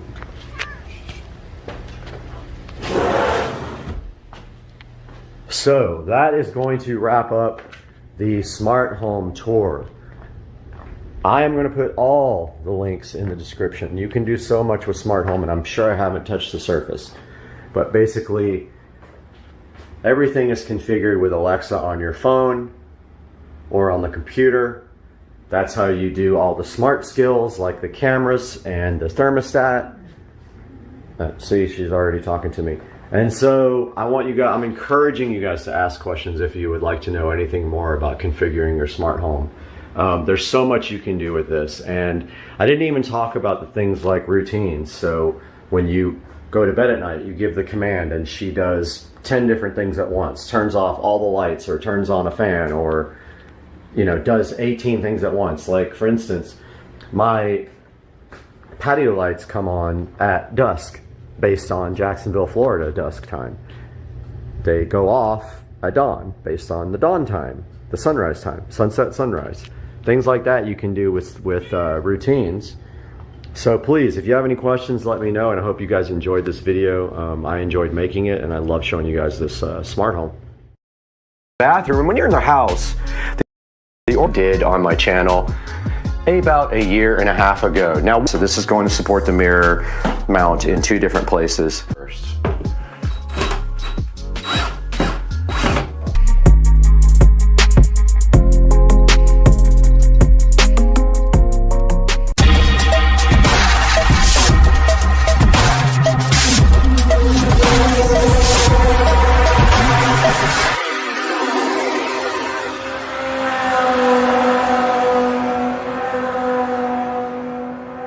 Alright, I've got the GoPro plugged into a rechargeable battery pack. I've not tried that before. I'm going to see if this is going to keep it charged longer because the batteries last like 15 minutes. But I think I have a new plan that makes more sense. I think towel rack here makes sense. And then the Echo right here. But is there any studs?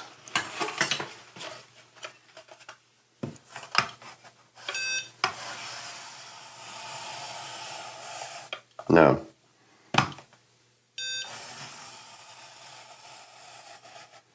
Don't think there is. I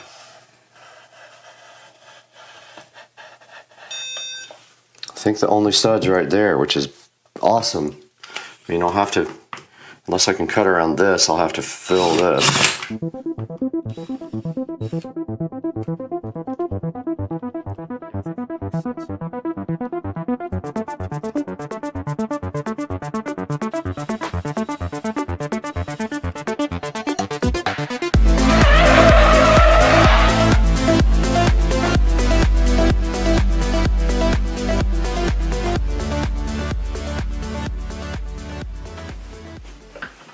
We're back in the bathroom here, and I kind of need to clean up some of this mess before I start the next part of this project, which is going to be cutting the hole for the Echo Show 5, which we're going to put right there. And we're going to keep it up top here to keep it a little bit higher and also reuse these holes. So mounting this is super easy. I've done it many times. The trick is getting it level.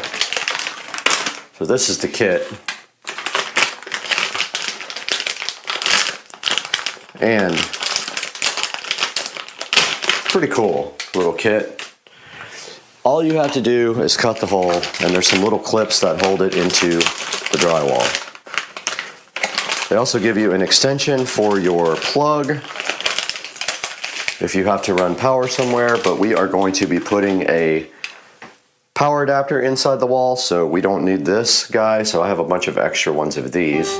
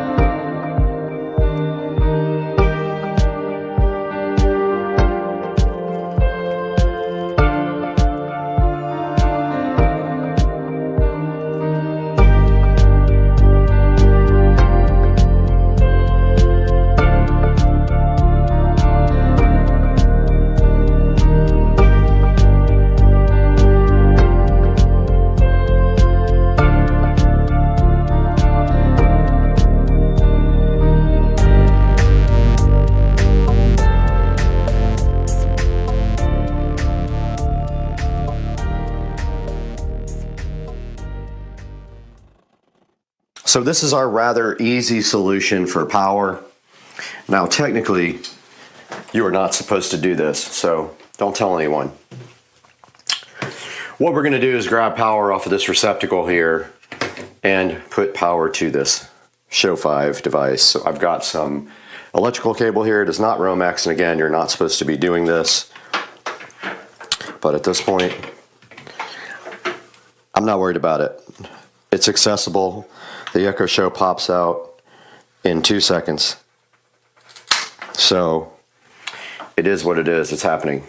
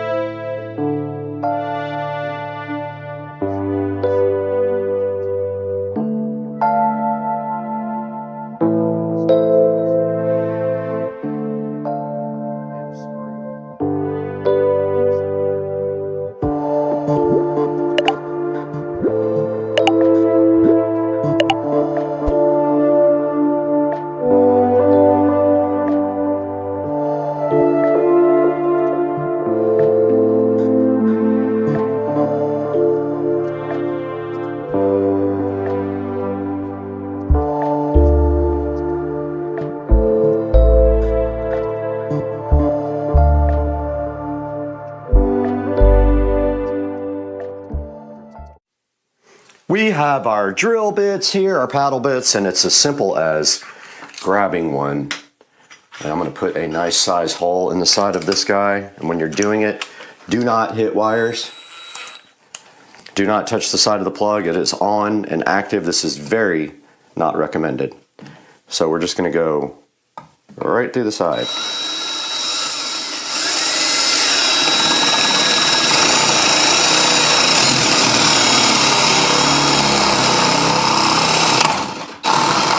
Just like that.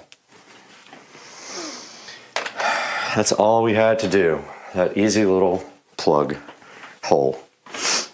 And now here is our electrical. We are right in access point here. So we're just going to come right through the side of that hole with our electrical.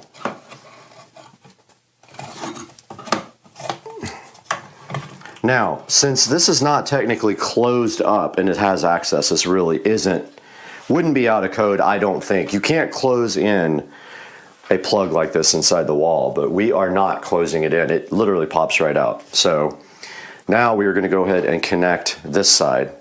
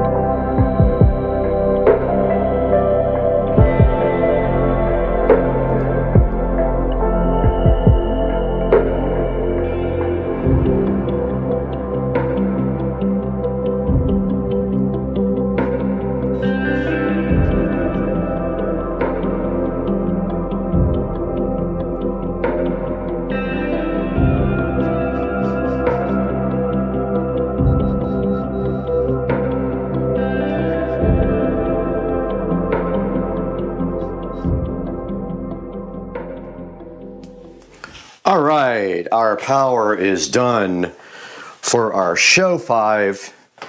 And now all we have to do is get our power brick here.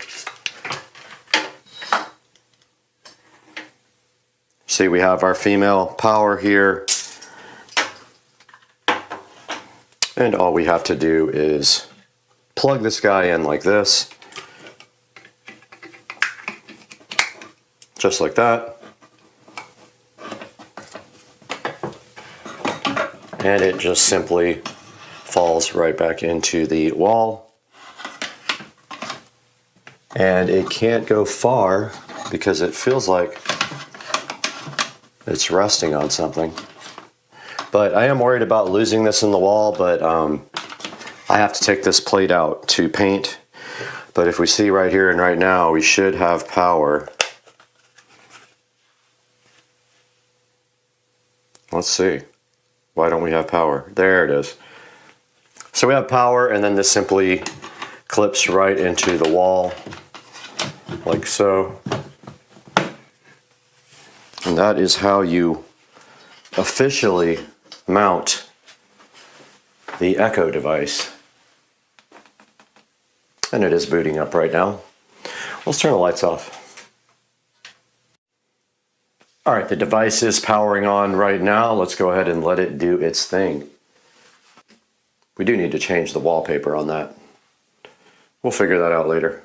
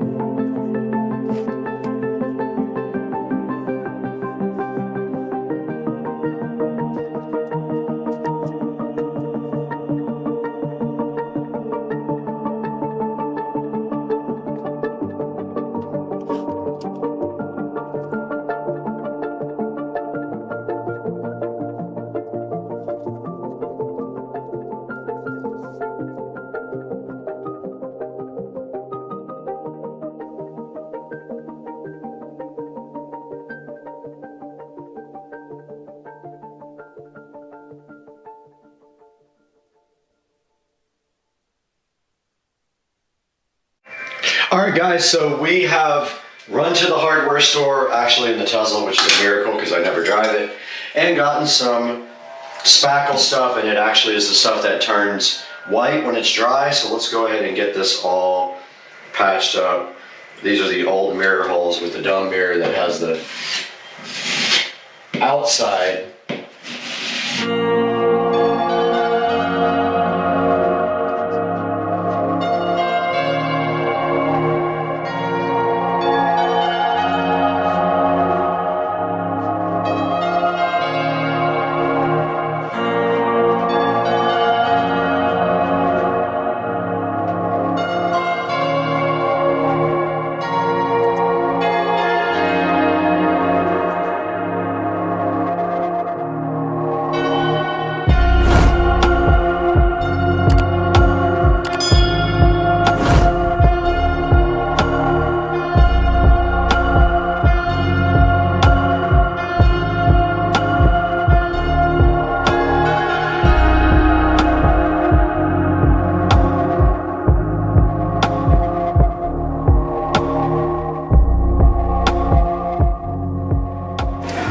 So I just recorded this whole cool thing about this new paint system.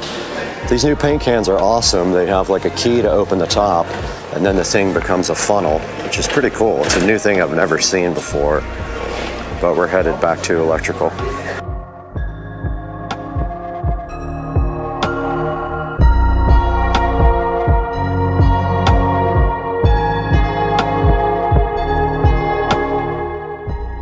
Okay, so they were up here on the very top, and I had to go all the way down here and get the box down to get one of the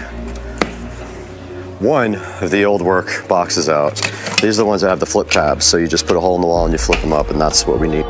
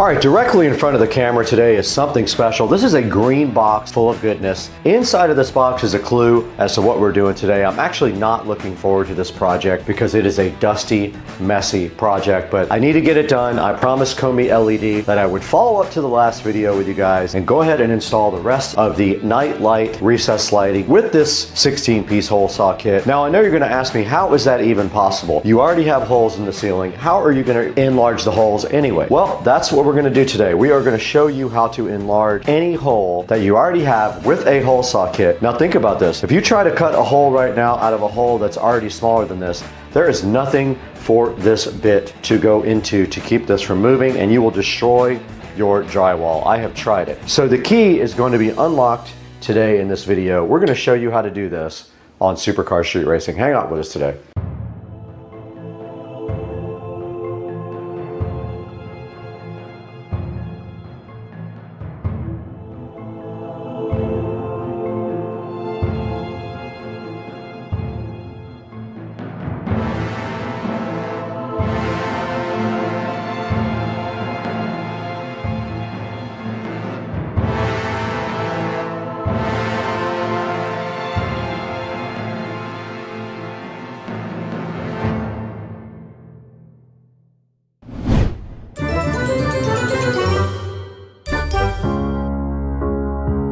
Right here in the kitchen in Supercar Street Racing, there is this amazing Tesla Model S sitting here, black. It looks like it has the arachnid wheels as well. And there's also this grip 16-piece hole saw kit sitting right here. We're gonna leave a link in the description to this guy right here. But today, our first mission is we are going to be expanding a smaller hole into a bigger one so that we can install these 4-inch LED lights from Comey LED. Now, what's so difficult about that? Well, as you know, you cannot just take an existing hole, put a bigger hole saw on it, and then drill, because this arbor in the center has no place to go. This drill bit right here, no place to go up through the hole and hold your bit steady. And what happens is it flies around and it completely destroys your drywall. So that's why we have a plan today. What we're gonna do is first go over to Chris's house, my neighbor. We're gonna break into his garage and see if we can figure out how to get this working. Let's get over to Chris's house and see what we can figure out.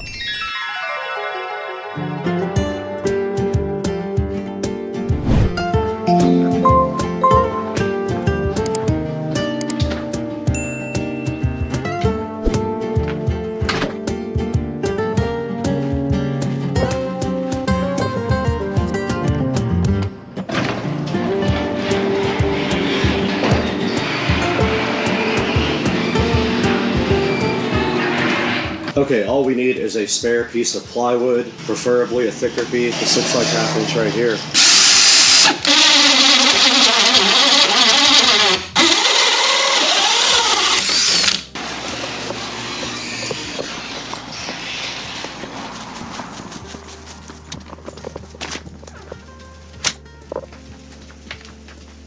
Let's go ahead and show you what we're going to be using today. We have my DeWalt drill right here. Let's go ahead and take off the standard Phillips head. Here is the hole saw right here. We're going to throw that in the DeWalt. We do have this